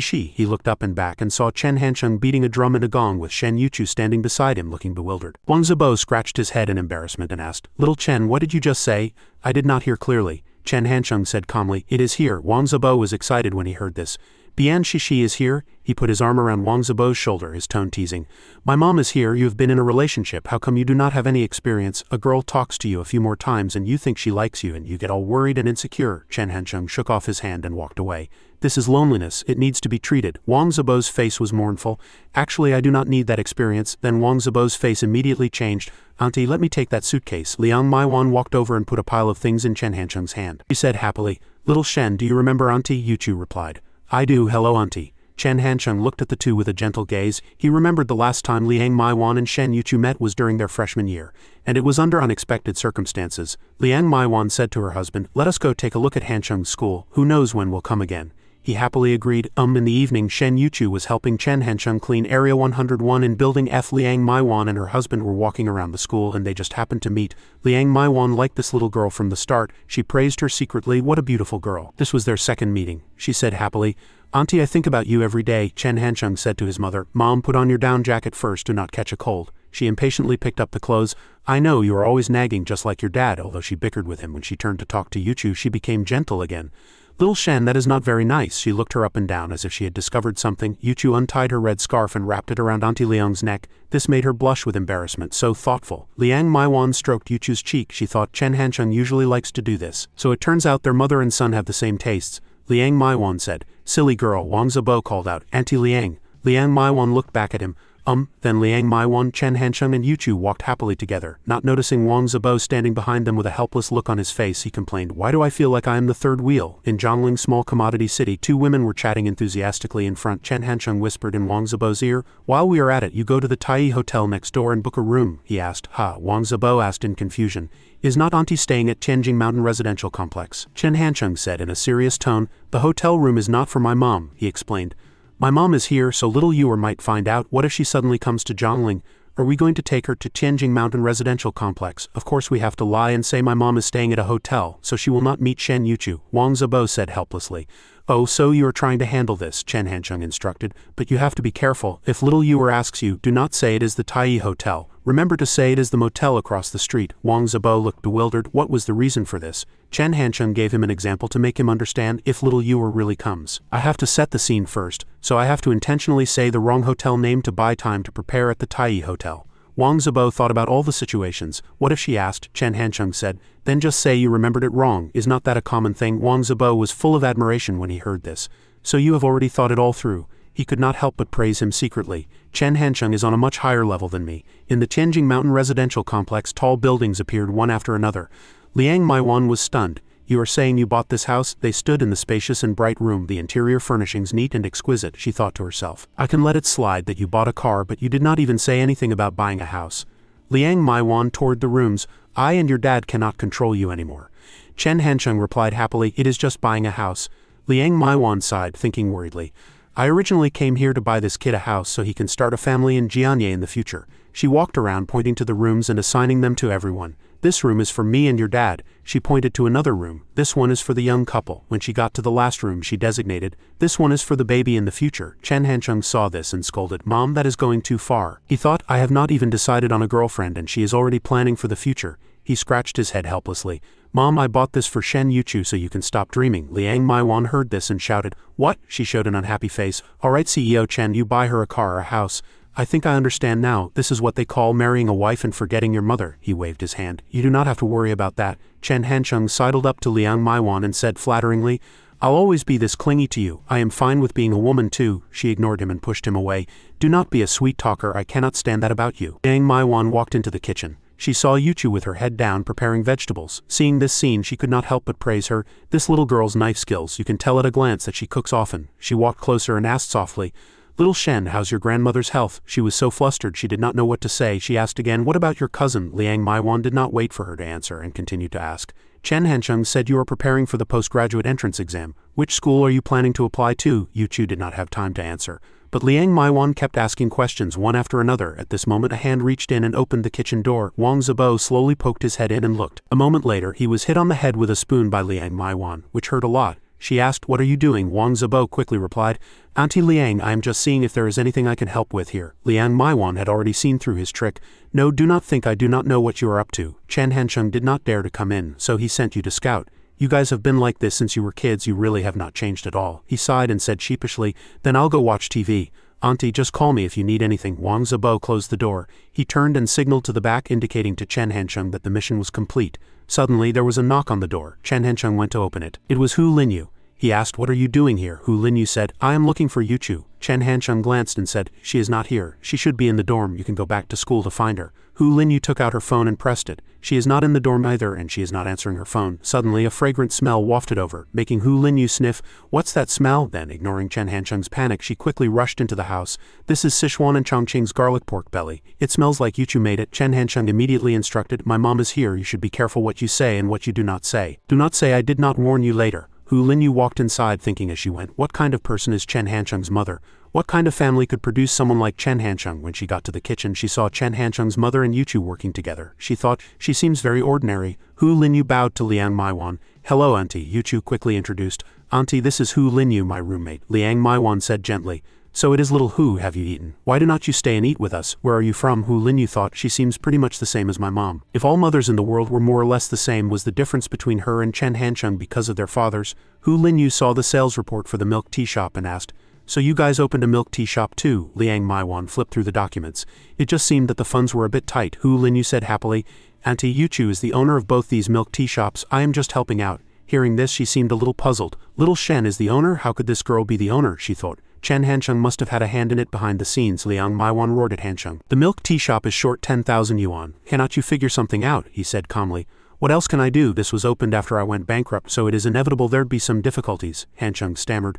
"Mom, do not make a big deal out of this. Leave me some dignity." She showed him no mercy and shooed him away. "Get lost, I have no dignity with you here." Hearing this, he said helplessly, "All right." Hu Linyu ran over excitedly and said, "Yu Chu, you have a backer now. The person who can control Chen Hansheng has finally appeared. You have to build a good relationship with her." Night fell, and Hansheng said politely, "It is getting late, so we'll be heading back." He turned to her and said, "Yu Chu, you stay and keep my mom company." She agreed immediately without hesitation. Maiwan said gently, "I actually had the same idea. I was just worried little Shen had to go back to her dorm at night." Hansheng spoke up. "She is a junior now. The dorm checks usually are not too strict." Later, after everyone had returned to their dorms, only Maiwan and Yu Chu were left, sitting and watching TV together. As she watched, she thought to herself that it had been a long time since things were like this. After Chen Hansheng went to university, he spent less and less time at home. She watched the movie playing on the TV, feeling a little sad inside. They did not even have time to watch TV together. It had been a long time since she had felt a sense of home. She turned to look at Yu Chu, who was reading a book. This feeling of intimacy made Maiwan sigh with emotion. "This is so nice." It was almost midnight when Yu Chu walked over with a basin of water. She said softly, "Ah, Auntie, let me soak your feet." Seeing this, Maiwan hurriedly refused. "Little Shen, you do not have to do this. I can still run and move around. I can even help you to take care of your baby in the future." After her feet were soaked in the warm water, her attitude completely changed. "Oh, this water temperature is just right." Liang Maiwan thought, no, what if Chen Hansheng does not marry this girl in the future? Looking at Yu Chu, who was helping her soak her feet, she hesitated again. This child is so good to her. What if in the future? Maiwan started telling Yu Chu a story. "The last time Chen Hansheng brought me water to wash my feet was when he was in elementary school. It was an assignment from his teacher. Everyone had to wash their parents' feet once." She recalled the scene. "I came home from work that day, and Chen Hansheng came wobbling over with a basin of water. At the time, he was lively and cheerful. 'Mom, you are home from work. You must be very tired after a long day,' Liang Maiwan said gently, while singing 'My Good Mother.' Coming home from work after a long day's labor, how tiring it is." At that moment my heart melted, she continued contentedly. "Later, as he got older, he became more and more mischievous and never washed my feet again." Yu Chu looked up at Maiwan and said, "He is actually very filial to you." She placed her hand on her cheek. "I know," Maiwan said. "That is how boys are, even if they are very filial in their hearts. Small things like this become a mental block, which is why I regret not having a daughter." A long time passed, and Liang Maiwan kept finding things to talk about while Yu Chu politely answered each one. The next morning, Liang Maiwan insisted on giving Yu Chu a red envelope, but she desperately refused. Han Chung stood between them feeling helpless. What is this situation now? Liang Maiwan pressed Yuchu. You have to take this money. Your milk tea shop is short on cash, I'll provide it. Unable to refuse, she said. Auntie, I cannot accept it, Han Chung shouted. Mom, wasn't this your idea? He thought. The difficulty I went to great lengths to create, was it just unintentionally resolved by Empress Dowager Liang like this? Han Chung quickly hid in a corner and called his dad. Old Chen, are you going to control your wife or not? She is here making a mess, Zhao Jun said sternly from the other end. I did not agree with her going in the first place. Wait a minute, I'll criticize her right now. He felt like he had found his savior. Dad, hurry up. If you get with the program quickly, the effect will be better. A minute later, the phone rang and Maiwan was still stuffing the red envelope into Yuchu's hands. 2 minutes later, no phone call. 5 minutes passed, but Han Chung's dad still had not called. He cursed. Old Chen, what's wrong with you? Han Chung picked up the phone to dial, only to hear an apology. The number you have dialed is switched off. Han Chung sighed helplessly, thinking, so despicable, it really makes a man cry. He carefully asked Maiwan, Mom, do you have any plans for today? Han Chung continued, I suggest you sit on the sofa and watch the eloquent Ji Shaolon. Today is so leisurely and beautiful, Liang Maiwan said expressionlessly. I am sorry, I do not accept your suggestion. Han Chung watched helplessly as she handed over a notebook filled with an itinerary. Liang Maiwan informed him, I am going to inspect your dormitory. Han Chung tried to stop her. This will not do. Men and women should maintain a distance, and I have many roommates, Han Chung suggested. Why do not we go to Fuzimiao? I took the day off today anyway, she refused. I am not going. Liang Maiwan stared at the document. I have thought it through this time. I must know what you are usually up to, otherwise your dad and I will often worry for no reason. Han Chung looked at the paper Maiwan was writing on and groaned in pain. It seemed he was going to suffer for the next few days. The University of Finance and Economics dormitory, Han Chung enthusiastically introduced. Hello, Auntie, this is my mother. She wants to visit the dormitory. She looked at Han Chung's mother, who was looking around, and asked curiously, Is this your mother? She asked again in her mind. Chen Han Chung's mother, Liang Maiwan, was dressed very simply, which made the dorm auntie secretly judge, so Chen Han Chung's mother is this ordinary. The families of university students were diverse. Some kids' mothers were quite rich. They would wear fur coats with sparkling gems on their hands and ears, looking very arrogant, and would not even deign to greet the dorm auntie, which made her very uncomfortable. There were also some students' mothers who were from the countryside, very plain. They spoke with ingratiating smiles, almost treating the dorm auntie like a school leader, but most were like Chen Han Chung's mother. The dorm auntie said, Hello, Han Chung's mother. They looked very ordinary and politely nodded to the dorm auntie. The dorm auntie praised, Your Han Chung is very capable. She rattled on, telling her that he was the vice president of the student union, a cadre in the youth league committee deeply trusted by the school leaders, and had even appeared in the school's anniversary commemorative book. Hearing this, Liang Maiwan said joyfully, No, those are all his own achievements, Han Chung said helplessly from behind. Let us go, Mom. Do not you want to see the dorm? If we keep chatting, it'll be endless. Maiwan and Han Chung left, and she said, This auntie seems to have a very good impression of you. Why do not you behave so well at home? Han Chung could not be bothered to argue with his mother. All right, it is all just empty fame. The dorm auntie watched, thinking, Chen Han Chung's mother is just like me, but how did she raise a Chen Han Chung? Thinking of her own son who lay on the sofa playing games all day, she asked herself, Am I missing someone like Han Chung's father? The dorm was still very quiet at this time. Han Chung walked into the room from outside. When Zhenyu saw him come in, he just glanced back, then turned and lay down to continue sleeping. He introduced, My roommate Dai Zhenyu. He added, Old Dai, this is my mom. Zhenyu reluctantly sat up, his tone stiff. Hello, Auntie. Maiwan said gently, Hello, why have not you gone to class yet? Hearing this, Zhenyu broke out in a cold sweat. Han Chung quickly explained, Mom, he is sick, not feeling well. Maiwan said in surprise, Oh, is that so? She walked closer and instructed Zhenyu, Drink more hot water, get more rest, and do not catch a cold. Zhenyu trembled. Yes, Auntie. Han Chung took her on a tour. Mom, this is my bed, this is the balcony, this is the wardrobe. Liang Maiwan thought with relief, the bottom is clean and tidy. The balcony is reasonably arranged. It is all right. She looked out at the city view from a high place. Going to university is really nice. She said emotionally, The biggest regret of my life is not going to university. Han Chung teased her. In Mom's era, if you had gone to university, you would not have taken a fancy to old Chen. If you had not taken a fancy to old Chen, you would not have had me, he said smugly. Although you would have gone to university, you would have missed out on such a well-behaved son. What a huge loss. Maiwan frowned. Can you make me less angry? She glanced at Han Chung, thinking, It is strange. Chen Han Chung's independent character was actually cultivated by old Chen. So he was closest to old Chen when he was a child and was a little afraid of me. After he grew up, it is the complete opposite. He is still so close to old Chen, but some things he only tells me. Zhenyu called out cheerfully, Auntie, I am going to the infirmary to get some medicine. Han Chung glanced at Zhenyu, who was taking the opportunity to slip away. You little rascal, he thought. Maiwan praised. That young man just now was quite honest, Han Chung grinned. We are all honest people, including your son. He glanced at Maiwan's diary, which had, Observe Han Chung's dormitory. Han Chung's dorm environment is good and his roommates are also honest. Afterward, Maiwan and Han Chung discussed the next place to visit. He said, All right, we have seen the dorm. Where to next? The dorm auntie came from a distance. Han Chung's mother, Principal Kai, and Principal Lu have asked you to come to the administration building. Liang Maiwan cried out in surprise. What? she whispered to Hancheng. Just what kind of terrible trouble did you get into? University principals are so busy and they want to complain to me, Hancheng said calmly. Mom, I think we lack a bit of trust between us, mother and son, he continued. Why cannot it be because I have performed so well that the school leaders want to meet you, this great mother? Maiwan looked displeased. If you do not stop two-timing and solve the problem, I will not believe you for a single day. Maiwan's brows were tightly furrowed. She walked ahead angrily. Let us go see the principals. In the principal's reception room, laughter was endless. Gong Chao said, Hancheng's mother came to the school without even letting us know, he expressed with great sincerity. The school will give you two a good reception. At this time, Qineng also respectfully poured tea for Maiwan. She happily accepted it. Principal, you are too kind. It is enough for my son and me to just take a walk in the school park. Qineng held his hand. Hancheng does not have a car now, does he? There happens to be an extra business vehicle at the school. I'll write a note and Hancheng can drive it around and take his mother to see the sights. Hancheng replied happily. No need, he glanced smugly at his mother. I told you so, it is because I am too outstanding that the school leaders invited me for tea. Liang Maiwan was so embarrassed by his look that she turned her face away. Hancheng put his arm on his mother's shoulder. My mom gets carsick easily, I'll just take her on the bus. Liang Maiwan forced a smile and said, I was a little nervous just now because I thought Chen Hancheng had gotten into some trouble again, she continued. He has been bold since he was a child. His dad and I have been on edge for over 20 years. The two principals exchanged a look as if hiding something.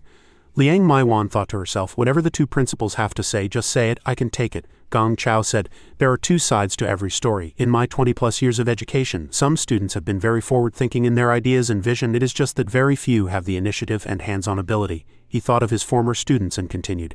In the end, they told me with regret that if they had done it back then, they would have made money long ago. Gong Chao and Qineng nodded, reminiscing about the past. Gong Chao looked at Hancheng with a loving gaze. Hancheng is like them, he dares to think and dares to do. It is just that this child's personality is really not suited for studying. Maiwan glanced at Hancheng.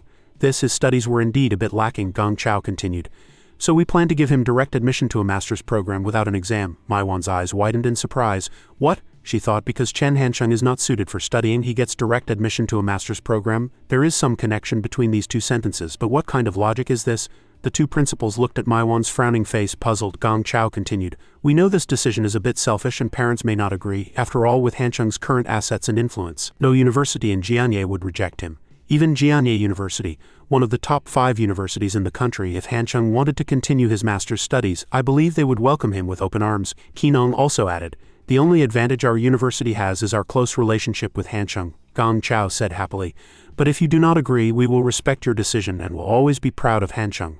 Liang Maiwan listened to the two principals ramble on, very confused. What does this mean? She looked at the two and evaluated them. The two principals' eyes were bright. They did not seem to be talking nonsense. She turned to look at Hancheng again. Could it be that even though Rocket 101 went bankrupt, it still has so much value? Maiwan said carefully. Let us let Hancheng decide for himself. Hancheng was just waiting for this sentence and he straightened his back. Hancheng clenched his fist. To stay at the University of Finance and Economics, I would die with no regrets. Gong Chao laughed heartily. You have said too much, Qineng thought. I did not expect Hancheng's feelings for the school to be so deep. As for Hancheng, he thought, die with no regrets, only the University of Finance and Economics in Jianye has a lot of girls. Other schools might have better educational resources, but they are all full of boring guys. Besides, a degree is useless to me now. A short while later, after leaving the principal's office, Hancheng and Maiwan were walking on the road. She asked, what did Principal Lu mean just now? How could he agree to you pursuing a master's degree? He teased her smugly. I am handsome, he cannot bear for me to leave.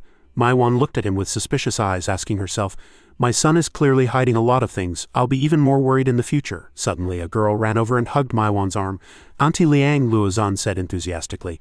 Someone just told me and I did not believe it. Are you here to see senior brother Chen? She replied gently. Yes, I am taking my annual leave to come and see. Liang Maiwan looked at Luozan with a sweet gaze. She remembered Luozan's parents fighting on New Year's Eve and this child had nowhere to go, so she ran to Chen Hancheng's house. Importantly, her own lazy and undisciplined son actually agreed to open the door.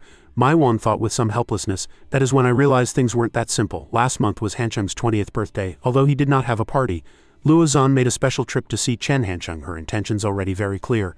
Liang Maiwan looked at her lovingly, another silly girl. She called out little Luozan's name, thinking, I must persuade this girl, I cannot let her fall into this mud pit. As she spoke, Liang Maiwan glanced at the two men in front of her. You are so pretty, why do not you find a boyfriend at school? Look, those guys over there are not bad. Luozan looked in the direction she was pointing. Them, the two boys in front of her, were fake and ugly, she said unhappily. Auntie is good at everything, except her taste is a little questionable. Luozan looked at Chen Hancheng with envy. How can they compare to even a corner of senior brother Chen? Liang Maiwan smiled helplessly. Sigh, she thought, I should deal with the little Shen and little Yuer situation first. This one, after all, is not yet certain. On the way to the second cafeteria of the University of Finance and Economics, Liang Maiwan complained, You are nothing like your dad, she frowned unhappily. You know everything and are willing to do anything. Your dad knows everything but is unwilling to do anything, Chen Hancheng said humbly. It is fine for my dad to be like that. She continued to badmouth Chen Zhaojun. He just writes calligraphy when he has nothing to do, and it is one thing to spend a little extra on forgeries, he happily chimed in. He was even bragging about finding a replica of Kangxi's calligraphy. Turns out I found the QQ number of the person who made the forgery in the interlayer. If you buy 2, you get a 20 discount. Luo Zan was smiling happily when she suddenly frowned and looked into the distance. Liang Maiwan was puzzled. Is that Yuchu? In the distance, Yuchu was standing obediently at the entrance of the cafeteria. Luo Zan immediately made an excuse to leave. Auntie, I just remembered my roommate is waiting for me at the first cafeteria, so I'll be going now. Liang Maiwan watched Luo Zan's retreating back with regret. She turned and blamed Chen Hancheng. Look what you have done. But he looked as if it had nothing to do with him, Yuchu said shyly. The food is ready, we are just waiting for senior brother and auntie. She walked in with her head down.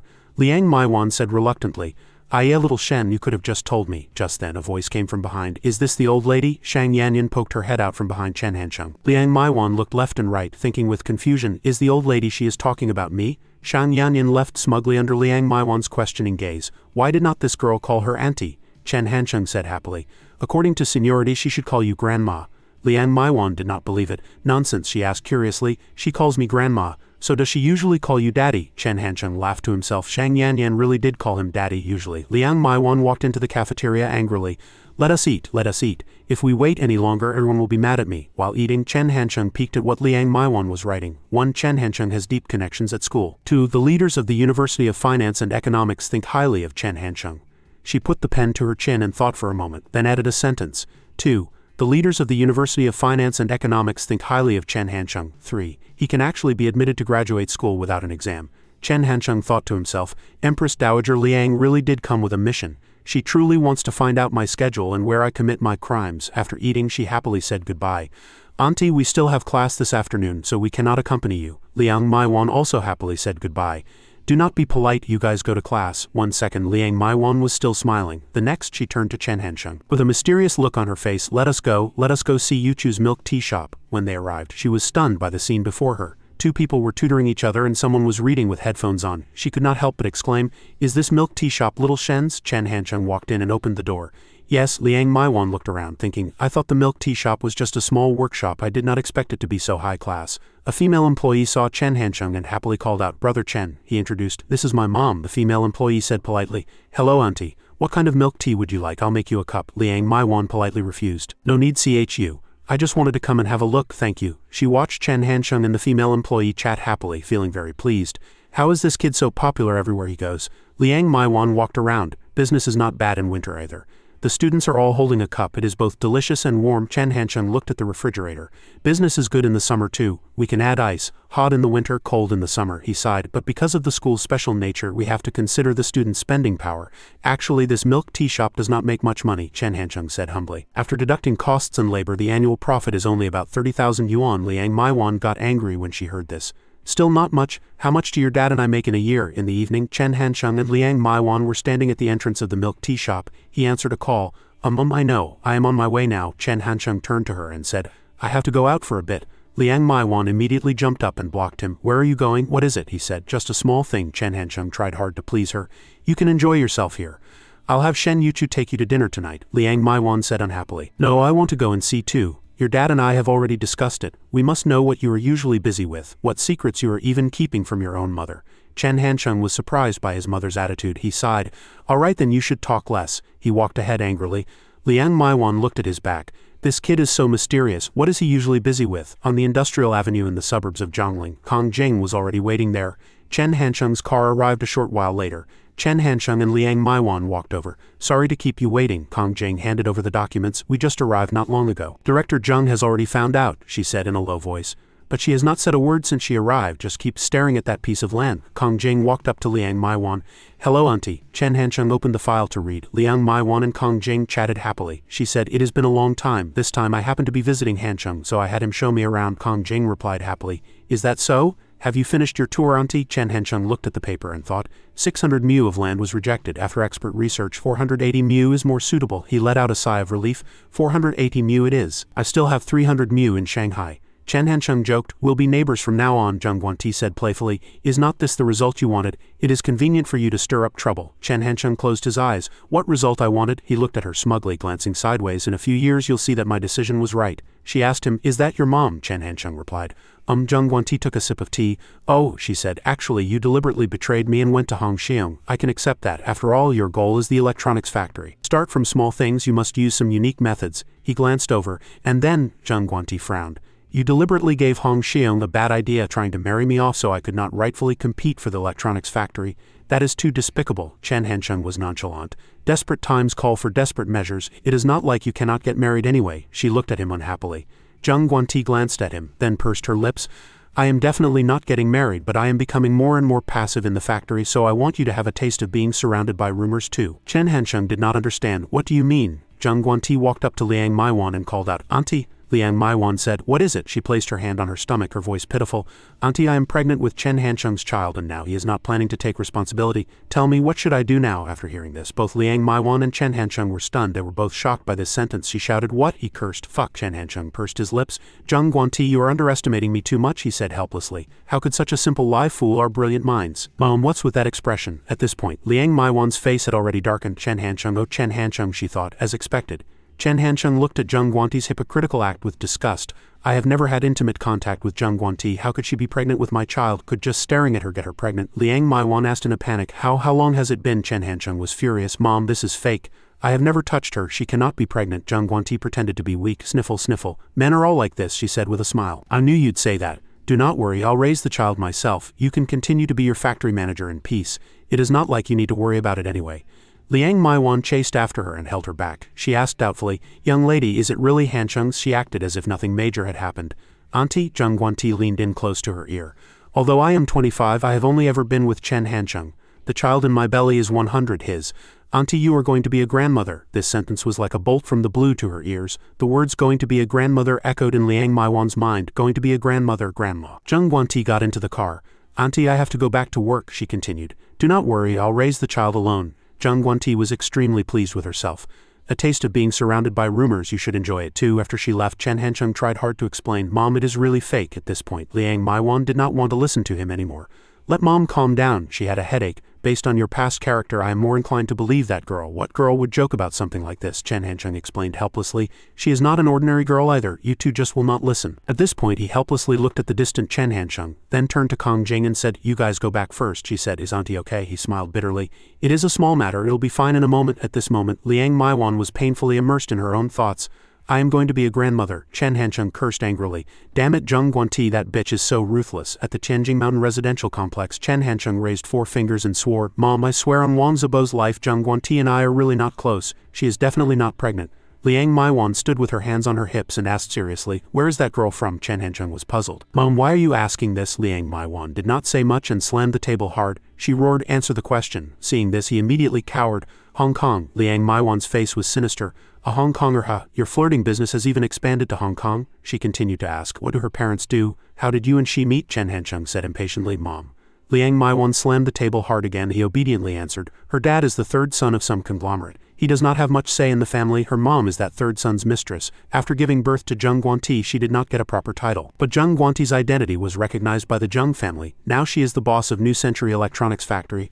I met her through work, Liang Maiwan thought. Family, 3rd wife's branch, it is pretty much like a movie plot, she said unhappily. You dare to touch someone with that kind of background. Shen Yuchu and Xiao Rongyu have clean family backgrounds, are not they good? Chen Hancheng glanced over.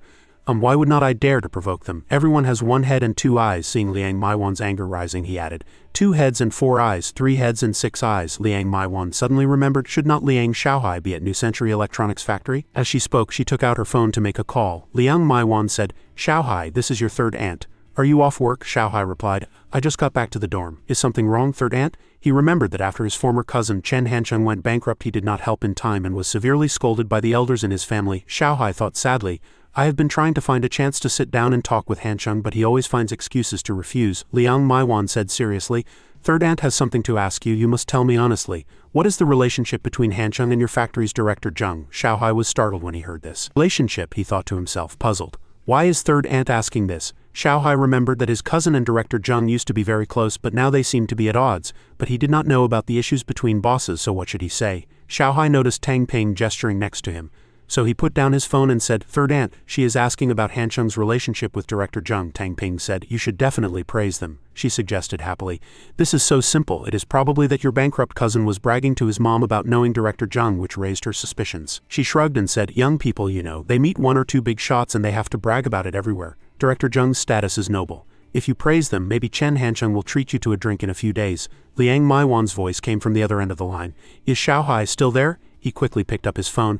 I am here, third aunt. Xiaohai said, everyone in the factory knows about Hancheng and director Zheng's relationship. They are good friends. When Tang Bing and I first joined the factory, director Zheng and Hancheng even had a late-night snack together. Chen Hancheng was paying close attention to Liang Maiwan's every move. She said, late-night snack. A moment later she said, all right, I know. The beep-beep of the phone sounded. Liang Maiwan looked at Chen Hancheng with bullet-like eyes. If your poisonous oath came true, Wang Zibo would be dead by now.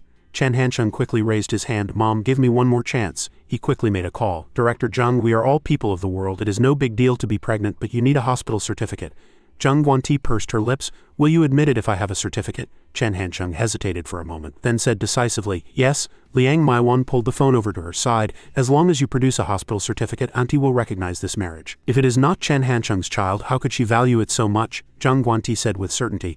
Auntie, you are so right, she said playfully. Just wait and see. Chen Hancheng suddenly felt uneasy. Why did he have a bad feeling? At the Tianjing Mountain Residential Complex, Chen Hancheng said unhappily. Mom, are you treating this like a game? How can you just say you'll accept something as big as a pregnancy? Liang Maiwan had her own thoughts. If I say I will not accept it, what if Miss Zheng thinks we do not value it and gets angry and goes back to Hong Kong? She deduced. There is still a chance to meet if she is here. If she goes back to Hong Kong, there is no hope at all. So I want to keep her here and also see the hospital certificate and then discuss a solution with your dad. Chen Hancheng said dejectedly. Mom, the certificate can be fake too. Liang Maiwan glanced at him. You really hate her, do not you? She roared. Liang Xiaohai is a human witness. The certificate is physical evidence. Both human and physical evidence are present. Miss Zheng personally revealed it. And you have a serious prior offense of 2 timing. What do you want Mom to do? Pretend I do not know anything and go back to my hometown? Chen Hancheng thought. With Empress Dowager Liang's personality, she'll definitely get to the bottom of this. Chen Hancheng compromised, his eyes half closed. Fine, the truth would come out eventually anyway. Bestie Zheng did not have any malicious intent. She just wanted to add a little trouble to his life. Liang Maiwan turned her face away. This mother could not ignore it. A girl had told her this in person, so as a mother she had to treat it with serious responsibility. She said worriedly, do not let little Shen come over tonight. The moment I see that silly girl, I feel like I have let her down, Chen Hancheng said. All right, Mom, whatever you say goes. Night fell, and Chen Hancheng was walking on the street when Zheng Guanti called. Hello, he answered the phone as he walked, deliberately taunting her. How do you plan on getting that hospital certificate? After a thought he added, but for Director Zheng, turning a fake into a real one should not be too hard, right? Zheng Guanti pretended to be innocent. What are you talking about, CEO Chen? I really do not understand, she said calmly. Of course I went to the hospital to get a certificate. Chen Hancheng's face changed. Stop being stubborn, my mom is not here. This will not be difficult for me. At most it'll be difficult for a middle-aged woman who's almost 50, my mom. Zheng Guanti said. Your parents are getting a grandchild early, so of course it will not be difficult for her. Chen Hancheng gave a cunning smile. Then you just wait. You are making things difficult for my mom, and sooner or later I'll torture you mercilessly. But before he could finish, she hung up on him. Chen Hancheng said angrily, Fine, hang up on me. You want to play this to the end, huh? Zheng Guanti called out. Yunyan, come in for a moment. She came in. Director Zheng, what is it? Zheng Guanti gave her a task. Investigate the female workers in the factory who are currently pregnant. Yunyan agreed. Yes, I'll get on it right away. Zheng Guanti looked at her computer and sighed in frustration. 5 months would be too obvious, 3 months is a bit too big, but there are 2 who are 2 months along. Yunyan pointed to a female worker who was trembling in fear. I have brought her here. Zheng Guanti said in surprise. You have worked at the factory for 5 years and you have been pregnant 3 times. How did you achieve this frequency? Xiao Bai pleaded loudly. Director Zheng, this is the last time. Please do not kick me out. Zheng Guanti said gently. No, I do not mean that. I am just curious. It feels like you can control the rhythm of your pregnancies. Xiao Bai said shyly. My family has an ancestral secret recipe. If you want a child, you just take a pill before doing the deed, Zheng Guanti exclaimed. That is so magical. If that is the case, you could totally apply for a patent and then mass produce it. Not only would it bring economic benefits, but it could also solve the infertility problems of many couples. Xiao Bai clutched her water cup. This medicine is selective. It works for some people, but not for others. The county doctor has looked at it. She said it is not very significant, but it works for me every time. Xiao Bai suggested. If Director Zheng wants a child, I can have someone write down the recipe and send it over. It will not affect your work. I do not need it right now, thank you. Zheng Guanti asked Xiao Bai, since you are pregnant, you must have a hospital certificate, right? I would like to borrow it. She fumbled around on her body. Yes, I always carry it with me. Zheng Guanti took the certificate. She looked at the structure of the paper. Zheng Guanti handed it to Yunyan. Take this, go to the head of the product design department and have him find a way to make me an identical one. But the name needs to be changed to mine, Yunyan asked, puzzled. Changed to Director Zheng's name? Zheng Guanti picked up her teacup. Do not ask questions, just go and remember to keep it a secret, she thought with satisfaction. I have bullied Chen Hansheng enough in this fight, I might as well add some chaos for him. A battle of wits is quite interesting. In the Tianjing Mountain residential complex, Liang Maiwan and Chen Hansheng held an ultrasound report. It read early intrauterine live fetus. Liang Maiwan said with a tremor in her voice, it is real. Chen Hansheng thought, I knew it would be like this. She called out, Miss Zheng. But before she could finish, Zheng Guanti's voice cut in. Auntie, I am heading to work now. Before leaving, Zheng Guanti said, Auntie, do not worry, I'll raise it with my own hands. After she drove away, Liang Maiwan turned around and blamed Chen Hansheng. Why did not you stop her? It has Zheng Guanti's name on it. What else do you have to say? He thought to himself. It is all fake, but there is no way to prove it in a short amount of time. This must be what it feels like to be the Monkey King in Journey to the West. Chen Hansheng said, Stop her, my ass. I do not want to say anything, I just want to play games. Liang Maiwan jumped up and hit him on the shoulder. You damn brat, you still want to play games at a time like this? After a while, Chen Hansheng said, This little vixen has so many tricks up her sleeve, always trying to make me take the fall. She should be careful not to push too hard and tear the paper, Liang Maiwan roared. Still cracking jokes, you are making me so angry. Chen Hansheng ignored her. Mom, you'll be fine after a little rest. Once you have recovered your strength, you can hit me however you want. I am leaving now so I do not make you any angrier. As he walked, he thought, heaven has eyes. I provoked Zheng Guanti so many times, so it is understandable that she'd pull a slightly over-the-top prank on me now. Liang Maiwan looked at the examination report, tossing and turning, unable to sleep. The ultrasound report clearly showed the pregnant woman's information as Zheng Guanti. She took out her phone and called Chen Zhaojun. Old Chen, I need to tell you something. A moment later, Chen Zhaojun's voice came from the receiver. Is not there some misunderstanding in all this? Liang Maiwan loudly denied it.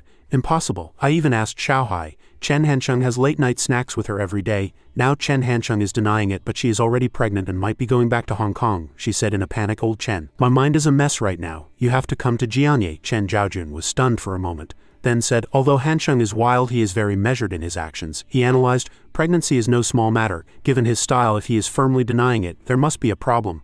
Liang Maiwan said worriedly, but she even sent over the examination report. Chen Zhaojun thought for a moment. This is definitely a problem. I'll come to Jianye this week. It is best if we can personally take that girl to the hospital. Liang Maiwan looked at the calendar. It was only Wednesday. She asked, puzzled, how can you not be worried at all? Chen Zhaojun gave a bitter smile.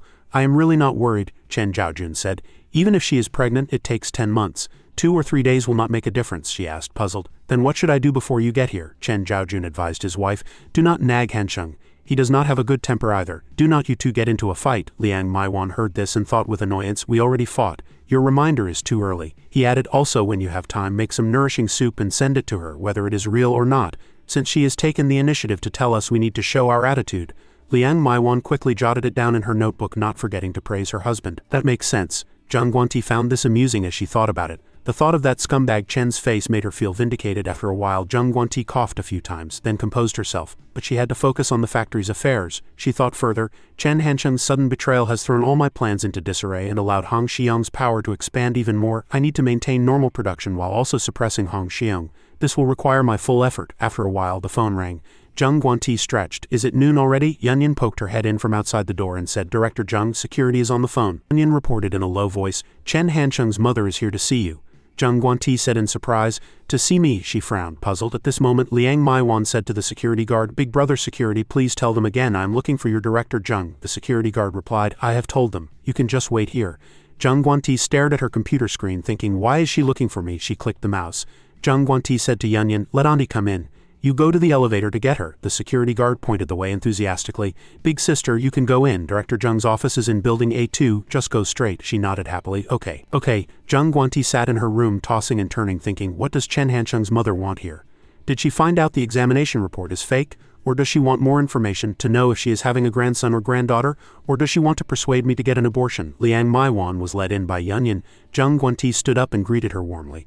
Auntie, what brings you here? Liang Maiwan took out a gift. I had nothing to do this morning, so I made some chicken soup, she said enthusiastically. Try it, see if you like it. Zhang Guanti thought warily. Chicken soup, she thought, so this is her way of showing concern. Yunyan thought with confusion. The son and director Zhang are at each other's throats, yet the mother is making chicken soup for her. What kind of bizarre script is this? Liang Maiwan said. Yes, you need to replenish your nutrients right now. Seeing her open the thermos, Zhang Guanti thought to herself, oh, black-bone chicken soup with red dates and goji berries, it has the effect of replenishing blood. Very thoughtful. She politely refused. Thank you, auntie, but I will not drink this soup. As she spoke, Zhang Guanti thought, I am not really pregnant. I do not need these nutrients. Liang Maiwan asked, puzzled. Why not? She said in a reproving tone. You young people are all like this. Tasty food is not necessarily nutritious. Nutritious things may look ordinary, but they are good for the body. After speaking, she placed a large bowl of soup on the table. Come on, finish it. Zhang Guanti said with annoyance.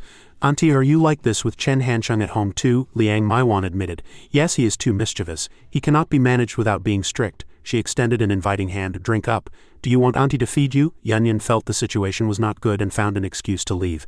Director Zhang, I am going to the cafeteria first, now that only the two of them were left. Liang Maiwan's eyes showed a cunning look. Zhang Guanti looked at the bowl of soup. She helplessly picked up the bowl. All right, thank you for your hard work, auntie. I'll drink this bowl of chicken soup. Liang Maiwan said unhappily. No, I made 2 bowls today, she said seriously. You have to drink another one. Zhang Guanti thought painfully. How does it feel like I am not pranking Chen Hansheng but rather myself? Zhang Guanti took a sip of the soup. She was amazed by the wonderful taste. Liang Maiwan smiled happily, she said with satisfaction. That is right, what you need most right now is to absorb more nutrients. She put the bowl in the bag. All right, auntie is heading back now. Liang Maiwan went home happily, and Zhang Guanti saw her off with a smile. She looked downstairs, clearly seeing that Liang Maiwan had left. Her face immediately changed. Finally gone, she went home at a little past 12. At a little past 1800, Zhang Guanti chewed on the food on the table. Then Zhang Guanti stood up and wiped her mouth. Yunyan, clear the bowls and chopsticks from my table. Yunyan came in to report. Director Zhang, Chen Hansheng's mother is here again. Zhang Guanti said in surprise. Again, she said with annoyance. Is she still holding a thermos? Yunyan nodded. Zhang Guanti covered her forehead with her hand and lamented. Oh my god, Yunyan asked. What's wrong? She asked, puzzled. Is the soup not good? Zhang Guanti pondered. It is good, I'm just not used to it. I rarely drink this kind of soup in Hong Kong. Yunyan said briskly. Then I'll find a reason to send auntie away. Zhang Guanti quickly stopped her. Forget it, you go get auntie. Yunyan was about to turn and leave when Zhang Guanti called her back. Xiao Yun, do your parents make soup for you at home? She turned back and said. She replied happily, yes, I am tired of it. Zhang Guanti was silent for a moment, then said, then go get her. Yunyan agreed. Okay, after Yunyan left, Zhang Guanti muttered to herself. This is the first time I have been forced to drink soup, but then she thought again, no, this is the second time. After a while, Liang Maiwan took out a thermos. She said with a smile, this is not the black-bone chicken soup from noon. Auntie switched to duck soup with cordyceps. The soup in the bowl shimmered with a golden light. Liang Maiwan said happily. Red dates and black-bone chicken replenish the blood, while duck soup with cordyceps is for nourishing yin. Zhang Guanti looked at the bowl of soup, terrified. She held her stomach and thought, I just finished dinner. Seeing her hold her stomach, Liang Maiwan looked at her with sharp eyes. She said loudly, drink up, it'll get cold if you do not. Yunyan secretly thought, I feel like I am getting in the way again. She went outside the door thinking, I would better slip away. Subordinates should not be curious about some of their leaders' affairs. Yunyan watched Zhang Guanti force a smile. For example, she was clearly a strong, smart, and outstanding boss, so why did she now seem like she was acting spoiled with her parents? Zhang Guanti said timidly. Auntie, can I just have one bowl tonight? Liang Maiwan coldly refused directly. No, that would be a waste of food. Do you think you can waste just because you are rich? She said unhappily. I am only like this with you. If Chen Hansheng dared to do this, Auntie's hand would have slapped him long ago. Zhang Guanti stared blankly at her face. Liang Maiwan asked, what's wrong? Is there a flower on Auntie's face? She denied it. Nothing, Zhang Guanti said shyly. My parents have never scolded me. Liang Maiwan said, that is not a good thing. Chen Hansheng gets scolded by Auntie all the time. Now he does not even dare to come home for vacation. Zhang Guanti took a sip of the soup. They've never scolded me, but they also rarely talk to me. Zhang Guanti's eyes held a hint of sadness. She recalled her past memories. I studied abroad for many years, and the number of times they called me, added together, is less than 5. Liang Maiwan pointed to her own face. Your family is different. Auntie's is just an ordinary family, she asked. How's tonight's cordyceps soup? Zhang Guanti tried hard to hold it in. Zhang Guanti replied with a smile. It tastes very good. Liang Maiwan put the bowl in the bag. That is good, actually. You cannot complain even if it is ordinary. After all, these are all good for the body. Also, do not take cold showers. This is a critical period, you cannot get sick. She rambled on, leaving Zhang Guanti feeling helpless. Suddenly, Liang Maiwan stopped. Hearing Zhang Guanti ask, Auntie, is there something you want to ask? She looked at Zhang Guanti seriously and she spoke up. You can just tell me, she thought. If Auntie asks about the authenticity of that paper, I will definitely tell the truth. Liang Maiwan thought, puzzled. I can ask about anything? She thought, actually there are many questions, but they are too private. Would it be inappropriate to ask? Zhang Guanti said, you can, I promise not to lie. She thought, although I really like this family atmosphere, this farce should come to an end. She was clearly aware that kinship is not something a large family deserves to enjoy. Struggle is the mainstream. I was just able to experience it for a moment and it felt really good. Zhang Guanti flicked her hair. Auntie, go ahead and ask. Hearing this, Liang Maiwan became happy. Then Auntie will begin. After speaking, Liang Maiwan rattled off a long string of questions. Little Zheng, which country did you study in before? Their universities are not that different from ours, are they? You are so pretty. Why are you only with Hansheng? Did no one pursue you before? How do you two usually communicate? To be honest, Auntie knows him better than you do, just interested in understanding as for the rest. Zhang Guanti was stunned. After a while she could not help but laugh out loud. Auntie, are these the only questions? Zhang Guanti touched her stomach. I thought this was what Auntie was most concerned about, Liang Maiwan said in surprise. Of course this is the most concerning, but it has only been a little over a month. Auntie is just here to visit. Pregnancy is not that scary. Just listen to Auntie's arrangements and I guarantee you'll be safe and sound. Zhang Guanti thought to herself that in the eyes of a woman who has given birth, pregnancy is just a process. If there are no accidents, all one needs to do is rest and nourish the body. Zhang Guanti blamed herself, thinking she was inexperienced and had assumed Liang Maiwan would be fixated on her belly. Fortunately, she had not pressed about the examination report.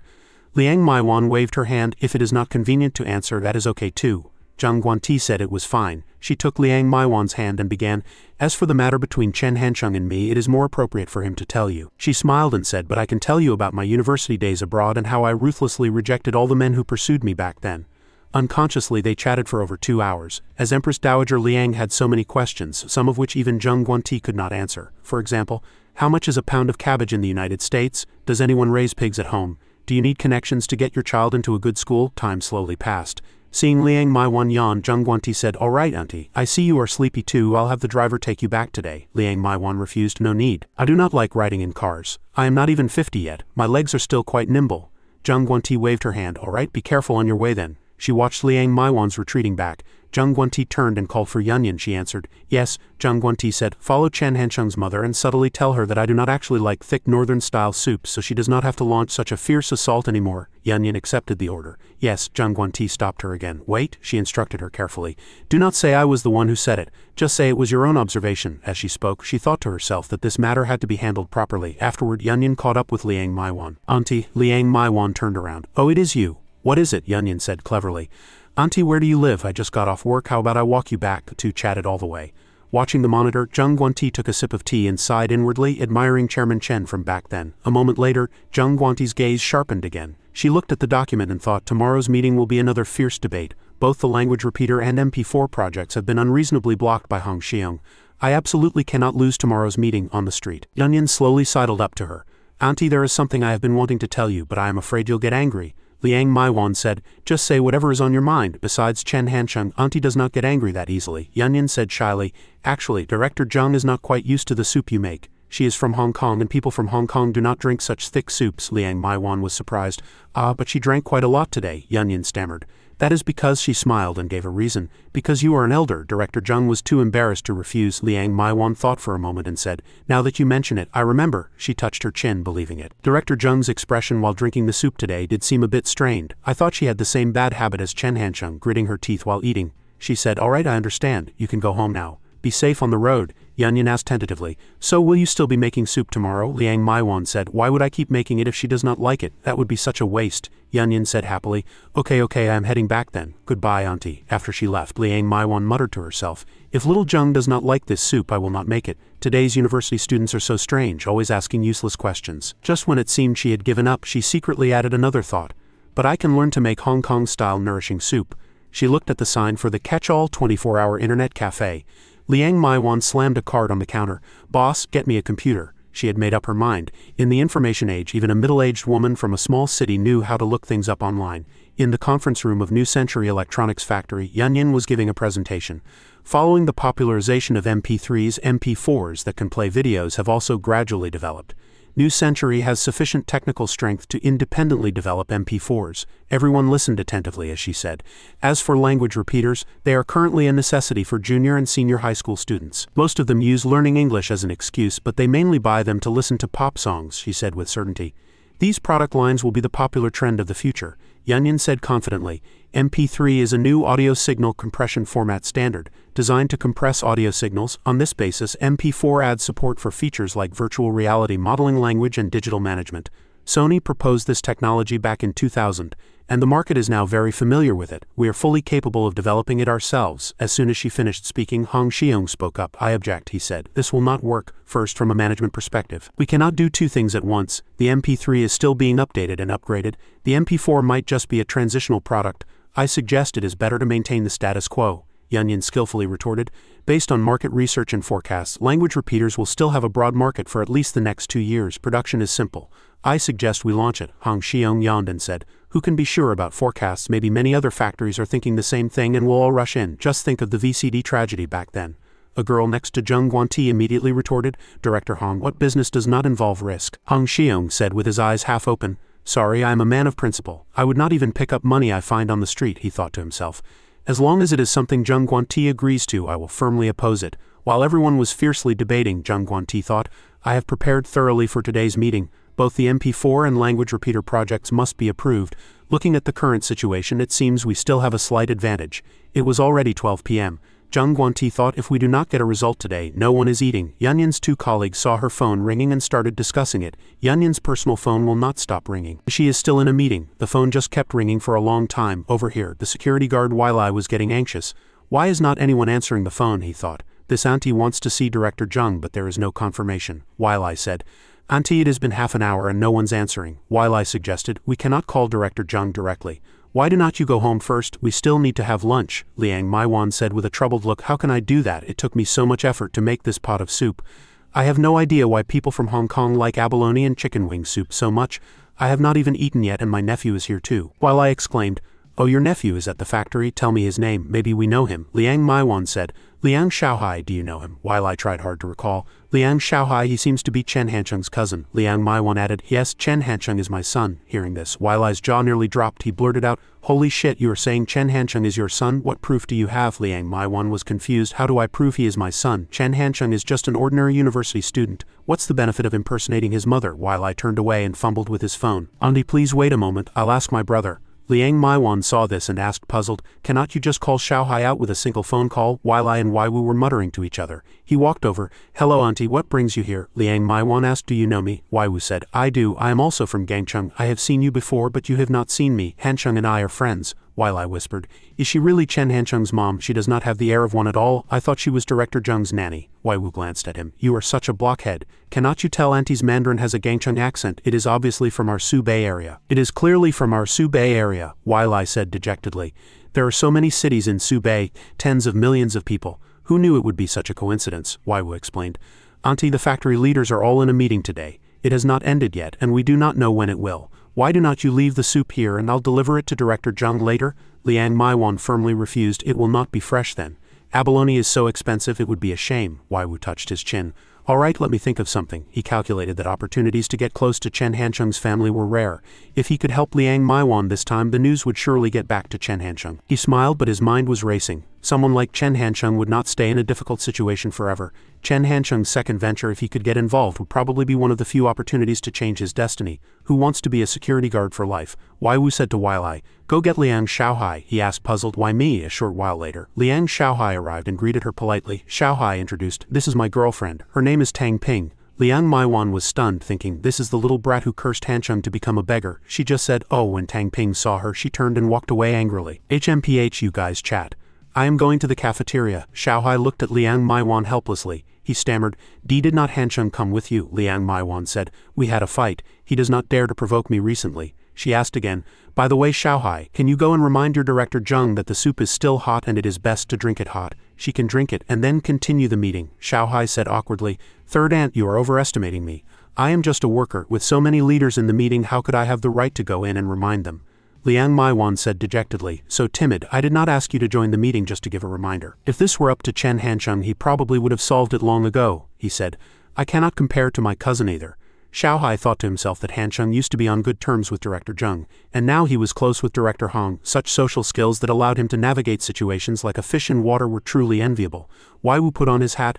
I'll go. Weilai immediately warned him. Brother, how are you going to go? You are just a lowly security guard. You have no right to enter the conference room, let alone remind Director Zheng. Weiwu ran out. It is so cold. Auntie has been waiting for too long. I am afraid she'll freeze. Xiaohai and Weilai watched helplessly, both thinking the same thing. If this goes wrong, he'll get criticized. Is it worth it for a pot of soup? Xiaohai turned and nudged Weilai. Your brother is more diligent than I, her own nephew. Weilai said.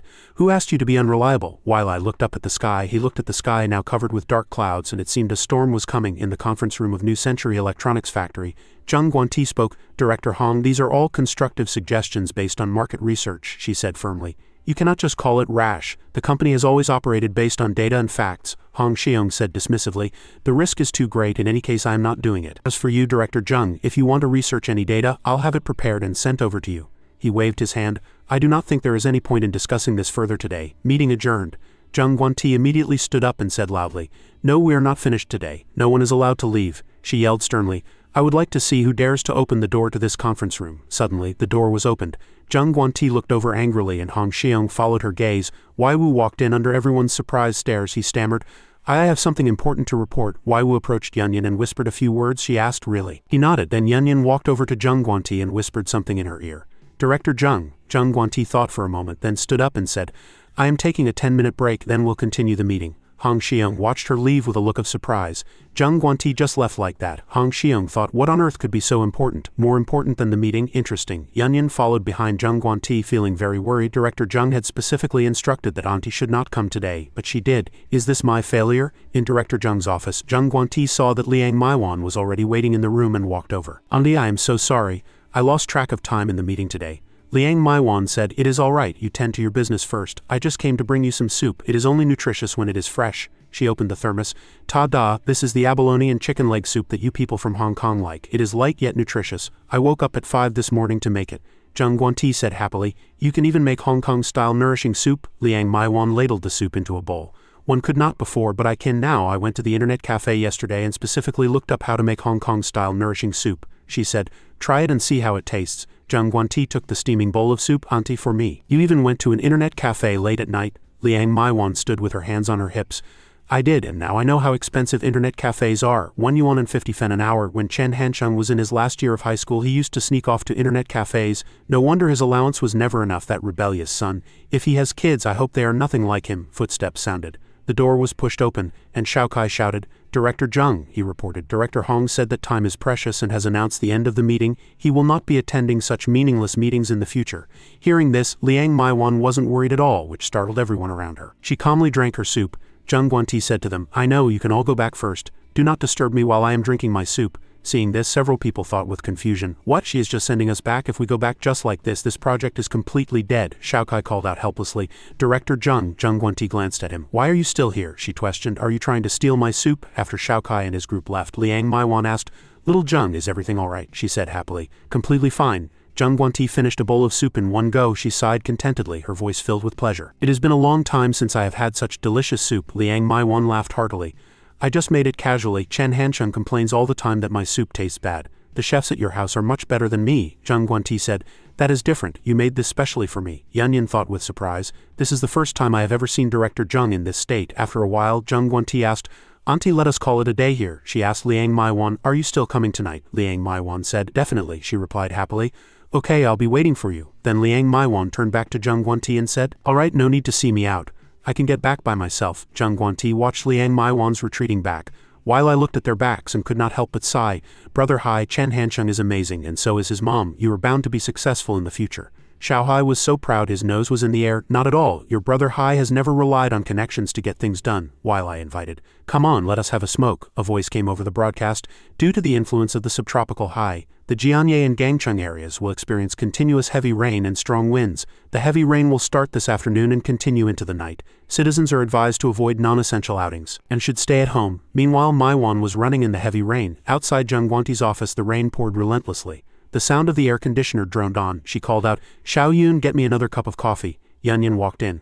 Okay. Guanti propped her feet up on the desk. Yunyan thought to herself, when has Director Zheng ever been like this? She worked overtime in the office at night and was incredibly busy during the day. Watching Guanti laugh as she looked at her computer, Yunyan secretly observed this leisurely appearance now is more like her at-home style. Guanti turned and said, Hurry up and go. Zheng Yunyan was promoted to a full-time secretary for her outstanding performance on the Friends task. Guanti yawned.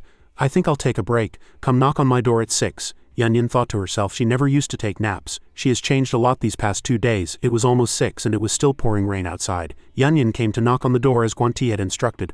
Wow, why is it raining so heavily today? As soon as Yunyan entered the room, she saw that Guanti was already awake. She was on the phone. The rain has lightened up. Let me come pick you up. It is a quick drive. You do not need me to. Then be careful, Auntie. Then she turned and said, Auntie Liang is too stubborn. She insists she can take the bus.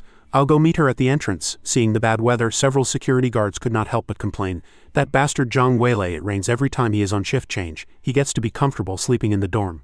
Yunyan waved in the rain, which confused the men. The rain fell on Guanti's feet. It was already pouring. Yunyan looked at Guanti's face, her expression worried as she gazed at the beautiful Guanti before her. Yunyan thought, if only I were a man with a few tricks up my sleeve to pick up girls, but I am just a little secretary. What can I do? Guanti shouted, and Yunyan jumped in surprise. She is here. Maiwan stood in the distance. She happily raised the thermos. Ta-da, guess what soup Auntie made for you today? The two chatted happily. Chayote and pork soup? Nope, Russian borscht. Rung again. Then I cannot guess unless Auntie gives me a hint. Maiwan refused. No way, if you cannot guess you do not get to eat. Seeing this, Yunyan was speechless with helplessness. Several security guards also craned their necks to watch the fun. It was already past 9. Guanti asked, is Auntie still coming at noon tomorrow? Maiwan said happily. Definitely. Guanti was very happy to hear this.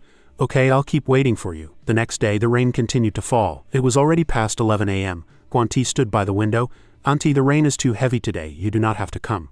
Maiwan on the other end of the line said, what's there to be afraid of with a little rain? Auntie is not even 50 yet. Guanti felt helpless. She and Yunyan waited for her in the rain again. Yunyan felt the situation was not good and said, Director Zhang, the rain is too heavy. How about we have the security guards wait? Let us not get soaked. Guanti was unmoving. She looked at her phone. It was already 12 p.m. Yunyan sighed. It is already 12 o'clock. Why is not Auntie here yet? Guanti made a call. Beep, beep, beep. The other party was temporarily unreachable. The number you, she called again, her face full of worry. When there was no answer the second time, she called again, but Maiwan still did not pick up. She was gradually losing control. On the fourth call, Maiwan still did not answer. Guanti's face was extremely ugly. Guanti gradually lost her initial composure. In the end, she had no choice but to call Hancheng. Hancheng answered the phone. Hello, Guanti asked, how's Auntie? Hancheng was surprised. Hey, how did you know my mom fell? Fortunately, it is nothing serious, he continued. My mom, she worries too much about me. University students these days are malnourished everywhere. She made soup and brought it to me. The voice on the other end joked. I am so sorry, Guanti asked worriedly. How is Auntie Liang in the end? Hancheng replied while trying to scrape the last drop of soup. Her ankle is a little swollen. She'll be fine after a night's rest. It is a shame the soup spilled. Guanti was furious when she heard this. How can he still be worried about the soup at a time like this? Guanti's icy voice came from the other end of the line. What's the specific address of the Tianjing Mountain Residential Complex? Hancheng's brow furrowed unconsciously. He asked her, what are you planning to do? The two had had a fight over Zheng Guanti's fake pregnancy. These past few days, Empress Dowager Liang had not allowed him to see Shen Yuchu. Chen Hancheng did not think it was a big deal, but Shen Yuchu was very worried. She always felt she had done something wrong and would even stare blankly while reading. Guanti smiled and replied, Auntie fell. I wanted to come and see her and bring you a gift while I am at it. Hancheng smacked his lips. As if I care about your gift. Tianjing Mountain Residential Complex, Unit 3-201. Come by yourself. With that he hung up directly. Guanti glanced over and signaled to Yunyan to call the driver immediately. The driver was ready in no time. Yunyan went over and opened the car door for Guanti. Guanti's luxury car sped away in the drizzle. In the car, Yunyan secretly observed Guanti's expression. She secretly guessed, Director Zheng's mood today does not seem like she is just visiting someone who's sick. The rain tonight was really long, making the city seem particularly desolate at night. A few minutes later, Guanti arrived in front of Building 3, Unit 201. She rang the doorbell and Hancheng opened the door. When he saw her, Hancheng was a little surprised. He asked, why did you come empty-handed? Did not you say you had a gift? Guanti and Yunyan indeed had not brought any bags or gifts. Guanti squeezed past Hancheng and walked in naturally. She said coolly, I brought it. Yunyan also followed Guanti inside. She suddenly turned around and happened to see Hancheng staring at her. Yunyan asked uneasily, what are you doing? Hancheng silently looked her up and down, then he slowly spoke, I am checking your quality. Hancheng stroked his chin, a wicked look on his face.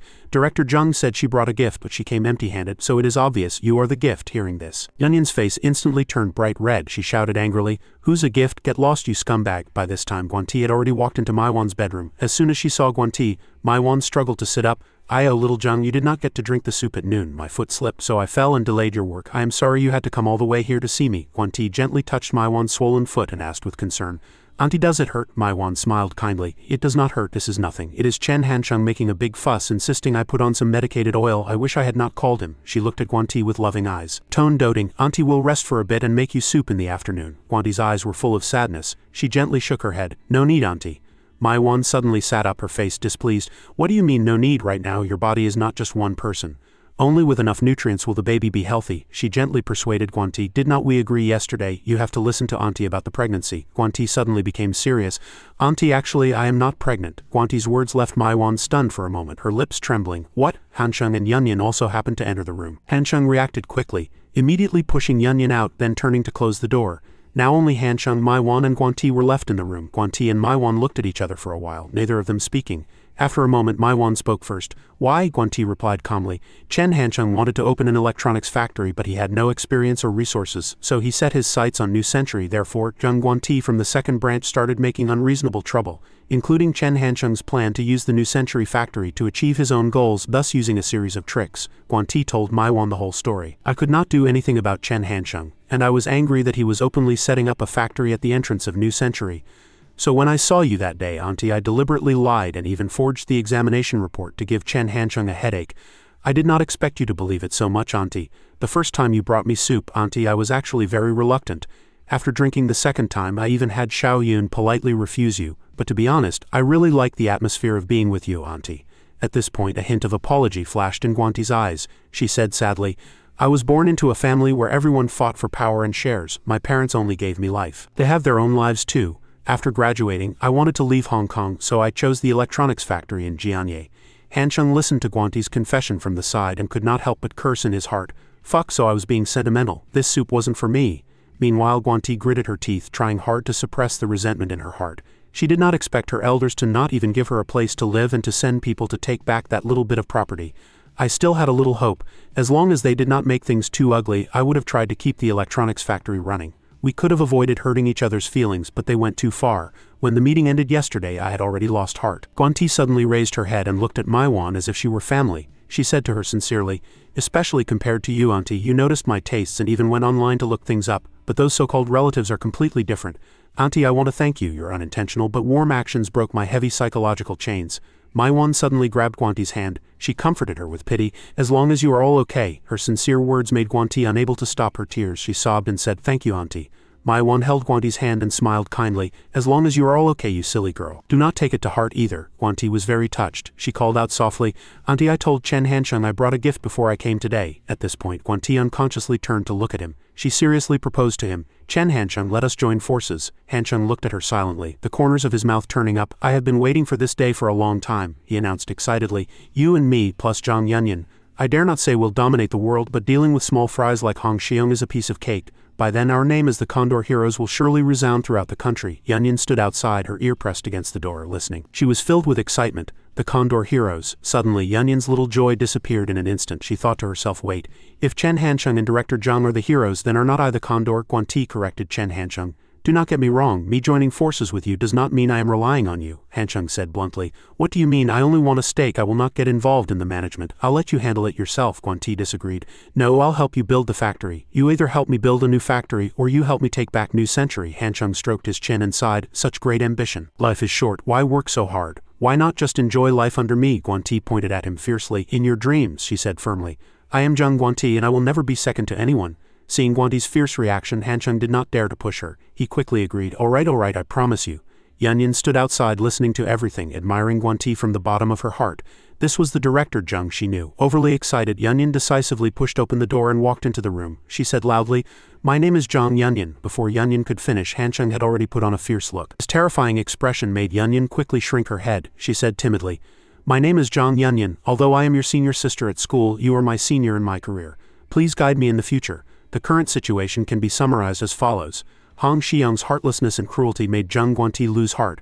With the right time, place, and people, Liang Maiwan's family-like warmth prompted Zheng Guanti to finally cooperate with Chen Hansheng. At this time, Hansheng was seriously considering whether to build a new factory or take back New Century. He stood from the perspective of getting revenge for Guanti and discussed with her that kicking out Hong Xiong would be the most satisfying. Guanti asked him excitedly. Do you have a way? Hansheng smiled and teased her. Is Director Zheng testing me?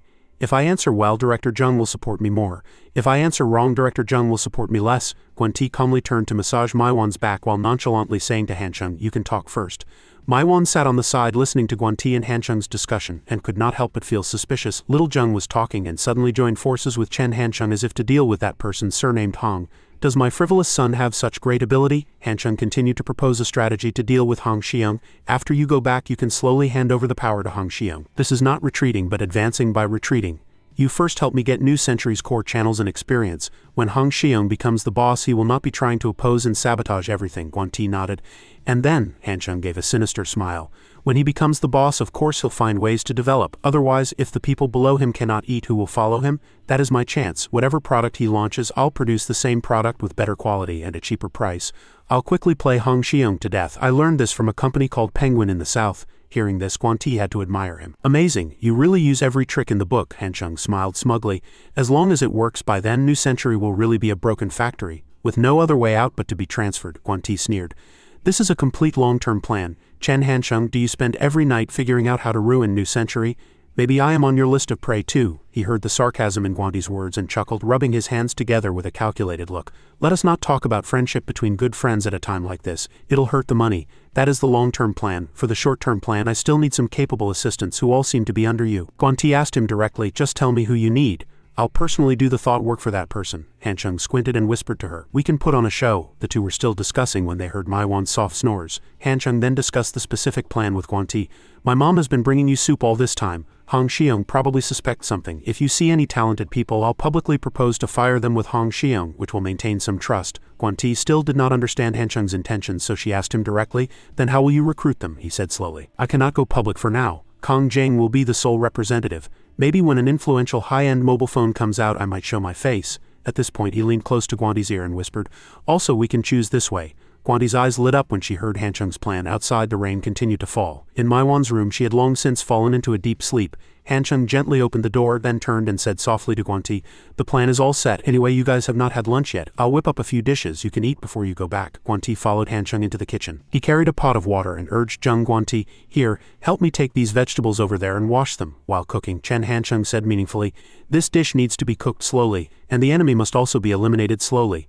The rain outside was still drizzling. Before long, the soup Chen Hanchung was cooking began to give off an enticing aroma and the colors of the vegetables were just right, looking very beautiful. Zhang Yunyan stood behind, quietly watching Chen Hanchung and Zheng Guanti chat harmoniously, thinking to herself that she was quite fortunate. It was a good thing she was on Director Zheng's side, otherwise she would probably be in the pot with them. A few minutes later, Chen Hanchung had a delicious dinner set on the table. Dishes were light but the flavors were rich. Chen Hanchung looked out the window and asked Zheng Guanti with concern if her driver wanted something to eat. Zheng Guanti shook her head. No need, the driver's mealtime was earlier. After dinner, Zhang Yunyan helped Chen Hanchung wash the dishes. In the bedroom, Zheng Guanti carefully tucked Liang Maiwan in. Then she said softly to Chen Hanchung, I am leaving, Chen Hanchung. He smiled and asked Zheng Guanti, should I wake her up so you can say goodbye? Zheng Guanti replied coolly, only if you do not plan on letting us meet again would we need to say goodbye. If we can meet again in the future, then we do not. She suddenly fell silent, her words heavy with meaning. Also, I will not be coming back here again because it already has a mistress. Chen Hanchung gave a fake smile. What are you thinking? The mistress is my mom. Zheng Guanti fell silent, but her gaze unconsciously rested on two yellow pieces of paper on which a line was clearly written. Boss's wife Shen Yuchu. Zheng Guanti and Zhang Yunyan slowly walked downstairs. Before them the rain fell in a white sheet. The scenery outside was quiet with no one coming or going, only Zheng Guanti's luxury car parked at the entrance. Zhang Yunyan closed her umbrella and whispered behind Zheng Guanti, Director Zheng, just now I heard you and Chen Hanchung talking. Will we become enemies in the future? After all, we are both in the electronics factory business, and our products will be in competition. Zheng Guanti looked at Zhang Yunyan and asked calmly, do you think Chen Hanchung does not know? He is very clear in his heart. Are you afraid of competing with Chen Hanchung? Zhang Yunyan admitted there was a little. Zhang Yunyan's eyes looked down and she told Zheng Guanti, just now in the kitchen he was smoking and could not find his lighter for a moment, so he just turned on the gas stove to light it. Chen Hanchung's actions at that moment really startled Zhang Yunyan. So Zhang Yunyan turned to Zheng Guanti, her voice unable to hide her worry. This person is very bold and does not care about rules. Zheng Guanti looked at Zhang Yunyan calmly and soothed her gently. What kind of person he is I know in my heart, but you need to think from a different perspective. We may not become enemies, we could also be friends in the business world. Zheng Guanti calmly analyzed for Zhang Yunyan. We compete with each other. He produces his products and I produce mine. We fight to the death in public, but in private I go to his house for soup and to play mahjong. At this, the corners of Zheng Guanti's mouth turned up. Maybe when Chen Hanchung is in trouble I can even give him some advice. Zhang Yunyan stood beside her, thinking seriously. Friends in the business world. After Zheng Guanti and Zhang Yunyan left, Liang Maiwan woke up in a daze, her thoughts muddled. She had accidentally fallen asleep. Liang Maiwan sat up, the blanket slipping off her. She looked at the blanket and wondered about it. Liang Maiwan's gaze went to the window, her heart full of worries. Suddenly Liang Maiwan hurriedly got out of bed. Oh no, I have not made soup today. Just then a sharp pain shot from her swollen foot to her brain. Liang Maiwan blurted out, so painful. The pain brought Liang Maiwan back to her senses. Right. The pregnancy was fake. In the darkness, Liang Maiwan muttered sadly, yes, it was fake. After Chen Hancheng saw off Zheng Guanti and Zhang Yunyan, he returned to the room. His eyes unconsciously stopped at Liang Maiwan's door. He pushed the door open and saw that she was already awake. Chen Hancheng asked with concern, Mom, you are awake? He saw Liang Maiwan holding a piece of paper with a very sad expression. Chen Hancheng reached out to turn on the light and asked, it is fake. Why are you still looking at it? What's the point? Liang Maiwan frowned and replied unhappily, Mom knows it is fake. Who do you want to give Mom a real paper? But through little Zheng's matter, Mom has come to like the feeling of being a grandmother. Chen Hancheng sat down and said to her with a smile, Mom, I can understand how you feel, but I am only a junior. The matter of having children should at least wait until after I graduate from university to be considered. Liang Maiwan snorted coldly. Mom really wants to have a child call me grandma, but how could you shamelessly agree to it like that? Have not you realized your own situation? Your relationship problems are a mess. Provoking this one and then flirting with that one, Chen Hancheng said unhappily. You started this, Mom, Liang Maiwan retorted angrily. If Mom started it, you dared to respond? Do you have any shame? Chen Hancheng quickly softened. All right, what can I do? You are my mom. He told Liang Maiwan. Shen Yuchu can come over now, right? You have not let your friend come over these past few days. She thought she did something wrong and has been very worried. The next day in class her eyes were red. She must have cried at night. Many times she wanted to ask me the reason, but she hesitated. I could only pretend not to see. Hearing Chen Hancheng say this, Liang Maiwan showed a look of guilt. She sighed, Yuchu-ha? Tonight's rain was very heavy, as if crying out the sadness in people's hearts. In the library of the University of Finance and Economics it was already late, but the lights in the room were still on. Yuchu's eyes were filled with sadness. She held a book, but her mind could not focus on the text on the page. Just then, Chen Hancheng suddenly appeared. As soon as he saw Yuchu he joked, Why are your eyes red again? Yuchu quickly used the book to cover her tear-streaked face. She stammered, I did not sleep well. Chen Hancheng's warm hand gently rested on Yuchu's rosy cheek. His low voice was full of affection. If you cried, just say you cried. Why say you did not sleep well? Yuchu obediently nodded in acknowledgement. Chen Hancheng thought Yuchu's shy look was too cute, and he could not help but reach out his other hand to pinch her cheek. Their laughter made Lu Min, who was sitting next to them, find it amusing too. He covered her mouth, trying to hold back her laughter, but her shoulders were gently trembling. These two were too funny together, but thinking about it, they were an interesting pair themselves. Lu Min glanced at Chen Hancheng and secretly evaluated him. A domineering, arrogant person. After going bankrupt, he walks through the school with more swagger than before he went bankrupt. Lu Min's gaze shifted to Yuchu, and she thought, a kind and humble person. When she walks up the stairs, she practically sticks to the wall, afraid of accidentally bumping into someone. Even though she has opened 2 milk tea shops and business is good, she still dresses so frugally. Lu Min was still thinking when Chen Hancheng suddenly spoke to her sarcastically. What are you laughing at, Lu Min? You are still laughing. Next week I'll send you to inspect the men's dormitories. Lu Min came back to her senses, stunned. The men's dormitories? Then Lu Min's eyes narrowed and she retorted slyly. Chairman Chen, you have to keep your word. I am already a junior and such a good thing has finally come my way. Chen Hancheng was not to be outdone. He smiled slyly and promised, it'll be so beautiful it'll make your head spin. At this point, Chen Hancheng said softly to Yuchu, tonight we are going to Tianjing Mountain for dinner. My mom said so. A look of surprise appeared on Yuchu's face. Really? Chen Hancheng confirmed excitedly. Of course. My mom sprained her ankle. Do you know why? Because she wanted to give you a surprise. Yuchu frowned, her voice sad. I want to go see Auntie. Chen Hancheng was stunned for a moment. Now? Yuchu nodded. Chen Hancheng secretly complained. I just ran all the way here, my legs are still sore. Thinking this, he still agreed to Yuchu's request. Let us go then. What can I say? I am just too kind-hearted. A short while later, Chen Hancheng and Yuchu were walking in the rain under an umbrella, slowly heading towards Yiwu small commodity city. Yuchu suddenly turned to Chen Hancheng and said, I want to go buy shoes. Chen Hancheng was stunned for a moment. I do not need shoes, Yuchu hesitated. It is for Auntie, Chen Hancheng said to her. My mom does not need them either. The rain is so heavy, let us go home first, Yuchu still stubbornly argued. She does, she explained. It is not comfortable for Auntie to move around in leather shoes. Cloth shoes would be more comfortable. Hearing Yuchu say this, Chen Hancheng only then remembered, right, Mom's black leather shoes might be a bit low. They are a bit formal for going out, but leather shoes are a bit hard. They are definitely not as comfortable as cloth shoes. I did not think of this, and Zheng Guanti did not think of it either. Shen Yuchu, she noticed it long ago. Thinking of this, Chen Hancheng felt that the Yuchu before him was even cuter. So he agreed with her. You are right, let us go buy shoes. Before long the two had chosen a pair of shoes for Liang Maiwan. Standing in front of Building 19 Unit 3 of Tianjing Mountain, Yuchu happily hugged the shoebox. Chen Hancheng looked at Yuchu and laughed to himself. She herself only wears shoes that cost a few dozen yuan, but she bought a pair for my mom that costs over 100. He put the key in the lock, but before he could turn it, the door opened. It turned out Liang Maiwan had been waiting for them. Seeing her limping, Chen Hancheng could not help but complain a little. Mom, you sprained your ankle. And you are not resting in bed? Shen Yuchu heard you sprained your ankle and bought you a pair of cloth shoes that cost 168 yuan. Shen Yuchu herself only wears shoes that cost a few dozen yuan. Liang Maiwan smiled kindly. She held a towel in her hand, her voice full of love.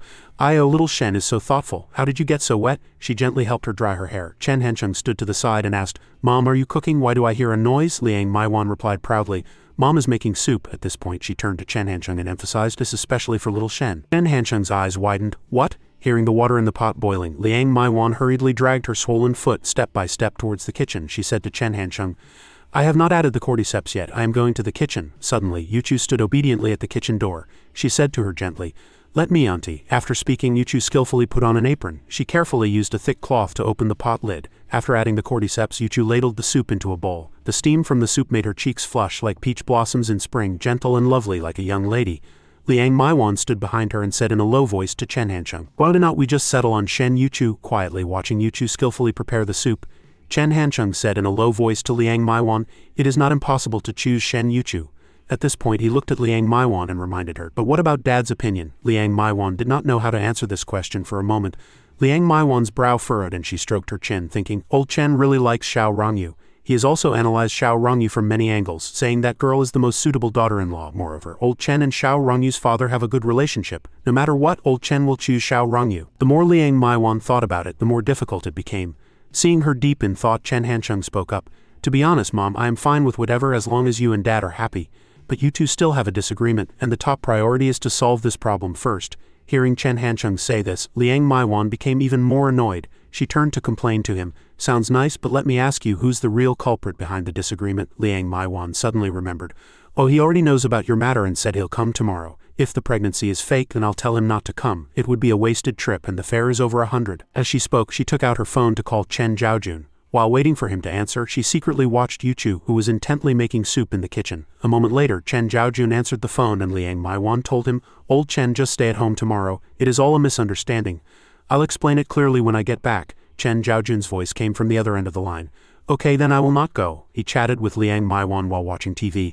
I knew this could not be true. It is a good thing I waited a few days and did not go right away. When are you coming back? Do you still want to do this? Liang Maiwan answered him. I'll go see little Yuer first. I heard that girl just opened a new law firm. Chen Zhaojun was a little surprised and pressed. What? You have not seen little Yuer yet? What have you been busy with these past few days? Liang Maiwan, afraid Yuchu would hear, stammered. All right, I'll explain it to you when I get back. Just as Liang Maiwan hung up, Yuchu brought the soup to the table. She came out and said to her with a smile, Auntie, the soup is ready, let us eat. Hearing Yuchu's obedient voice, Liang Maiwan was startled for a moment. She quickly replied, Oh, okay. She gently placed her hand on her chest and sighed with relief. I am really not good at this kind of sneaky business. I need to make Chen Hancheng choose one quickly. Liang Maiwan's sudden hang-up made Chen Zhaojun on the other end of the line feel strange too. If she is not going to see little Yuer, then what has she been busy with these past few days? After dinner, Chen Hancheng returned to his dormitory. The rain outside was heavy and it was pitch black. A few rooms in the dormitory building still had their lights on. Chen Hancheng walked into his room and saw that Yang Shichao was still awake. Seeing Chen Hancheng return, Yang Shichao asked casually, Today I went online and saw a milk tea shop in Yiwu, small commodity city called Encounter. Is that your shop too? Chen Hancheng shook his head. Not mine. Do not listen to Shen Yuchu and Hu Linyu's nonsense. Besides, it has been open for a while. How come you only know about it now? Yang Shichao replied lazily. I only drink Coke when I am online. I do not drink milk tea. As the two were talking, Jin Yangming came down from upstairs and chimed in. I saw it too. Business is good. You sighed that Chen Hancheng probably will not have to look for a job after graduation. Just open a few more milk tea shops and he can lie down and collect money. It is so cool. Yang Shichao heard this and sighed deeply. We are already juniors and everyone is looking for a job, he complained. Time flies so fast. As he spoke, Yang Shichao turned and handed Chen Hancheng a cigarette.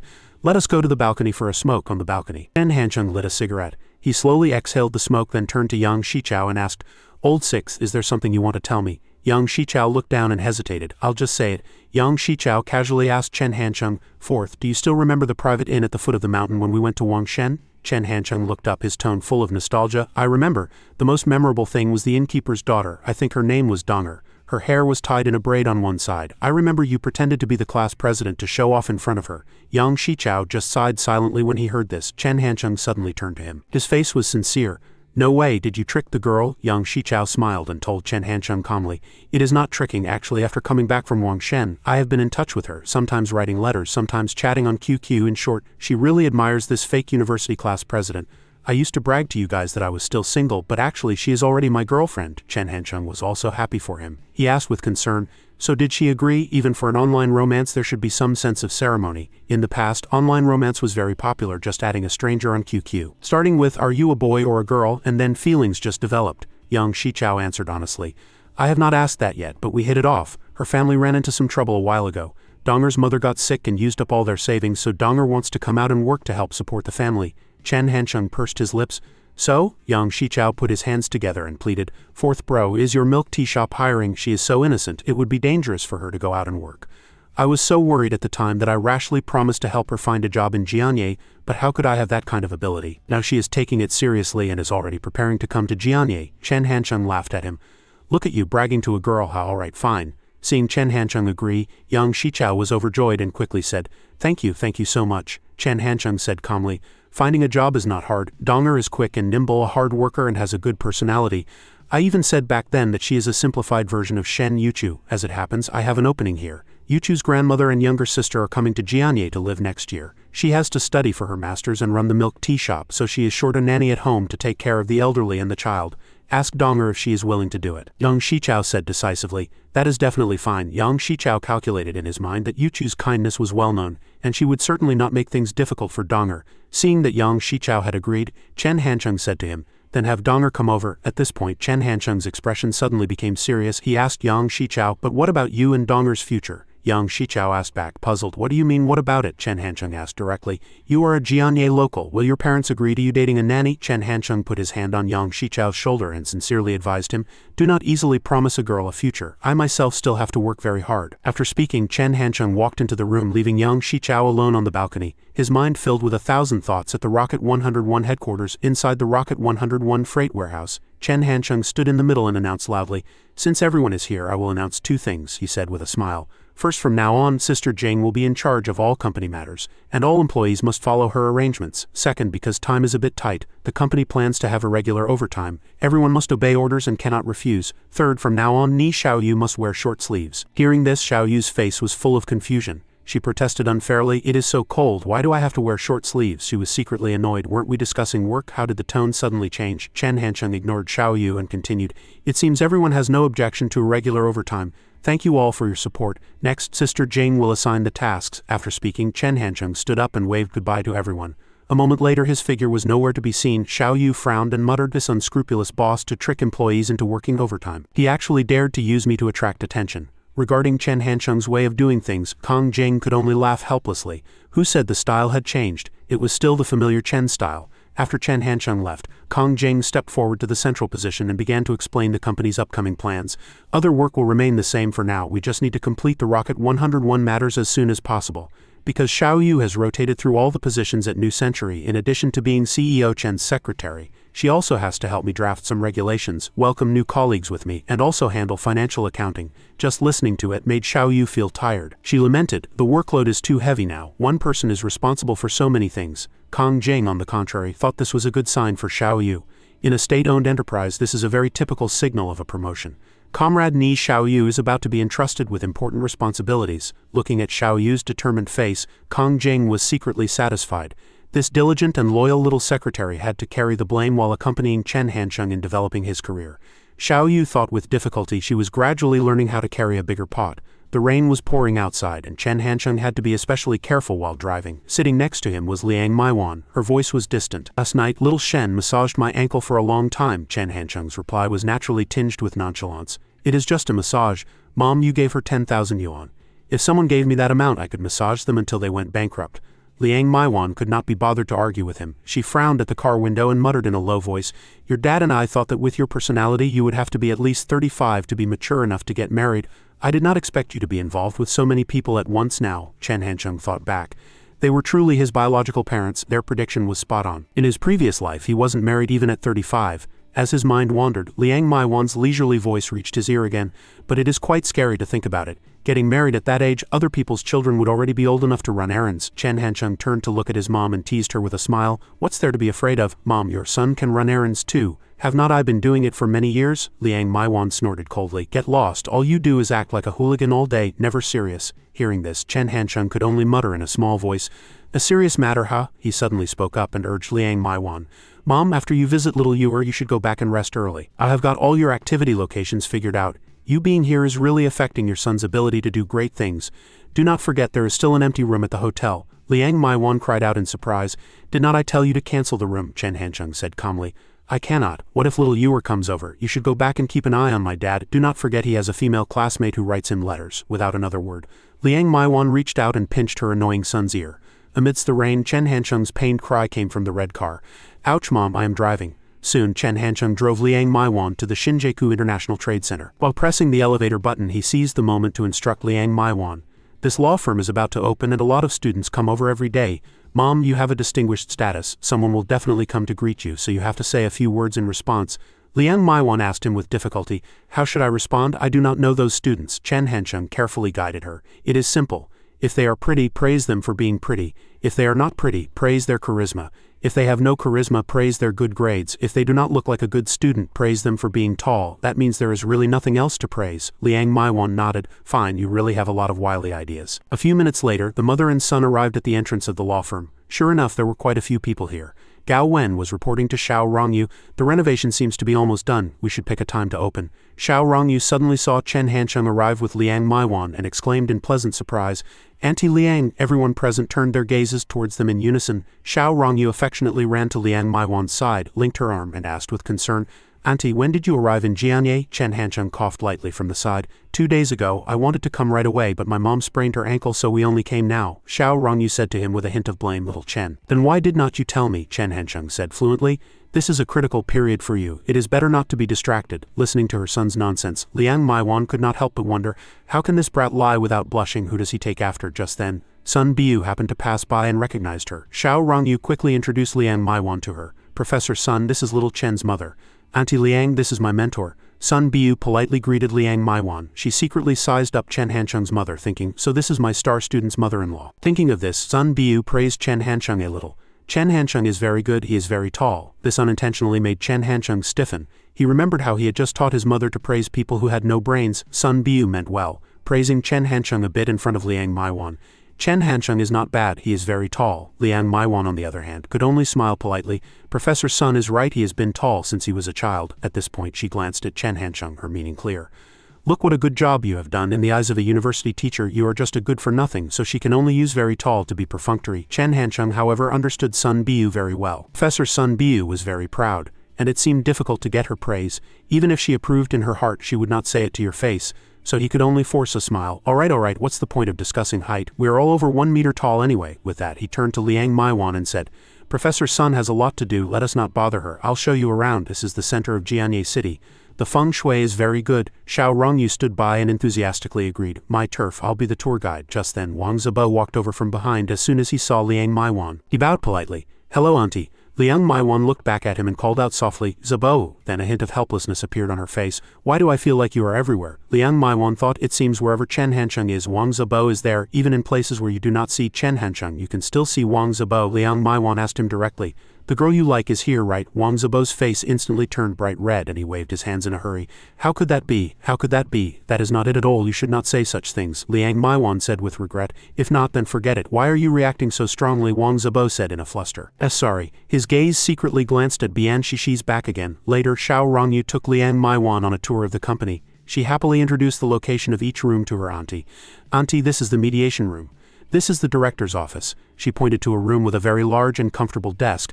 This is the lawyer's office. Liang Maiwan walked to the window and exclaimed in admiration. You guys really know how to pick a place. The scenery is not bad either. As she spoke, her hand unconsciously rested on the glass window, her eyes gazing at the white misty rain outside. Chen Hancheng then asked Xiao Rongyu, how are the preparations going? She brought her face close to him and whispered, here, look at the dark circles under my eyes. Xiao Rongyu smiled and asked him, I have been staying up late recently. It feels even harder than my 3rd year of high school. Chen Pig, do you feel bad for me? Chen Hancheng's eyes were full of love. He nodded. Of course I feel bad, but it is just an opening. Is it necessary to make such a big deal? Gao Wen came over from behind and interjected. Because this is not an ordinary opening. Professor Sun is filing a lawsuit and many of her students have volunteered to help from all walks of life, so the time, place, and method have all been changed. And the scale has also been expanded. Finally, we decided to hold a press conference at the Jinling Hotel to solemnly announce the importance of this international lawsuit. When Gao Wen spoke, her tone was very serious. At this point she turned around, her voice softening a little.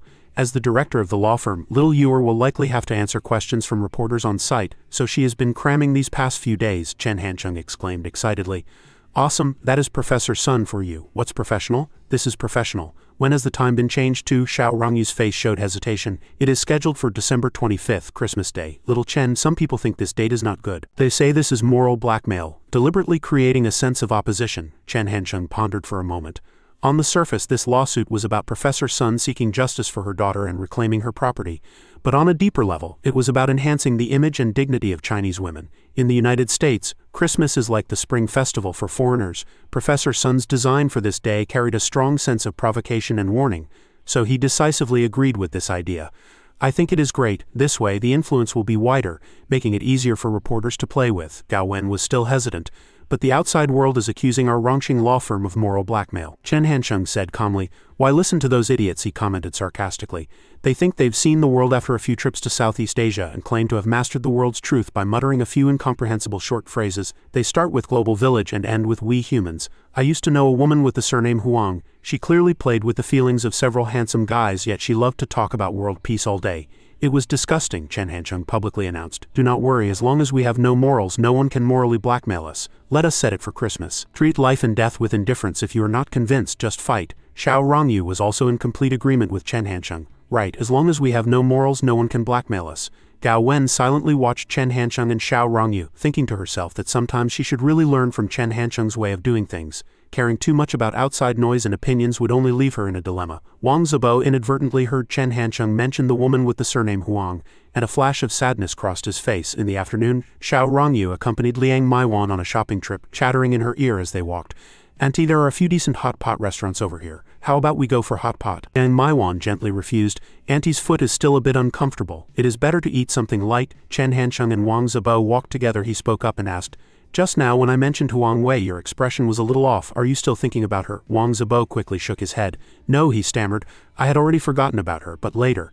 Later, Chen Hancheng said impatiently. Spit it out. Wang Zibo touched his neck and recalled. Later I saw her again at the trade center. She seems to be working on the 13th floor. Chen Hancheng was suddenly surprised. For real? Wang Zibo was very certain. Yesterday when the elevator went down to the 13th floor, she was with a man driving a BMW from Longtong Foreign Trade Company, and they were discussing work matters. I even specifically asked the building's security guard, and that foreign trade company is on the 13th floor. Chen Hancheng looked at Wang Zibo and asked, Did Huang Wei see you? Wang Zibo replied, No, the elevator was crowded at the time and I was standing in a corner. They did not see me. At this point, Wang Zibo glanced at Chen Hancheng. I was originally going to tell you tonight, but then I felt it was too serious. I think I should face it with composure. Chen Hancheng blinked and patted his shoulder. Not bad, you have grown up. So what do you plan to do next time you see her? Wang Zibo's voice was sad. I will not see her next time, little Chen. I do not want to come to Rongqing Law Firm anymore. I am quite busy with work anyway. Chen Hancheng decisively refused. No, he encouraged Wang Zibo. Not only must you continue to come, but you also have to pursue Bian Shishi. You two should stand openly in front of Huang Wei. That is the only way to wash away the self-abasement and shame she left you with. Wang Zibo frowned and shook his head. I cannot do it. Shishi is so outstanding I cannot possibly catch up to her. Chen Hancheng patted Wang Zibo's shoulder. You are too timid. Is it a bad thing for a woman to be outstanding? Wang Zibo lacked confidence and muttered under his breath. No, the problem is I am not good enough for her. For someone like me, I cannot just look for a pretty face when finding a girlfriend. Being kind-hearted is enough. That way we will not fight and I will not get bullied. Hearing Wang Zibo say this, Chen Hancheng mocked him. What kind of old-fashioned view is that? He sincerely advised Wang Zibo. Just find a pretty one. When you get angry and argue, at least looking at her face will make you feel a bit better. Wang Zibo's tone was sad. The problem is she is not interested in me. As he spoke, he took out his phone. Look at our text messages. There is nothing to talk about at all. The screen displayed the text messages between Wang Zibo and Bian Shishi from November 26, 2004. Wang Zibo, are you back in the dorm? Bian Shishi. I am. You? Wang Zibo. I got back a while ago. Bian Shishi. I am so tired today. Get some rest. Wang Zibo. You too. December 6, 2004. Bian Shishi. Little Ewer asked you to bring some food over this afternoon. 2 portions for 2 girls. Wang Zibo. Okay. December 11, 2004. Wang Zibo. I was at the law firm today and accidentally brought your copy of Wanli 15 years back to the dorm. Bian Shishi, it is okay. You can return it after you finish reading. Do you like history too? Wang Zibo, yes, I'll read it now, that way I can return it to you tomorrow. December 16, 2004. Bian Shishi, please bring 2 meals. Wang Zibo, okay. Chen Hancheng commented on the text. I think they are fine, he analyzed slowly. When you chat, you cannot just look at the content, you have to learn to dig into the details. Bian Shishi did not use any closed-ended replies. First, it proves she is very well-mannered. Second, it also shows she does not actually dislike you. You still have a chance. Wang Zibo asked Chen Hancheng blankly. What's a closed-ended reply? Chen Hancheng said bluntly. The kind Huang Wei used to use on you, he continued. Single-word interjections like oh, okay, and so on. When these words are used, it basically means the other person wants to end the conversation, Chen Hancheng concluded. If you force the conversation, you might just annoy them. That is what a closed-ended reply is. Wang Zibo subconsciously recalled his texts with Huang Wei. Wang Zibo, little Huang Wei, today I, Huang Wei. Wang Zibo, not only that, but I also, Huang Wei. Oh, the memory ended, and Wang Zibo's face instantly darkened. He realized this was how he and Huang Wei used to chat. He remembered that every time he saw those two interjections, he would definitely feel upset. But people are strange sometimes. Logically, you know you should end the conversation, but your heart cannot bear to. In the end, emotion triumphed over reason, and you'd keep texting. The other person might continue with closed-ended replies or just stop replying altogether. Thinking of this, Wang Zibo looked at his phone screen, pondering his texts with Bian Shishi. Is this what a real conversation feels like? Just then, Xiao Rongyu, not far away, waved and called out to Wang Zibo and Chen Hancheng. Little Chen, what are you two talking about? Hurry over, Chen Hancheng replied to her. Got it. You guys go ahead and order. We're going to have a smoke. After Xiao Rongyu left, Chen Hancheng continued to explain to Wang Zibo. In the text just now, Bian Shishi asked you, do you like history too? That is a very typical open-ended question which proves there is room for discussion. You did not seize the opportunity. If it were me, we would have started a whole conversation that night. Wang Zibo's eyes lit up. So that is how it is. His mind was suddenly enlightened. It was the first time he'd heard professional terms like closed-ended reply and open-ended question for chatting. Chen Hancheng took the opportunity to urge Wang Zibo. Bian Shishi is pretty great. She does not put on airs and has a very down-to-earth personality. She is one of us. If you think she is great, you should make a move soon, or you'll regret it. Wang Zibo asked him confused. Why would I regret it? Chen Hancheng's lips curved up. This world is full of coincidences.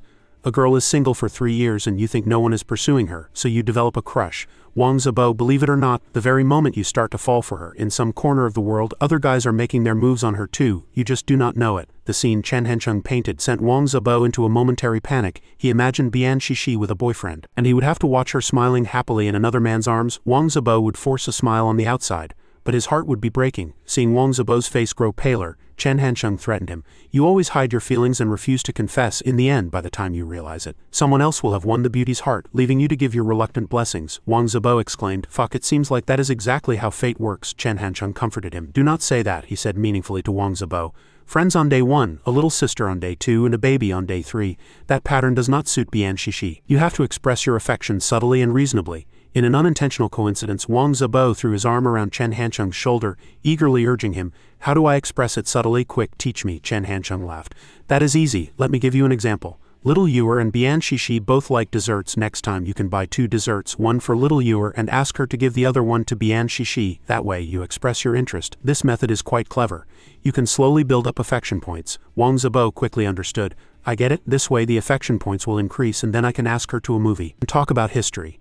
The topics will start to flow. Chen Hancheng nodded. Exactly. The problem is the first step is very important. Halfway through his sentence, Chen Hancheng's phone lit up. He turned to Wang Zibo and said, You go to the restaurant first. Little Ewer is calling. Wang Zibo secretly told himself, I cannot miss this chance again. Let us do this after lunch. Chen Hancheng and Liang Maiwan stayed at the law firm until the afternoon. It wasn't until Xiao Rongyu reluctantly said goodbye and followed Professor Sun back to Dongda for training that Chen Hancheng took Empress Dowager Liang back to Zhonglin University town. After understanding the scope of Chen Hancheng's activities, Liang Maiwan prepared to return to Gangcheng. Wang Zibo watched Bian Shishi's retreating back, secretly plotting something in his heart. He bought 2 cakes, pondering the strategy Chen Hancheng had taught him. Little Chen's method is really good. He passed on his experience to me. I have to cherish it. With this in mind, he walked towards the Dongda girls' dormitory, his heart pounding with excitement. I just have to ask Little Ewer to deliver it. I do not even have to show my face, as expected of Little Chen. A short while later, Wang Zibo saw Xiao Rongyu waiting for him downstairs at the dormitory. He happily handed her the 2 cake boxes.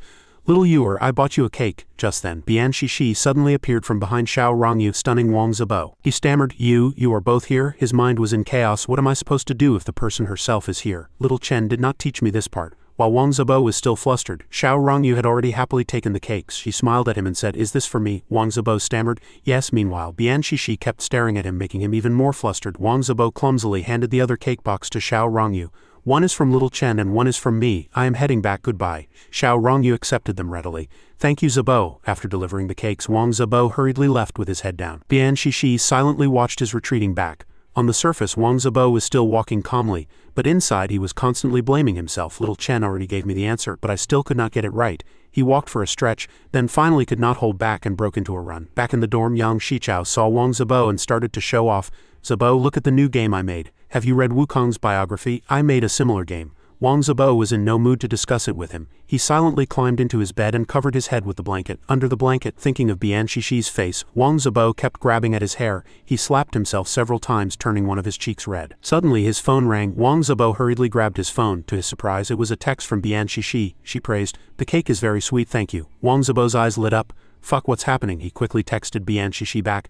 "Did you eat it?" Meanwhile, Bian Shishi was indeed savoring the cake. Suddenly her phone beeped. Bian Shishi picked it up and saw it was Wang Zibo's text. She immediately replied, "Little you ate the one Chen Hancheng bought." "I ate the one you bought." Receiving Bian Shishi's reply, Wang Zibo's face lit up like the spring sun. Wang Zibo quickly composed a text, "I bought it for you in the first place." But he quickly deleted it. Wang Zibo felt that would not do, it was too direct. So when his text reached Bian Shishi's phone, it had become, "Glad it is sweet." After reading Wang Zibo's text, Bian Shishi said helplessly to Xiao Rongyu, "Little Yuer, look at this reply from Wang Zibo. He just says glad it is sweet. Why does his tone sound so forced? I'll buy him a cake some other day to pay him back." Hearing Bian Shishi complain, Xiao Rongyu actually thought Wang Zibo's reply was good. "Shishi, you are too sensitive. That tone is perfectly normal. Little Chen and I talk like that all the time." Bian Shishi rested her head on Xiao Rongyu's shoulder and muttered in a low voice, "You two are different. Little Yuer, that graduate student senior from Jianye University's law school, he contacted me again." Xiao Rongyu asked Bian Shishi curiously, "Did he ask you out to eat?" Bian Shishi nodded. "Yes, he is actually very outstanding. He might even get into one of the big 4 law firms in the future." Xiao Rongyu gently advised Bian Shishi, "Romance is about feelings. Besides, Zibo is great too.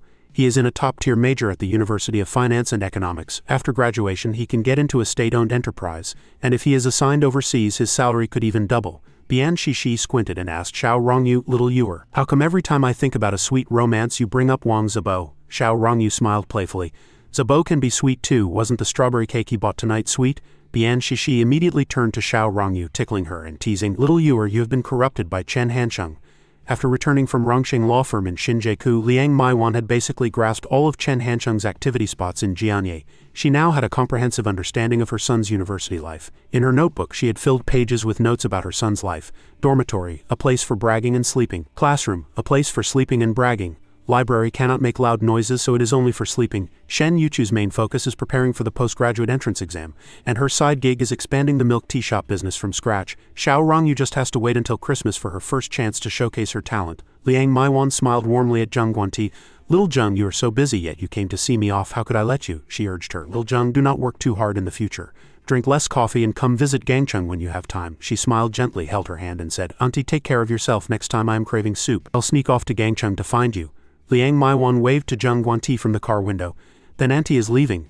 After seeing his mother safely onto the bus, Chen Hancheng immediately turned and left. Only Zheng Guanti remained at the station, smiling and waving at the bus carrying Liang Maiwan.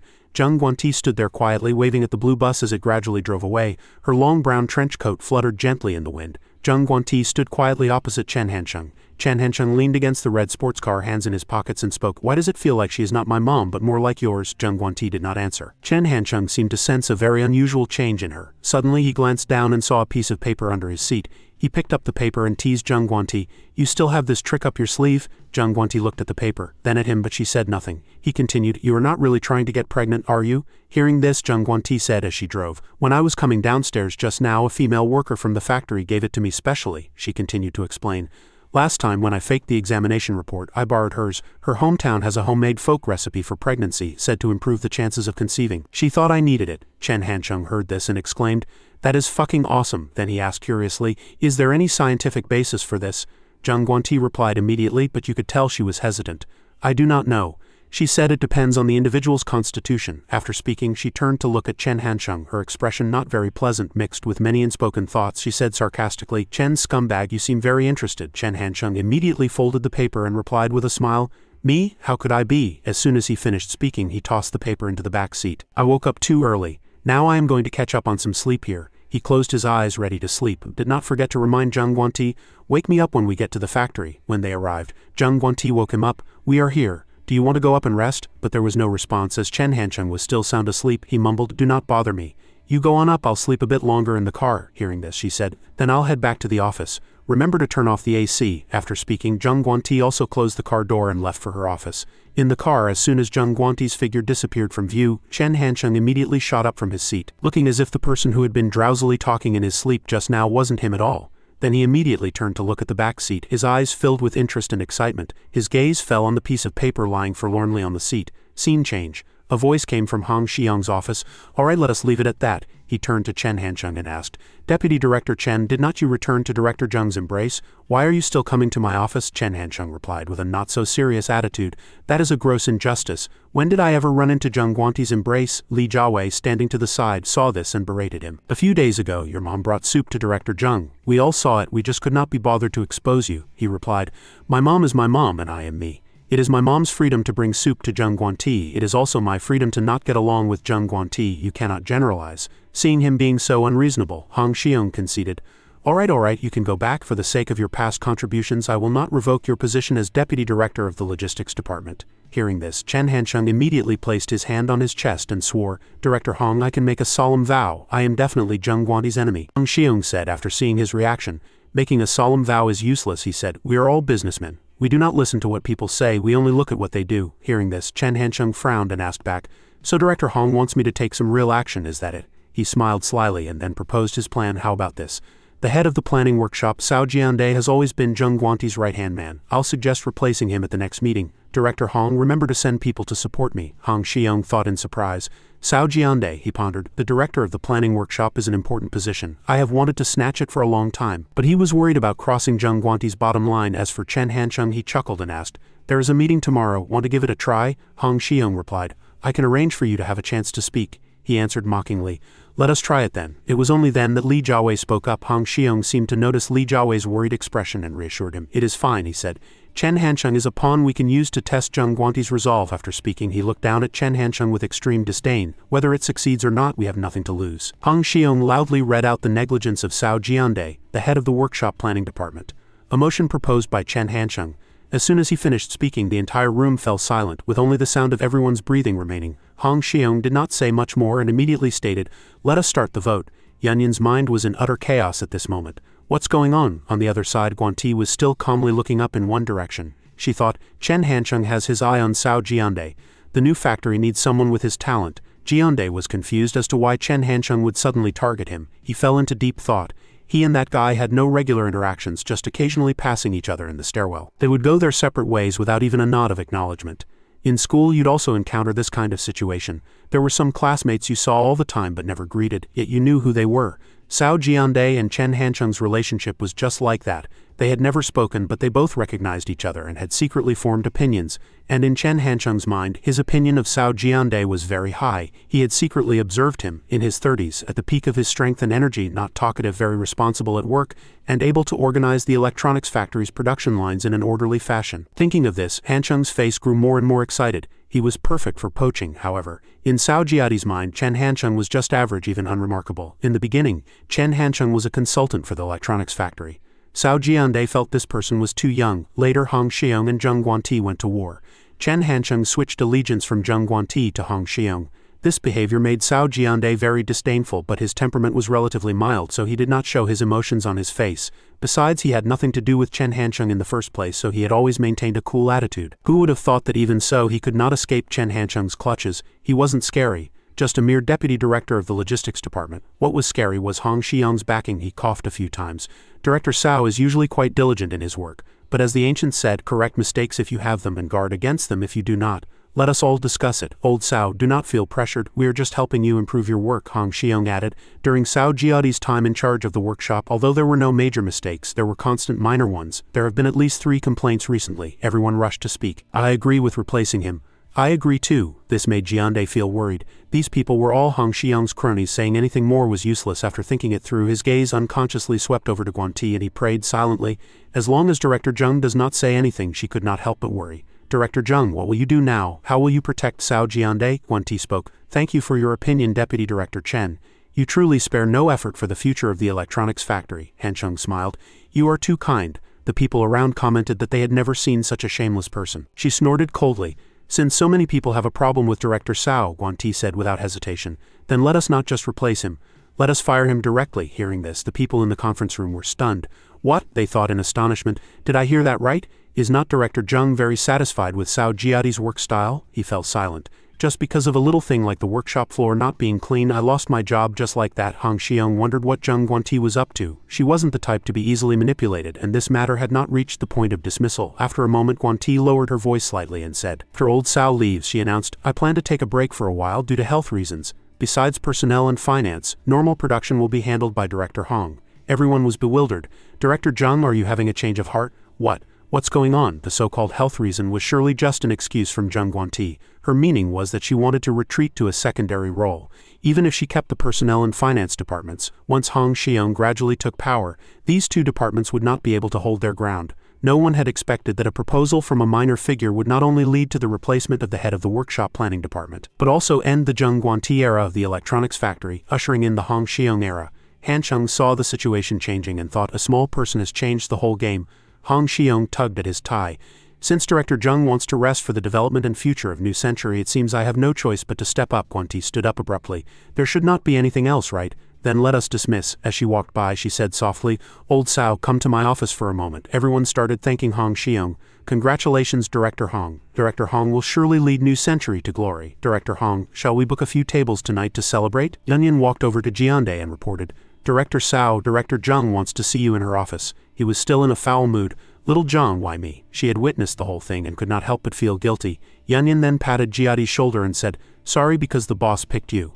Hearing the door open, Guanti spoke. "Old Sao, you are here?" She asked softly, "Do you want sugar in your coffee?" He was a bit surprised, then answered, "A little please." Jiande thought to himself that in all his time at the factory, this was the first time he'd had the privilege of Director Zheng making coffee for him personally. He just had not expected it to be under these circumstances. Guanti sat down in a chair next to him. "Old Sao, you are 34 this year, right?" He looked up and replied, "Yes, almost 35. She continued to ask, "Where does your wife work and your child?" Jiande said in a low voice, "My wife works at Zhongling Central Hospital, and my daughter is in the 3rd grade at Dongshan Foreign Languages School." Guanti smiled. "You are planning to settle down in Zhongling, are not you?" He suddenly said loudly. "I originally planned to work at the factory until I retired." She turned her head and said, "I also originally wanted to make New Century a publicly listed company," Guanti said helplessly. "But things like this happen and I regret it too." She sighed heavily and then said, "Old Sao, your time with the electronics factory has come to an end," Guanti added. "After the language repeater and MP4 projects were abruptly terminated, I decided to give up. Hong Xiong's vision is not enough to support New Century. The electronics factory will not have a good end in the future." She frowned and emphasized, "Especially with a hungry wolf outside," Guanti said bluntly. "Your ability and experience are excellent. Being trapped in a place like New Century will hold you back. Old Sao, by not keeping you, I am actually being responsible for you." Hearing this, Jiande seemed to understand the situation. "I understand." He stood up and then said, "I'll go pack my things. Thank you, Director Zheng." Jiadi's original salary was less than 100,000. Since Guanti came to New Century 2 years ago, she not only promoted and entrusted Sao Jiande with important responsibilities but also raised his salary to several 100,000. This bow from Jiande expressed deep gratitude, blessings, and admiration. As he left, Guanti and Yunyan watched his footsteps. She picked up her coffee cup, wondering which prey that hungry wolf had its eyes on. Guanti said, "From now on, any project Hong Xiong gives me, you help me delay it by a week." She replied, "Okay." More importantly, this was the exact method Hong Xiong had once used against Zheng Guanti. In the past, any proposal from Zheng Guanti would be delayed by Hong Xiong, who would only start executing it a day or two later. Back then, Zheng Guanti had a real headache. Now it was better. Their roles were reversed, and Zheng Guanti directly delayed things by a week. When it came to being ruthless, Hong Xiong was still too inexperienced compared to a woman. Meanwhile, Jiande had also gone to his office to pack his things. He looked at everyone and said, "People are so cold. I thought many would be lining up to hug me goodbye." Jiande smiled gently. "I understand everyone's sentiment. In any case, I should thank you all for your support over the years. Old Sao wishes everyone a bright future, a successful career, and a happy family." After speaking, he seemed to have no lingering attachments and left just like that. Jiande had just walked out of the office when he ran into Hancheng. He turned around and asked, "Director Sao, are you leaving? Need help carrying your things?" He replied with a serious face, "Thank you." "No need," Hancheng continued. "Do not be polite. We were once colleagues after all," Jiande answered bluntly. "Being your colleague is a disgrace. I do not think I'll have that opportunity again in the future." The more he looked at him, the more uncomfortable he felt. "Goodbye," Hancheng found it amusing. "This guy's temper is quite cute too." The prey has appeared. It is time to draw in the net. Not long after, outside the electronics factory's parking lot, Jiande looked at the surrounding scenery, tears unconsciously streaming down his face. "I am leaving just like that." He hurriedly wiped the tears with his rough hand. Jiande started the car while making a call. "Honey, are you busy?" The other end replied, "It is all right. Why do you have time to call me today?" Is not at lunchtime at the factory, he stammered.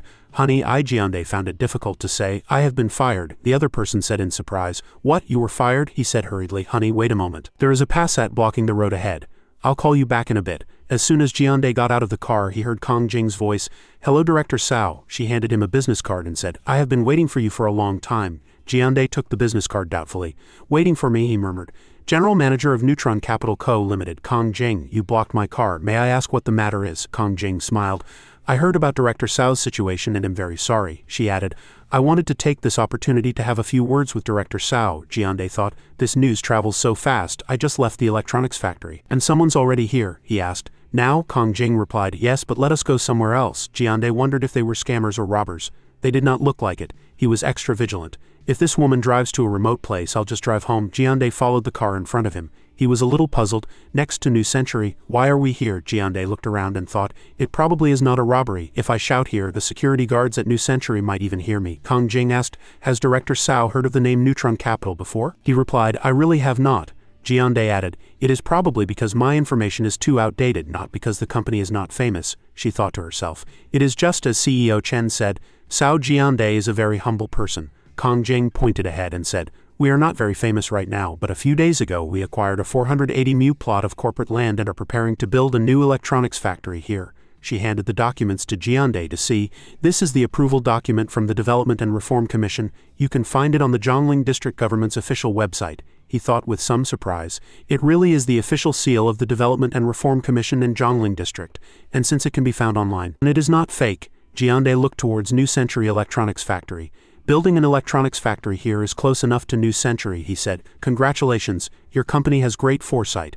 Electronic products will be the main consumer force for the next 10 years, Kong Jing said. In that case, why does not Director Cao join us? She said seriously. On behalf of this blank slate of an electronics factory, I sincerely want to invite Director Cao to take up a position.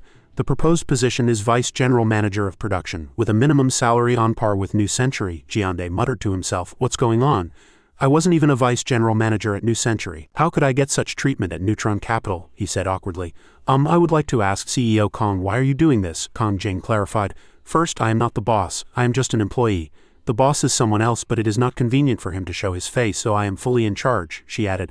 Second, our boss knows you well. He knows your abilities and believes you can create more wealth and social benefits. Jiande frowned. Knows me well. He thought, who could it be? Besides Zheng Guanti, I do not know any boss-level figures. Kong Jing said, your wife works at Zhongling District Central Hospital, and your daughter is in the 3rd grade at Dongshan Foreign Languages School. You have recently taken a liking to golf on the weekends, right? Jiande said in surprise.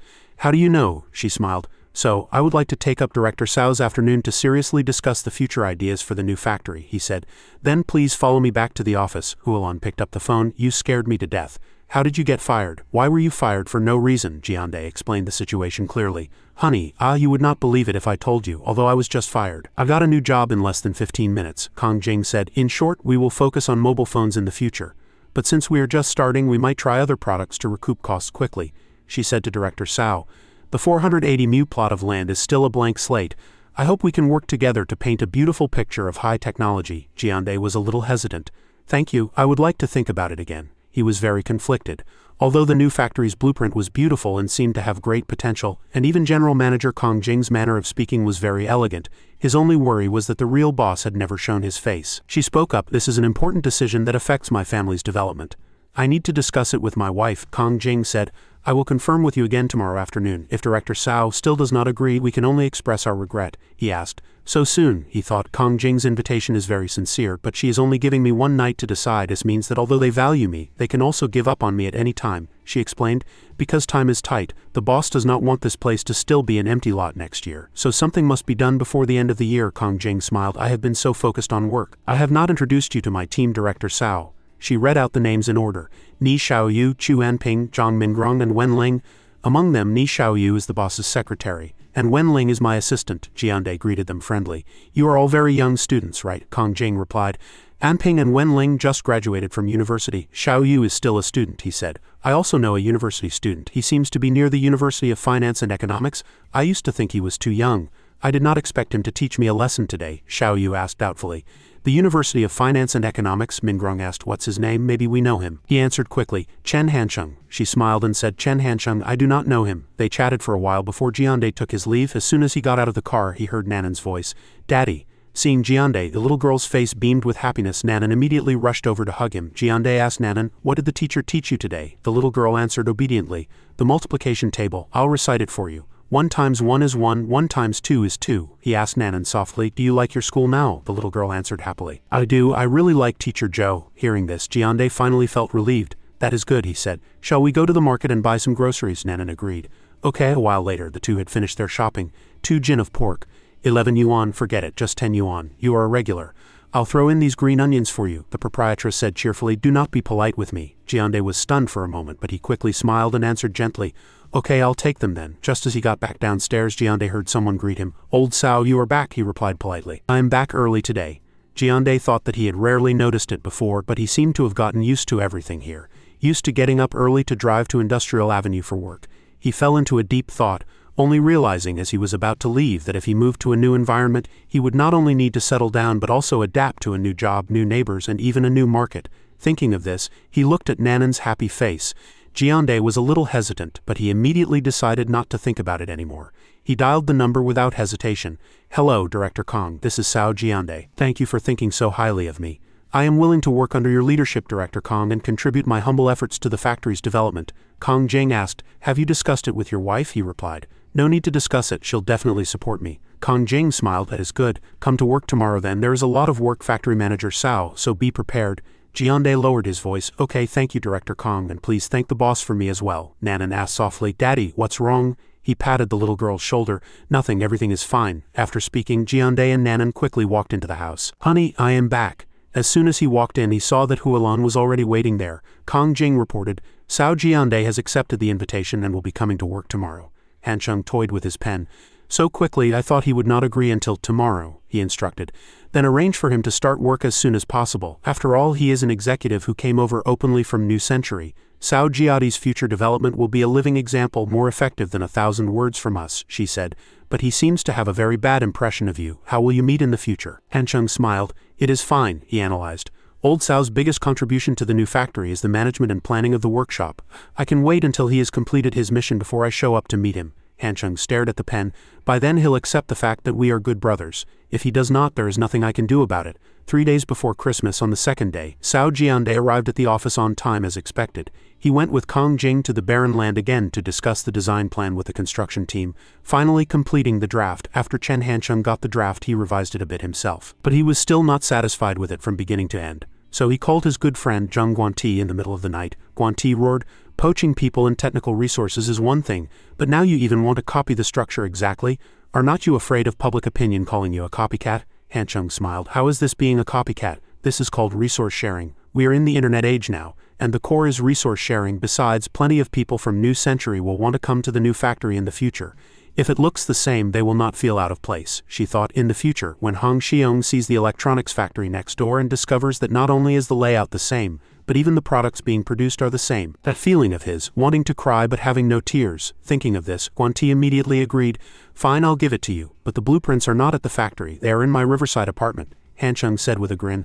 I'll wait for you at the north gate of the school. We'll go to the apartment together and I'll treat you to dinner later. A while later, he quickly arrived at the north gate of the school. Hancheng sighed. You are finally here. I am freezing to death. He quickly got into the passenger seat. Hancheng shivered, finally warming up a little. Guanti said with disgust. You are so disgusting, she said unhappily. I just got the upper hand on Hong Xiong in a few matters today. I was in a great mood but you ruined it. He glanced at her. What do you know, when we were kids we did not have air conditioning at school, so we all used this method to warm up. Guanti frowned. So disgusting. Just like that, her mood took a nosedive because of Hancheng, Guanti added. There is only one boss like this in the whole world. As soon as she entered the apartment, she started searching the safe. She had not been here in a long time. Usually the housekeeping staff did the cleaning. A while later, Guanti said, Here, the blueprints you wanted. He took them and opened them to look at the blueprints inside. Seeing Hancheng about to leave without a word, she frowned. What about dinner? Guanti added. Although I wasn't planning on having dinner anyway, this style of yours, promising something and then not admitting it, perfectly matches the style of that scumbag back then. He showed an innocent smile. Is not it too late? I'll treat you in a few days when I am done with my work, she asked. Christmas is in 2 days. Are you sure you'll have time? Hancheng answered frankly. I cannot. he said sheepishly.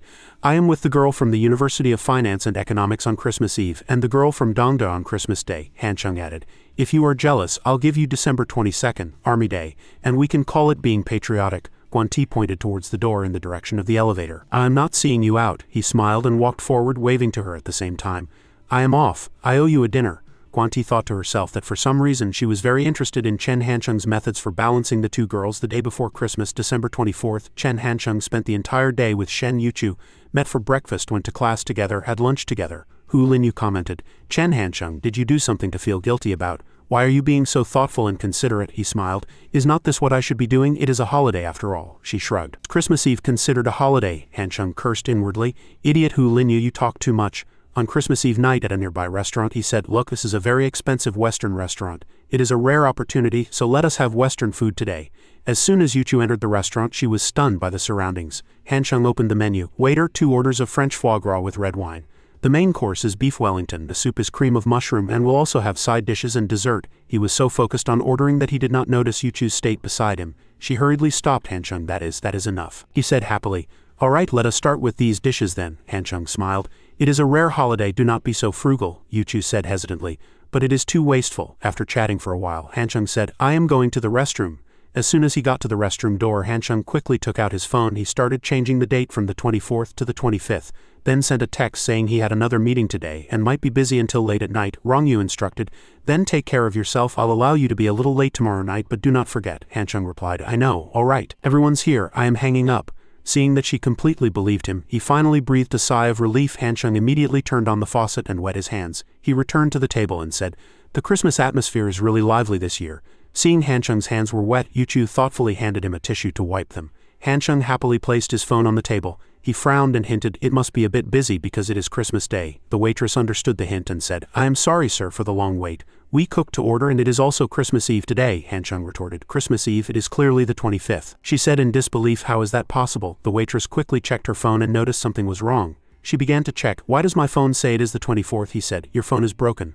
Seeing this, Yuchu on her side also took out her phone to check. The waitress said, Sir, today is Christmas Eve. Your phone is the one that is broken. Hanchung smiled. What? My phone is really the one that is broken? She said, Yes, your boyfriend's phone is broken. He thought today was Christmas Day. Yuchu looked and said with certainty, Your phone really is broken. Hanchung took out 2 tickets. Then what do we do, babe? I thought today was Christmas. Look, I even prepared the gifts. Anning should be on winter break too, so I was planning to go up the mountain with you and take them out to play.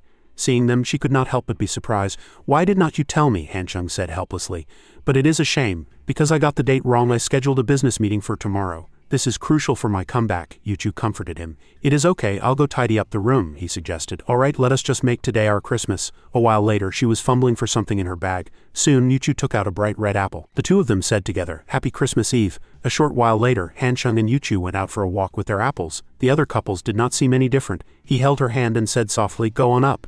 Yuchu walked forward, still not forgetting to wave goodbye to Hanchung. His gaze followed her figure until Yuchu disappeared from sight. As soon as she returned, she heard Hu Linyu's voice. Finished dinner? Yuchu answered. Just as she finished speaking, she saw the other person pounce over. Did you bring me any snacks? Hu Linyu opened the bag, saw only books, and her mood immediately deflated. She complained, other guys in relationships would definitely win over their girlfriends' roommates and besties. Chen Hanchung, on the other hand, does not care at all. The person on the top bunk poked her head out and said, How is the class president not showing us any attention? Have we not eaten enough? We cannot expect the class president to buy us snacks too, can we? Hu Linyu said in a low voice. I know, I was just saying. She asked Yuchu, Where are you guys planning to go for Christmas tomorrow? She replied. He has something on tomorrow. I am going to the apartment to tidy up. Grandma and Anning are coming soon too. Hu Linyu was surprised. What? She complained. What could be more important than spending Christmas with your girlfriend? It is 100 an excuse. Chen Hanchung is definitely going to find another girl tomorrow, Yuchu explained. His phone is broken, she added. So he got the time wrong and thought today was Christmas. Hu Linyu was skeptical. Impossible, she continued. No wonder he was acting strangely today. Chen Hanchung is so smart, how could he possibly get the time wrong? Hu Linyu reminded her. Yuchu, you have to think for yourself too. Just as she finished speaking, she saw that Yuchu had already zoned out, just staring at a piece of paper. As a member of the board of directors, Hu Linyu seemed neat and powerless at this moment. Oh my god, she poked Yuchu's chubby cheek. She said, It is nothing, this must be Chen Hanchung's Christmas gift to you, right? I saw it last time at Dongshan department store. I did not expect him to actually come to the women's section to pick out an apple. Meanwhile, things were very quiet on Hanchung's side. Shangguan Yanren called him. Class president, where are you? Hanchung answered the phone. I am about to head to the men's dormitory now. Hearing this, she suddenly burst out laughing. Shangguan Yanren, you are exposing me, huh? Fine. Then who's that handsome guy standing in the park under our dorm building? He looked up and urged, hurry up and bring the clothes down, I am heading back. I am freezing to death. Shangguan Yanren agreed. All right. A short while later, she came down and put the apple inside. This way no one will know you got 2 apples. Shangguan Yanren sneered, holding 2 apples on Christmas, what a scumbag. After speaking, she suddenly stepped forward and kissed Hanchung. Shangguan Yanren said in a low voice, I cannot bear to have your reputation be affected in the slightest. Hanchung took the bag. Is that enough? As if I care that much. She was thus captivated by him in the quiet of the deep night. Hanchung's figure quickly disappeared from Shangguan Yanren's sight. The night at this moment carried an inherent tranquility. He strolled leisurely through the surrounding woods. Suddenly someone called out to him, Senior brother. Hanchung thought to himself that it was such a short walk back to the dorm, yet it was as difficult as Tang Sanzang's journey to the west with temptations everywhere. With that thought he turned his head and asked, What are you doing here? Luo Zhan shyly held a gift box containing an apple. She asked directly, Is this a gift from another girl? Hanchung answered honestly. One is from Shen Yuchu and the other is from another friend of mine. He held out his hand and said softly, Give me the apple. You should go back. Hanchung sensed that Luo Zhan was in a bad mood and fell silent for a moment. He could only sigh and make a decision. I'll walk you back. Then Hanchung walked her home along that path. After walking for a while, Luo Zhan was stunned. She shook off his hand and asked sharply, Why are not we taking the main road? Hanchung coughed dryly a few times. The small path is shorter. Luo Zhan frowned. I knew it. You are afraid of being seen by others, are not you? She continued to complain. I knew it. You are just afraid of being seen. Hanchung had nothing to say at this point, so he remained silent. A few people gradually started walking over from behind. He looked into Luo Zhan's eyes and just asked coldly, So are you coming or not? Hearing Hanchung's tone, she immediately rolled her eyes. Then she quickly compromised. Fine, I'll go. He did not say anything more at this point and turned his face away. Hanchung quietly looked around as he walked. An amorous voice drifted over. Someone's coming. It is fine, be quiet. He thought that on a day like this there was never a shortage of couples who could not control themselves. Just as Hanchung finished his thought, Luo Zhan suddenly walked in front of him. She stood on her tiptoes without hesitation and kissed him. At this moment the light from the street lamps also seemed to converge. They walked on one after the other. After walking for a while, Luo Zhan finally spoke. Senior brother. He did not answer but instead reminded her. We are almost at your building. Just as his voice fell, many other people immediately appeared in front of them. Luo Zhan shyly explained, That was my first kiss, Hanchung said nonchalantly. It was my first time too, so we are even, she quickly retorted. Liar, I clearly saw you kiss Yuchu. Hanchung shook his head. No, this was the first kiss between the two of us, not including other people. Hearing this, Luo Zhan's cheeks turned red. She could only sigh, knowing that no amount of effort could move him. Luo Zhan poured her heart out. Senior brother, I often look at the moon and find that although the moon is looking at me, it is also looking at other people, and I get jealous. Hanchung turned his head away. What's all this about moons and suns, he thought. He looked back at Luo Zhan. Merry Christmas, she smiled. The moon is very bright, but its brightness is useless, just like how I like you is meaningless. Luo Zhan quietly watched Hanchung's back. I still like you, even though that does not change anything. She quietly watched as Hanchung's back receded into the distance. He returned to his dorm and closed the door. Seeing that only Zhenyu was in the room, he wondered where everyone else had gone. Before Zhenyu could answer, a cigarette flew over to him. He caught the cigarette. It is Christmas tonight, so everyone's out having fun. Hanchung did not ask any more questions and immediately sat down at his computer. Zhenyu was surprised when he saw the bag on the desk. 3 apples, were they all from girls, bro? Hanchung turned around.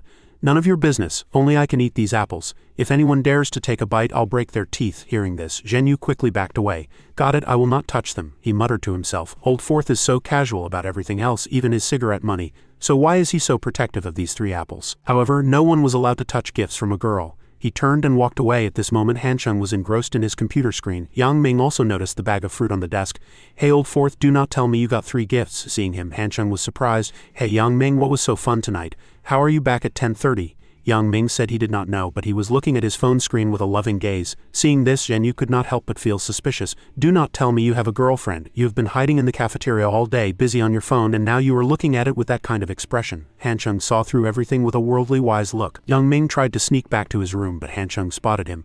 Did you just get back from a date with your girlfriend tonight, Yang Ming? He stammered, but his expression showed that Hanchung had guessed correctly. Yang Ming hurriedly reminded him, Do not say it so loud, help me keep it a secret. Hanchung quickly walked to the second cafeteria. Yang Ming walked over and said, Brother Chen, there is something I want to tell you first. He told him to just say what was on his mind. He smiled and said, I used to brag online that I was the son of a high-ranking official, a student union leader from a good family, and a Jianye local. Hanchung replied, It was just bragging. Do not worry, even if you told me the Queen of England was your aunt, I would nod and believe you.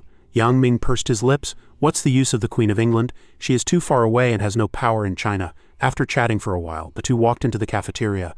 Donger was sitting quietly in a corner nearby. When he saw her, he walked up and called her name. She replied happily, "Brother Yang Ming." Before Donger could feel happy, she turned her head to look at the person next to him and was stunned. Hansheng raised his hand in greeting. "Donger, do not you recognize me? I am Chen Hansheng. I was the one who was hungry that night and had your dad cook for me." She had a flash of realization. "I remember now, you are the class president," Hansheng said. "Let us not talk here. From now on just call me Brother Chen. I'll take you to get settled." Yang Ming said, "My car happened to break down today, otherwise I would have driven the Land Rover over." He comforted her. "It is fine, what's so heavy about this little bit of stuff? You go chat with Brother Chen. Do not forget I am a second-class provincial athlete. What's carrying a backpack?" Yang Ming thought to himself. "My God, why is it so heavy? Did she pack the whole cooking pot?" A short while later on that familiar little path, Hansheng greeted her. "Donger, how's your family been lately? Are there a lot of tourists?" she said in a low voice. "My family has not been doing well lately. We are in urgent need of money. My mom got breast cancer and my dad went to do heavy labor to raise money for her treatment, but he ended up breaking his leg. My dad can walk now, so I came out to find a job to earn money," he said. "Did Yang Ming tell you might be working as a domestic helper?" Donger replied, "He did," she added. "Brother Yang Ming said your dad used to be a deputy mayor, so a lot of people wanted to be your family's helper. He said he got this opportunity for me because he is good friends with you. I can cook and do laundry. I can do any kind of work, please take me in." Hansheng was confused when he heard deputy mayor, then explained, "My dad is not a deputy mayor, just an office director. I am just an ordinary student." Hearing this, Donger's eyes glanced lightly at Yang Ming. He interjected, "He used to be a deputy mayor and became an office director after retiring. That is an unwritten rule. Donger, you do not understand officialdom, so I will not explain it further." A short while later, they arrived at the girls' dormitory. Yang Ming said, "Brother Chen, are you planning to let Donger and Shen Yuchu live together?" He replied that he wasn't. Hansheng made a call. "Bring down the keys to the Tianjing Mountain apartment. I'll introduce you to a little sister, by the way," he gestured. "I'll take Donger to get settled first." A while later, Yuchu and Linyu both arrived. Hansheng asked curiously, "What are you doing here?" She replied, "I was too bored in the dorm. I heard a little sister was coming, so I came to see what's going on." Linyu thought. "I thought Chen Hansheng was bold enough to openly bring his mistress to meet Shen Yuchu." She admitted, "I did not expect the little sister to really be a little sister." Yuchu proactively greeted her. "This is Donger," he explained. "Something happened to Donger's family, so she wants to come out and work to help support them. It just so happens that Grandma and Anning are coming to Jianye to live long-term, so I plan to have her take care of them," Yang Ming said. "Donger, say hi to Sister Shen Yuchu. She is the belle of our University of Finance and Economics." Hearing this, she greeted her enthusiastically. "Sister Yuchu." She saw that Donger was a bit shy and said softly, "Hello," Hansheng said again. "Donger lost her ID card, so let her stay at the Tianjing Mountain apartment tonight. Why do not we all take her there? We'll probably be seeing each other often in the future." Hearing this, Yuchu did not object. "Okay," he walked over and took her hand. "Do not overthink it." Hansheng explained, "When Grandma and Anning arrive, you still have to go to school and prepare for the postgraduate entrance exam, and you cannot neglect the milk tea shop. Donger's arrival is actually helping us solve a lot of problems." Linyu watched this scene from the side, momentarily speechless. A short while later, they arrived at the Tianjing Mountain apartment. He said to Donger, "You can sleep here tonight." Yuchu walked into the room to check on things, and upon seeing this she could not help but blush.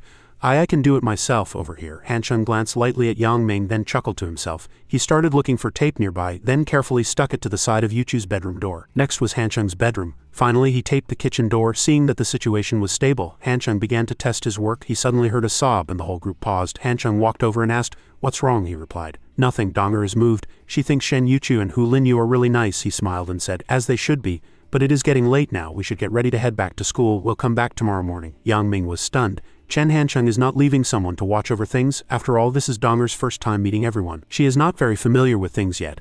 Linyu said, "I can sleep in the other room tonight." Hansheng waved his hand. "No need. The most important thing between people is basic trust," he instructed Donger. If there is nothing else, do not go into the other two bedrooms and the kitchen, because they are really too messy, okay?" Hearing this, she immediately nodded in agreement. Yang Ming massaged Hansheng's shoulder. "Brother Chen, you are so righteous, trusting Donger so much." Linyu nudged Yuchu's shoulder. "You should also tell Chen Hansheng that although Donger is very cute, he should not be too careless. There are still many valuable things at home," she said with a smile. "It is fine, do not worry." He was deep in thought at this moment. The fridge and TV weren't important. Character was the most precious thing, especially for a nanny in a family like Shen Yuchu's. Obedience was key. Hansheng thought to himself, "When I come back tomorrow morning, if I see that even one piece of paper is missing from the cracks of the 3 doors, it means Donger opened them. If that is the case, she is not suitable to be a nanny," he thought resolutely. "Then I can only arrange for her to be a temporary worker at the electronics factory." The next morning at 7 a.m., Hansheng was woken up by Yang Ming. "Brother Chen, go wash your face and brush your teeth. I'll go out and buy you breakfast." He refused. "No need, Shen Yuchu and the others are up. Let us go to the first cafeteria in the girls' dormitory area. Han Chung observed the other's face, then said, based on the weariness in classmate Yang Ming's eyes, he probably did not sleep well last night. The two walked to the girls' dormitory area together. Han Chung approached Yuchu and greeted her softly. Have you been waiting long? She pulled down her scarf and replied softly, I just got here too. He playfully pinched her cheek. Yuchu said nothing, just silently took off her gloves. She diligently transferred her warmth to Han Chung's hands. Lin Yu shivered at the side. All right, I have seen your lovey-dovey morning. Han Chung, let us go to the cafeteria to eat first, then we'll buy a portion to bring back for Donger. He agreed. Since Donger wasn't familiar with the area, they should buy something for her. Yang Ming volunteered. Let me go buy it. He ran towards the cafeteria with great speed. Lin Yu thanked Han Chung for finding them a nanny. Han Chung thought the upcoming exams will be difficult, so it is best to have fewer things to worry about. At this moment, he had just returned to the room and saw Donger engrossed in some task. She was wiping things down with great concentration, so carefully that she did not even miss the area under the chairs. When Donger saw him, she said happily, Good morning, brother Han Chung. Good morning, sister Yuchu and sister Lin Yu. She took out the food bag. Donger, come and eat some buns. The food they bought was laid out on the table for everyone to enjoy. A piece of paper suddenly appeared in the crack of the door. He kicked it, sending it rolling around. The paper then conveniently rolled into the room. When he opened the door, it was blown out. It is not clear what Han Chung saw, but he looked very satisfied at this moment. Rongxing Law Firm was holding a grand press conference. Rong Yu took out her phone and called, Han Chung, are you up? He quickly answered the phone, then replied, I have been up for a while. Han Chung began to clutch the phone tightly as he said, I am already at Yiwu Commodity City getting on the bus, she said with a smile. You are being quite conscientious today, huh? It is only 7:30. I thought you would not be up until 10. Come to the office later. There is still a lot to do here. A short while later, the bus quickly arrived at the station. Han Chung struggled to find Zabo's phone number. When he saw the other person answer, he asked, Zabo, are you there? He replied, I got here at 5 in the morning. Today's event is bigger than I imagined. I used to see you joking with Professor Sun and thought she was just an ordinary old lady. I did not expect her connections to be so extensive, Zabo said. The deputy chief of the procuratorate, the director of the Bureau of Justice, the dean of the law school at the Agricultural University, and even the editor-in-chief of the Legal System magazine's Jianye branch. He could not hide his worry. They are all top figures and they are all Professor Sun's students, Zabo said. So we have prepared a lot. I am going to buy everyone breakfast now. Little Ewer loves you too much and could not bear to wake you up early, but she called me at 4:30 in the morning. Hearing this, Han Chung just smiled. He did not rush to speak, but quietly observed the surrounding space. Then Han Chung said, I am on the first floor. Where are you? Zabo lowered his voice. I am going to buy a few more fried dough sticks. Give me 2 minutes. Seeing this, he hung up without another word. Han Chung glanced at the flower bed next to him and immediately stopped. He sat down without hesitation. Han Chung had just sat down for a moment when he saw someone walking towards him. Shishi ran over with a bag of fast food, her face full of joy. Chen Han Chung, he asked, did not Zabo go to buy breakfast? Why did you go too? She replied. There are a lot of people with different tastes. Some want congee and fried dough sticks, some want burgers. Anyway, they are volunteers who came to help. We have to satisfy this small request, Han Chung said. That is true. A while later, Zabo also walked over carrying several bags of food. Little Chen, he was smiling, but his whole body suddenly froze, and then Zabo's gaze suddenly collided with the person next to him. When he saw clearly who it was, he quickly averted his gaze. Little Chen, Han Chung teased him, do not be awkward. If you keep being awkward, the congee will spill. You have no guts at all. Seeing the girl he liked made him stammer. Zabo retorted, who's being awkward? His face tried to remain stoic, but it wasn't long before his cheeks flushed red. He started to stammer. Like, what are you talking about? Han Chung glanced at Shishi's state and found she wasn't much better. She stood up and said, let us go up quickly, everyone's still waiting for breakfast. Shishi casually picked up 2 fast food bags. He saw this awkward scene and sighed helplessly. Han Chung and Zabo quickly followed her inside. They squeezed into the crowded elevator like that, and after they settled down, things seemed to get easier. He secretly evaluated as expected of the International Trade Center. It is all white-collar workers in suits. Thinking of this, Han Chung immediately remembered the clothes he was wearing. Just then, the doors suddenly opened. Yijin and Huang Wei walked in. Wait, Zabo grabbed his shoulder, making him frown in confusion. Han Chung followed his gaze and he looked in surprise at the girl next to Yijin, Huang Wei. The two were being shamelessly affectionate in front of all the employees. Zabo watched intently. They did not notice Shishi's gaze. When she saw his expression, she fell into deep thought. Yijin asked, what do you want to eat for lunch? Huang Wei replied, Thai food. He gently stroked her hair and then said softly, okay. Huang Hui's voice was as sweet as sugarcane. Brother Song, you are so good to me. She suddenly brought up the past. The better you are, the more I hate that guy from Jianye Technical College. He is so stingy it is unbearable. The thought of almost agreeing to his pursuit makes me so disgusted I cannot eat. At this moment, hearing Huang Wei say this, Zabo's mood suddenly plummeted. At the same time, the elevator finally stopped on the 13th floor. Yijin said, a university student, heartless, no vision will not amount to anything. Those words certainly reached his ears, making him more and more silent. A short while later, the elevator also stopped. Hansheng did not know what to say, so he gently patted Zibo's shoulder, and then the two of them quickly walked out of the elevator. He had just looked up when he saw Shishi. She answered Zibo without any emotion. Shishi lowered her voice. "Give me the buns and fried dough sticks. You and Chen Hansheng just rest outside for a bit, cool down. Actually, you do not need to pay too much attention to those words because everyone knows what kind of person you are." Hearing what she had just said, he was completely stunned. Zibo could not help but cry out, "Duh, thank you." Shishi did not say anything more, just handed him the food bag, then she turned to leave, not forgetting to look back at the same time. But the next second Shishi walked forward again quickly. Zibo turned to ask Hansheng. "Got a smoke?" he asked, frowning. "Zibo, what's wrong? You and Huang Wei broke up and you're still acting like you're about to die. It is one thing to be sad about her nonsense, but crying like this is a bit much." Wang Zibo denied it. "No, I am not crying because of what Huang Wei said. Misunderstandings or slander do not matter, really," he added. "It is just that someone suddenly understood me and I felt so wronged. I feel like Bian Shishi really gets it, that I am not actually that kind of person." At this point, Wang Zibo could not help but think of Bian Shishi's face. Chen Hansheng reached out for a cigarette and said, "So you are saying only Bian Shishi understands you? You are choosing girls over bros. I understand you too. How come I have never seen you cry?" Wang Zibo leaned against the wall and answered, "You are different." He calmly took out a lighter, lit the cigarette for him and continued, "Bian Shishi is pretty and kind. Today is an opportunity. After the press conference, go thank her sincerely and ask her to dinner while you are at it." The two leaned against the wall, smoking with their eyes closed. Chen Hansheng had a look of enjoyment while Wang Zibo was frowning in thought. Suddenly he choked on the smoke and started coughing. Cough. Wang Zibo crouched down and asked, "Are you okay, little Chen? Where should I take a girl for dinner on the first date, and what time should we meet?" "I do not know any of this. When I was with Huang Wei, she always picked the place." Chen Hansheng stroked his chin, thought for a moment, and replied, "Well, there are many ways to do it. Depending on your status, your attitude and methods will be different." Then he began to analyze. "If it is just a regular friend of the opposite sex, meeting at 4 p.m. is usually perfect. You can meet at a milk tea shop. If you think she is nice, you can ask her to dinner and a movie afterward." Chen Hansheng continued to persuade. "If you feel it is not a good match, you can make an excuse to leave at 5 p.m.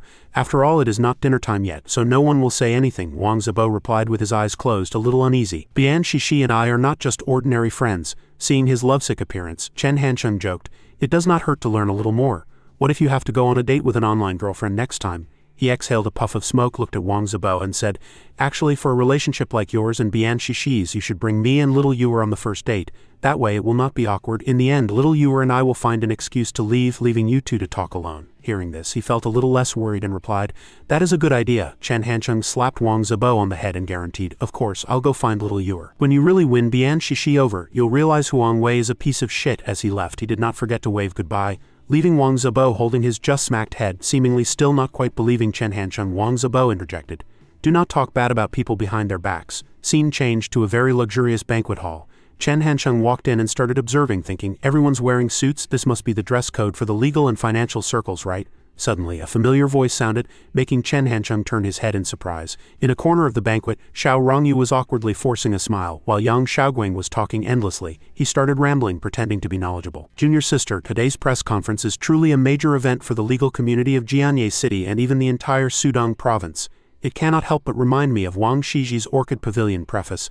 A gathering of great minds, both young and old." Seeing this scene, he only felt embarrassed for him, thinking, he is showing off to pick up girls again. Chen Hansheng straightened his clothes, changed his aura, and prepared to go forward to rescue Xiao Rongyu. He walked over and said, "Hey beautiful, you look tired." Seeing Chen Hansheng, she perked up again, looking at him with great interest. He gave a look to the female assistant beside him, signaling her to leave. Young Xiaoguang frowned in dissatisfaction but still did not forget to show off. "I am Yang Xiaoguang, a second-year master's student at Jianye University School of Law. And this junior brother is?" Chen Hansheng answered modestly.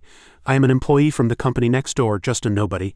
I saw this beautiful lady looked a bit tired, so I came over to say hello." Xiao Rongyu looked at him with a meaningful gaze and said, "I am tired, but what can I do?" Hearing this, Chen Hansheng immediately moved closer. She said, "Come on, I'll let you lean on me for 5 minutes." He was stunned, thinking, where did this idiot come from? This is Dongda's campus belle, Xiao Rongyu, and he is actually letting her rest on his shoulder. He looks quite young. Did he forget to take his medicine this morning? Without giving young Xiaoguang a chance to speak, she was already leaning into Chen Hansheng's embrace. This scene made his face darken as if struck by lightning. He thought, How could she agree so easily? What's going on? Did I just miss a clumsy excuse to get close to the Dongda campus belle? At this moment, Chen Hansheng and Xiao Rongyu were still hugging affectionately. When she was by his side, her gaze also softened. Suddenly, Gao Wen shouted from a distance, "Little Ewer, come here for a moment." Xiao Rongyu, as if recharged, happily agreed and said she'd be right there. Before leaving, she did not forget to give Chen Hansheng a peck on the cheek and then said, "This is a reward. Thanks for letting me lean on you." As soon as Xiao Rongyu left, the phone rang, making him frown slightly. Chen Hansheng still picked up his phone to answer, not forgetting to raise a hand and make a provocative gesture at Yang Xiaoguang. Seeing his smug look, he frowned unwillingly, as if thinking about something. Suddenly, Yang Xiaoguang closed his eyes as if he had made up his mind. Then he composed his expression and turned to leave. At this point, Yang Xiaoguang shamelessly walked up to Xiao Rongyu and asked, "Junior sister, are you tired?" She still answered politely, "A little, what's wrong?" He stepped forward and imitated Chen Hansheng, saying, "Come on, junior sister, your senior brother will let you lean on him for 5 minutes to rest." But before he could finish, a slap landed mercilessly on Yang Xiaoguang's face. Gao Wen angrily slapped him aside. The slap left a clear bruise on Yang Xiaoguang's face. She glared and roared, "Yang Xiaoguang, did you forget to take your medicine this morning? Have you no shame?" Seeing Gao Wen's fearsome appearance, he became a bit more obedient and said in a small voice, "No." Xiao Rongyu also left with satisfaction, but did not forget to look back with a provocative glance. Yang Xiaoguang's shamelessness made her loudly rebuke, "That guy is named Chen Hansheng. He is Xiao Rongyu's boyfriend." The sticker on Xiao Rongyu's suit. "That picture is a photo of her and Chen Hansheng. Does your IQ drop whenever you see a pretty girl? Does not it?" Yang Xiaoguang covered his face and answered aggrievedly, "A boyfriend, that is not. Then why did not she just say so?" Gao Wen saw his foolishness and cursed angrily. "They are a couple flirting. Only an idiot like you would take it seriously." Scene changed to Xiao Hongwei's car. The car is driving on the road and he is sitting in the car making a phone call. "Hello, little Chen. Little Ewer does not know we are here yet, right?" Chen Hansheng answered with certainty. "Do not worry, Uncle Xiao, it is completely confidential," Xiao Hongwei replied with relief. "That is good. We deliberately told little Ewer we were busy today, just to give the kid a surprise." He looked out the car window, then informed him, "All right, little Chen, we're almost downstairs. Come down and get us." He stood upstairs looking down and replied, "I'll be right down." Chen Hansheng stood upstairs looking at Xiao Hongwei's car parked downstairs. The building he was in looked very grand and exquisite. After a while, Chen Hansheng also came down to Xiao Hongwei, waving to greet him. He got closer and politely waved at the car behind to greet Lu Yuqing. Chen Hansheng poked his head in and joked, "Uncle Xiao, not only did you change your car, but you also drove it all the way to Jianye to show it off." Xiao Hongwei frowned and scolded, "Nonsense, who's showing off?" As soon as he finished speaking, the two looked at each other in silence for a moment. Then Xiao Hongwei spoke up, "This place is nice. The center of Jianye's center." He replied, "That is right, and the rent is not cheap either." Lu Yuqing got out of the car and said, "Life, it always reminds us in a special way that we are getting old. In my heart, little Ewer is still just a little girl." She calmly adjusted her glasses and continued, "But in the blink of an eye she has her own career, and in the future she'll still have to." Lu Yuqing continued, "Get married and have children." Seeing the way she was looking at him, Chen Hansheng pursed his lips a little worried. He scratched his head sheepishly and said, "Let us go, we can talk upstairs." He answered calmly, "No rush." Xiao Hongwei tossed the keys to Chen Hansheng and invited, "Do you want to test drive this car first?" He caught them confused and replied, "Test drive? What car am I testing?" Chen Hansheng awkwardly asked Uncle Xiao, "What's going on? Weren't we supposed to surprise little Ewer? How did I get a surprise first?" He got out of the car and answered, "Little Ewer said you were the one who made this law firm happen, plus that Chevrolet. Your Auntie Lu and I decided to just buy a Land Rover. I heard you seem to like this brand." He smiled, scratching his chin, and requested, "Uncle Xiao, that was last year. Now I like Bugatti." Xiao Hongwei seriously patted Chen Hansheng's shoulder and asked, "You just got a Land Rover and you're already thinking about a Bugatti? I did not realize you liked animals so much. Are you planning to collect a set of Jaguar and BMW too, one of each brand?" He started to sweat and replied, "Actually, I am not that obsessed with cars. I drove a small Ferrari for 2 years and I still take the bus." After speaking, Chen Hansheng walked forward and reached out to open the car door. He stood outside sizing it up, thinking, the Land Rover's interior is all imported. Looks like Uncle Xiao put a lot of thought into it. Chen Hansheng stood up straight, looked at him and suggested, "Uncle Xiao, why do not you test drive it around Gangcheng first? Uncle Santana has been driven for several years, right?" Xiao Hongwei answered modestly, "The Santana is enough. A lot of people have their eyes on my position, so I cannot be too flashy. This car was bought for you. If you think about it, you are actually at a loss." Passers-by saw the uncle and nephew standing by the car and exclaimed in admiration, "He can drive a Land Rover, impressive." The two discussed, "How much do you think this car costs?" The other person replied, "I think it is at least this much." Suddenly, a security guard walked over to inform them, "Hello, sorry, you cannot park here for a long time." His voice trembled slightly as he said, "The building has underground and outdoor parking lots. I can take you there." Chen Hansheng stepped forward, rummaging in his pocket, and said repeatedly, "Sorry, I know where the parking lot is. Sorry to trouble you." He took out a red box of cigarettes and stuffed it into the security guard's hand. He did not make things difficult for them anymore, saying, no need, you just need to move the car." Chen Hansheng went forward and warmly put his arm around the security guard's shoulder, introducing himself. "I am Chen Hansheng from Rongxing Law Firm on the 18th floor. My colleagues often work overtime and sometimes come back late. Thank you, big brothers, for looking out for us. We might trouble you again in the future. It is just a pack of cigarettes." He was a bit flustered and stammered in reply, "This, thank you." Seeing how he handled it, the old couple nodded in satisfaction, looking at each other in approval. Scene changed to a sign for the building's underground parking lot. The security guard extended his hand to guide Chen Hansheng's car to a parking spot. Lu Yuqing said in the car, "Chen Hansheng has a very free and easy personality.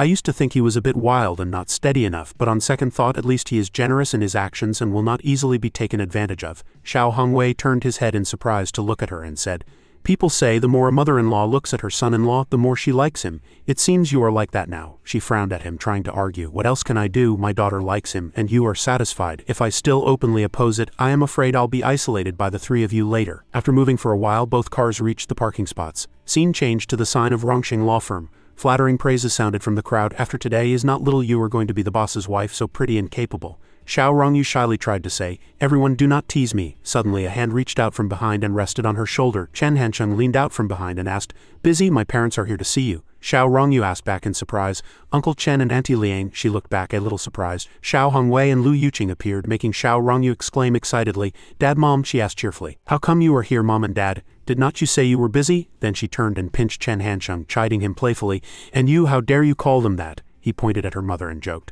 "This is my mom, little Ewer. Even if you have that intention, do not be in such a hurry to call her that." "I have not even nodded yet." Not to be outdone, Xiao Rongyu ran over and hugged Lu Yuqing, retorting, "So shameless, this is my mom." The family of three was reunited, happy and complete. Chen Hancheng watched the three of them looking harmonious and also smiled happily. A voice came from outside the building. "It is 11 o'clock, time to go over." The banquet was reaching its climax. Everyone was chatting with great interest, although Lu Yuqing and Xiao Hongwei were not young. They had an extraordinary air and always walked together. Meanwhile, Xiao Rongyu was happily chatting with Wang Zibo in a corner of the banquet. Gao Wen was running around sweating profusely but still managed to say, "Let us count how many people there are. I'll go out and call a taxi. In the future, when the law firm makes money, the first thing we'll do is buy a car. Even an old Xiaoli will do." Chen Hancheng answered generously, "No need, we have 2 cars here. It should be enough." He looked down and thought, "This pile of flyers can probably fit in the Land Rover's trunk." Suddenly, Xiao Rongyu realized something and asked curiously, "Wait, did not you come by bus?" Chen Hancheng pointed at the old couple without hesitation and showed off, "My mom and dad bought me a new car." She muttered speechlessly, "He is talking nonsense again." Seeing his cute and proactive manner, both Lu Yuqing and Xiao Hongwei laughed. Scene changed to the city center. On the roadside were tall and magnificent high-rise buildings. The lines of the car's rear were clear and luxurious. The front of the car stood out with its unique and exquisite design. The whole car looked powerful, charming, and luxurious. Wang Zibo asked in admiration, "A car this big must cost at least $1 million, right?" Chen Hancheng replied. "The actual market price, huh? It can probably buy several small cars that cost over 100,000. Hearing this price, he was as if struck by lightning and blurted out, "What?" Wang Zibo thought to himself. "This damn thing looks like a 16-seater, just more domineering, but the price is several million." Wang Zibo started to get excited and proposed, "Then I have to ride in it. It is the first time in my life I'll be in such an expensive car." He politely refused. "There is no seat for you at noon. Little Ewer is in the passenger seat. Bian Shishi, Gao Wen and Lina are in the back. You can ride in Uncle Xiao's Chevrolet." Wang Zibo was stunned and said, "What? I would rather take the bus then. I am most afraid of being alone with elders." Chen Hancheng ordered nonchalantly, "No, and do not even think about it. If you run off, who's going to carry this heavy pile of flyers?" In the end, he still had to get in the car with the old couple, with the back seat piled high with flyers. Xiao Hongwei spoke first. "Zibo, how are your studies recently? Are you in a relationship?" Wang Zibo was holding back his anger and replied, "Studies are okay." He was furious inside, really wanting to punch little Chen to death. These are little Ewer's parents. He should be the one suffering here. The 2 cars sped along the road, one after the other. Gao Wen's voice came from inside the car. "The law firm is Chen Hancheng's betrothal gift. The Land Rover is our family's dowry. Why do not you 2 just get married tonight?" She leaned forward to the driver's seat and said, "No need to look for bridesmaids either. Senior sister Gao, senior sister Li and I are all ready." Chen Hancheng chimed in, "I agree with that. It is best if we go straight to the bridal chamber." Xiao Rongyu angrily hit him, signaling him to stop. Only then did she start to think seriously. Good family, successful career, and pretty too. The only drawback was Chen Hancheng's face appeared in Xiao Rongyu's mind. "My boyfriend is a bit lazy and a bit of a rogue." Gao Wen patted the front seat from the back and asked Chen Hancheng, "Tomorrow little Ewer will be in the papers and maybe even on TV. Do not you feel pressured?" she asked, puzzled. "What pressure do I have?" She explained worriedly that Xiao Rongyu used to be famous only at Dongda and Xianding University Town. But after this public promotion, many people would know Xiao Rongyu, the campus belle of Dongda. Many might even use legal consultations as an excuse to get close to her. Chen Hancheng frowned and replied, "Hearing what senior sister Gao said, I really do feel a sense of crisis. So what should I do?" Seeing his ignorant expression, Rongyu angrily pinched his ear and reminded him, "So you have to be nicer to me. Do not forget to call me. Come have meals with me when you have time, and you are not allowed to flirt with other girls." The pinch hurt Chen Hancheng, and he tried hard to promise he could do all that. He also said he would raise the standards of the law firm, not taking cases under 50 million, to filter out many irrelevant people. At this moment, Gao Wen secretly sighed, thinking, "I just subtly reminded him," but Chen Hancheng does not seem to have understood. She looked at the couple in the front seat who were still crudely showing off their affection, and muttered to herself that a relationship with a strong woman and a weak man has always ended in a breakup since ancient times. Back in the Rocket 101 days, Chen Hancheng was worth millions, a worthy match for the current Xiao Rongyu.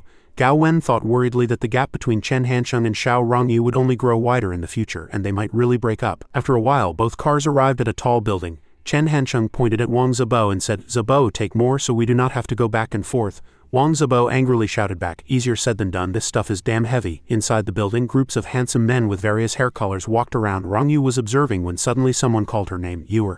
Sun Biu said, "Let me introduce you to a few senior brothers and sisters." She introduced them one by one. "This is Lu Rong from the Procuratorate. This is Zhao Gang from the Bureau of Justice." Sun Biu continued, "Xu Yi teaches at the university and Han Liwei is the editor-in-chief of the newspaper." Finally she introduced respectfully, "This is the vice president of the Bar Association, Liang Ziyuan." Ziyuan handed out his business card, not forgetting to compliment, "Truly our Dongda campus belle, your senior brother really regrets not going to school a few years later. Otherwise I might have had a chance." Gao Wen stood to the side, frowning, thinking, here they come. The press conference has not even started, and someone is already eyeing her. Rongyu understood and replied, "If senior brother Liang had gone to school a few years later, you would be our role model now. I will definitely have my boyfriend learn from you." She turned to Chen Hancheng and introduced, "My boyfriend is Chen Hancheng, a junior at the University of Finance and Economics." Ziyuan thought with some surprise, "She has a boyfriend." Rongyu continued to introduce, "Professor Sun, these are my parents." "Hello, hello, hello." After the introductions, the four gathered together to chat. Chen Hancheng stood outside watching and also smiled happily for her. Just as he was deep in thought, a cough by his ear interrupted him. Ziyuan came over to chat. "I am also quite familiar with the University of Finance and Economics. I was once invited to teach at the law department." He asked in a friendly manner, but I refused. "Does junior brother Chen also study law?" He answered without interest. "No, I am in the Department of Social Sciences and Humanities." Chen Hancheng sighed and explained, "Besides, my relationship with Xiao Rongyu is not clear right now. But since she said it like that, it is not good for me to deny it." Then he turned to the other side, winked at someone, and nodded. After that, Chen Hancheng slowly walked away, waving goodbye, leaving a bewildered Ziyuan behind who thought, what does that mean? From his tone it seems like being Xiao Rongyu's boyfriend is a difficult thing for him. Could he be the son of a municipal or provincial leader? In the conference hall, Sun Biu was surrounded by reporters taking pictures. A large group of photographers aimed their cameras at her. Seeing the scene before her, Sun Biu sat calmly. Zhao Yang next to her smiled and encouraged her. At this moment, Sun Biu began to speak to the media. She said slowly, "My name is Sun Biu. I used to be a teacher at Donghai University School of Law, and I am also an ordinary mother." Sun Biu continued to pour out her heart.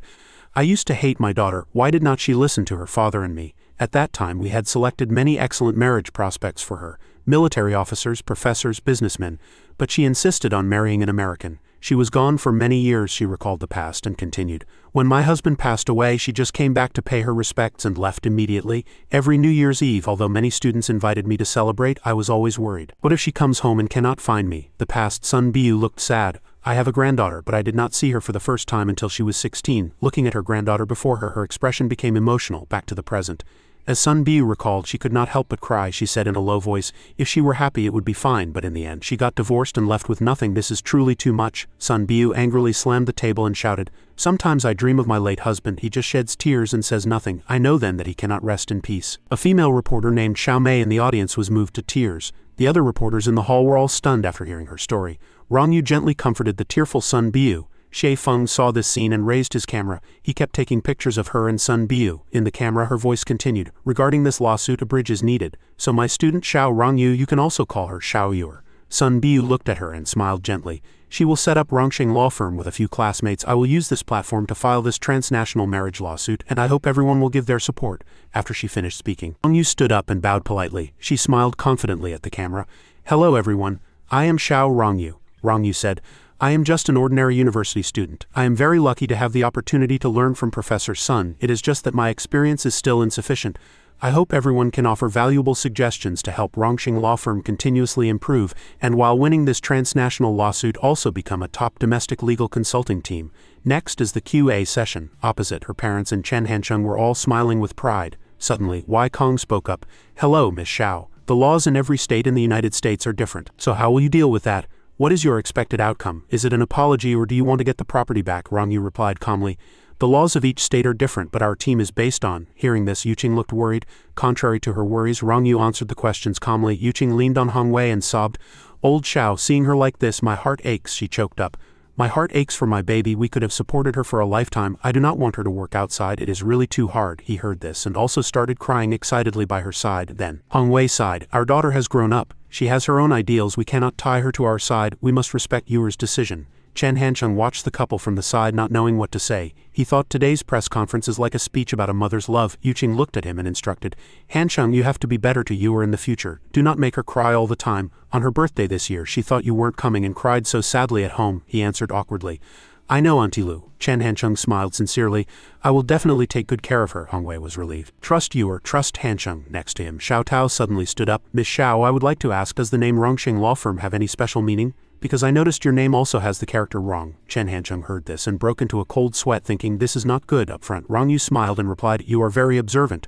Rongxing is indeed taken from my name and my boyfriend's name. His name has the character Sheng. All the reporters below heard this and started discussing and laughing. Chen Hancheng glared at Xiao Tao. Damn it, just sit down. What else do you want to ask? But unfortunately she continued. So Miss Xiao already has a boyfriend. He must be here too, right? Xiao Tao joked. Is Director Xiao planning to keep him hidden, or are you going to introduce your boyfriend to us so we can be properly jealous? Hearing this, Chen Hancheng suddenly felt a chill run down his spine. He suddenly had a feeling and looked up. Rong Yu was smiling meaningfully at this moment, looking at Chen Hancheng. He saw it and was so scared he quickly shrank to the side. Chen Hancheng gritted his teeth, hesitating. Should I lower my head or raise it? He fell into deep thought. If I deliberately look down at the ground with Xiao Rongyu's intelligence, she will definitely think this action is intentional. It means I do not want to show my face, but she will be hurt by this evasive action. Chen Hancheng was restless. If I look up, what if Xiao Rongyu asks me to stand up? Then everything will be exposed. Beside him, Yuqing and Hong Wei looked at him with gentle smiles, while Chen Hancheng was thinking in despair. What should I do? Chen Hancheng was annoyed. Why are reporters so nosy these days? He lowered his head in a panic. Looking back now might get him discovered, if the newspaper layout is large enough. After introducing this transnational lawsuit, it is not impossible to casually write about Xiao Rongyu's boyfriend. Chen Hancheng's mind was in turmoil. There are many ways to hide. At least for Chen Hancheng there were N ways. For example, pretending to drop a piece of paper on the ground and bending over to pick it up, or sticking his phone to his face and pretending to be on a call. In short, as long as he looked busy he could get through it safely. The more Chen Hancheng thought, the more confused he became. He hesitated. But such deliberate and guilty actions would surely hurt Xiao Rongyu. Thinking, Chen Hancheng looked at Yuqing and Hong Wei again, especially with old Xiao and Lu Yuqing right there. He sighed helplessly. I just promised to take good care of Xiao Yuer, and now this. Chen Hancheng hesitated again, looked up, then down, his brow furrowed, thinking, Xiao Yuer is easy to coax, but old Xiao is not to be trifled with. They'll definitely see my problem at a glance, so I should just look up. Up front, Rongyu saw Chen Hancheng's odd behavior and thought to herself, little Chen seems a bit nervous. Rongyu saw his twisted and dazed expression, cutely tilted her head. But the only thing that did not change was his eyes. Rongyu thought with a smile. So the fearless Chen pig also gets nervous. Xiao Tao saw this and asked, Miss Xiao, why are you laughing? You have not introduced him after so long. Could it be that your boyfriend is not here? She heard this and replied playfully, He is here. I have already seen him, but I do not want to introduce him because I am afraid everyone will be jealous of me. He'll get beaten up on the street in the future. Below the stage, Yuqing laughed loudly. I saw Hancheng was about to stand up just now. He felt relieved in his heart, but said, Yes, I did not expect Xiao Yuer to just let it go. Chen Hancheng silently sat with his head down, lost in thought. The press conference ended, and the reporters gathered to exchange information. He raised his hand and shouted, Zabo! He turned his head upon hearing the call. Little Chen. Chen Hancheng walked up and asked for a favor. Can you help me withdraw 20,000 yuan? He instructed. Find some envelopes, put 500 yuan in each envelope, fill 40 of them and give them to the TV station reporters. Tell them, can we take a look before you publish? Chen Hancheng's face darkened. Those reporters love to write nonsense. Talking rubbish is their specialty. Zabo took the order and left. Got it, leave it to me. Hong Wei shouted from behind. Little Chen, what are you doing? He answered guiltily. I am worried the reporters will write fake reports, so I want to check it first and remove any sentences that might cause misunderstanding. He replied with a look of familiarity. I know this issue well. When reporters from the provincial TV station used to come to Gangchang, we also had to give them red envelopes. If it weren't for your reminder, your Auntie Lu and I would have forgotten. On the other hand, Hong Wei praised in his heart. Although little Chen's usual style is like a rogue, he considers things very thoughtfully. Giving red envelopes to reporters, I am afraid these students would not have thought of it, but little Chen did. He looked at Yuqing. Speaking of which, we should be the ones paying for this. Hancheng has not established his career yet. He must be tight on cash. The hell, she understood and replied. All right, I know. Seeing Yuqing hand him the card, he quickly waved his hand. No need, I still have money. You two bought me a car, so let me handle this red envelope, she insisted. One thing at a time, we'll pay for this. Gao Wen suddenly appeared. Little Chen, some leaders have not gotten the brochures yet, let us go check. Chen Hancheng heard the call and looked over. Ha, he replied, okay, wait for me. Auntie Lu, you really do not need to pay, really. I am not short on money. Auntie Lu, do not be polite, I have to go move things. After a while, Chen Hancheng and she turned and left. Hong Wei said from behind, always owing favors to the younger generation, I always feel embarrassed. It makes me feel like I am selling my daughter. Yuqing heard this and snorted coldly.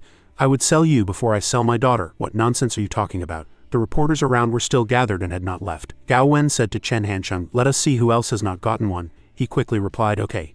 As soon as he finished speaking, Chen Hansheng picked up a stack of materials and prepared to leave. She watched him from behind and called out, little Chen. Gao Wen said in a low voice, Xiao Yuer did not publicly introduce you just now. What do you think? He answered with a bewildered look. What do I think, then? Chen Hansheng smiled brightly. This is great. I did not want to be high profile anyway. Besides, Professor Sun and her daughter are still sad. It is not suitable for showing off our love. She heard this and thought, you were so arrogant when you had Rocket 101 and now you say you do not want to be high profile. But she asked, really? Gao Wen suddenly took a step closer. Hansheng, I am a few years older than you, so I want to say a few useless words to you, she said in a reminding tone. Xiao Yuer did not publicly introduce you this time. You have to be vigilant.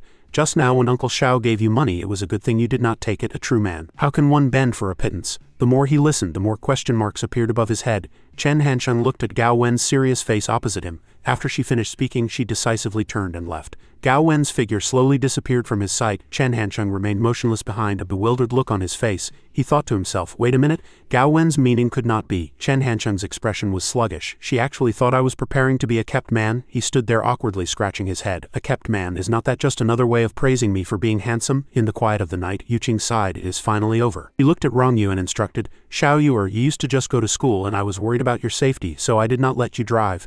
Yuqing frowned and continued in a cold voice, but now you have to work besides going to school. I am even more worried about you being exposed to the wind, rain and sun, plus you have won over your dad. He also persuaded me. So this time we are leaving the car in Jianye. Then she turned to look at him. Hansheng, I am leaving the keys with you, and I am also announcing two things, Yuqing said frankly. First, when do you think Xiao Yuer's skills will be good enough to drive? You can give her the keys. Second, she is not allowed to drive on the highway for now. Hearing this, Chen Hansheng smiled and guaranteed, do not worry, auntie, I will definitely teach her strictly.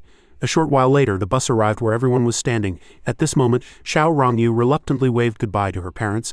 The bus drove away, leaving a cloud of dust behind in the back. She was still staring motionlessly at the bus, full of reluctance. Looking at Xiao Rongyu's state, he gently comforted her. It is okay, winter break is coming soon. Chen Hansheng looked at her and praised.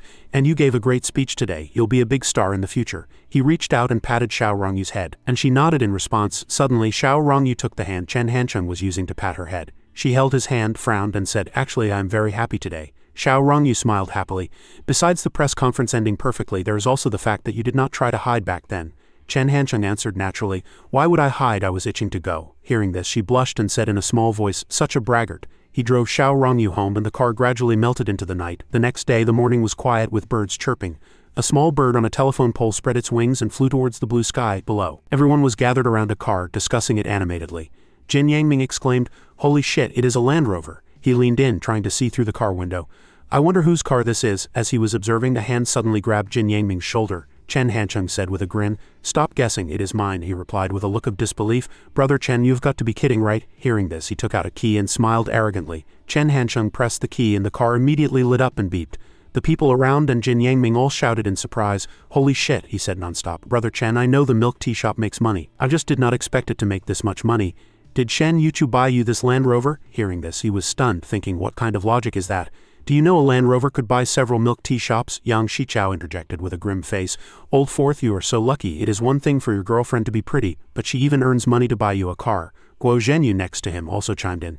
Yeah, she does not mind her boyfriend being bankrupt at all. I also want a girl who can buy me a car. It does not matter if she is a bit ugly. Jin Yangming said the same thing as the first two. Old Fourth, I have been rereading the Heaven Sword and Dragon Saber recently. There is nothing wrong with being a kept man. Zhang Wuji was a kept man too. Chen Hansheng was full of question marks, not understanding what the three of them were talking about. He turned to Jin Yangming in confusion. Old Sixth, why would you think Shen Yuchu bought this car? At this moment he was looking at the car and whispering, this is a nice car. Jin Yangming looked back with a puzzled face. Is not it obvious? Your business went bankrupt. Your only income now is the milk tea shop, he continued with a certain tone. Besides, I was just discussing with Hu Linyu today. Should we open a third shop? Everyone knows the milk tea shop's income is good. With many customers, it can probably make a few thousand yuan a day. I was originally thinking of letting Donger work at the milk tea shop. Chen Hansheng listened, speechless and helpless, leaving him stunned on the spot. After Jin Yangming finished, he did not forget to add, but we are not jealous. Shen Yuchu is actually the one paying Donger's salary.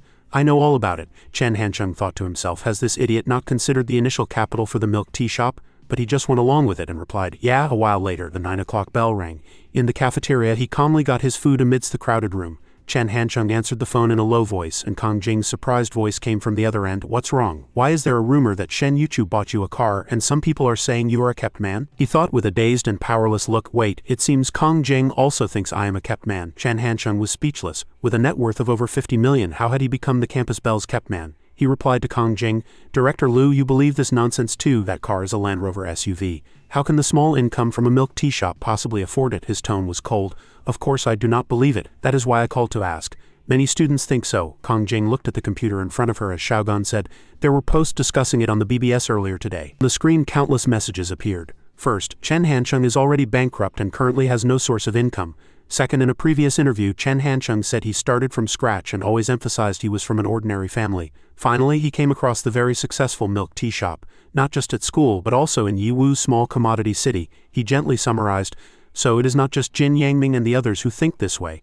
Other students have also attributed this Land Rover to the milk tea shop's income. A catchy headline appeared. Student Union Vice President buys a new car, highly suspected to be with the help of senior sister Shen. Kang Jing kindly suggested, why do not you just tell the truth? That way people will not make wild guesses. But it wasn't just about clarifying the facts and letting everyone know the truth.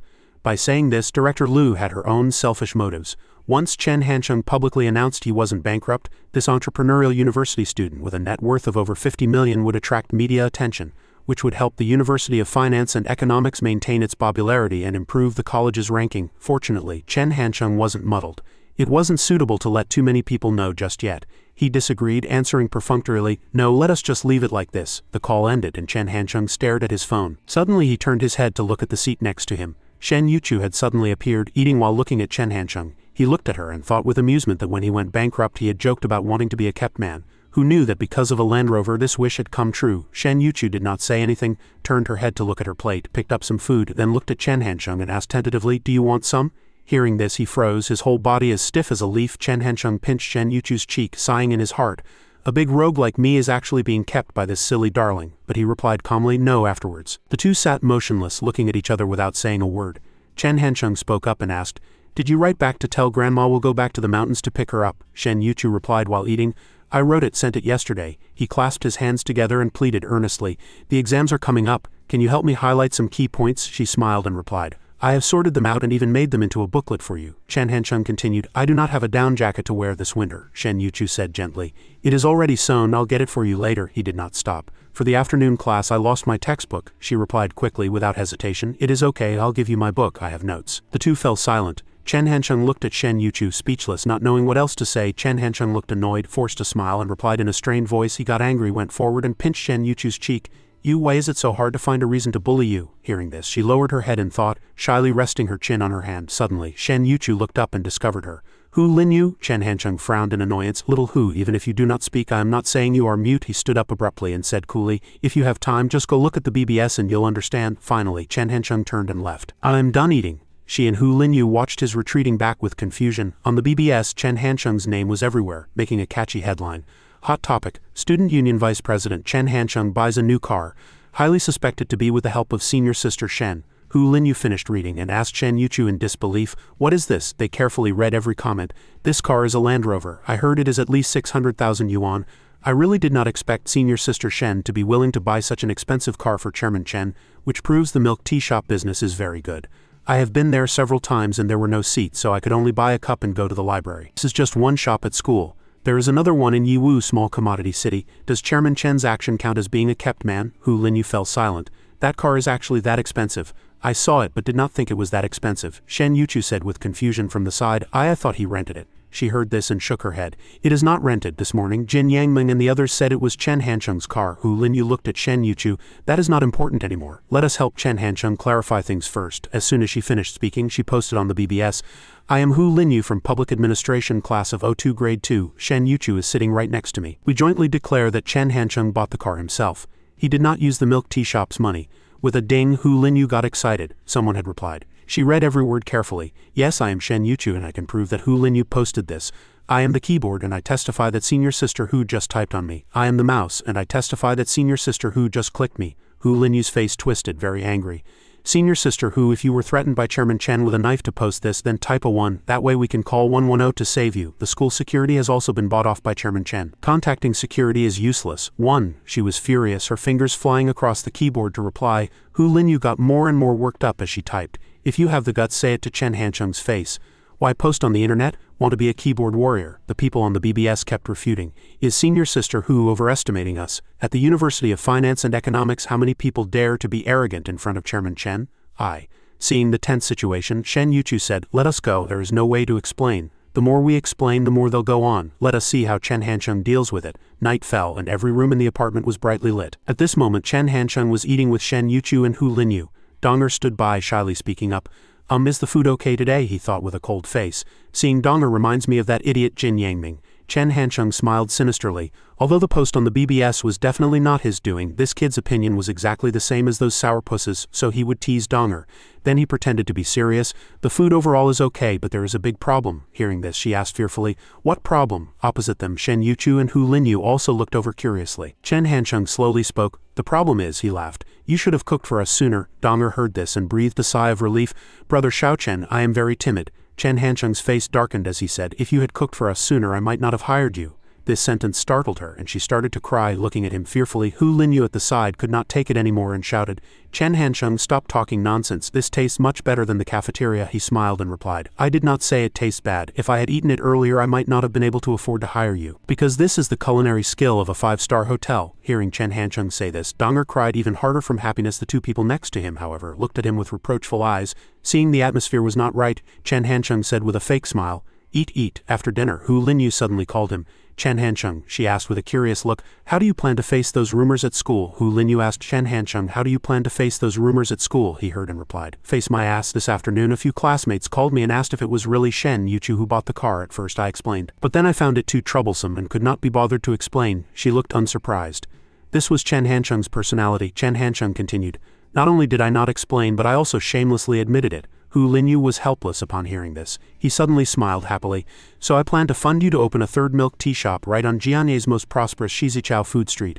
Because right now there are still people speaking up for me, saying that the income from 2 milk tea shops simply cannot afford a Land Rover, Chen Hancheng said nonstop. Once the branch is opened at Shizichao, the people who speak up for me will have no reason to anymore. He shrugged and smiled. At that time, everyone will think that since the milk tea shop can open in Shizichao, it is normal that it can afford a Land Rover. Hu Linyu suddenly became angry.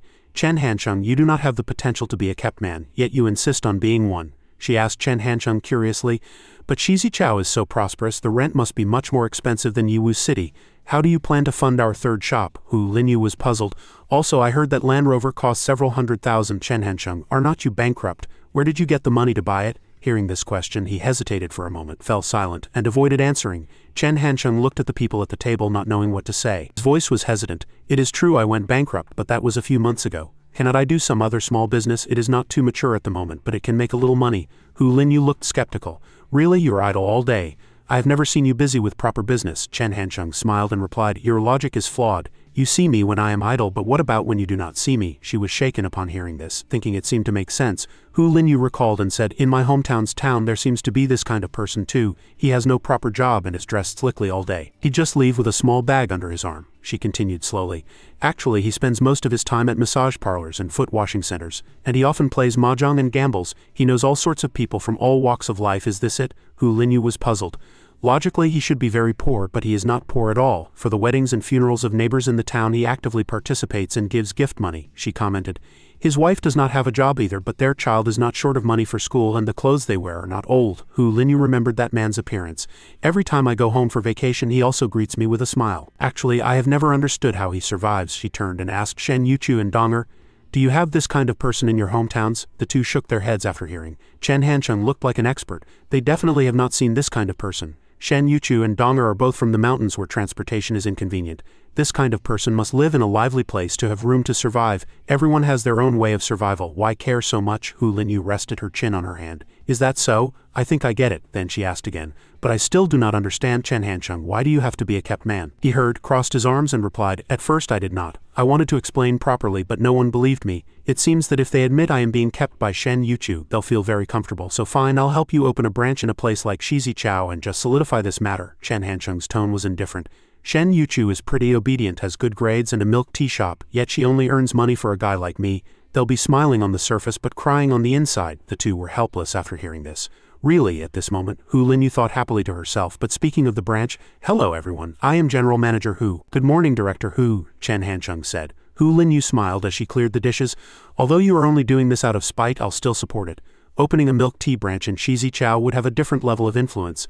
My title of Director Hu would be well deserved. Seeing her cleaning up, Donger said shyly, you guys can rest, I'll clean up. Hu Linyu said casually, no need, it is faster if we all do it together. After dinner, the clock pointed to 6 p.m. Hu Linyu and the others were in the kitchen clearing up and chatting enthusiastically. In the living room, Chen Hancheng sat quietly on the sofa with his legs crossed. He was engrossed in the TV. On the screen, Xiao Rongyu was saying, with the continuous deepening of reform and opening up, many Chinese women have married foreigners. Her tone was steady. But due to reasons such as language and customs, they can only end in divorce with regret. So how can we protect the rights and interests of women in transnational marriages? Xiao Rongyu's voice continued, today we reported on a renowned legal expert, a professor at Dongda and a national-level master teacher. The more he watched, the more he frowned. As Chen Hancheng listened, he turned to look back. Professor Sun Biu had planned a transnational lawsuit to defend her daughter's dignity and interests. He looked at Shen Yuchu, who was chatting happily in the kitchen. There is something like this, yeah. Chen Hancheng changed the channel, thinking to himself. With little Yuer's personality, she'll definitely call me after the report is over. I do not even have to guess what her first question will be. Her first sentence would be, Little Chen, did you watch the TV? The second would be, did I look good on camera? The third would be, was my speech coherent? The TV was now playing a romance drama. Park Yang-jun, what's wrong? Li Tie ran. Let me explain. He walked into the kitchen and waved. Everyone, I have something to do, so I am leaving. After speaking, Chen Hancheng gently tapped Shen Yuchu's nose. She blushed and replied, okay, after a while. Sound of the door closing from outside reached the kitchen. Chen Hancheng was outside preparing to leave when he suddenly heard his phone ring. Chen Hancheng stopped and picked up his phone to look. He answered the call and a voice came from the other end. Little Chen, what are you doing? Chen Hancheng slowly replied, I was just watching TV. Jianye Television broadcasted the press conference. You did remind me. The caller was Xiao Rongyu. So do you think I looked good on camera? I feel like my makeup was a bit heavy on TV, he praised. It was great. Chen Hancheng breathed a sigh of relief. It was exactly as he had guessed. He comforted her. Actually, it wasn't heavy at all. You did not even wear eyeshadow. How could that be considered heavy? Xiao Rongyu sat up from her bed. Little Chen, many companies called today, wanting to hire Rongxing Law Firm for their cases, but senior sister Gao rejected them all because those companies had all sorts of messy additional conditions. Some even wanted to hire Professor Sun as the litigation lawyer. Hearing this, Chen Hancheng replied, after we win this transnational lawsuit, all kinds of business will come flooding in. Since people know Professor Sun now, things will slowly get better. He thought to himself, these idiots are aiming way out of their league. Professor Sun was of high status. She had not taken on ordinary cases for years, yet they wanted her as a litigation lawyer. She sounded disappointed. So we can only wait indefinitely? Chen Hancheng slowly analyzed, not necessarily. Maybe there will be some companies with no additional conditions who just value your abilities and level. So they'll specifically seek out Rongxing Law Firm. Xiao Rongyu heard this and immediately denied it. Impossible. Unless Professor Sun personally steps in, I am afraid very few companies will come to us before this transnational lawsuit is over. He smiled and replied, anything is possible. You just attended a press conference. And you were on TV. Your fame at school will be even greater. She sounded happy. Yeah, on the BBS. Even Shishi was mentioned in the posts about the law school. After speaking, Xiao Rongyu went over to tease Bian Shishi, making her shout, my lady, spare me? Bian Shishi, being tickled by Xiao Rongyu, reminded her, why are there guys posting now asking who the girl next to Xiao Rongyu is? Am I Bian Shishi that unknown? At this moment she said into the phone, Little Chen, the BBS at Dongda is really lively. How about yours at the University of Finance and Economics? Chen Hancheng thought of those posts and stammered guiltily. Well, it is pretty normal. Hot topic. Student Union Vice President Chen the scumbag is a kept man, driving a Land Rover. The #1 kept man of the University of Finance and Economics. My girlfriend is too amazing. I cannot even cry if I want to. How much is Chairman Chen's Land Rover? Does anyone know? I am dying of curiosity. Xiao Rongyu said proudly, next time you come to Dongda, you must log into our school's forum and see. Bian Shishi next to her stopped her. Do not look. Chen Hancheng, you'll be too jealous to sleep if you see it. It is a good thing the BBS is only on the campus internet now. Otherwise you'd have to fend off people chasing little Yuer every day. He looked at his watch and replied awkwardly, is it that interesting? Our university's BBS is nothing to look at, just questions about Set 4 and Set 6. Or lost and found notices for meal cards, no juicy gossip. Alright, I have a meeting here. Let us talk next time, she agreed after hearing this. I am going to prepare the law firm's documents too. After hanging up, Chen Hancheng sighed in relief. That was close. The news on the BBS has spread all over the campus network. It would be troublesome if she saw it. He hung up. Time flew by. The next morning the sun was high in the sky. In the apartment through the glass window one could see the bustling traffic downstairs. At this moment Kong Jing was standing quietly downstairs as if waiting for someone. Seeing Chen Hansheng, she said politely, "If you had something to do you could have just called and told me." Kong Jing joked, "Coming all the way here to treat me to a meal, I still have a lot of work to do this morning." He opened the car door and replied, "Is not Cao Jiande here? Why else would I have gone through all the trouble to trick him over?" Chen Hansheng said naturally, "We just have a normal emotional relationship." He pointed inside and smiled. "What do you think? Let us grab some breakfast first." After a while, the two drove to a nearby breakfast shop. The shop was packed with customers, filling every table. Chen Hansheng called out politely, "Boss, 3 baskets of buns, 2 bowls of congee." The boss quickly replied. Coming right up, he turned to look at her. "I'll have 2 baskets, you have 1. Kong Jing shook her head and replied, "Half a basket is enough for me." Chen Hansheng poured water for Kong Jing. "Then let us still get 3 baskets, I'll have 2.5, she asked curiously.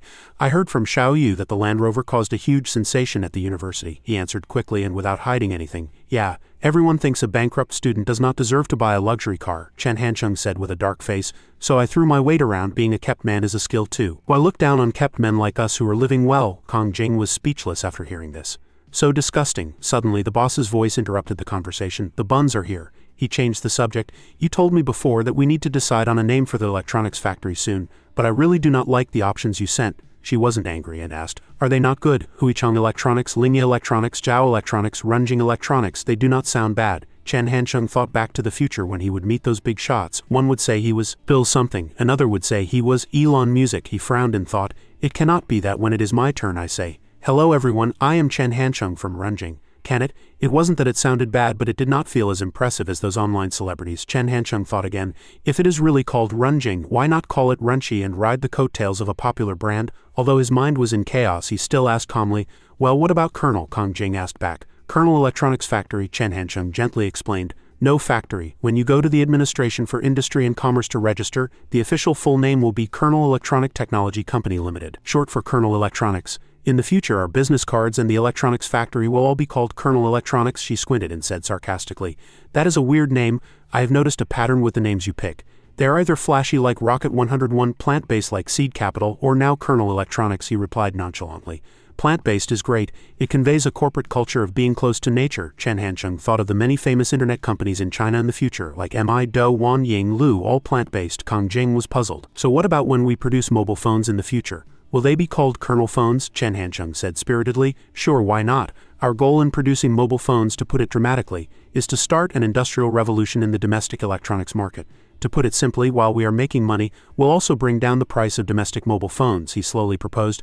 "So besides office workers, students are also our target customers. The name cannot be too old-fashioned. It has to be a bit playful and cute." Suddenly Chen Hansheng shouted with excitement, "In the future, in this very shop, everyone will be holding a Colonel phone. My God, just thinking about it is exciting." A guy named Teng next to them sneered. "Hey buddy, how many bottles did you drink this morning?" he said disdainfully. "What industrial revolution in the international electronics market? Stop bragging or you'll miss the number 2 bus parked on the side of the road."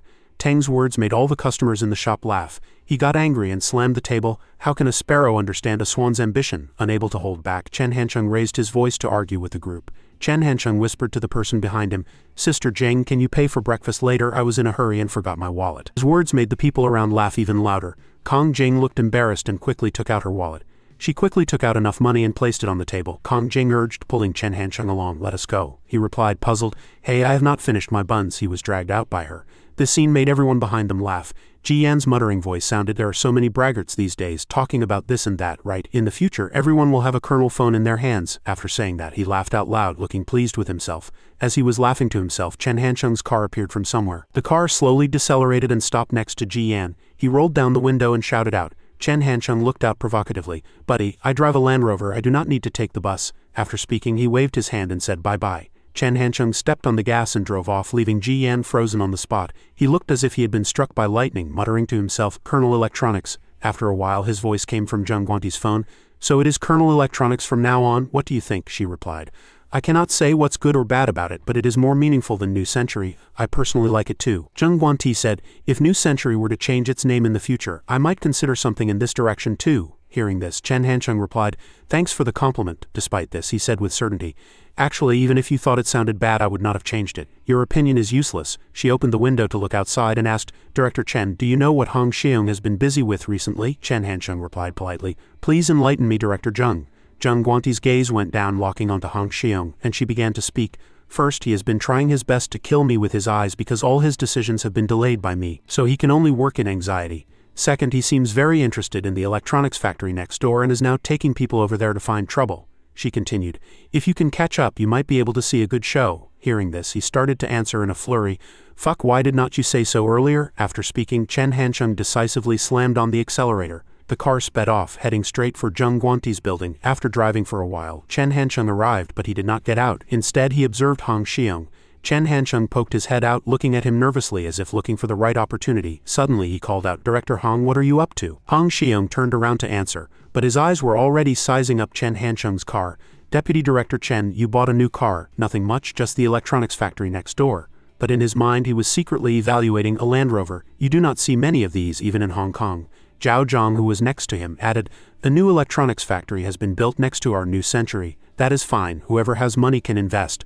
But its deputy factory manager is actually the previously fired Cao Jiande. That is also fine, but what's disgusting is that I heard the layout of that factory is very similar to New Century's. Is not that just plagiarism? After listening, Han Xiong made a decision. I want to see who this boss is. He has got some nerve, he asked in surprise, confirming, is that so? Before he could answer, Chen Hansheng had already rushed out of the car, shouting, how can this be? This shameless thief must be dealt with today. Someone in the crowd also started to say, let me go. Han Xiong calculated in his mind. Since it is a mob incident, a rogue like Chen Hansheng is a rare talent. He maintained a polite demeanor and replied, Deputy Director Chen has the heart. Let us go together then. The crowd began to chant in unison. Get him. A group of people walked towards the dusty construction site. Scene changed to the high-rise offices of Colonel Electronics. Han Xiong walked into the office with a serious face, ready to question them. Kong Jing and the employees were startled by him and looked over. Suddenly, Xiao Yu's eyes widened in shock at the familiar figure behind Han Xiong. Chen Hansheng also walked out at this time, waving happily to greet her. Seeing it was him, Xiao Yu was about to speak happily when Kong Jing reacted quickly, her sharp gaze sweeping over to her. Before Xiao Yu could speak, she stomped hard on her instep, making Xiao Yu yelp in pain. Kong Jing returned to her polite expression and said, Hello, I am Kong Jing, the general manager of Colonel Electronics. May I ask who you all are? Ouch, that hurts. Her beauty and temperament stunned Han Xiong, and he stared blankly for a moment with a flushed face. Han Xiong coughed a few times, composed himself, and then replied, I am Han Xiong, the general manager of New Century Electronics Factory. I heard your company's design layout is identical to our New Century's, so I wanted to come and see what's going on, he continued to question.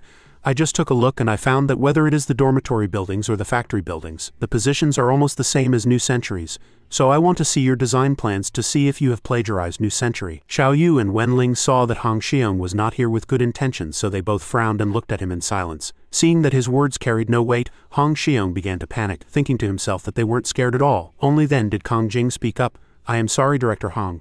The blueprints are our company's confidential information and cannot be made public. As for your accusation of plagiarism, please present your evidence, otherwise in legal terms, it is slander. Chen Hansheng showed him no mercy, rushing forward and shouting, Slander my ass, you woman. Have you been watching too many Stephen Chow movies? How dare you accuse us of slander? Jiande stepped forward to dissuade him. Director Chen. Please be mindful of your manners, he retorted, feigning anger. Manners? Ever seen a fist the size of a clay pot? Kong Jing stood behind him, trying hard not to laugh. Jiande pushed Hansheng away, warning Director Chen, please stay away from Director Kong. Pushed, he yelped with a grimace. Hey, you started it, did not you, and you are covering my mouth? As soon as he finished speaking, Hansheng was shoved hard, bumping into Xiong. The impact made Xiong see stars. Groaning in pain, Xiao Yu, seeing this, almost burst out laughing. The two of them fell to the ground in a heap in front of everyone. It is over, how embarrassing, Xiong thought. Hansheng stubbornly got back up, ignoring him as he lay on the ground, drooling in pain. He looked straight at Jiande and pretended to shout, Damn, your inner strength is so profound. Did you secretly learn the dragon subduing 18 palms? Jiande was also very confused, thinking he had only pushed him lightly. As Hansheng looked up, he was attracted by the tea set next to him. He strode forward menacingly, picking up the teapot, ready to smash it. Hansheng raised the teapot, provoking, Since you want to play, do not blame me for getting rough. Seeing he was serious, Xiao Yu coughed loudly as a reminder. She spoke up, warning, That is an imported set from Dyeing Department Store. It costs over 100. Hansheng's hand, about to throw it down, froze. He gave an awkward smile, put down the teapot and said, Then let us forget it. Hansheng thought to himself, It is all my own property, smashing it would break my heart too. He was immediately attracted to a stack of paper on the table. Hansheng picked it up, ready to tear it, but Xiao Yu's voice rang out again. There are no backups of those. If you tear them, they are gone. He froze once more. This is not allowed either. After these two attempts, Hansheng's momentum seemed to have hit rock bottom. His face darkening, not giving up, Hansheng continued to look around, searching for something to destroy. His gaze locked onto a worker's safety helmet lying forlornly on the ground. Hansheng happily picked up the helmet and shouted, Found something cheap. He raised the helmet pretending he was about to hit someone, and threatened, "Stealing and hitting people, I'll smash up your office." Han Chung slammed the helmet hard on the ground. It bounced up and hit Xiong right on the chin. Having just stood up, he clutched his chin and cursed. "For God's sake, you throw things around and hit me again, are you blind?" he answered calmly. "Director Hong, you would not have gotten hit if you weren't standing next to me." Knowing he could not win the argument, Xiong found an excuse to send him away. "All right, you can go back now. I thought you were a gangster, but you are just a student punk. You do not even dare to smash a teapot. You switched to a safety helmet." Han Chung argued from the side. "If I had smashed the teapot, you might have been hurt even worse," he yelled, both angry and anxious. "Just shut up, I am begging you." Xiao Yu stood outside, covering her mouth and trying to hold back her laughter, while Wenling was speechless at the scene, thinking, "What are they doing?" Just then, Kong Jing stepped forward, raised her phone and threatened, "Have you made enough of a scene? You have already disrupted our company's normal work. If you do not leave, I am calling the police." To carry the act to the end, he pointed at her and cursed, "Damn it, you dare try to call the police." Kong Jing did not back down and decisively dialed the number. "Is this the police station? I am at 160 Industrial Avenue, Zhongling District. Someone is here causing trouble." Xiong started to curse impatiently. "You shut up. Whose side are you on anyway?" Han Chung still answered calmly. "I am on your side, of course," he explained with an awkward smile. "Who knew the enemy was so cunning? Instead of fighting, they call the police. There are bad people in this crowd." An hour later, several police cars were parked downstairs. After analyzing the situation for a moment, a police officer finally spoke up. "Is this the situation?" Another officer walked outside the office to make a call. "Is this the director? This is Xiao Lu from Zhongling. 2 electronics factories are causing trouble. One is a factory with several thousand employees, a major taxpayer in Zhongling. The other is not small either, a new electronics factory on a 480 mu plot, enjoying the district's green channel service. It is difficult for us to handle and we are waiting for your instructions." The person on the other end replied, "Is that so? Mediate first. Too many interests are involved. It is troublesome." Leaning against the door, he agreed. "Understood. I'll handle this side first." The police officer put away his phone, walked in and explained, "Director Hong, this is a matter of property rights awareness. It is very difficult for us to handle." Xiong replied, "I did not want to blow this up, but since time has already been wasted, let us not make things difficult for each other." After speaking, he took out his phone to dial. Making the police officer sweat nervously, Xiong put the phone to his ear and began, "Is this the leader? It is Xiao Hong. There is trouble here that cannot be resolved. Could you come over? Yes, it is about the electronics factory. Please come over." He hung up, looked at the police officer and questioned, "There, the matter's blown up now. None of you can run away." A moment later, a loud curse came from the room. "How do you people do things? You cannot even handle a small matter like this." The person Xiong had just called roared aggressively. "How can anyone feel safe working here in the future?" Yes, he could only swallow his anger and accept the criticism. The man turned to him and assured, "Director Hong, please rest assured. We will definitely investigate this thoroughly and will not let New Century be wronged." He adopted a respectful attitude and turned to Kong Jing to assure her, "Director Kong, please also rest assured at Colonel Electronics. We will certainly protect the development of your enterprise." Hearing this, she and Xiong both turned their heads and silently looked at each other. As if they had reached a tacit understanding, they said in unison, "We will wait for your decision." For the next few days, whether it was morning, day, or night in that tall company building, Xiong received no response. That afternoon, evening, and the next morning, Hong Xiong still had not received a reply from the district leader. And he began to grow anxious. He stood there, deep in thought, each passing second making Xiong more anxious, sweat beading on his face. Suddenly, Xiong's phone rang, breaking his train of thought. As soon as he answered the phone, Xiong asked, "Leader, it is me, Xiao Hong. Yes, about Colonel Electronics stealing New Century's design copyrights. Is there a result yet?" The reply from the other end of the line made him lose hope. "We have had several meetings. It is quite tricky." "So when exactly can it be resolved?" The person on the other end was the one Xiong had called the day before. He replied, "Regarding the time issue you mentioned, we will also give it high priority." The person calmly informed him, "But since they are 2 large companies, for the sake of caution, we still need to conduct a thorough investigation, so a specific time has not yet been set."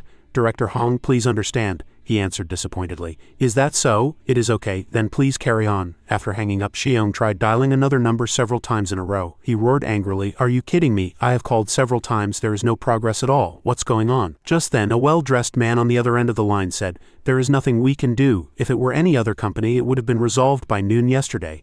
But Colonel Electronics is also powerful. 480 mu of land, a registered capital of 30 million. This is a large factory that can solve the employment problem for hundreds of workers. If the layout is similar, so be it. That Hong guy is too petty. It is not like it affects his profits," he ordered. "Xiao Li, you go handle this. This year, for all of Zhongling District's corporate awards, add Director Hong from New Century Electronics Factory." The person hesitated and said, "But the selection list has already been finalized, and the trophies and certificates have all been made," the man replied. Then added immediately, "Rush it overnight. In short, we must ensure Director Hong gets an award as some compensation." Panicked cries came from within the company. "What's going on? We cannot let this go on," Mingliang explained to Xiong. If it were just a small workshop that copied New Century's architectural drawings, production might have been halted within an hour, but for a large company like Colonel Electronics, it is not that easy to enforce, he suggested. Let us just go through legal channels, that way no one can find any evidence. Xiong was also hesitant. This method sounded good. He ordered Ming Liang to have the legal department write a letter immediately, using the harshest terms for a lawyer's letter, and put it in an envelope. He quickly ran off.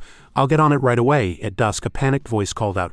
Director Hong. Ming Liang ran over anxiously with a piece of paper. Director Hong, our letter was returned. Opening the envelope, the letter inside was completely torn to shreds. Seeing this, Xiong froze. Xiong's face turned blue with anger, veins popping. Someone was definitely pulling strings. He tried to calm himself down. Perhaps the electronics factory's legal department is not intimidating enough, so they found a professional law firm instead. The two sat down, looking at the crumpled paper on the table. Xiong was fuming, wondering who would dare to do such a thing. A piercing voice came from within the company. Why would anyone dare to tear up a sealed lawyer's letter? Director Hong calmed down. Stop smashing things. The next morning, Han Chung also received the news. There were rumors that Director Hong had found the law firm these past 2 days and had already gotten a result, but the other party had not responded at all. The employee said, yes, and not only that, the lawyer's letter was torn to shreds. She sighed. Director Hong's temper was terrifying at that moment. I do not think he wants anything now, just to bring Colonel Electronics down. He thought for a moment. Maybe those law firms are not very famous. Why do not you try another law firm? I saw one in the news a few days ago. Their background seems quite impressive, she retorted. Is it reliable? Because many experts are in a precarious situation now too, Han Chung thought again. Anyway, I am just an ordinary person. I do not know much, but you can just ask your colleagues in the legal department. Hearing him, she thought it made sense, but she still needed to think about it. She quickly told Xiong about this. Was it introduced by Han Chung? He got a headache just thinking about that student. She replied, yes, I'll go again. Give it to the legal department for reference and consult with professors in the legal field to see their reputation and evaluation. Xiong pushed his chair back and sat down. Yes, you and Ming Liang can go check it out. If that company can provide the materials and take on other cases, we can consider it. He thought of those familiar faces, just like the saying goes. A man fights for his pride, a Buddha fights for a stick of incense. At first, he planned to compete with the e-book publicly. Xiong had just heard that a new electronics factory had opened next door, and his former colleagues had become enemies. As it turned out, when he inquired about the company's layout and construction, the two were almost identical. Not only that, although the new blueprints from Hong Kong were not in the mainland style, it was obvious they had been copied by the other party. Setting aside the plagiarism, their attitude was just tough, directly insulting the lawyer's letter. In addition, the leaders had to find ways to deal with and face the current difficulties and delays. Xiong was fuming. I must make them pay. Meanwhile, Han Chung's dormitory was unusually quiet. He tiredly scratched his head while answering the phone. I have pulled in another big deal.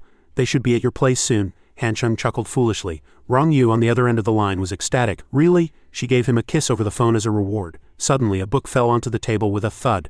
Rong Yu grabbed Shishi's hand. This is the first deal since I opened the company. Han Chung told her not to worry too much. The company might send someone over to talk tomorrow. Suddenly, the person on the other end of the line stammered, surprising him. Rong Yu said shyly, then, will you be there tomorrow? Hearing this voice, sweet as sugar cane, Han Chung could not help but be moved. He happily coaxed his cute girlfriend. Of course I'll be there. Rong Yu was relieved. That is great. I am hanging up now. I still have to contact other people. Bye. Han Chung looked at his phone screen affectionately. Yang Ming suddenly said, Fourth, I just got a call. The person's tone was very aggressive and it scared them so much they did not dare to reply. Countless comments flooded the screen, too many to count. Han Chung walked closer to look, at a loss for words. He turned and left, unable to take it anymore, thinking, I thought it would decrease, but instead it has gotten worse. Scene changed to 6 a.m. the next morning in Rong Yu and Shishi's apartment. She asked while tying her hair, Shishi, what do you think little Chen's first business deal for us will be? Shishi answered blankly, it is probably related to some company. Rong Yu said enthusiastically, maybe it is a very interesting case. After getting ready, the two girls arrived at the bus stop. Rong Yu and Shishi's mere laughter and banter attracted the infatuated gazes of strangers nearby.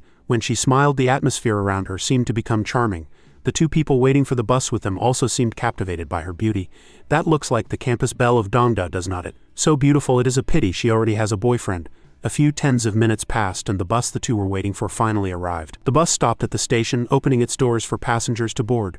After getting on the bus, Shishi asked anxiously, Little Yuer, when are you going to learn to drive? We'll have to meet clients in person in the future. Rong Yu replied helplessly, It is not up to me. The car keys are with little Chen and he is very lazy. After finding a seat, she took out her phone to call and ask, Chen Pig, are you up? Hearing the reply, Rong Yu started to tease him. Still in bed, Chen Pig, you really are a pig. After driving for a while, she also arrived at Gao Wen's office. Rong Yu quickly pushed the door open and entered the office, her gaze sweeping over everyone in the room. She looked at Gao Wen, thinking, it seems senior sister Gao is also taking this deal very seriously. Suddenly she spoke up and asked, Little Yu, or when junior brother Chen introduced this deal, did he clarify the nature of the case? Wrong, Yu replied dejectedly. Little Chen did not say. He said we'll see when the time comes. Shi followed behind, asking curiously, why do not you come in? Gao Wen said with dissatisfaction. Why be so perfunctory? What about junior brother Chen? When will he arrive? She explained. He is still sleeping. I have already urged him. She closed her eyes, ignored it, and said, forget it. Junior brother Chen has always been so messy. Gao Wen started to discuss the task, since not everyone is here yet. Let us discuss the commission first.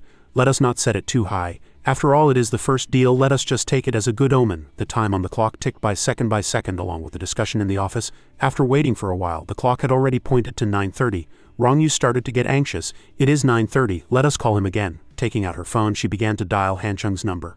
Rong Yu put the phone to her ear only to hear a mechanical voice from inside.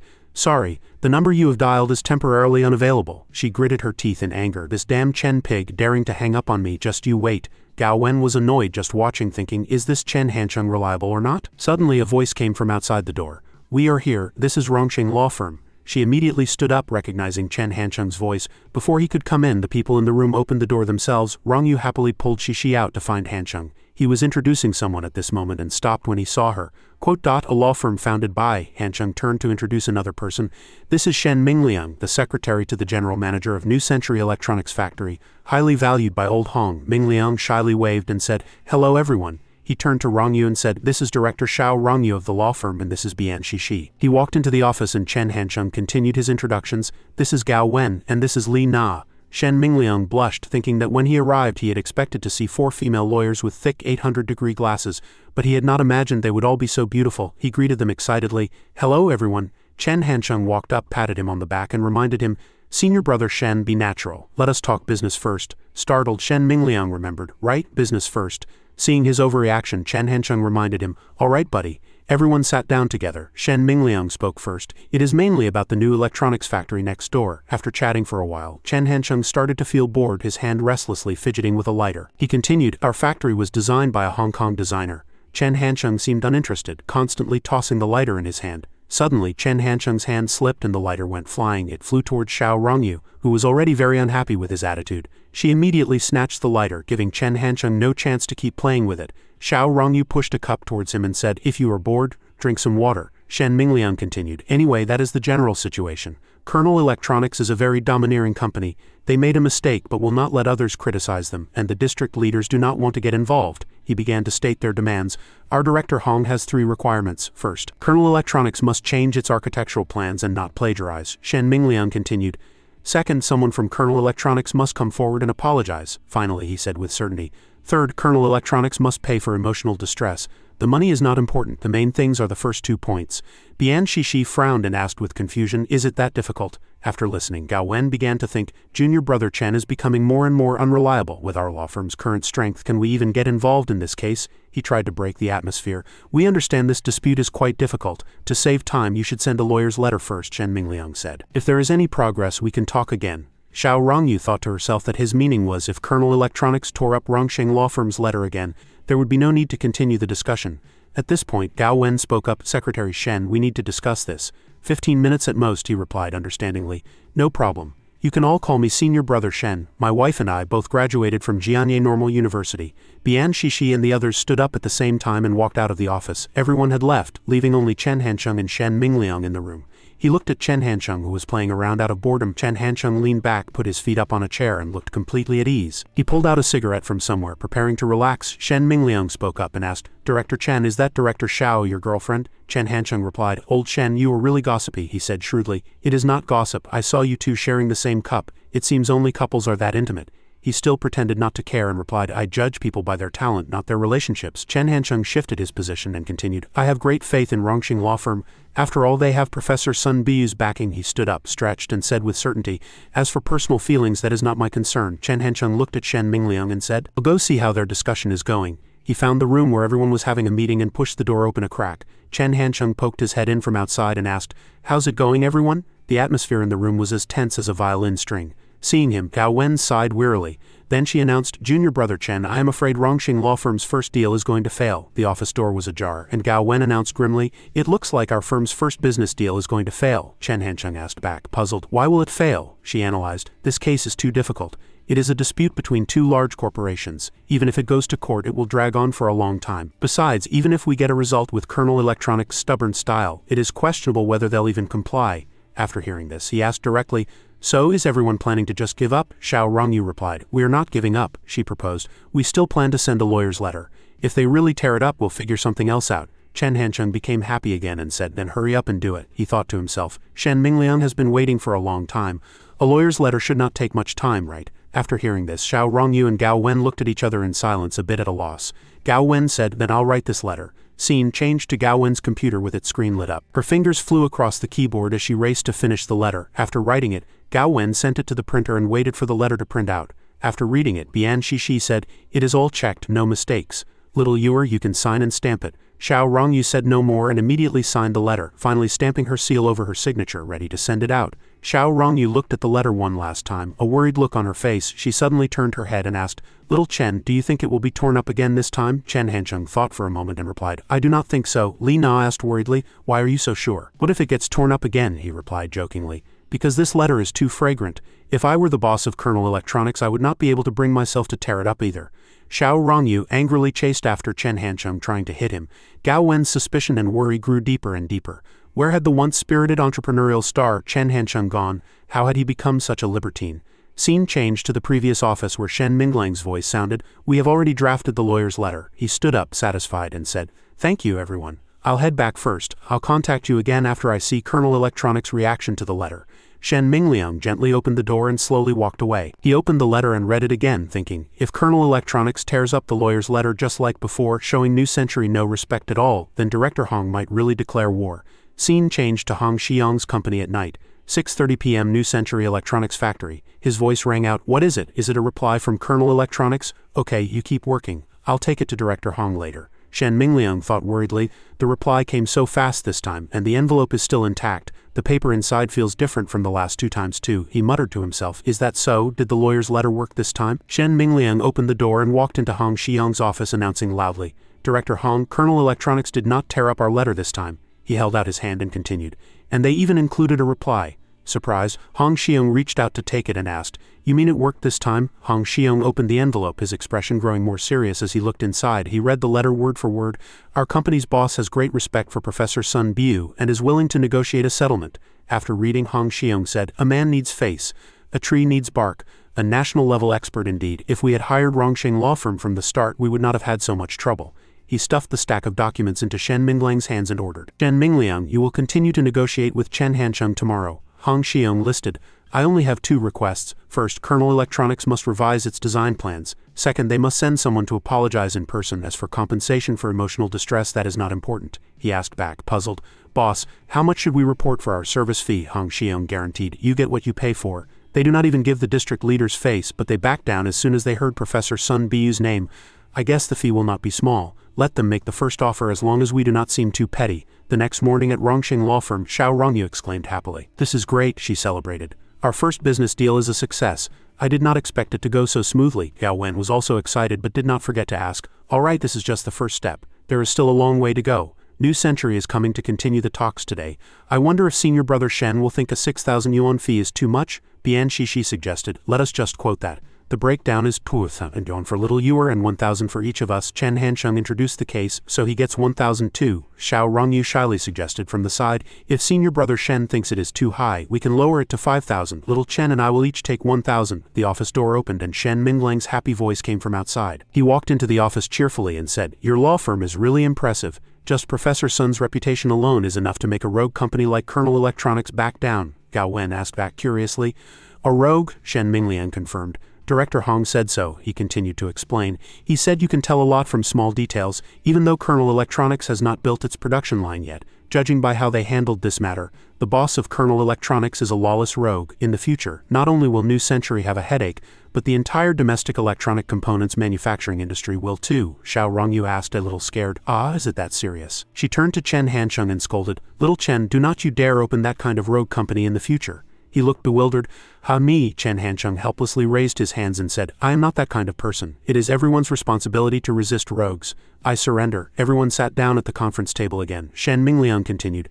Director Shao, we are well aware of the difficulty of this case, he asked excitedly. So what is your esteemed law firm's fee? Bian Shishi hesitated, looking at Shao Rongyu. She also looked back worriedly but had not made a suggestion yet. Gao Wen and Li Na looked at her encouragingly. Quote, hi. Go for it. Shao Rongyu's uncertain voice rang out. Our commission is 5. Before she could finish, Chen Hancheng slammed the table, stopping her. He shouted loudly, is there any law? Is there any justice? Chen Hancheng roared. How dare you quote 500,000? As his voice fell, everyone was startled, shocked by his audacity. Even Shao Rongyu's face was filled with confusion. Chen Hancheng's eyes widened as he pretended to ask, you dare to quote 500,000? Shao Rongyu looked at him, puzzled, and thought, I only wanted to quote 5,000. He pretended to complain, I already told you yesterday. I'm just a junior employee at New Century Factory. We are all friends. If you quote 500,000, how can I face my friends in the future? She still did not understand his meaning and tried to explain. Little Chen, I did not. Chen Hancheng did not give Shao Rongyu a chance to speak and continued to shout, all right, stop talking. He turned to Shen Mingliang, expressing his sincerity. I am sorry, senior brother Shen. I did not know at first that they were going to ask for 500,000. I am sure you understand I am not the kind of person who only cares about money. Chen Hancheng finally played his card.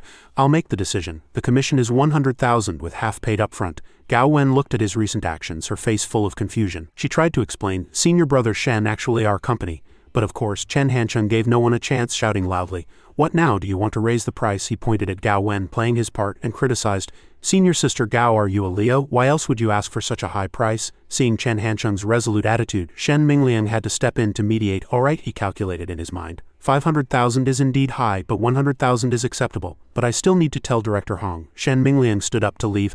I'll discuss it with Director Hong. You all can chat first. At this moment, Chen Hancheng was surprisingly calm, while Shao Rongyu was so anxious she was sweating profusely. As soon as he stepped out of the office, he heard her scolding voice. Shao Rongyu finally had a chance to vent, scolding him non-stop. Little Chen, why were you so mean to me? You clearly misunderstood us. Why did not you give anyone a chance to explain? Chen Hancheng calmly explained. Your quote was not appropriate.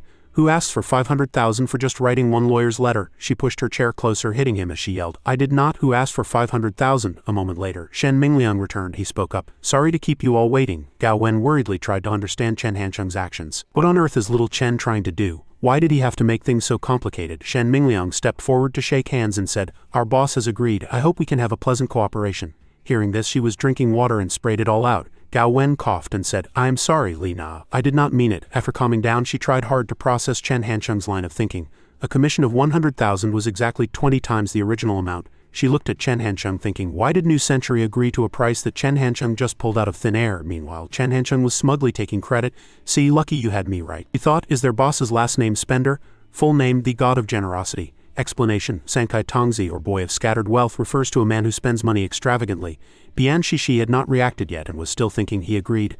Li Na beside her urged, Shishi, get me a few tissues. Shao Rongyu also looked at him in surprise, her face full of satisfaction. Chen Hancheng pinched her nose and reminded her, do not just stand there dazed. New Century has agreed to cooperate. The commission is 100,000. Hurry up and draft the contract. Only then did Shao Rongyu snap back to reality and realize what she needed to do. She stood up, still looking at him with an amazed expression. Seeing this, Bian Shishi also called out, little Ewer, wait, I am coming too. Li Na looked wearily at Gao Wen and reminded her, Wen, do not stuff that piece of paper in my mouth, she said flusteredly. Sorry, I zoned out, she said. You go help little Ewer too, I can handle this myself. Gao Wen smiled and comforted her. I am really sorry, I'll treat you to lunch. She stood up embarrassedly, grabbing a pile of documents to leave. In a short while, only a few people were left in the office. The beautiful ladies had all gone, leaving only Chen Hancheng and Shen Mingliang once again. He spoke up once more. Director Chen, Shen Mingliang questioned. Just now, when Director Shao held up 5 fingers, she only wanted 50,000, right? You deliberately misunderstood it as 500,000, so you'd have room to bargain.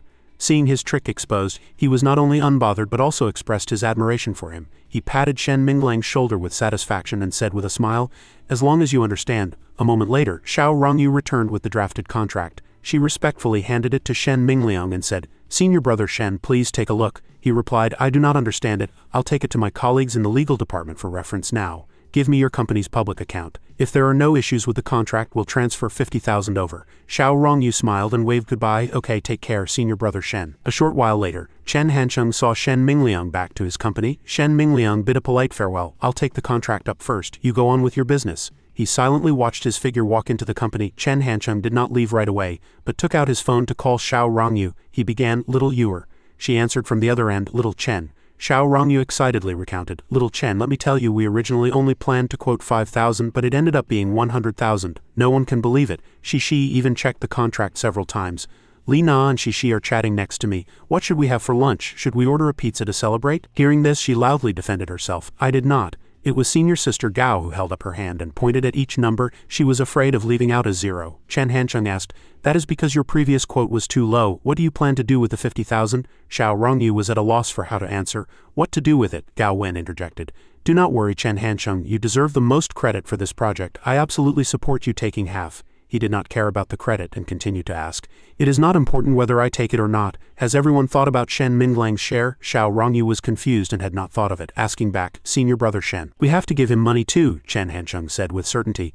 Of course we do, and we have to do it quickly. Xiao Rongyu held the phone and a voice came from the other end. Senior Brother Shen, do we have to give him money too? On the other end of the line he smiled and pointed upwards, explaining carefully, although law is a profession that attacks evil and faces the light, when you face the light, there will always be a shadow behind you. Therefore it is impossible to completely eliminate the darkness in people's hearts. Shen Mingliang is the trusted secretary of New Century's general manager. If we want to trick New Century again in the future or cooperate with them, Shen Minglang's position is still somewhat useful. Hearing this, her expression changed and she placed her fist on the table. Besides, you already have 50,000, and there is another 50,000 you have not received. Giving Shen Mingliang a little something might help you get the rest faster. Otherwise, if New Century delays it for 3 to 5 months, there is nothing you can do. Xiao Rongyu asked with a worried look. Then how much should we give? Chen Hancheng replied softly. 2,000 is enough. He comforted her, his face also beginning to show concern. It does not need to be too much. This is just to show that you are not the type to burn bridges after crossing them. Giving too much can easily make people greedy. Hearing the satisfying answer, her expression brightened again. I understand, thanks for the reminder. You truly are someone who started a business from scratch. You analyze problems much more deeply than we do. Chen Hancheng sat arrogantly in his chair, crossed his legs and laughed. You flatter me, you flatter me. Hearing this, the person on the other end of the line spoke up. I am listening closely, little Chen. You just used the word you guys. You cannot be so distant in the future. You can only say we. Chen Hancheng smiled lightly and said okay. Xiao Rongyu pointed upwards, gesturing a worried look on her face. You are not allowed to talk like that again in the future. Okay, I'll remember that. After the call ended, she hung up, still clutching her phone tightly. When he walked through the door, a respectful voice sounded. Hello, CEO Chen. Chen Hancheng turned and ordered the person next to him. Have Xiao Yu come over. Mingrong approached her and whispered, Hey Sister Anping, Brother Chen is definitely about to make a big move. Look how busy he is, but he is only letting Sister Zheng and Sister Xiao Yu participate. She took out her phone and smiled at her. Do not worry, CEO Chen must have his own arrangements. Besides, we still have the final coordination work for Rocket 101. Mingrong returned to her seat, rested her head on the desk and said with a bored expression, What's there to do? I just do not want to waste time, so boring. A voice came from the half-open room. What's the project progress now? Xiao Yu stood before him with a stack of documents, her face full of joy. It slowed down a bit because of the disturbance from New Century, but the progress has already caught up with expectations. Chen Hancheng's lips curled into a smug smile. It is good that it is caught up. This time, with New Century approaching Rongxing, we have swindled them out of 100,000. That is revenge, I guess. She held the documents, her brow furrowed. That is so cruel. It is really like grabbing a sheep and desperately pulling it along. He rested his hands behind his head, leaned back and said leisurely, Cannot be helped. I used to be a good person. Chen Hancheng put his feet on the table, looked into the distance and sighed. If New Century had always belonged to Zheng Guanti, I would definitely be a diligent employee, striving for promotions and raises, becoming the general manager, then CEO, and reaching the pinnacle of my life. But alas, reality is too cruel. Xiao Yu stood in the distance and comforted him. Director Chen, if I had not followed you when you were just starting, I would have almost believed you. He stood up from his chair and stretched. Cut the nonsense. We still need to solve the problem. Hong Xiong made 2 demands. 1, change the design plan, and 2, send someone to apologize. As soon as he finished speaking, Chen Hancheng had already formulated his plan. Changing the design plan is simple. New Century's employee dormitories are 2 7-story buildings. I always thought that was too high.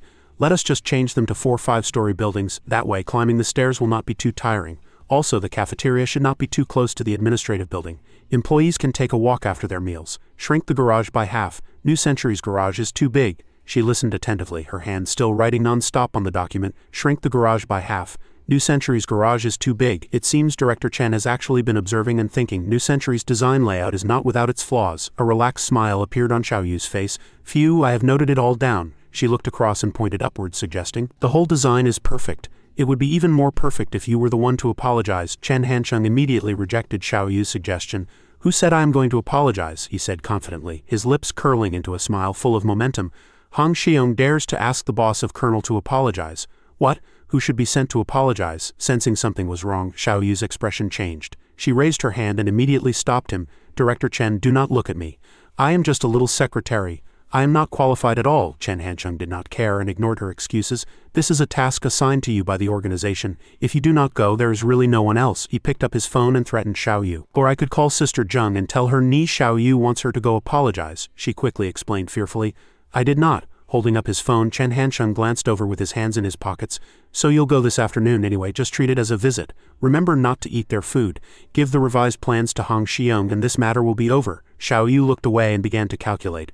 Director Chen is calm and collected. He must have a plan. Perhaps he already thought about taking responsibility when New Century first made the request, she said happily, her fingers starting to count. Director Chen, are you thinking of getting 2 more secretaries? 1 to appease your backyard, 1 to take the fall for you. And I'll be in charge of the on-site work. He turned around and held up a finger to refuse. Too many is not good. My love for you would be divided into 3 parts. Treating everyone equally is the practice of a bad boss. I am a loyal boss. I will not get another secretary. But on the other hand, you can get a secretary. Xiao Yu, holding a file, looked at him with her mouth agape. A secretary can have a secretary? Is there such a thing? Chen Hancheng extended his hand, expressing his approval. Of course. Your position as a secretary is very valuable. The vision of her in a fur coat with a luxury car parked nearby emerged. Today is May 3, 2005. 2 years from this day, she might be driving a luxury car worth over 300,000 yuan, standing in front of a high-end department building in Jianye. She would have a private secretary at work and could often give lectures at Jianye's universities, becoming an idle lecturer in the hearts of college students. Xiao Yu clasped her hands together, rested her chin on them, and began to dream. Can it really come true? What if I cannot do it? His voice pulled her back to reality. He glanced at Xiao Yu smugly. If you cannot reach it, just spend a little more. I recommend Hongxing Erguoto. Last time I drank that, I drank Bill Gates under the table. Her face turned black with anger, but she did not dare to make a sound. She quickly walked out. Xiao Yu slammed the door shut, startling Chen Hancheng, who glanced over. Xiao Yu angrily walked down the stairs, her confused face looking at her. Arguing again, adults are so scary. Min Grung half rose from her seat, looked around and sighed. I feel like being a nobody is pretty good too. Xiao Yu angrily walked to the company in trance, her hands on her hips, fuming. My name is Xiao Yu. I am Chen Hancheng's secretary. The image of Xiao Yu smiling and following Chen Hancheng's instructions emerged. Normally my main job is like this, whatever Chen Hancheng wants me to do I'll obey. She angrily spread her hands, looked up at the sky, and now I have another job, which is to take the fall. Xiao Yu's legs caught Along's attention. He poked his head out. Xiao Yu's fierce voice sounded as she pointed straight at Along. Quick, call your boss out. Tell him Colonel sent someone to apologize. He picked up his phone with a puzzled look. Okay. Hong Xiong looked surprised, still holding a cigarette, and looked across. Boss, Colonel said they are sending someone to fight. Oh no, it is to apologize. Shen Mingliang covered the phone and confirmed with him. Someone from Colonel Electronics is here to apologize. The security guard is asking if we should let them in. Hong Xiong pointed ahead and said with a guess, damn it. Does Rongxing law firm have a gun? I suspect that group used a gun to point at the head of Colonel Electronics' boss, forcing him to comply with our demands. He raised his hand, touched his chin, and thought, it could also be that Professor Sun's reputation is too great, which startled that rogue. That is the only reason, he interrupted, Shen Mingliang raising his voice. Have you given the remaining 50,000 lawyers' fee to Rongxing? He turned and replied, just gave it. Hong Xiong stood up, holding a cigarette and preparing to leave. They get things done once they take the money. There are not many conscientious law firms like this. Xiao Yu walked in, stopped, and holding a file knocked gently on the door. This is too shameless. Although I knew it was impossible for the boss of Colonel Electronics to come in person, it should at least be General Manager Kong Jing. Sending a little girl, what does this mean? The two looked towards the door, and he asked in surprise, what's your position at Colonel Electronics? Hong Xiong pressed the cigarette butt into the ashtray, tapped it lightly, and the ash fell off. She straightened up, put her hands on her hips, and smiled lightly. Secretary. He tilted his head and asked, could it be that Colonel Electronics actually lets a female secretary handle such an important task? Where's your general manager Kong Jing? Why did not she come? Xiao Yu walked forward calmly without any fear. I am sorry, I am not general manager Kong Jing's subordinate. My name is Xiao Yu, and I am the secretary to the boss of Colonel Electronics. She glanced at Shen Mingliang sitting next to her, snorted, walked closer to Xiao Yu, pointed at him, and said with a serious face, I am not like this handsome guy at Colonel Electronics. Besides the boss and the boss's wife who can command me unconditionally, everyone else has to ask for my opinion first. Shen Mingliang glanced away, complaining to himself, I did not provoke you, why do you always drag me into this? Hong Xiong held a cigarette and raised his index finger in approval. I believe you, your exaggerated tone is exactly the same as your boss's when he tore up the lawyer's letter. She did not beat around the bush, picked up the file and looked at it with a frown. Anyway, according to the boss's instructions, Xiao Yu's gaze shifted to him, her tone certain.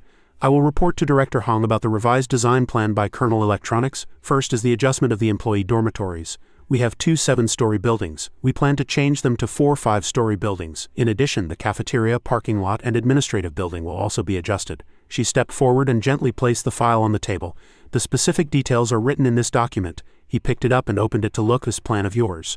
Before Hong Xiong could speak, Ni Xiaoyu stood in front of him, arms crossed, and rejected him bluntly. I'm sorry, our boss said so. This is the final plan, no objections allowed. If you are not satisfied, there's no need to talk. You'll have to bear with it even if you do not like it. Hong Xiong was about to question him awkwardly.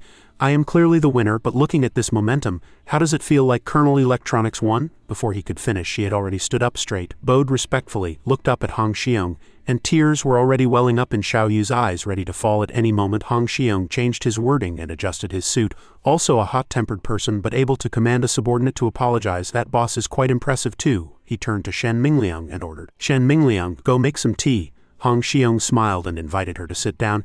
Miss Ni, please have a seat. Having regained his composure, Hong Xiong began to negotiate. Actually, I am very interested in your company's boss.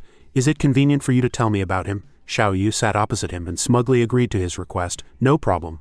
Our boss started from scratch and was once a nationally renowned enterprise. He has a long-term vision, keenly identified the limitations of this industry's development, and thus took 480 mu of land for Colonel Electronics, preparing to start a revolution in the domestic electronics industry. A rapid knock sounded at the door. The door opened, and Chen Hansheng's figure walked in. Xiaoyu glanced back at her, then continued to turn to Hong Xiong, saying without changing her expression, although the boss is very sharp in business, that is his only merit. In terms of relationships, he is a two-timer, making kind-hearted girls very angry. Although he is generous to his subordinates, he has a bad temper and scolds people at every turn. Especially as secretary like me, I have taken the blame for him countless times. I really do not know where my boss's conscience is. He scratched his head, puzzled, and looked at Xiaoyu. What's going on? Weren't you just praising him non-stop? How did it suddenly turn into bad-mouthing? Xiaoyu stood up decisively, and he stood behind, saying proudly, It is over, I am leaving, Chen Hansheng said to her sarcastically, his eyes glancing over. You are so unlucky to have followed such a boss. Xiaoyu walked out angrily, slamming the door. As she walked down the corridor, she calculated in her mind, thinking, I need to find the boss's wife and force her to cook Sichuan food for me to comfort my little secretary's injured heart. On a beautiful morning, sunlight streamed in through the window. Professor Sun Biyu's ability is truly beyond imagination. This is the most effective law firm I have ever seen in handling disputes. Tell the accounting department to arrange for the remaining 50,000 commission to be transferred as soon as possible. Shen Mingliang stood up, his gaze turning towards the door. I'll go to the accounting department to handle it right away. He opened the door and walked out with Chen Hansheng smiling behind him. The phone on the table began to vibrate. The phone attracted Gao Wen's attention. She turned around and Gao Wen picked up the phone, saying with a worried face, Senior Brother Shen, we are collecting and preparing the materials without any delay.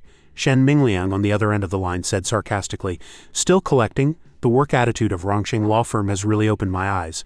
After finishing a case, other law firms would have probably filed it away long ago. I did not expect all of you to be so responsible. Gao Wen's face was a little flustered after hearing this. Xiao Rongyu poked her head out from behind. Is the case over? We only sent a lawyer's letter. A contract was signed and it is over. We have not even made a move, we have not done anything, and this case is over? She moved the phone away from her ear and put it on speaker. After I apply with the accounting department, the remaining 50,000 commission will be transferred as soon as possible. General Manager Hong is very satisfied with this cooperation.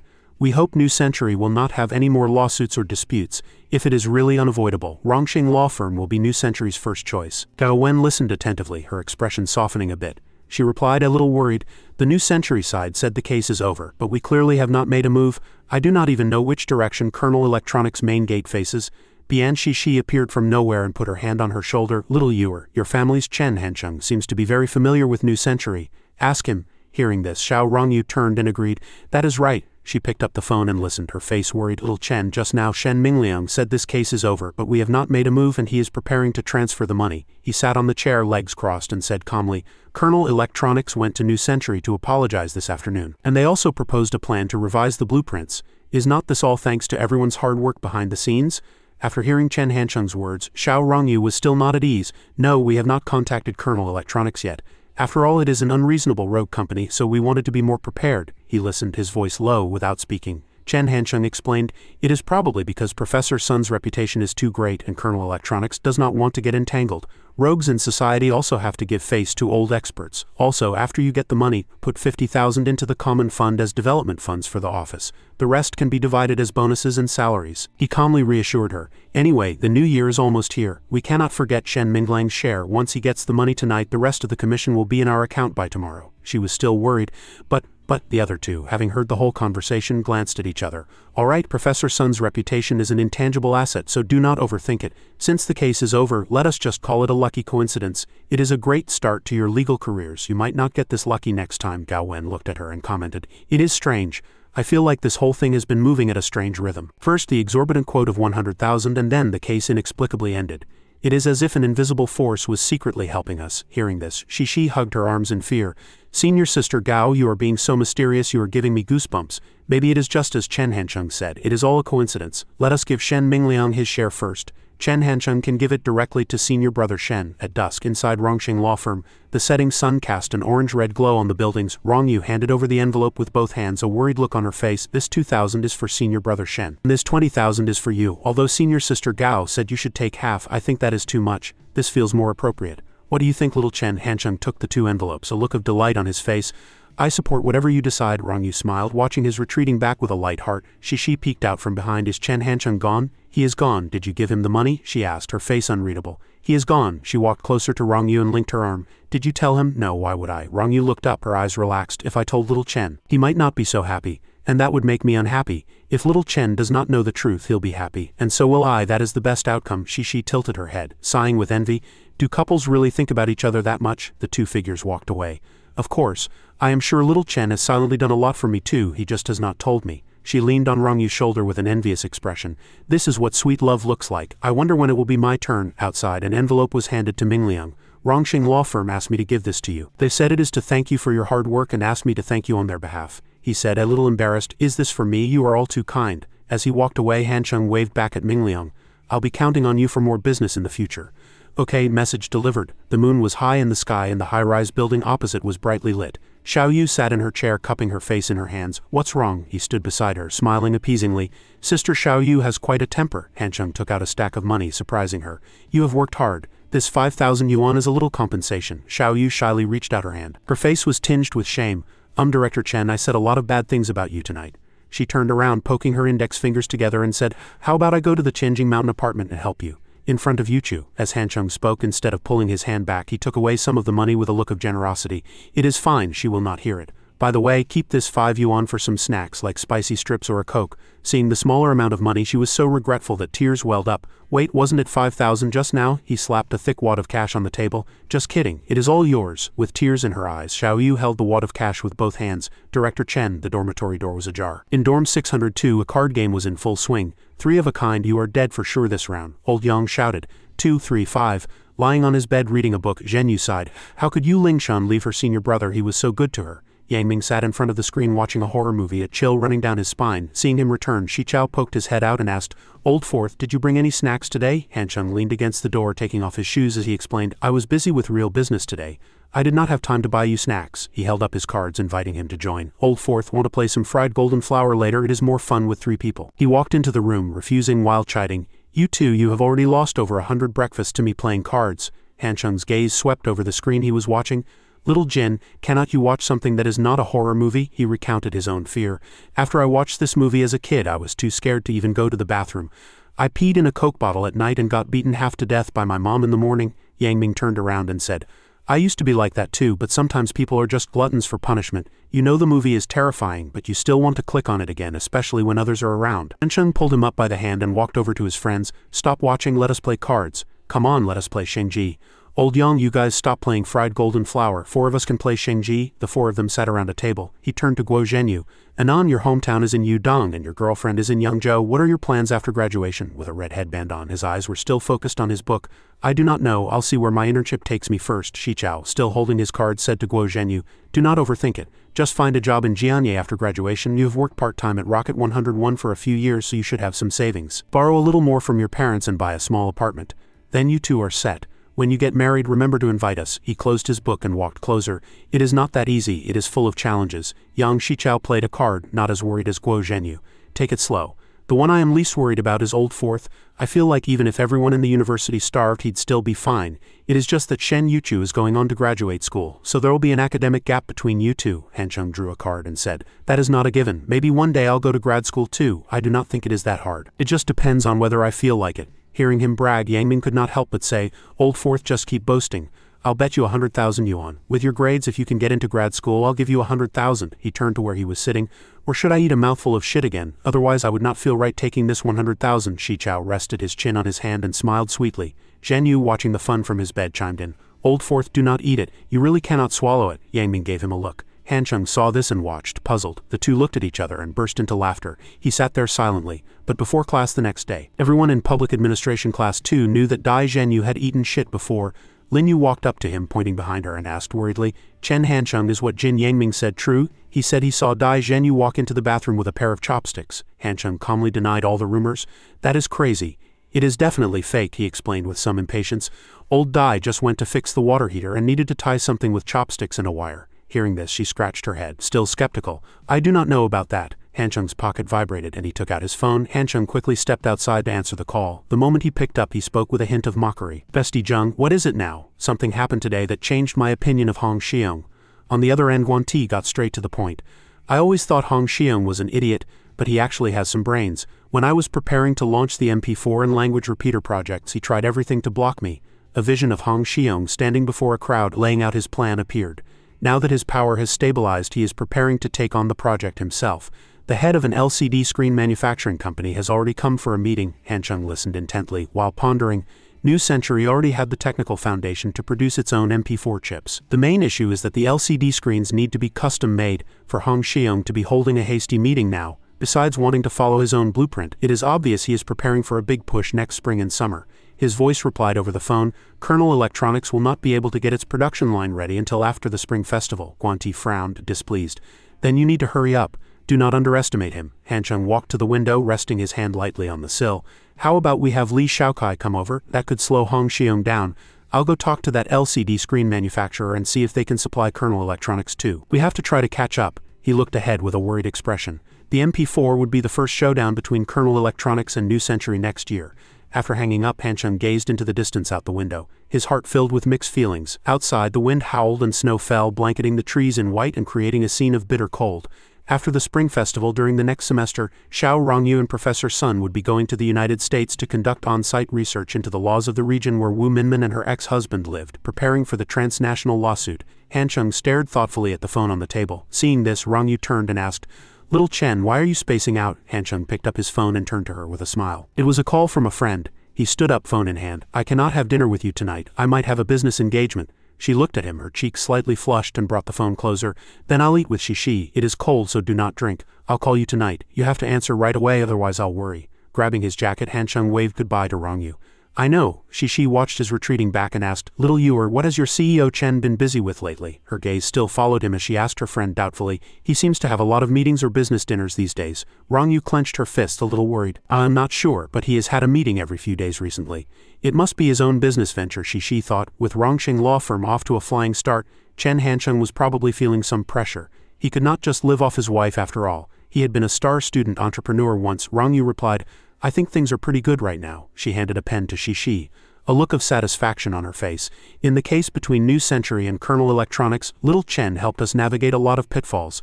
What do you think about turning the law firm into a husband and wife business? Hearing this, she rejected the idea with a look of disgust. I would rather be a beggar than be fed dog food at the law firm, Shishi continued. And Rongyu smiled speechlessly. After the new year, senior sister Gao and I are going to the U.S. We were planning on leaving the firm in your care. She walked over and took Rongyu's hand. Forget it. I probably could not get any scraps in this weather anyway. I would rather just stay at the firm. In the underground parking lot, cars were parked in neat rows. I am out of class. I am having dinner with some friends tonight, so you can focus on studying. He sat in his car, phone in hand, thinking to himself that whether he was with Shen Yuchu or Xiao Rongyu, as long as he lied and said he had a meeting, they would not call him in the middle of it. It was just that because the two girls had different personalities, there were subtle differences in how he had to handle it. Turning off his phone, Hancheng assessed the situation. If Shen Yuchu had nothing urgent, she would usually just send a text. Little Yuer had a lively and cute personality. She would call occasionally, not to check up on him, but just to hear her lover's voice and coo a few sweet nothings. As long as he took the initiative to call her, sometimes turning the tables and satisfying her longing, she would rarely launch a surprise attack. He held his phone, staring at the dark screen. Leaning his head back against the seat, he called Xiao Kai. "Brother Kai, you busy? Just got out of a meeting. I was about to head to the office to contact you, but I did not expect you to call first." He was walking down the road. "Is this about the MP4? Did you guys just have a meeting with the head of the blue light LCD factory? Zheng Guanti already told me." Xiao Kai wasn't surprised. Instead, he answered cheerfully, "Oh, so it was Director Zheng who told you." He looked completely at ease without a hint of worry, as if he had expected this all along. "Brother Kai, it is about time you came over. Colonel Electronics needs a factory manager who understands the technology now." Xiao Kai's voice came through the phone. "All right," when old Sao went over. "I guessed my turn was coming soon." Hansheng held the phone closer, a sinister look on his face as if he were plotting something. "But tonight you still need to play the part of New Century's deputy factory manager. I want to meet the person in charge of Blue Light LCD. I need you to introduce me. I want to see if I can intercept the screens Blue Light is supplying to New Century and slow down Hong Xiang's progress." Hearing this, he stammered, embarrassed. "That is a bit difficult. They've already signed contracts and there are penalties for being late." Xiao Kai continued to listen, his voice low. "Old Hong is not capable. In the second half of the Grand Line there is no ship that can carry him." He looked stunned, holding a folder, his face full of confusion. "What?" Remembering something, he immediately corrected himself. "Oh right, One Piece is not that far along yet. What I mean is," Hansheng regained his composed demeanor, leaning back in his chair, "Blue Light is not Hong Xiang's biological father. Talking about loyalty is ridiculous. The only reason they have not betrayed him is because the price is not right." Xiao Kai agreed. "All right then, when are you coming over?"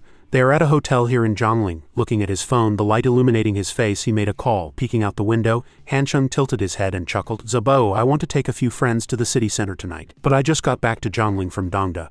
Go to the Jinling Grand Hotel and book a private room for me, and then go to the Yangtai Sauna Center next door and book a private bathing room downstairs," he repeated with a slightly menacing tone. "Remember, it has to be downstairs." Getting out of the red car, the vibration of his phone caught Hansheng's attention. "Location, Zhongling." He answered the call. The person on the other end immediately explained, "Little Chen, the private room at the Jinling Grand Hotel is booked. But the manager at the sauna center said they only have rooms upstairs, not downstairs." His face darkened. "How can there be no downstairs? She is clearly lying to you. Go ask again and watch your tone." Xiao Kai bowed slightly, speaking in a low voice. The manager stood there watching him. "I asked. I even saw her. To get your task done, I ran all the way from campus to the sauna center, but the manager insists there is no downstairs." He cut to the chase and asked Zabo, "I get it. Give me the manager's number." Hansheng leaned against the car, holding the phone and waiting. He put it on speaker and said politely in a cheerful tone, "Manager, I would like to bring a few friends over for some fun tonight. Can you arrange a private bathing room for us downstairs?" The answer Hansheng received was a refusal. "Sir, we only have rooms upstairs." "Why do not you try another place?" Hansheng frowned and questioned unhappily. "The last time I came with a friend, he went straight downstairs. In that case, can you have your friend call me?" "Fine." He took out a second phone and dialed the number. The voice on the other end startled Yanon. "It is Chen Hansheng. I was just there a few days ago. Does the manager remember me?" Panicked, she thought, a strange number. Why did not I save this guest contact? CEO Chen, of course I remember. Hearing the satisfying answer, he stroked his chin and smiled. "That is great. I have a few friends who want to visit you tonight and you said they need an introduction from a regular. So I am here to confirm it in person. Any other questions?" Yanon stammered, afraid to answer. "The sauna center has many guests coming and going every day. It is normal to occasionally forget to save a contact." Before she could refuse, Hansheng sealed the deal. "Then it is settled.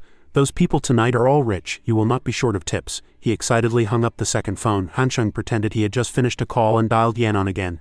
"Manager, my friend said he has already called you. Can we book a private bathing room for tonight?" With no way out, she asked awkwardly, "May I have your name, sir? I'll make the reservation for you." "Just give your name when you arrive." Yanon listened attentively, taking out a pen and paper to write. "The last name is Jin Yangming." Not long after, everyone returned to the hotel in Zhongling district. Xiao Deng smoked, frowning unhappily. "Director Hong from New Century is really putting on airs. He did not even treat us to a meal after we finished business. Does not Director Hong understand even a little bit of social etiquette?" Lu Huo, sitting opposite, slowly said, "He understands, but our status is not high enough. He cannot be bothered to spend any more time on us," he answered excitedly. "Did you see the beautiful Director Zheng today? I heard she used to be in charge of New Century. Director Hong has successfully seized power. The electronics factory is now surnamed Hong." He immediately frowned and explained, "Where did you hear that? New Century will always be surnamed Zheng. Hong Xiong is just an agent." Xiao Deng turned his face away and answered nonchalantly, "What does it matter whose last name it is? In their eyes we are just an insignificant small supplier." Lu Huo pondered. He wanted to be respected and to make money, but where in the world could you find such a good thing? Suddenly there was a knock on the door and both of them became vigilant. Hotel staff? As soon as the door opened, the person asked anxiously, "Excuse me, are you Director Huang from Blue Light?" He asked hesitantly. "And you are?" Hancheng happily extended his hand and introduced himself. "I am Chen Hancheng from Kernel Electronics. To put it bluntly, I am just a poor boss." "A pleasure to meet you, a pleasure." He leaned close to Lu Huo's ear and whispered, "When we went to New Century today, we passed by a construction site. I inquired about it later. That is Kernel Electronics. I heard it is also a large factory specializing in electronic products." After hearing this, he calmly shook hands in return. "I did not expect the boss of Kernel Electronics to be so young." He looked towards the end of the corridor and waved, shouting, "Brother Kai, it is your turn." Lu Huo quickly became more vigilant, thinking, "There are others." Xiao Kai waved his hand, walking towards them, step by step. He was suddenly stunned. "Xiao Kai, this is a big shot. The core technical leader of New Century. But how did he end up with the boss of Kernel and visiting privately? There must be something fishy going on." Hancheng looked at his watch, calculated for a moment, and said, "It is not even 8 o'clock. I heard Hong Xiong did not arrange a dinner. I have booked a table at the Jinling Grand Hotel. Would Director Huang do me the honor?" Lu Huo answered without much thought, "Thank you, CEO Chen. We have already eaten." He was also blunt, asking directly, "What is Director Huang worried about?"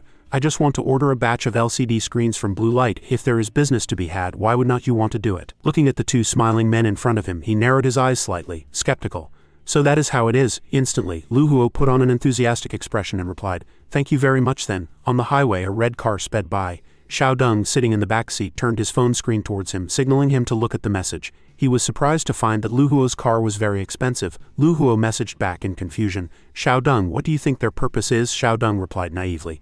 "Did not Colonel want to order screens?" He replied doubtfully. "If it is just a simple business transaction, then we are the client. Have you ever seen a father treat his son to dinner? There must be something fishy." He replied optimistically. "What's there to be afraid of? It is 2 against 2. We will not lose unless that Chen Hancheng guy can take on 2 at once." In a short while, the four arrived at the restaurant. As soon as he saw Hancheng, Zabo hurriedly greeted him. "Little Chen, I'll head back to school then." He asked quickly, "Have you eaten?" He shook his head and replied, "Not yet. It is too expensive here. I'll just have a bowl of noodles at the cafeteria." Hancheng happily put his arm around Zabo's shoulder and said with a smile, "Then why leave? Eat before you go," he said embarrassedly in a low voice. "Will I be disturbing your business talk?" he said enthusiastically. "No, I still need your help with something." At the dinner table, everyone was relaxed, talking and laughing. Xiao Deng and Lu Huo silently exchanged glances, thinking, "The meal is over, why have not they gotten to the point?" Hancheng broke their doubt, saying, "Director Huang, let us go relax." He bowed his head slightly and refused, "Let us not. It is too much trouble for CEO Chen." He walked over to Lu Huo, patted his shoulder and said, "It is no trouble, it is right next door. I still have more to say." He was slightly startled, unable to hide his panic. The person sitting opposite him saw this and got up to leave. "CEO Chen, I have something else to attend to, so I will not be going." Hancheng bid a polite farewell. It is fine, Brother Kai, take care." He thought to himself that Li Shaokai did not like these kinds of places, but many people did. As soon as Shaokai left, Hancheng handed the elevator card to the waitress. She swiped the card and immediately led everyone on their way. As the elevator doors opened, a luxurious private room was revealed. 2 other waitresses bowed slightly, inviting everyone in. The 4 of them went to change their clothes and soaked in the hot tub. He made his request. "Director Huang, I know New Century ordered 2 million yuan worth of goods from you with a deadline of late April 2005. I would like to make a small request." Lu Huo's heart jumped, thinking, "What request? It is finally here. This is the most important part of tonight's drama." Hancheng began. "The batch of goods you are delivering to New Century, just delay the shipment until April 30th. That way you will not be violating the contract you signed with New Century." He was stunned. "What?" Lu Huo looked at him with difficulty. This was clearly a deliberate setup. He spoke reassuringly. "Do not be nervous, Director Huang. This is why I am only telling you now. We are all naked right now, so you do not have to worry about me having a recording device or anything." He thought to himself that this young man looked a bit arrogant, but he was actually very shrewd. Lu Huo immediately refused. "I am sorry, we cannot agree to this request. If we do this, we will not be able to do any business with New Century in the future." Hancheng was unperturbed. "What are you afraid of? Kernel Electronics can order 3 million yuan worth of goods from you. In the future, whenever we need electronic screens, Blue Light will be our first choice." He lowered his head and asked, "May I ask what CEO Chen's purpose is?" He stood up gently and replied, "It is troublesome to explain. You can just think of it as me getting revenge for New Century's former boss, Zheng Guanti. It'll be easier to understand that way." Then Hancheng signaled the waitress, "I need to say a few things first. You can come back to serve later." Zabo turned his head to observe, asking curiously, "So beautiful, why would she work in this industry?" he hinted. "Director Huang, let me be honest with you. New Century will definitely go bankrupt with Li Shaokai's appearance. Have not you realized anything yet?" Hancheng explained in a deep voice. "One of the goals of establishing Kernel is to crush Hong Xiong. Following Hong Xiong will only narrow your path. This 3 million yuan order from Kernel Electronics is up to Director Huang to take."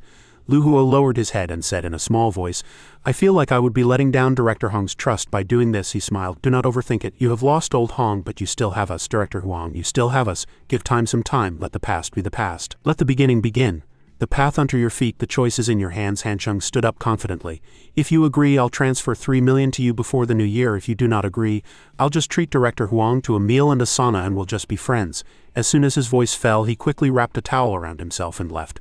I am leaving. He hurried after him and asked, Little Chen, what do you need my help with? Han Chung suddenly remembered. I almost forgot if you had not mentioned it. He stopped, took out his phone and saw it was exactly 10 o'clock. Suddenly a call came in and the caller ID rang. As soon as Han Chung answered, the other person asked, Hello. Little Chen, did you drink tonight? He replied immediately. No, I have been good. It is just a reunion with old colleagues from Rocket 101 tonight. Zabo was also there. Zabo heard and shouted, Fuck, so that is what you needed my help for? Han Chung replied, What else did you really think you could help me with business? Down in the restaurant lobby, Zabo could not help but shout, Damn it, keep your voice down when you are on the phone. Hey little Ewer, I am with little Chen tonight. Yes, he did not drink, do not worry. After Zabo hung up, Han Chung opened the car door and said, Let us find a place for a few drinks. As he drove, he thought to himself that he had already made it very clear to Huang Xiaodong. Colonel Electronics was offering more money, and there would be more opportunities for cooperation in the future. Moreover, Li Shaokai's appearance also indicated that there was a major problem with New Century's management. Han Chung glanced at him sitting next to him and smiled. If Huang Xiaodong still did not agree, it could only mean that he was a righteous gentleman loyal to his ideals. But what righteous gentleman still does business? Can Wang Zabo start his own factory and do business? Seeing this, Zabo said unhappily and grumpily, What are you looking at? He thought that something he had said must have provoked him. Han Chung took out a cigarette and handed it over. Brother Bo, have a smoke. He reached out grumpily to take it. As he lit it, he chuckled lightly. Come on, let me humbly light a cigarette for Brother Bo. Brother Bo, calm down. Zabo cursed inwardly. Damn it, Chen Han-chung is such a shameless dog. He can be arrogant and humble himself. No wonder even a girl like Xiao Rongyu is wrapped around his finger. He quickly got to the point. What business are you in now? How can you make a 3 million yuan deal just like that? And what's Colonel Electronics? Han-chung interrupted. Wait, we'll talk later. The two drove to the Tianjing Mountain apartment. Donger opened the door, rubbing her sleepy eyes. He immediately introduced. So Sleepy, my best friend, you can call him Brother Bo. This is Donger. She is here to help take care of Shen Yuchu's grandmother and sister. She waved her hand in a friendly greeting. Hello, Brother Bo. Zabo also replied softly. Hello. Han-chung requested. Donger, sorry to disturb your sleep for a few minutes. Please go to the kitchen and fry up 3 side dishes for us. We are going to have a few drinks. Donger immediately agreed. Okay. He stood to the side and suggested. Little Chen, why do not we just forget it? We can just smoke and chat for a while. He replied quickly. It is fine. I'll count it as overtime and give her a little extra when I pay her. After she brought the dishes to the table, Han-chung said, Would you like a drink? Donger shyly waved her hands and immediately declined the invitation. Then she turned and walked to the sofa, sitting there blankly. Seeing this, he did not think much of it and said, You are not drinking anyway. It is so cold. Do not wait on the sofa. Just go to bed. Wang Zabo said he would clean up the leftovers. Zabo also agreed. Go to sleep. I'll clean up later. After Donger went to her room, Han-chung said, Zabo, you have matured a bit. He replied calmly. Not really. I do not feel it. He raised his cup and brought up the past. If it were in our freshman year, you would have probably just shyly nodded at Donger. You would not be able to calmly tell a little girl to go to bed early like you do now. Zabo did not deny it, raised his cup and clinked it. It seemed to be true. Han-chung seized the opportunity and said frankly, Actually everyone is growing, including Shen Yuchu and little Ewer. Have you ever thought that the freshman Shen Yuchu would become the owner of a milk tea shop? Little Ewer would become the director of a law firm, and I would become a handsome kept man? He exclaimed in surprise. Wait, Zabo asked sharply. I did not expect Shen Yuchu and little Ewer, but how did you become a handsome kept man? He immediately pulled out his chair and stood up ready to tell a story. Han-chung walked to the window and said faintly, Let me tell you. He turned to look at him and revealed the secret. Rocket 101 did not actually go bankrupt. I just sold it and then established Colonel Electronics to hollow out New Century and make mobile phones. Zabo could not believe what he was hearing and was stunned. Fuck, he asked quickly. Little Chen, you have deceived everyone, have not you? Your bankruptcy caused such a huge stir. Did Uncle Chen and Auntie Liang not know? Han-chung replied faintly. I did not deceive everyone. Those courier bosses all knew, they just could not be bothered to say anything. He leaned against the window and confessed, but my parents really do not know, and Shen Yuchu and Xiao Rongyu do not understand either. That is why Gao Wen and the others think I am a kept unemployed drifter, Zabo exclaimed. But you already have a net worth of tens of millions, little Chen. That is more money than many people can earn in a lifetime. Han-chung's expression was heavy as he said in a low voice, It is not enough. It is impossible for little Ewer and Shen Yuchu to never meet. You and I both know that. When they meet again, it will definitely be a tragic Shura field. He he turned around and gestured with his hands. So I must reach a certain position. In that position, I can eliminate some external public opinion pressure, and I'll have more confidence to face this tragic battle. He sighed lightly and replied, Little Chen, do you think successful men can resist the temptation of beauty? Han Chung confidently curled his lips. That is because beauty never tempts unsuccessful men. He crossed his arms, smug, while Zabo next to him still did not understand. Seeing this, Han Chung explained, by the same token, why do pretty girls all lie? That is because when an ugly girl lies, no one believes her. The meeting from the day before had completely turned the tide. TV reports stated that the respected deputy factory manager Li Shaokai had resigned. This was a heavy blow to New Century, not only because of Li Shaokai's high status and influence, but also because New Century was preparing to launch its MP4 project, which heavily relied on his department's technical support. Shaokai stared at the distant company, lost in thought. The broadcast announced that Li Shaokai would also be moving to the neighboring Kernel Electronics. The people around were all discussing it. When Hong Xiong heard this news, he thought it was April Fool's Day. Lu Huo's side also immediately took action. At noon, after a night of enjoyment at the sauna, Huang Xiaodong called and agreed to Chen Hancheng's request. It seems he had also heard about the personnel changes at New Century. A businessman indeed, just a bit crooked. The host continued, Chen Hancheng also asked Director Zhang for one more thing. The contact list of all employees at New Century Electronics Factory. Hancheng had already planned this. Kernel Electronics had just been established and urgently needed various technical and managerial talents to fill the vacancies. Hong Xiong was so angry he was fuming, but he was helpless, could only curse Li Shaokai for daring to stab him in the back at a critical moment. Major newspapers all reported this news. However, for the ordinary assembly line workers, it did not really have an impact. Even if the boss changed, they still ate, slept, and worked as usual. Therefore, for those skilled assembly line workers, Chen Hancheng used pay raises to attract them. In the company, he skillfully arranged the responsible persons for the work. This task was given to Ni Xiaoyu and Wen Ling. They had to contact all the assembly line workers at New Century during the Spring Festival and poach as many as possible. Even if only 20 people were willing to come over, the effect of word of mouth would attract more skilled workers. The management had to consider various complex issues, including personal prospects, corporate culture, work environment, and so on. But the needs of skilled workers were simple. More money, good food, and not being bullied. Early in the morning, Hancheng appeared at Rongcheng's Shuangliu Airport. He pointed to the counter in the distance and said he was a little thirsty and wanted to buy a drink for the road. Hearing this, Yuchu quickly rummaged through her bag. She took out a bottle of water, indicating that there was water to drink. Hancheng gave a few awkward coughs. Cannot I just have a cold soda? Looking at Shen Yuchu before him, he could not resist reaching out to pinch her cheek. As Yuchu blushed shyly, Hancheng quickly turned and walked away. There was no signal at Shen Yuchu's house, so he had to find an excuse to tell Xiao Rongyu first. He quickly found a corner and took out his phone to make a call. Hancheng listened distractedly to the phone while watching her from afar. The phone had just started ringing when Rongyu picked up. She asked hurriedly, Little Chen, did not you say you had something to do today? Have you eaten? He thought for a long time but could not come up with a good excuse. Dead battery, no signal, or a broken battery. Which excuse is better?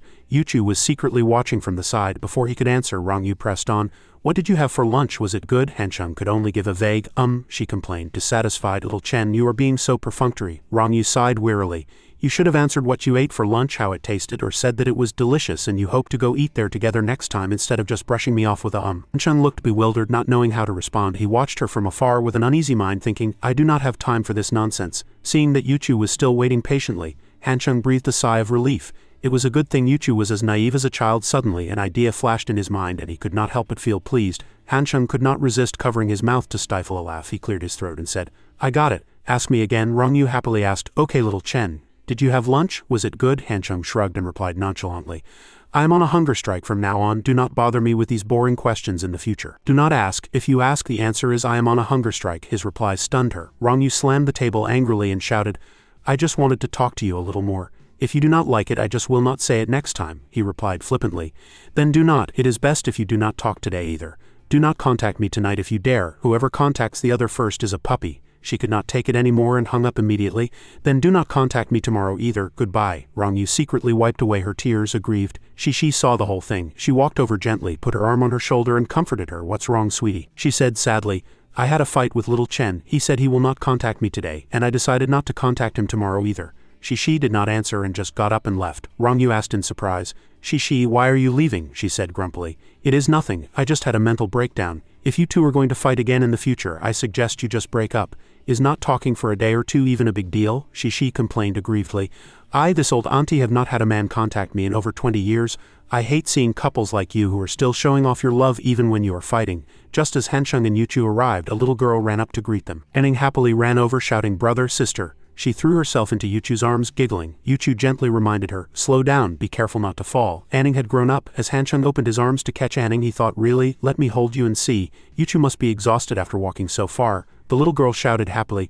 "Brother," Hanchung replied gently. "Hey!" Suddenly, he abruptly let go. Anning lost her balance for a moment and screamed in fright. Hanchung quickly caught her again, his face showing no sign of panic. Anning hugged his neck tightly and laughed happily. Yuchu's grandmother, who was behind them, saw the whole thing. She slowly walked up to support her grandmother and smiled gently.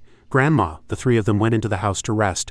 Hanchung looked around the yard. The farm tools were piled in one corner, only a few pieces of firewood were left and the place was empty. Lacking the usual cluttered feeling of being lived in, it seemed Grandma and Anning were also ready to leave. Maybe their luggage was already packed inside. In the kitchen, Yuchu was busy making lunch. He turned to the little girl and asked, "Where are the puppy and the big cat?" Anning answered cleverly.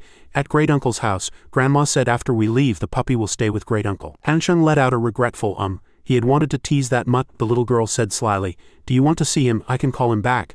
As soon as she finished speaking, Anning ran to the doorway and loudly called the puppy's name. He thought in disbelief, "Can he really come back just by calling like that?" The little girl happily stroked the puppy's head. "Brother, look," Hanchung was surprised. It had actually come back. Suddenly, a group of people swarmed in from outside, crowding the doorway. As soon as Agui reached the door, he waved and shouted, "University student brother." When Ruyi saw him, she blushed and hid shyly behind Dongsai.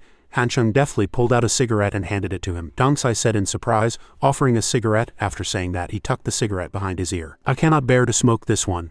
Dongsai walked over to Yuchu's grandmother and bowed to greet her. He guessed that Great Uncle had come over to talk with Grandma. The villagers probably all knew that Grandma and Anning were going to the big city, and the relatives wanted to take the opportunity to see them more, as there might be fewer chances in the future. Agui asked excitedly, "University student brother, what's the outside world like?" Hanchung said honestly. "There are often traffic jams that are several kilometers long." Agui looked bewildered after hearing this. "When I used to go down the mountain to buy medicine, I would only see a car occasionally. 4 wheels running on the ground, they'd whoosh right past. It was a rare sight. How can that thing cause a traffic jam several kilometers long in the big city?" Agui wanted to continue the conversation, but suddenly Dongsai exclaimed, "Someone's here." Hanchung followed everyone's gaze and thought, in this remote place it is either acquaintances or the mountains. There cannot be a thief. I'll go see what the commotion is about. As soon as he reached the door, he saw Mian talking to Dongsai in the yard. Yuchu immediately said, "Anning's mother." Hanchung turned his head in surprise to look beside him. Seeing that she just had her head down, he seemed to understand something. Hanchung guessed that Anning's father had gone out to work as a migrant laborer in the 90s, and had not only never returned, but had also been completely out of touch. To think on the bright side, maybe he had made a fortune and forgotten his family. But that possibility was minuscule. The more realistic possibility was that he had met with some misfortune. In those days it was better not to bring it up. Her mother had been a widow for a few years before finally remarrying, naturally not too far away. Looking at Anning hiding behind Yuchu, he sighed. The reason Anning did not want to leave the mountains was because she could not bear to leave her remarried mother. Hanchung asked, "What is she here for?" Dongsai explained.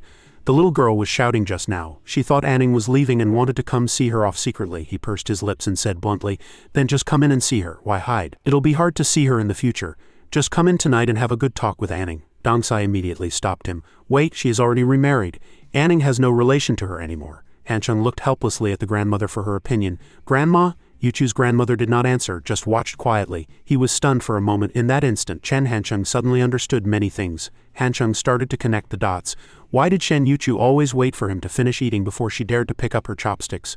Why did Shen Yuchu always pick Chen Hanchung's favorite fruits when buying them while just grabbing a few for herself? He sifted through his old memories of her. Why did Shen Yuchu always generously buy clothes for Chen Hanchung and even Liang Maiwan, but always looked at the price first when buying things for herself? Shen Yuchu's entire life seemed to revolve around the 3 words Chen Han Sheng. A large part of the reason for this was her grandmother's teachings and guidance, but it could not be said that her grandmother did not dote on Shen Yuchu. No matter how late Shen Yuchu came home, her grandmother would always wait with a candle lit. Since Shen Yuchu was beautiful, her grandmother would sternly warn her not to lift her head when she was outside. As for the money Shen Yuchu sent home, besides Anning's tuition, her grandmother saved every bit of it, and it would all be left for Shen Yuchu in the future. Hanchung understood immediately, and said in a low voice, "So that is how it is." He said coldly to Mian, "We are all going to sleep. What are you doing here? Go back, hurry back." Hanchung said bluntly, without any courtesy. "Our flight is at 3 p.m. tomorrow. We have to get up at 6 a.m. and leave by 7 a.m. or we will not make it. You are disturbing our rest now. If we cannot leave on time at 7, I'll definitely make your husband compensate us." 7 a.m. you hear, Agui said. "We want to go out and work, but my dad said we have to find a stable, down-to-earth and reliable place to take us in." Hanchung patted his chest and guaranteed. "Although you have never been out in the world, you are a good judge of character. Stability, reliability and being down to earth have always been my strengths." Agwe's eyes sparkled with admiration after hearing this. Han Chung sighed and shrugged. But I still cannot take you. Your and Rui's promotion opportunities would be limited with me. You should go ask Shen Yuchu. Her business is expanding, the technical requirements are not high, and you'll have more opportunities there. Han Chung looked meaningfully at Yuchu. It was better for this favor to be owed to Shen Yuchu, he smiled, his tone full of care. That position is very important. It has to be a reliable manager. Agwe gave Rui a look and she immediately squatted down, looking pitifully at Yuchu. Sister, do you think we'll do? Yuchu looked up a little bewildered.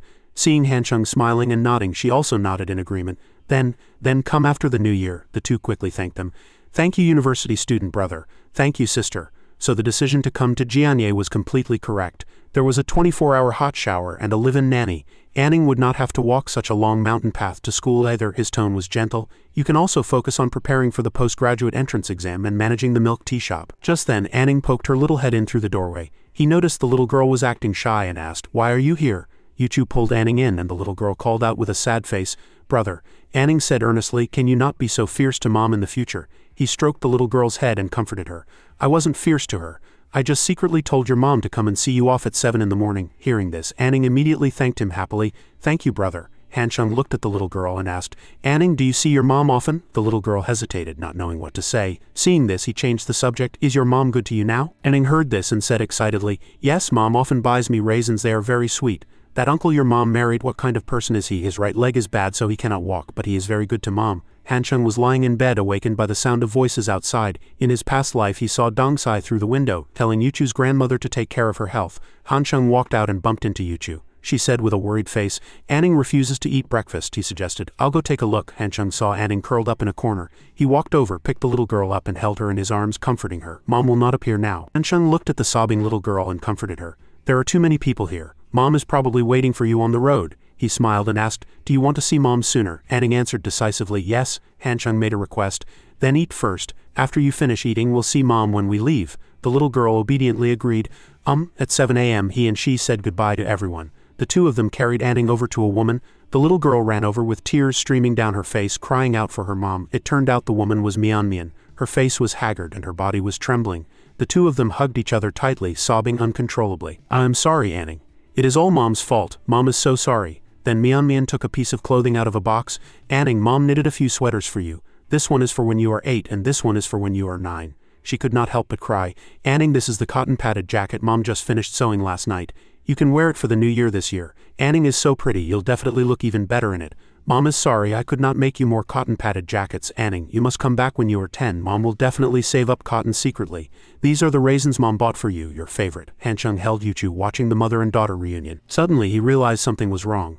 No, damn it, this woman took apart her own cotton padded jacket just to make a new one for Anning. In such a cold winter, doing this, does she not plan to get through the new year?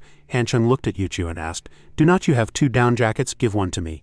"Oh," he held up the down jacket and interrupted, "it is about time. As for me, I do not like to owe people things. You made Anning a cotton padded jacket, so I am giving you a down jacket. This is a famous brand, Bosaidung, so we are not taking advantage of you." Han Chung knelt on one knee and took an envelope out of his clothes. "As for these raisins of yours, I am buying them.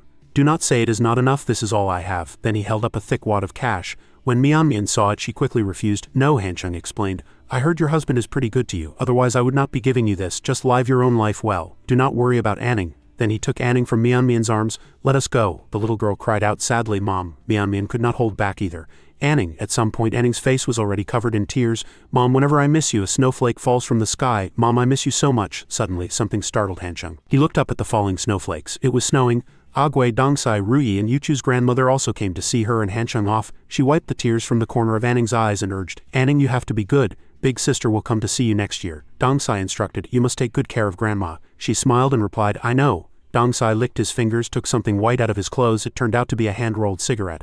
Dongsai offered it to him. "Have one. Taste the flavor of the mountains." Han Chung gave an awkward smile, thinking he'd take it first and secretly throw it away later. Just then, the corner of the cigarette paper curled up. Seeing this, he unhesitatingly licked it and stuck it down, leaving Han Chung dumbfounded. "My God," Dongsai smiled and offered it again. He politely refused. "Forget it. I have a habit of not smoking in front of children." He asked, puzzled, "Did not you smoke last night?" Anning was there too. Han Chung said awkwardly, "This habit, I actually just developed it." Dongsai said, "Oh," and then smiled at Ruyi and Agwe. "I'll be troubling you then." Hansheng helped Yuchu's grandmother into the car and replied, "Do not mention it. We are also troubling everyone with the puppy and the big cat." Dongsai nodded. "Oh, okay, there was nothing wrong with what he said, but why did it sound a bit strange?" Then Hansheng tossed him a red box. "Do not get addicted. These cigarettes are expensive. Otherwise, when your daughter and son-in-law start making money, they'll have to spend it all on cigarettes for you." Dongsai replied, Got it, got it." He turned and instructed, "Do not forget to give the puppy and the big cat an extra meal tonight." Agui asked, puzzled. "Why, we barely have enough to eat ourselves," he said with a wry smile. "What do you know? From today on, they are your other lifeline." Scene changed. The bus arrived in town. Anning excitedly asked Yuchu, "Sister, have we arrived at the town?" she asked. She replied, "We are almost at the station." Shen Yuchu raised her water bottle. "Do you want some water?" The little girl shook her head. "No." Anning looked at Chen Hansheng. "Brother is asleep," she gestured. "Do not be noisy, he is very tired." Shen Yuchu touched his forehead, afraid he might catch a cold. Suddenly a hand grabbed hers. Shen Yuchu was startled, not knowing what happened. The little girl looked at his face, which was smiling like a flower, and laughed loudly, exposing him. "Brother is pretending to sleep. He is awake." Scene changed. Chen Hansheng stood in the waiting room holding his phone. He stared at it. There were no texts or calls from Xiao Rongyu. "Good thing she is still mad at me." Chen Hansheng turned and said, "I am going to have a cigarette." Anning asked in confusion, "Brother, did not you just say not to smoke in front of children?" He rubbed his chin and coughed awkwardly. "You'll be going to school in Jianye in 2 years. I will not have much to teach you then. So let me tell you a big secret." The little girl asked excitedly, "What secret?" Chen Hansheng smiled very sinisterly. "The more handsome a man is, the more he knows how to use sweet words to deceive people." Anning turned to Shen Yuchu looking serious. "Sister, he is not handsome at all," he called to report. "Grandma and Anning are almost here. Come over for dinner tonight." Wang Zibo was a bit annoyed. "Grandma moving is such a big deal. Why did not you call me?" Chen Hansheng replied indifferently. "Cut the crap. It is convenient for me to go back alone. How's the weather in Jianye?" He looked out the window. "It was cold and drizzling," he nodded. "Got it." Then Chen Hansheng immediately hung up. Not wanting to hear another word from Wang Zibo, he sent a text. "Director Xiao, have you deeply reflected on your mistakes?" Xiao Rongyu replied, "Whoever contacts the other first is a puppy." "That is what you said, and I am not wrong," Chen Hansheng retorted. "Knowing your mistake but not correcting it, then continue reflecting." "I am just reminding you, it is raining and the temperature dropped. Keep warm." She ignored him. "I have been at the library for ages. Unlike someone who just woke up, do not disturb my reading." The corners of his mouth turned up as he thought. "If I apologize to Xiao Rongyu now, she might push her luck and ask me to go over and coax her. But if I do not apologize, Xiao Rongyu will get really angry. She must have been waiting for me to reach out. So I'll use a tough tone and use the weather change to show concern." The result was as expected. Although Xiao Rongyu said, "Do not disturb my reading," she had actually forgiven him in her heart. "Anyway, I was the one who softened first. Using the weather has another benefit. It implies I am still in Jianye and have not left." He touched his forehead, looking narcissistic. Sure enough, the more handsome a man is, the better he is at lying. Tianjing Mountain Apartment Complex. The magnificent apartment building stood in the morning light. Hu Linyu was standing at the door, happily waving enthusiastically. She approached, looked at Shen Yuchu's grandmother in front of her, and greeted her politely. Then Hu Linyu bent down and said gently, "Anning, say hello to sister." Hearing this, the little girl answered shyly, "Hello, sister." She looked at Anning affectionately. "Such a good girl, take this." The little girl took the candy and replied obediently, "Thank you, sister." Hu Linyu could not help but pick Anning up. She said coldly to the back, "I heard long ago that men from the University of Science and Technology are all straight men. Coming to see a child and not even knowing to buy a gift, you must pay attention next time." Wang Zibo heard this and whispered in confusion, "I did not offend her." Chen Hansheng thought, "Little Hu certainly does not mean any harm. She is just a bit too feminist and dissatisfied with the status quo of men dominating social development." But verbally, he smoothed things over. "Sometimes even I get nagged by Hu Linyu. Just do not take it to heart." He looked at him and teased, "But you too, really. I asked you to come for dinner, and you really have the nerve to show up empty-handed." Wang Zibo looked innocent. "I brought a gift, I just have not taken it down yet." The two stood there. Wang Zibo looked at Donger and shouted from afar, "Anning, look at the gift brother Wang Zibo bought for you." His and Shen Yuchu's gazes met unexpectedly in the air. Wang Zibo stuffed the gift into the little girl's hands. "Do not look at your sister. This is a gift from brother Wang Zibo. No one has the right to stop it." He sat down amicably and chatted enthusiastically with Anning. In the distance, Chen Hansheng spoke sarcastically, "Oh, it is even authentic, from Daing department store. Why buy such an expensive gift? You can just coax a kid with a lollipop." Hearing this, Hu Linyu snorted coldly, thinking, if I had not been busy at the milk tea shop this afternoon and did not have time to go to the department store, how would Wang Zibo have gotten the upper hand? Anning looked at Shen Yuchu expectantly. Her sister had no choice but to say gently, "Then thank brother Wang Zibo." The little girl's face immediately showed joy. "Thank you, brother Wang Zibo." In the room, everyone talked and laughed. Hu Linyu looked unhappy. "Donger, let us go cook." A while later, holding a pot emitting black smoke, Hu Linyu brought out a pitch-black shapeless dish. Seeing this scene, Chen Hansheng could not help but laugh mockingly. After dinner, he stood with Wang Zibo watching the night view. Chen Hansheng asked casually, "You seem to know a lot about computers. I saw you bragging about being some hacker before. Do you know programming?" Wang Zibo listened and answered hesitantly, A little why, he smiled and looked over. Find something for you to do in the future. Kernel Electronics needs an internal program for multi-person online work. Rongsheng Law Firm needs a network security system, and Eujian Milk Tea Shop needs an ordering and cashier system. I figured instead of paying others to design them, you might as well earn this money. Wang Zibo answered in confusion. Why would I take your money? My mom would scold me to death. Chen Hansheng shook his head and replied, if it were just you, I would not pay, he explained softly. But one person is too slow, you have to find a few classmates to do it together. You have to pay them, right? If it really works out, you can also open a small software company.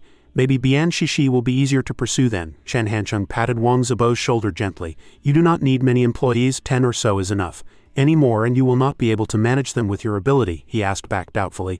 Will it really work? He revealed a confident smile. Why not? CEO Wang sounds much better than Engineer Wang. Finally in the night, the two looked at each other and smiled very happy. Chen Hansheng instructed, then when you come back after the new year, do the ordering and cashier system for the milk tea shop first, but make it fast. The milk tea shop is expanding, there is no barrier to entry, you guys cannot hold us back. I'll send a text to Xiao Rongyu. After speaking, he took his phone out of his pocket to make a call. Chen Hansheng spoke on the phone with a despicable look. How was your self-reflection this afternoon? Okay, I contacted you first. I am the puppy. Woof woof. He widened his eyes, thinking with a contemplative look. What have I done today? A few seconds later, Chen Hansheng said to the phone, of course I slept in the morning, played cards in the afternoon, just finished dinner at the cafeteria and am preparing to go to Yiwu Small Commodity City to play games. At the bus stop, the surrounding scenery was shrouded in night. Chen Hansheng waved enthusiastically from behind. Goodbye, CEO Wang. Hearing this, the people nearby looked at Wang Zibo. He muttered softly to himself, CEO Wang, CEO Wang. Sitting on the bus, Wang Zibo thought with a smile. It really does sound better than Engineer Wang. At this moment in a classroom full of students, Jin Yangming glanced at Chen Hansheng who was whistling beside him. He looked at his pile of nail clippings, his face turning black. Jin Yangming said with disgust, Brother Chen, cannot you be mindful? It is so gross. Chen Hansheng listened and joked. Gross, this stuff is very nourishing. Soaking it in wine is good for the kidneys. He looked twisted, unable to comprehend. Do you think I am an idiot? Dai Zhenyu interrupted from behind. Really, wuxia novels all write it like that. Old Six, why do not you pick it up and chew it? Maybe it is sweet. He got more excited as he spoke. Maybe it even has the flavor of 13-spice hot pot. Jin Yangming sat unhappily, ignoring the two. Suddenly he leaned in. Fourth brother. Want to buy a mobile phone for Donger? Chen Hansheng answered nonchalantly. Does not she already have a brick phone? He looked embarrassed. That is her dad's, used for many years, so I want to buy her a new one. Otherwise, with Donger coming to Jianye, I have not done anything for her. I feel bad. He had a cold attitude. Suit yourself, but you are not allowed to go to Tianjing Mountain apartment alone anymore. Shen Yuchu's grandmother and sister are there. It is inconvenient, Jin Yangming said disappointedly.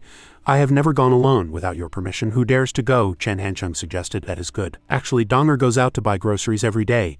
So when you have time, you can accompany her to the market or ask her to go shopping. These are all fine. Suddenly someone approached and he saw and asked, What is it? Zhang Yanyan looked at Chen Hansheng with a smile, not blinking, and asked softly, Monitor, are you free this afternoon? I want to go home. Chen Hansheng replied coldly, Where am I not convenient? Where is there no toilet? I do not need to go home with you to relieve myself. Zhang Yanyan changed the subject. My dad contacted me just now. He said he could not get through to your phone. Something came up with that piece of land. One household is asking for a very high price, but the location is very important. So he wants to ask you to go over and take a look. He looked, agreed, and then replied, Is that so? Then it is convenient to go to your house now. Hearing this, she blinked and teased. Okay, then come to my house to be convenient. A while later, at the school gate, Chen Hansheng drove to pick up Zhang Yanyan. As soon as she got in the car, she touched the surroundings and commented, This car is very expensive, right? He listened and replied, Market price is almost 1 million, but this is goods from regular channels, so it is half price. As his voice fell, the two fell into a strange silence. Zhang Yanyan could not help but speak up. Monitor, the atmosphere between us should not be so quiet. Chen Hansheng laughed. Looking at her, What do you want? How about you call me Dad first to warm up the scene? She went along with him, smiling ambiguously. Dad, Chen Hansheng pursed his lips and gave a fake compliment. Not bad, Zhang Yanyan called out again. Dad, she leaned closer. See, when did I ever dare to call you that? Back then, did you dare to agree? He smiled and evaded, thinking I have not even become a father yet, and I have become a godfather to a female classmate. If this gets out, just this boring rumor would be enough to sustain the heat of the Finance University BBS Forum in 2005. Chen Hansheng changed the subject. All right, how is your family's garment factory business recently? Zhang Yanyan replied gratefully. Thanks to your 2 million emergency aid in time, my dad said we can last until next spring. Maybe the crisis storm in this industry has already passed. He listened and suggested, That is good. With your grades, there is no need to go to grad school. Going back to help after graduation is just right. She lowered her eyes. I am not going back, I told you before. My dream is to open a coffee and flower shop, not get married, not fall in love. Raising 2 pets is enough. The only request is to be closer to you so I can help you babysit. Chen Hansheng did not quite believe it. Has not this idea changed yet? I'll definitely hire a nanny in the future. Why would I need your help? Thinking of the past, Zhang Yanyan was a bit shy. Last time when you pulled me out of the KTV, she looked at him sincerely. This idea became even stronger. Zhang Yanyan stated, wait until my dad's business stabilizes next year. I'll borrow money to open a coffee and flower shop in Zhongling. You'll have a place to go when you discuss business in the future. Hearing this, Chen Hansheng did not know how to answer. He looked at her. Why bother? Zhang Yanyan replied briefly, I like it. At this moment she suddenly lifted her leg, sitting with them crossed. Chen Hansheng looked intently at Zhang Yanyan without wavering, and she also looked straight at him. Men like this? Chen Hansheng laughed proudly. Oh, that is underestimating me too much. At any rate, I have been around the block. I am definitely not the kind of man who thinks with his lower half. As soon as his voice fell, the atmosphere between the two solidified. In front of the wide courtyard, a dazzling red car stopped. Zhang Furong sighed. Last time it was a Lexus, this time it is a Land Rover. If Yanyan had not emphasized again and again that Chen Hansheng started from scratch, I really would not dare to believe it. Mrs. Zhang next to him said faintly, what use is that? He does not like Yanyan. At this moment, Chen Hansheng got out of the car and greeted enthusiastically. Uncle Zhang, Auntie Chu. He looked at him with affectionate eyes. Little Chen is here, Chen Hansheng replied fawningly. President Zhang is still so handsome. From a distance I thought it was Aaron Kwok. Zhang Furong put his arm around his shoulder. Young friend Chen, stop joking. I booked a private room. I have wanted to treat you to our local specialty crayfish for a long time. Chen Hansheng pointed and agreed, answering, Uncle Zhang, a bento box is fine. Going to a restaurant to eat is a waste of time. I have things to do tonight. There will be plenty of opportunities for us to drink in the future. Hearing him say this, he did not insist. All right then, Zhang Furong spoke slowly. Young friend Chen, I have selected a fairly complete circular plot. The feng shui is also good. We can discuss it. He smiled and replied, okay. Feng shui is one thing, not far from the main road. Transportation is convenient. Hearing this, he frowned and said, there are 4 households on this land. The first 3 were very easy to talk to, paid the money, signed the contract, and moved away. Years of neighborly friendship, no tricks played. I did not expect a problem with the 4th household. They saw I was anxious to buy the land and thought they found a treasure, suddenly disagreeing with the previously agreed price of 3 million. Ironically, this family's position is the most important. Zhang Furong recalled the appearance of that land. Their house is right in the center. If they do not move, the original circular plot will become a donut. Feng shui aside, you also cannot open a factory here. He listened and frowned as well. How much does this family want? He held out a finger. 10 million. Going back on the agreed price. This old guy, Chen Hansheng thought for a moment and asked, what about the village committee? What do they say? Zhang Furong sounded disappointed. The village committee naturally helped to persuade too. For every piece of land sold, the village committee gets a commission, and the procedures are faster this way. He frowned at this moment, silently calculating countermeasures in his heart. A few minutes later, the 3 came to a household located right in the center. Chen Hansheng sized it up. Damn, this house is indeed very important. A bit tricky. Through the glass window, Xie Lianmei could be seen in the yard. She shouted into the house, Dead ghost, come out for a moment. Old Zhang is here again. Xie Jingchun walked out from behind the curtain with a wrinkled face, looking at Zhang Furong approaching and said, Old Zhang, give a bottom price today, the lowest kind, he calculated silently. Zhang Furong could not possibly buy so much land. It is obvious he is acting as a white glove. For someone else, it seems this young man is the real buyer behind the scenes. That is why old Zhang emphasized the bottom price. Xie Jingchun looked at the teacup. Bottom price, 9.9 million. This is the bottom price, he listened, pointing at him in anger. You old man, is dropping 100,000 considered a price drop? He still refused to yield, answering toughly. Anyway, it is this price. 9.9 million, not a penny less. He curled his lips and sneered. Damn, are you a god asking such a high price? Chen Hansheng politely handed Xie Jingchun a cigarette. Business has to be discussed based on the real price. Others are 3 million, you want 9 million. This is not the attitude of someone who really wants to sell. Xie Jingchun took the cigarette and said, I can sell, but it must be at the price I quoted. Zhang Furong's tone was firm. 9.9 million is impossible. How about this? I'll add this much more. Xie Jingchun was puzzled. 2 million, he thought to himself. That would only be 5 million, which was still far off. Zhang Furong was about to step forward to stop him. Hansheng, adding 2 million is too high. It is completely not worth it. Chen Hansheng spoke up to correct him. Not 2 million, it is 200,000. 3.2 million to buy this land. Xie Jingchun turned his head contemptuously. Furong, this kid wants to buy the land for 3.2 million. Do not you think that is laughable? Xie Jingchun threw the cigarette on the ground. 200,000 is nothing. Seeing this, Chen Hansheng's temper flared. Do not play the rogue with me. If 200,000 does not work, we can keep talking, but with your attitude, I'll let you know that 200,000 can actually do a lot of things. Hearing this, Xie Jingchun shrank back in fear. What, are you going to hire a hitman? Believe it or not, I'll call the police. Chen Hansheng nonchalantly threw his cigarette butt into the teacup. Suit yourself. Xie Jingchun's face was gloomy and full of threat. Call the police saying I dirtied your teacup. The 2 left. Zhang Furong worriedly said from the side, Wait a minute, you are not in a hurry anyway. Give me some time to slowly grind him down. Chen Hansheng said coldly, I am not in a hurry, it does not matter if I wait a few years. Xie Jingchen called the police from behind. Hello, is this 110? Someone is going to tear down my house. Shang Furong grabbed Chen Hancheng. Do not be impulsive, that is illegal. Chen Hancheng smiled mockingly. What law is it illegal to dismantle my own stuff? Flatten the 3 households outside first, leave only this one. He turned back to look provocatively at Xie Jingchen. I am a rogue, I have plenty of time to play with you. I'll just casually mention a few methods to see if you are scared. Lightly, I'll build a few pigsties around your house and stink you to death. Heavily, I'll build a high wall along your yard. If you can see the sun in the future, I lose. The last move, I'll turn this place into a public cemetery, so your whole family sees grave mounds as soon as you step out the door.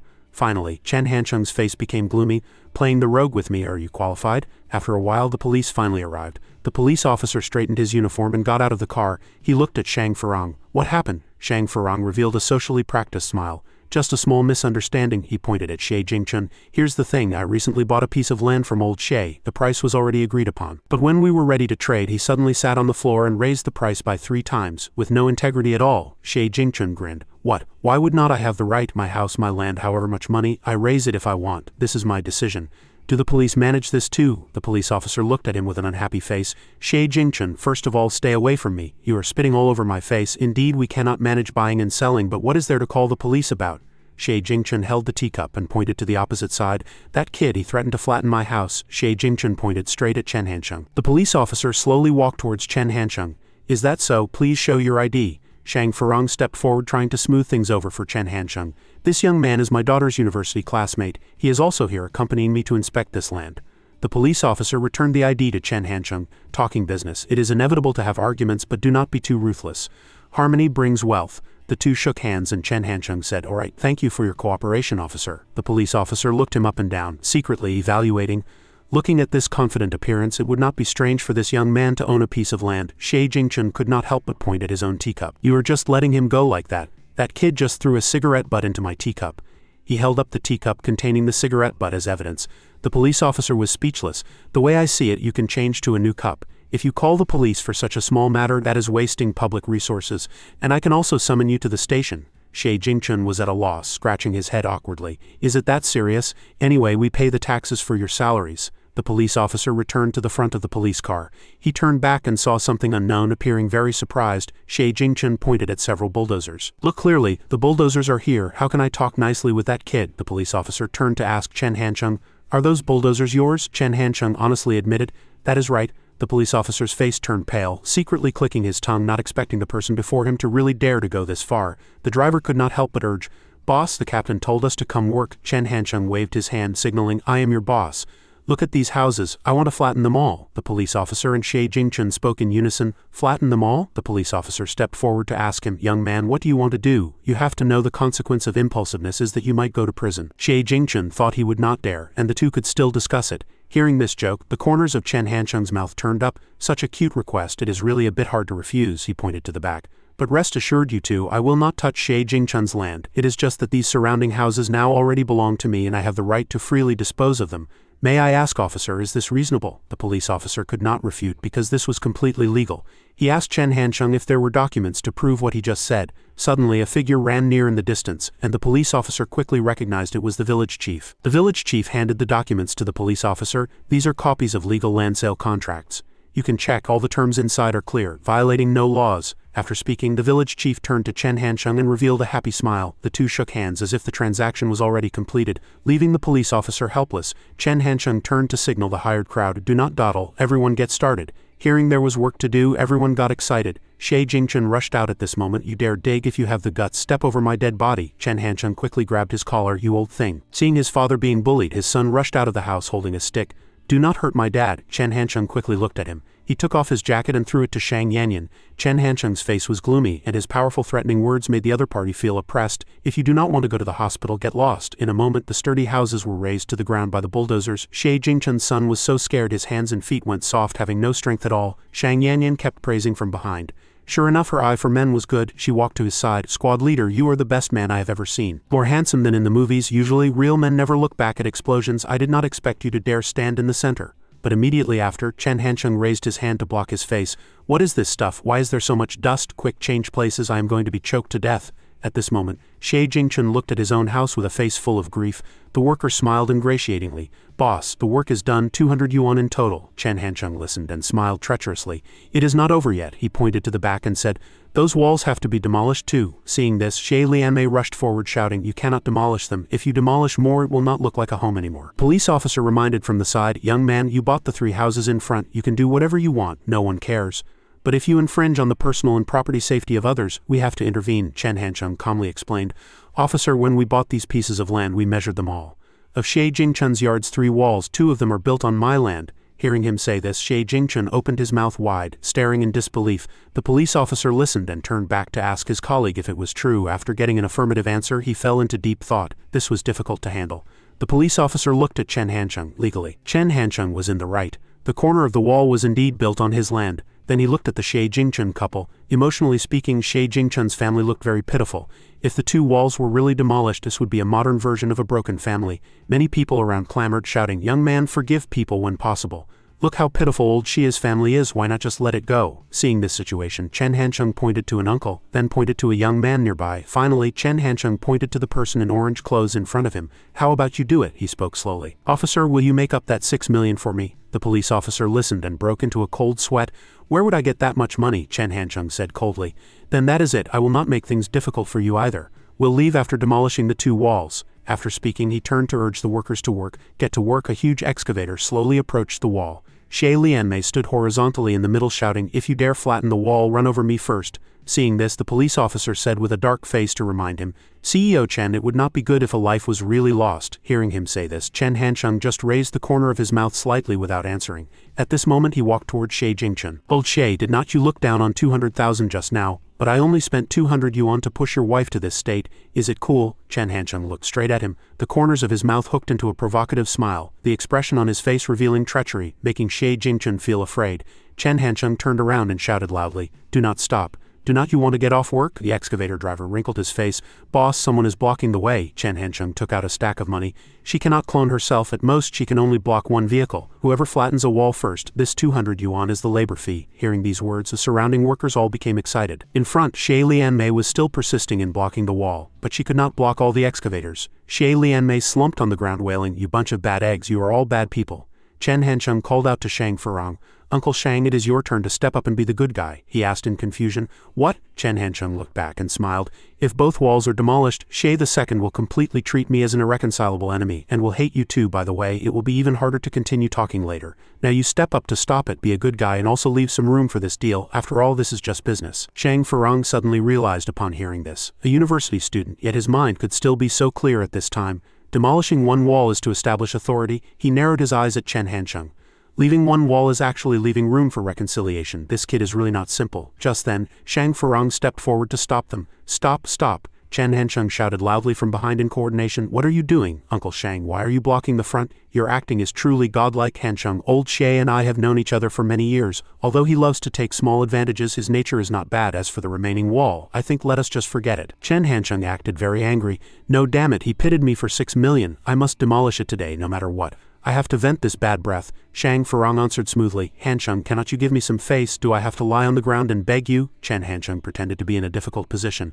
"Uncle Shang, you are making it difficult for me." "Fine. Seeing Uncle Shang's face today, I'll temporarily leave 1 wall. You guys better watch out." He walked toward Xie Lianmei. "Sister-in-law, are you okay?" she answered with messy hair. "I am fine, old Shang, really thank you this time." Shang Furong turned back to look at Xie Jingchen. "Old Xie, I do not mean to lecture you, but 3 million was agreed upon. Why did you suddenly change your mind? It is a good thing I was here today. If I weren't, this wall would be gone too." Xie Jingchen felt a bit guilty hearing this, sighed and looked at the ground. The people around looked at Shang Furong and praised, "Really loyal, what a good neighbor." Shang Furong was confused. Was he whitewashed just like that? Shang Yanyan said Chen Hancheng was completely self-made. He only revealed a corner today. This kid was indeed not simple. "Old Shang, you are really loyal." Factory district office. At this moment, Shang Furong walked into the gathering of Chen Hancheng's group. He stopped in front of the table, looking at Chen Hancheng contemplatively. Shang Furong sighed. "It is rare for Hancheng to come once, and you really ordered boxed lunches?" Chen Hancheng quickly explained. "No, this is what I wanted to eat." After speaking, Chen Hancheng lowered his head to look at his watch. It is 3:30 now, I have to leave at 4. Going to a restaurant to eat is too much of a waste of time. How is Xie Jingchun's side? Shang Furong gently recounted the process. After persuasion from me, the village committee director, the police and the neighbors, Xie II does not dare to be arrogant anymore. Even his wife is inclined to sell at 3 million. She feels that after what happened this afternoon, continuing to live here is really too shameful. Chen Hancheng asked upon hearing this. What about Xie Jingchun's attitude? Shang Furong frowned, somewhat annoyed. He is still hesitating. This old bastard is still dreaming of his 10 million. Seeing this, Chen Hancheng laughed. Damn, adding 6 million would even tempt me, just patiently wait a bit longer. Shang Furong's tone was appreciative. You did not stubbornly go to the extreme today. Demolishing one side and leaving the other displayed ruthlessness while also leaving room for dialogue for me and the Xie family. After the new year, with another wave or two of pressure, Xie Jingchun will probably give up. Chen Hancheng slowly raised his hand to look at his watch while listening. Chen Hancheng looked at his watch and felt it was about time to leave. He stood up to say goodbye. It is about time to leave. Uncle Shang, I will not disturb you anymore. Shang Furong had a regretful attitude. It is getting dark, why not stay for a meal? Do you have something urgent to do back there? Chen Hancheng shook his head and refused. Next time, uncle. I really have a date today. After speaking, he turned and decisively left the office. Through the glass window of the office, Shang Yanyan silently watched the car leave. Beside her, Shang Furong asked with a puzzled tone, Is Chen Hancheng going to meet a woman? She nodded with a face full of disappointment as a response. Hancheng is definitely going to meet Yuchu. Shang Furong heard this and was very curious. How is that girl? Shang Yanyan answered with a husky voice. Good personality, good grades, and she is also gentle and kind. These are nothing. Even if simply compared to her, I am only fit to be a foot-warming maid. Shinjuku, the International Trade Center building, stood in the city's golden location. Chen Hancheng was standing downstairs holding a bouquet of flowers at this moment. He calculated in his heart that he had not seen little Yuer for 3 days and had deliberately picked a fight in between. He had to apologize properly later. Thinking of this, Chen Hancheng stepped into the elevator to go upstairs. The elevator doors closed, shuttling between floors. He walked out of the elevator and happened to see a trash can. Chen Hancheng stopped with a water bottle in hand to think.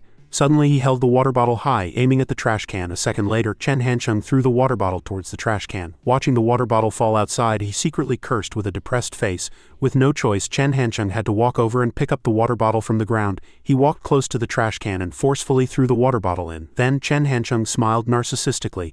This game-winning dunk comes from LeBron Hancheng. Suddenly, Li Na appeared. She looked at him with a face full of horror. Chen Hancheng was very embarrassed and pretended to strike up a conversation naturally. I am done. Hearing this, she adjusted her glasses and replied, Little Yuer has been waiting for you all this time. Li Na looked at the retreating figure ahead, wondering to herself, does Chen Hancheng have ADHD? I heard some children with ADHD are particularly intelligent. He seems like a typical case. Arriving at the office door, he happened to run into Bian Shishi. She smiled and said, Go look in the back office. Bian Shishi and Chen Hancheng walked into the office side by side. As soon as they entered, they saw Xiao Rongyu working. She looked up and said, Shishi, what's wrong? I still have work to finish. Bian Shishi whispered in confusion. That is strange. It was clearly already arranged. He smiled and walked quickly to Xiao Rongyu's side. Looking at this delicate flower, it really resembles your tender face. Her attitude was stiff. She turned her head and ignored him. Seeing this, Chen Hancheng stepped forward to coax her. I was wrong. Let us go. I'll treat you to a big meal and then we'll go shopping. Xiao Rongyu pretended to be cold and replied, I do not have time today. I still have a lot of things to write. He wasn't discouraged upon hearing this. It is okay, I can wait for you, but do you not take the cap off your pen when you write? Realizing she had been exposed, Xiao Rongyu looked shy. She scolded playfully, Chen Pig, you only know how to bully me. Chen Hancheng kept teasing Xiao Rongyu. She puffed up her cheeks, not knowing how to react. You are so thick-skinned. Xiao Rongyu laid out her conditions. Then you have to take me to dinner now and we have to go shopping. Chen Hancheng agreed quickly with no intention of refusing. As you command. He turned and started walking, completely failing to notice Xiao Rongyu's mood at that moment. When he realized her face had already darkened with anger, Chen Hancheng could not be bothered to guess, so he asked directly, What's wrong? Xiao Rongyu slowly raised her hand, her voice getting smaller and smaller out of shyness. You forgot to hold my hand. In such a romantic scene, Bian Shishi got goosebumps all over. She could not help but shiver. Oh my god, I've got goosebumps. I beg you two to disappear from my sight immediately. Chen Hancheng took Xiao Rongyu's hand and pulled her along. Let us go quickly. Mrs. Chen cannot appreciate our sweet affection. Bian Shishi chased after them with a broom. You jerk. She could not help but curse angrily. Remember to come back early. Xiao Rongyu, we still have things to discuss. But the lovebirds did not listen to a word Bian Shishi said. Bian Shishi stood there looking at the ajar door. She walked into the room and peeked around. After confirming no one was there, Bian Shishi gently closed the door. She reached out her hand and muttered to herself, You forgot to hold my hand. Bian Shishi cleared her throat. You girls just love playing these games so troublesome. She reached out her hand to the air. Here, hold it. After performing this series of baffling actions, Bian Shishi covered her mouth and snickered. She secretly sighed with emotion. So falling in love is this interesting? Even playing both roles alone, I can feel the sweetness. Bian Shishi said with melancholy, "It is a pity, I am already a junior before I knew it." At the bus station a crowd had long since gathered. She thought to herself, if I had known this I might as well have gone to be a third wheel. Suddenly the phone in Bian Shishi's pocket rang incessantly. She looked at the phone, silently reading the name on the screen, Little Ewer. Bian Shishi answered the call, her tone unable to hide her impatience. "Hello, what is it?" Chen Hancheng's voice came through. "Damn, I do not owe you money. Why are you so fierce? Have you had dinner? If not, come to Daimei Hotpot to have beef." She immediately refused. "I am not going. You guys are going to torture single dogs again." He laughed and said, "We cannot torture you. Tonight it is not just me and Little Ewer. A boss is treating us at the shop on Zhengheng Street. It is only a 15-minute walk for you." After speaking, Chen Hancheng hung up. Before Bian Shishi could reply, she looked at her phone in deep thought. Should I go or not? The morning streets were cold and desolate, empty of people. He stared at his phone, preparing to call one more person. Chen Hancheng asked, "Where are you?" The voice on the other end replied, "Reviewing in the dorm." He said in a flat tone, "I'll give you 15 minutes. Get to Daimei Hotpot on Zhengheng Street immediately. There is something important to discuss." Wang Zibo looked confused. "What is it?" Chen Hancheng spoke, deliberately emphasizing Bian Shishi's name. He pretended not to know who she was. "Who is Bian Shishi?" He immediately exposed him. "Do not pretend with me. Do not push your luck. 15 minutes. Wang Zibo lowered his voice and replied, "Got it. It is a bit hard to get a taxi right now. Little Chen, little Chen." Chen Hancheng breathed a sigh of relief. Done. Finally got this pair of resentful lovers together for a meal. It wasn't easy. Xiao Rongyu speculated that when Bian Shishi arrived and suddenly realized it was Wang Zibo, her eyes would definitely go wide. He picked up some food with his chopsticks and placed it in front of her, saying, "Eat." Xiao Rongyu glanced at Chen Hancheng and asked cautiously, "Should not we wait?" He explained, "We have to eat first. We'll slip away as soon as we are done. That way we can leave them some space. We cannot be kind matchmakers and end up starving ourselves. That is what fools do." "That is not Chen somebody's style," she agreed with a grin. "Right, we cannot go hungry." Bian Shishi walked slowly into the shop, her eyes quietly scanning the surroundings, seemingly looking for someone. Chen Hancheng and Xiao Rongyu were sitting not far away. He raised his hands high and shouted, "Here, over here, Bian Shishi, we cooked some for you." Bian Shishi walked over and teased, "You guys really have no manners at all." Then she quickly sat down, picked up some food with her chopsticks and put it in her mouth. Chen Hancheng glanced over and saw a familiar figure. Recognizing the acquaintance, he immediately waved to call the person over. "Zibo, over here." Hearing the voice, he immediately ran to the dining table. Wang Zibo said, panting, "Little Chen, little Ewer." Bian Shishi, "Hello." Chen Hancheng asked in confusion, "What's in the bag?" He immediately answered, "Haagen-Dazs." Xiao Rongyu's eyes lit up. "These cost dozens of yuan each." He pushed a cup of ice cream towards Bian Shishi. "Quick, choose a flavor." "I only got to eat this today thanks to you." Chen Hancheng gave Wang Zibo a meaningful look. "I did not expect this kid Wang Zibo to actually buy ice cream. It seems that after being polished by Huang Wei, he is slowly wising up. At least he would not have done something like this in freshman year." Pouring water, he said, as expected of someone who once participated in the Olympic competition. "Brother Ba, does doing this kind of monthly exam paper feel very easy?" Xiao Rongyu looked skeptical. "When did Wang Zibo ever participate in the Olympics? I recall the Olympiad team at Gangcheng No. 1 High School did not have Wang Zibo." Chen Hancheng flicked Xiao Rongyu's forehead. "You remembered wrong. Wang Zibo was also very good at the Olympiad in high school to trick my mom out of some pocket money. I also lied that I joined the Olympiad team, and my mom actually believed it. I had a blast during that time. I would rush to the internet cafe right after school and lie that I went to tutoring when I got home." He frowned slightly. "Until one day a meddlesome auntie saw me enter the internet cafe and ran to tell on me to Empress Dowager Liang. My mom dragged me out in public." He smiled as he recalled. "I remember Auntie Liang broke the broom that day. Little Chen called my mom telling her to come save his life." Chen Hancheng sighed. "Why did my mom beat me so hard? It was because she found a forged Olympic Committee seal and certificate in my school bag. She scolded me, saying this was a whole supply chain of forgery. It is one thing to fake the process, but faking the result too? Truly professional." The four chatted happily, smiles constantly on their lips. Bian Shishi thought to herself, little Ewer's topics focus on the campus, like the campus bell playing the guzheng, the treasure in the teacher's palms, the goddess in many boys' hearts. Chen Hancheng's topics focus on outside the school, like skipping evening study to go to internet cafes, skipping class to watch videos, and getting involved in street fights. These trajectories seem to have continued into university. Bian Shishi turned to look at Wang Zibo, seeing him intently stirring the hot pot soup base. She silently evaluated that Wang Zibo was the person with the fewest topics. He wasn't a positive model like Xiao Rongyu, nor did he forge a new path like Chen Hancheng. He seemed to have been very ordinary from high school to university. Bian Shishi sighed in her heart. He really pours his heart out for his friends. He added, back in high school, little Chen also. She quickly interrupted. "Do not just talk about him." Bian Shishi turned and asked, "What kind of person are you?" Hearing this, Wang Zibo suddenly froze, his voice becoming stammering. "Ah." He looked like he had been struck by lightning. His mouth opened and closed, but no words came out. Then Wang Zibo averted his gaze, looking elsewhere, not daring to make eye contact. The other three stared at him with expectant eyes. Wang Zibo immediately changed the subject. "What is there to say about me?"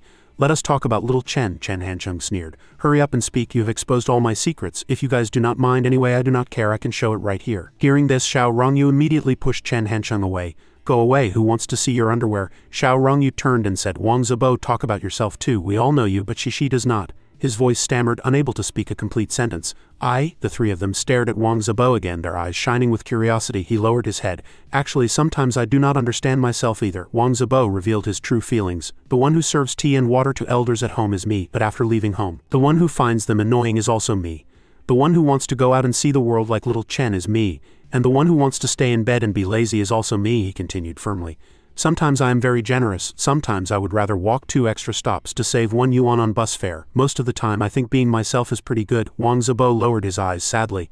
Actually, I am just an ordinary person, there is really nothing much to say. In front of him she was listening intently, revealing a gentle smile. Catching a glimpse of this, Wang Zibo's face blushed involuntarily.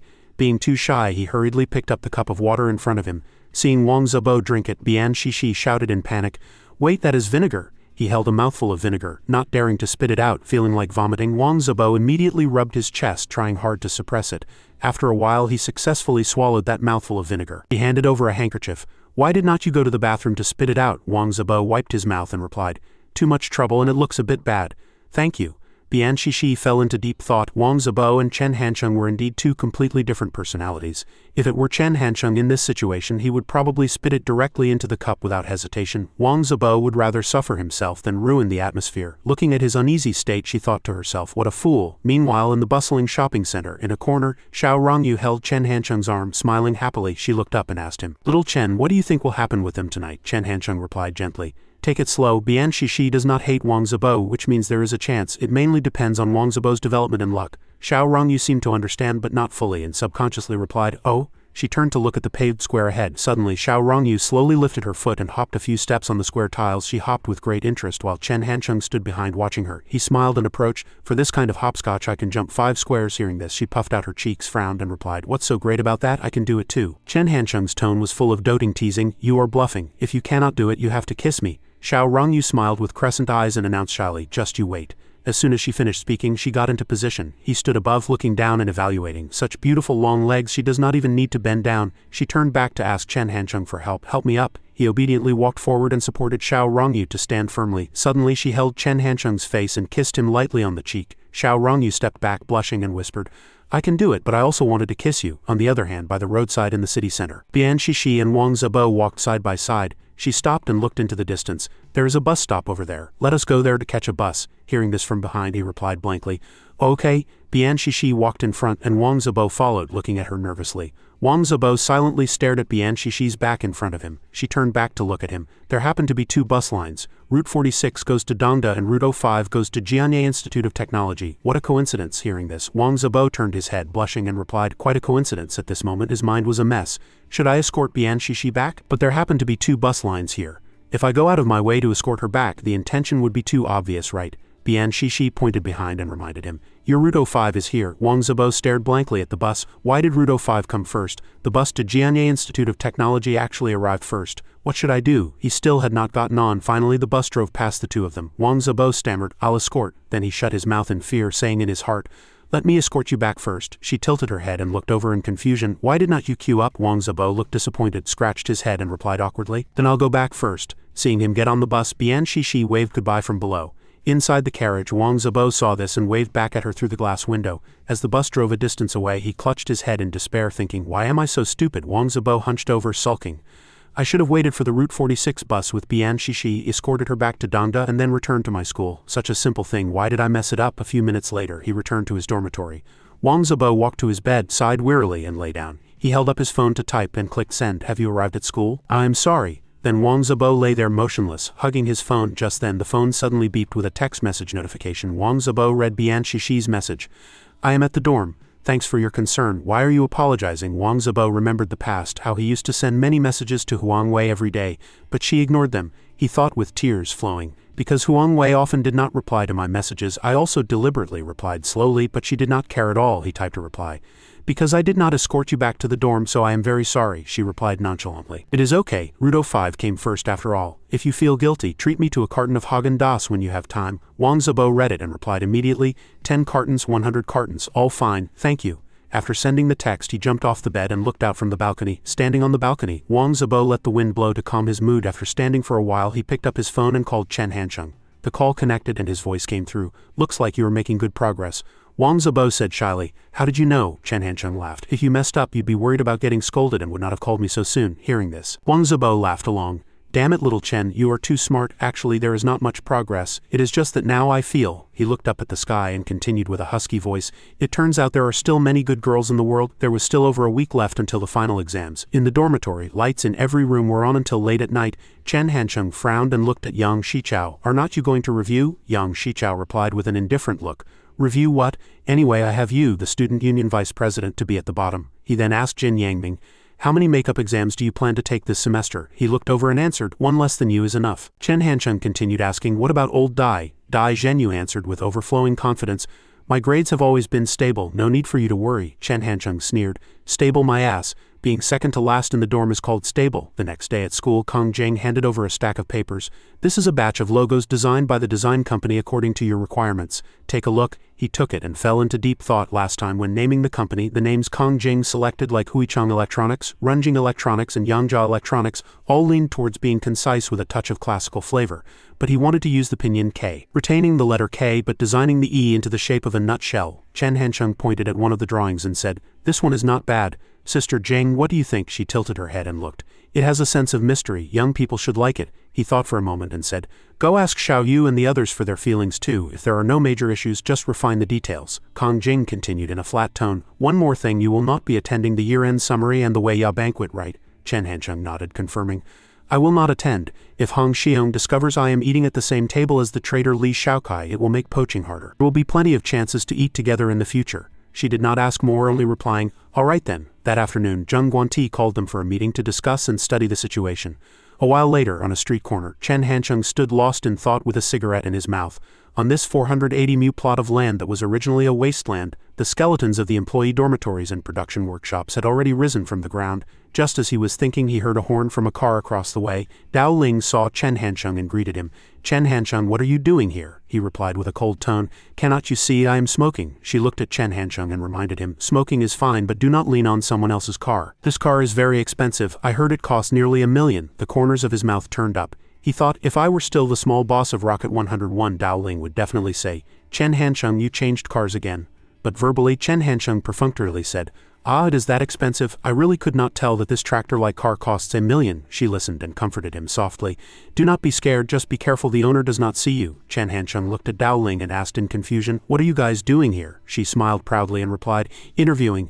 This is a big factory occupying 500 mu. I heard their capabilities are very strong and they even had a dispute with the neighboring New Century company before. Out of a reporter's professional sensitivity, I feel that this electronics factory will definitely have big news next year. So I want to collect some inside information first and establish a relationship while I am at it." Hearing her say this, Chen Hancheng lowered his eyes and chuckled lightly.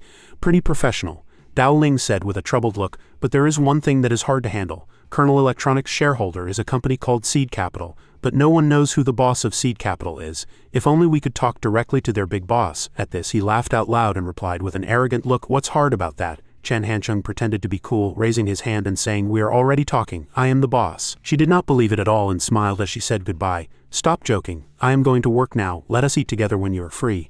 Inside the car, Dao Ling said to Shui Kai, "I have only seen this kind of car online before. There are only a few in the entire Zhongling district. I heard one of them is in the hands of a student at the University of Finance and Economics." Shui Kai listened and answered, "There are many rich people in Jianye. What's so strange about that?" Shui Kai looked at her. "Little Dao, did you just say a Land Rover is in the hands of a finance university student?" Dao Ling spoke quickly. "Yeah, what about it?" Seeing his contemplative look, Shui Kai replied faintly, "Nothing." Dao Ling looked back behind her, muttering, "It could not be that coincidental, right?" On the other side, Anning ran over and hugged Chen Hancheng, sobbing as she called out, "Brother." The little girl clung to him affectionately, her hands grabbing Chen Hancheng's clothes tightly, refusing to let go. He bent down to coax Anning, asking gently, "Do you miss brother again?" The little girl looked pitiful and nodded honestly. Chen Hancheng thought with emotion in his heart, this was expected. Anning will probably cry for at least 3 months before she slowly gets used to it. Hu Linyu held up a piece of paper. "I have already booked the place for the final exam dinner. You pass the message to old Guo and confirm the time and place." He took it and looked carefully. "I'll just say it directly this time. I plan to go to old Guo's house tomorrow and take Anning to play with Guo Jiawei.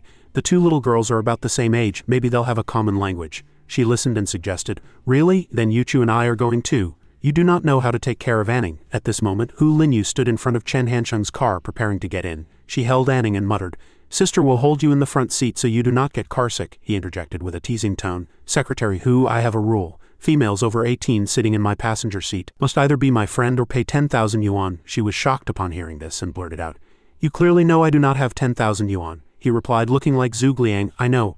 So from the moment you sat down, this rule was cancelled." Hu Linyu snorted coldly and turned her head, saying haughtily, "Glad you know your place." Then she sensed something was wrong.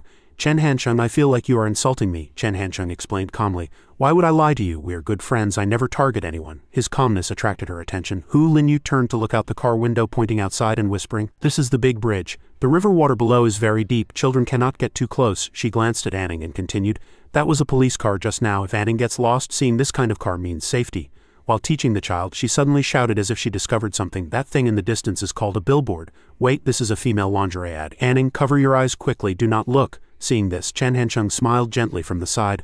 Little Hu is not bad at heart. She just grew up in a patriarchal environment which produced some extreme rebellious psychology.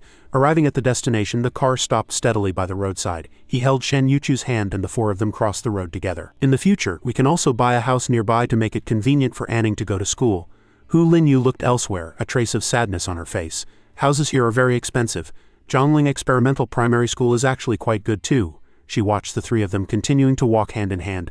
"After the Shizi Chow milk tea shop opens, you'll have to consider chain expansion and standardized operations. When there are dozens of branches, a school district house should not be a problem." Left behind, Hu Linyu stopped, looking at their backs with grievance, thinking with melancholy eyes, "All along my ideal was to be a white-collar worker, have a decent job, and gain respect and recognition from my family. But I seem to have never thought about whether I really like this path. Or to be more accurate, I just want to accompany my good friends, accompany cute Anning, tease the fat cat, and just run a milk tea shop like this." Hu Linyu pursed her lips, clenched her fist, and stood frozen in place. She reached out her hand, looking forward with sad eyes. "Wait for me." Arriving at the door, Chen Hansheng raised his hand to knock. The three entered the house, and he happily cupped his hands in greeting. "Old Guo, we are here to pay an early New Year call, just a bit too early." Chen Hansheng's gaze fell on the little girl standing there. "Zhou, seeing your brother, why do not you come over?" Lu Yuqing glanced at Guo Zhou with an angry face. "Ignore that girl. She just got a beating from me. She did not do the winter break homework assigned by the teacher and even ran upstairs to copy a classmate's. Luckily I caught her." The little girl listened, looking aggrieved with tears in her eyes. He walked to Zhou side, smiling to diffuse the atmosphere. "What a little fool, how could you get caught?" Lu Yuqing glared, and Chen Hansheng coughed dryly to correct himself. "I mean, how could you cheat?" He walked over, took Anning's hand and said gently, "Zhou, let me introduce a sister to you today. She is a few months older than you. You can call her Sister Anning." Seeing Anning arrive, Zhou ran over happily. "Sister Anning." Anning shyly poked her head out, hiding behind Chen Hansheng's leg. "See, Sister Zhou." Guo Zhongyun saw Anning and smiled, recognizing her as Shen Yuchu's sister. "Looking at her brow and eyes, she looks quite like her, just a bit thin." He smiled and explained to Guo Zhongyun, "She just came out of the mountains and is a bit shy with strangers. She'll talk more once she is familiar." Lu Yuqing approached Anning, squatted down and placed her hand on the little girl's shoulder. "It is good for a child to be a bit thin. Guo Zhou is too fat now. She is so pretty. Her eyes are very like little Shen's. Judging by her current body type, this child will not be short in the future. Little Shen's family genes are really good." Hearing this, Guo Zhou retorted jealously, "I am not fat, it is Sister Anning who is too thin." Lu Yuqing turned her head to refute Guo Zhou. "You are not fat, you are the fattest girl in the whole class." She quickly switched to a loving face and turned to Anning. "Baby, what do you want to eat for lunch? Auntie will go make it for you." Guo Zhongyun also added enthusiastically, "Uncle has everything at home. Does Anning want to eat shrimp, fish, or ribs? Instant noodles." Anning's eyes lit up instantly upon hearing instant noodles. "Uncle, Auntie, I want to eat instant noodles." Hearing this request, the two were a bit embarrassed. Chen Hansheng walked over and touched the little girl's head. Before, only on her birthday would her mother walk more than 20 kilometers of mountain road to the town to buy a pack for her, because there is no such thing in the mountains. The two exchanged glances showing heartache on their faces and did not speak. Anning lowered her head and said sadly, "I do not have to eat it." Lu Yuqing made up her mind, her eyes firm. "Auntie will go cook it for you right now, but you can only eat a little bit. You still have to eat lunch." The little girl looked at Lu Yuqing with sparkling eyes. Hearing this, Guo Zhou also looked up happily and requested, "I want to eat some too." Lu Yuqing glared angrily at her daughter. "Eat, eat, eat. You know nothing but eating all day. If it is not KFC, it is McDonald's. Go accompany Sister Anning to play for a while, leave your homework for the evening." Guo Zhou went over and held Anning's hand. Zhou held Anning's arm, smiling broadly. "Okay, Sister Anning, I'll take you to play." Hand pressing on the piano keys, the little girl looked at the sister happily. The sister also pressed a key, holding her hand to press together. "Press here." The two little girls played the piano happily in the room, the music melodious. Guo Zhongyun turned and invited, "Let us go, Chen Hansheng, let us go sit in the living room." The two sat on chairs, both holding cigarettes. Chen Hancheng walked over to Hu Linyu, looked at her and criticized. Hu Linyu, how old are you, still snatching toys from children? He narrowed his eyes. We are discussing the time and place for the class reunion. Go report to old Guo. Hu Linyu ignored his mockery and continued playing. This is too interesting. It can sharpen anything. Chen Hancheng walked over and pushed her out. All right, go quickly. Returning to the room, he picked up the toy. This thing is easily addictive. Chen Hancheng actually became serious. Now you guys need to focus on studying. A while later, Chen Hancheng was also playing happily. This is really fun. If I had this in elementary school, I definitely would not have passed the entrance exam for middle school. Zhou Wei watched and sighed in her heart. He is going to sharpen all my pencils for next year. Hu Linyu turned to whisper to Shen Yuchu, your boyfriend is snatching kids' toys to play with. Chen Hancheng did not refute directly, but turned to the two children and said, did you see? If you become rude in the future, you will become someone like Sister Linyu, and then no boys will like you. Hu Linyu was very unhappy hearing this. What are you saying? Both little girls wanted to go into the tent to rest. Chen Hancheng was surprised. Now is not it too early? At this moment, Guo Zhongyun also came out holding dishes. Rest, children, get ready to eat. Zhou Wei hugged Anning tightly. Let us play a little longer. It is so boring to eat after playing for such a short time. Chen Hancheng looked at the two children and thought helplessly. But if you do not eat, what if you get hungry later? Chen Hancheng approached the feather duster from before. Lu Yuqing walked over to call everyone. It is dinner time. Come out quickly. The food is getting cold. Zhou Wei's mischievous appearance gave her mother a scare. Heavens, what happened to your hair? It is a mess. Suddenly she looked around. Where did my feather duster go? It was clearly here just now. Chen Hancheng snickered in the back. Lucky I hid it in time. Everyone played mahjong happily in the living room. Only Chen Hancheng was smoking and contemplating outside. The final exams were considered relatively leisurely. I am waiting for the notification from the Finance University. I do not know what they are waiting for. Jin Yangming walked over from behind. Old 4, I heard Donger is also staying for the Spring Festival, right? Chen Hancheng sighed. I did not plan to celebrate, but if you want to, you can invite Donger. Remember to contact her in advance. I understand, Jin Yangming proposed. I said a few days ago I wanted to buy a new phone for Donger. The stock just arrived. Old 4, can you help me pass it to her? Chen Hancheng looked at him in confusion. Why do not you give it to her directly? Jin Yangming explained. I gave it to her, but she firmly refused that day, saying the phone was too expensive to accept. He thought Donger seemed not to want to take it for herself. Jin Yangming looked at Chen Hancheng with pleading eyes. Impossible, I will not give it to anyone else. Old 4, I trust you the most. You find a way to make her accept it. But I am very torn inside. Actually, this phone was originally bought for myself, but seeing Donger having a hard time, I let her have it. Chen Hancheng had to accept this plea. All right then, I'll try my best to help you, but to make her accept it, I'll say I bought this, okay? Jin Yangming agreed readily. Of course, as long as Donger can use it, I am happy. It does not matter who bought it as long as you pass it to her. After speaking, Jin Yangming left quickly. Then that is it, I have something to do. The bus is here, I am leaving first. Chen Hancheng kept sighing in his heart. This looks like true love, forget it. I'll try my best to play matchmaker for you guys. He called Xiao Yu.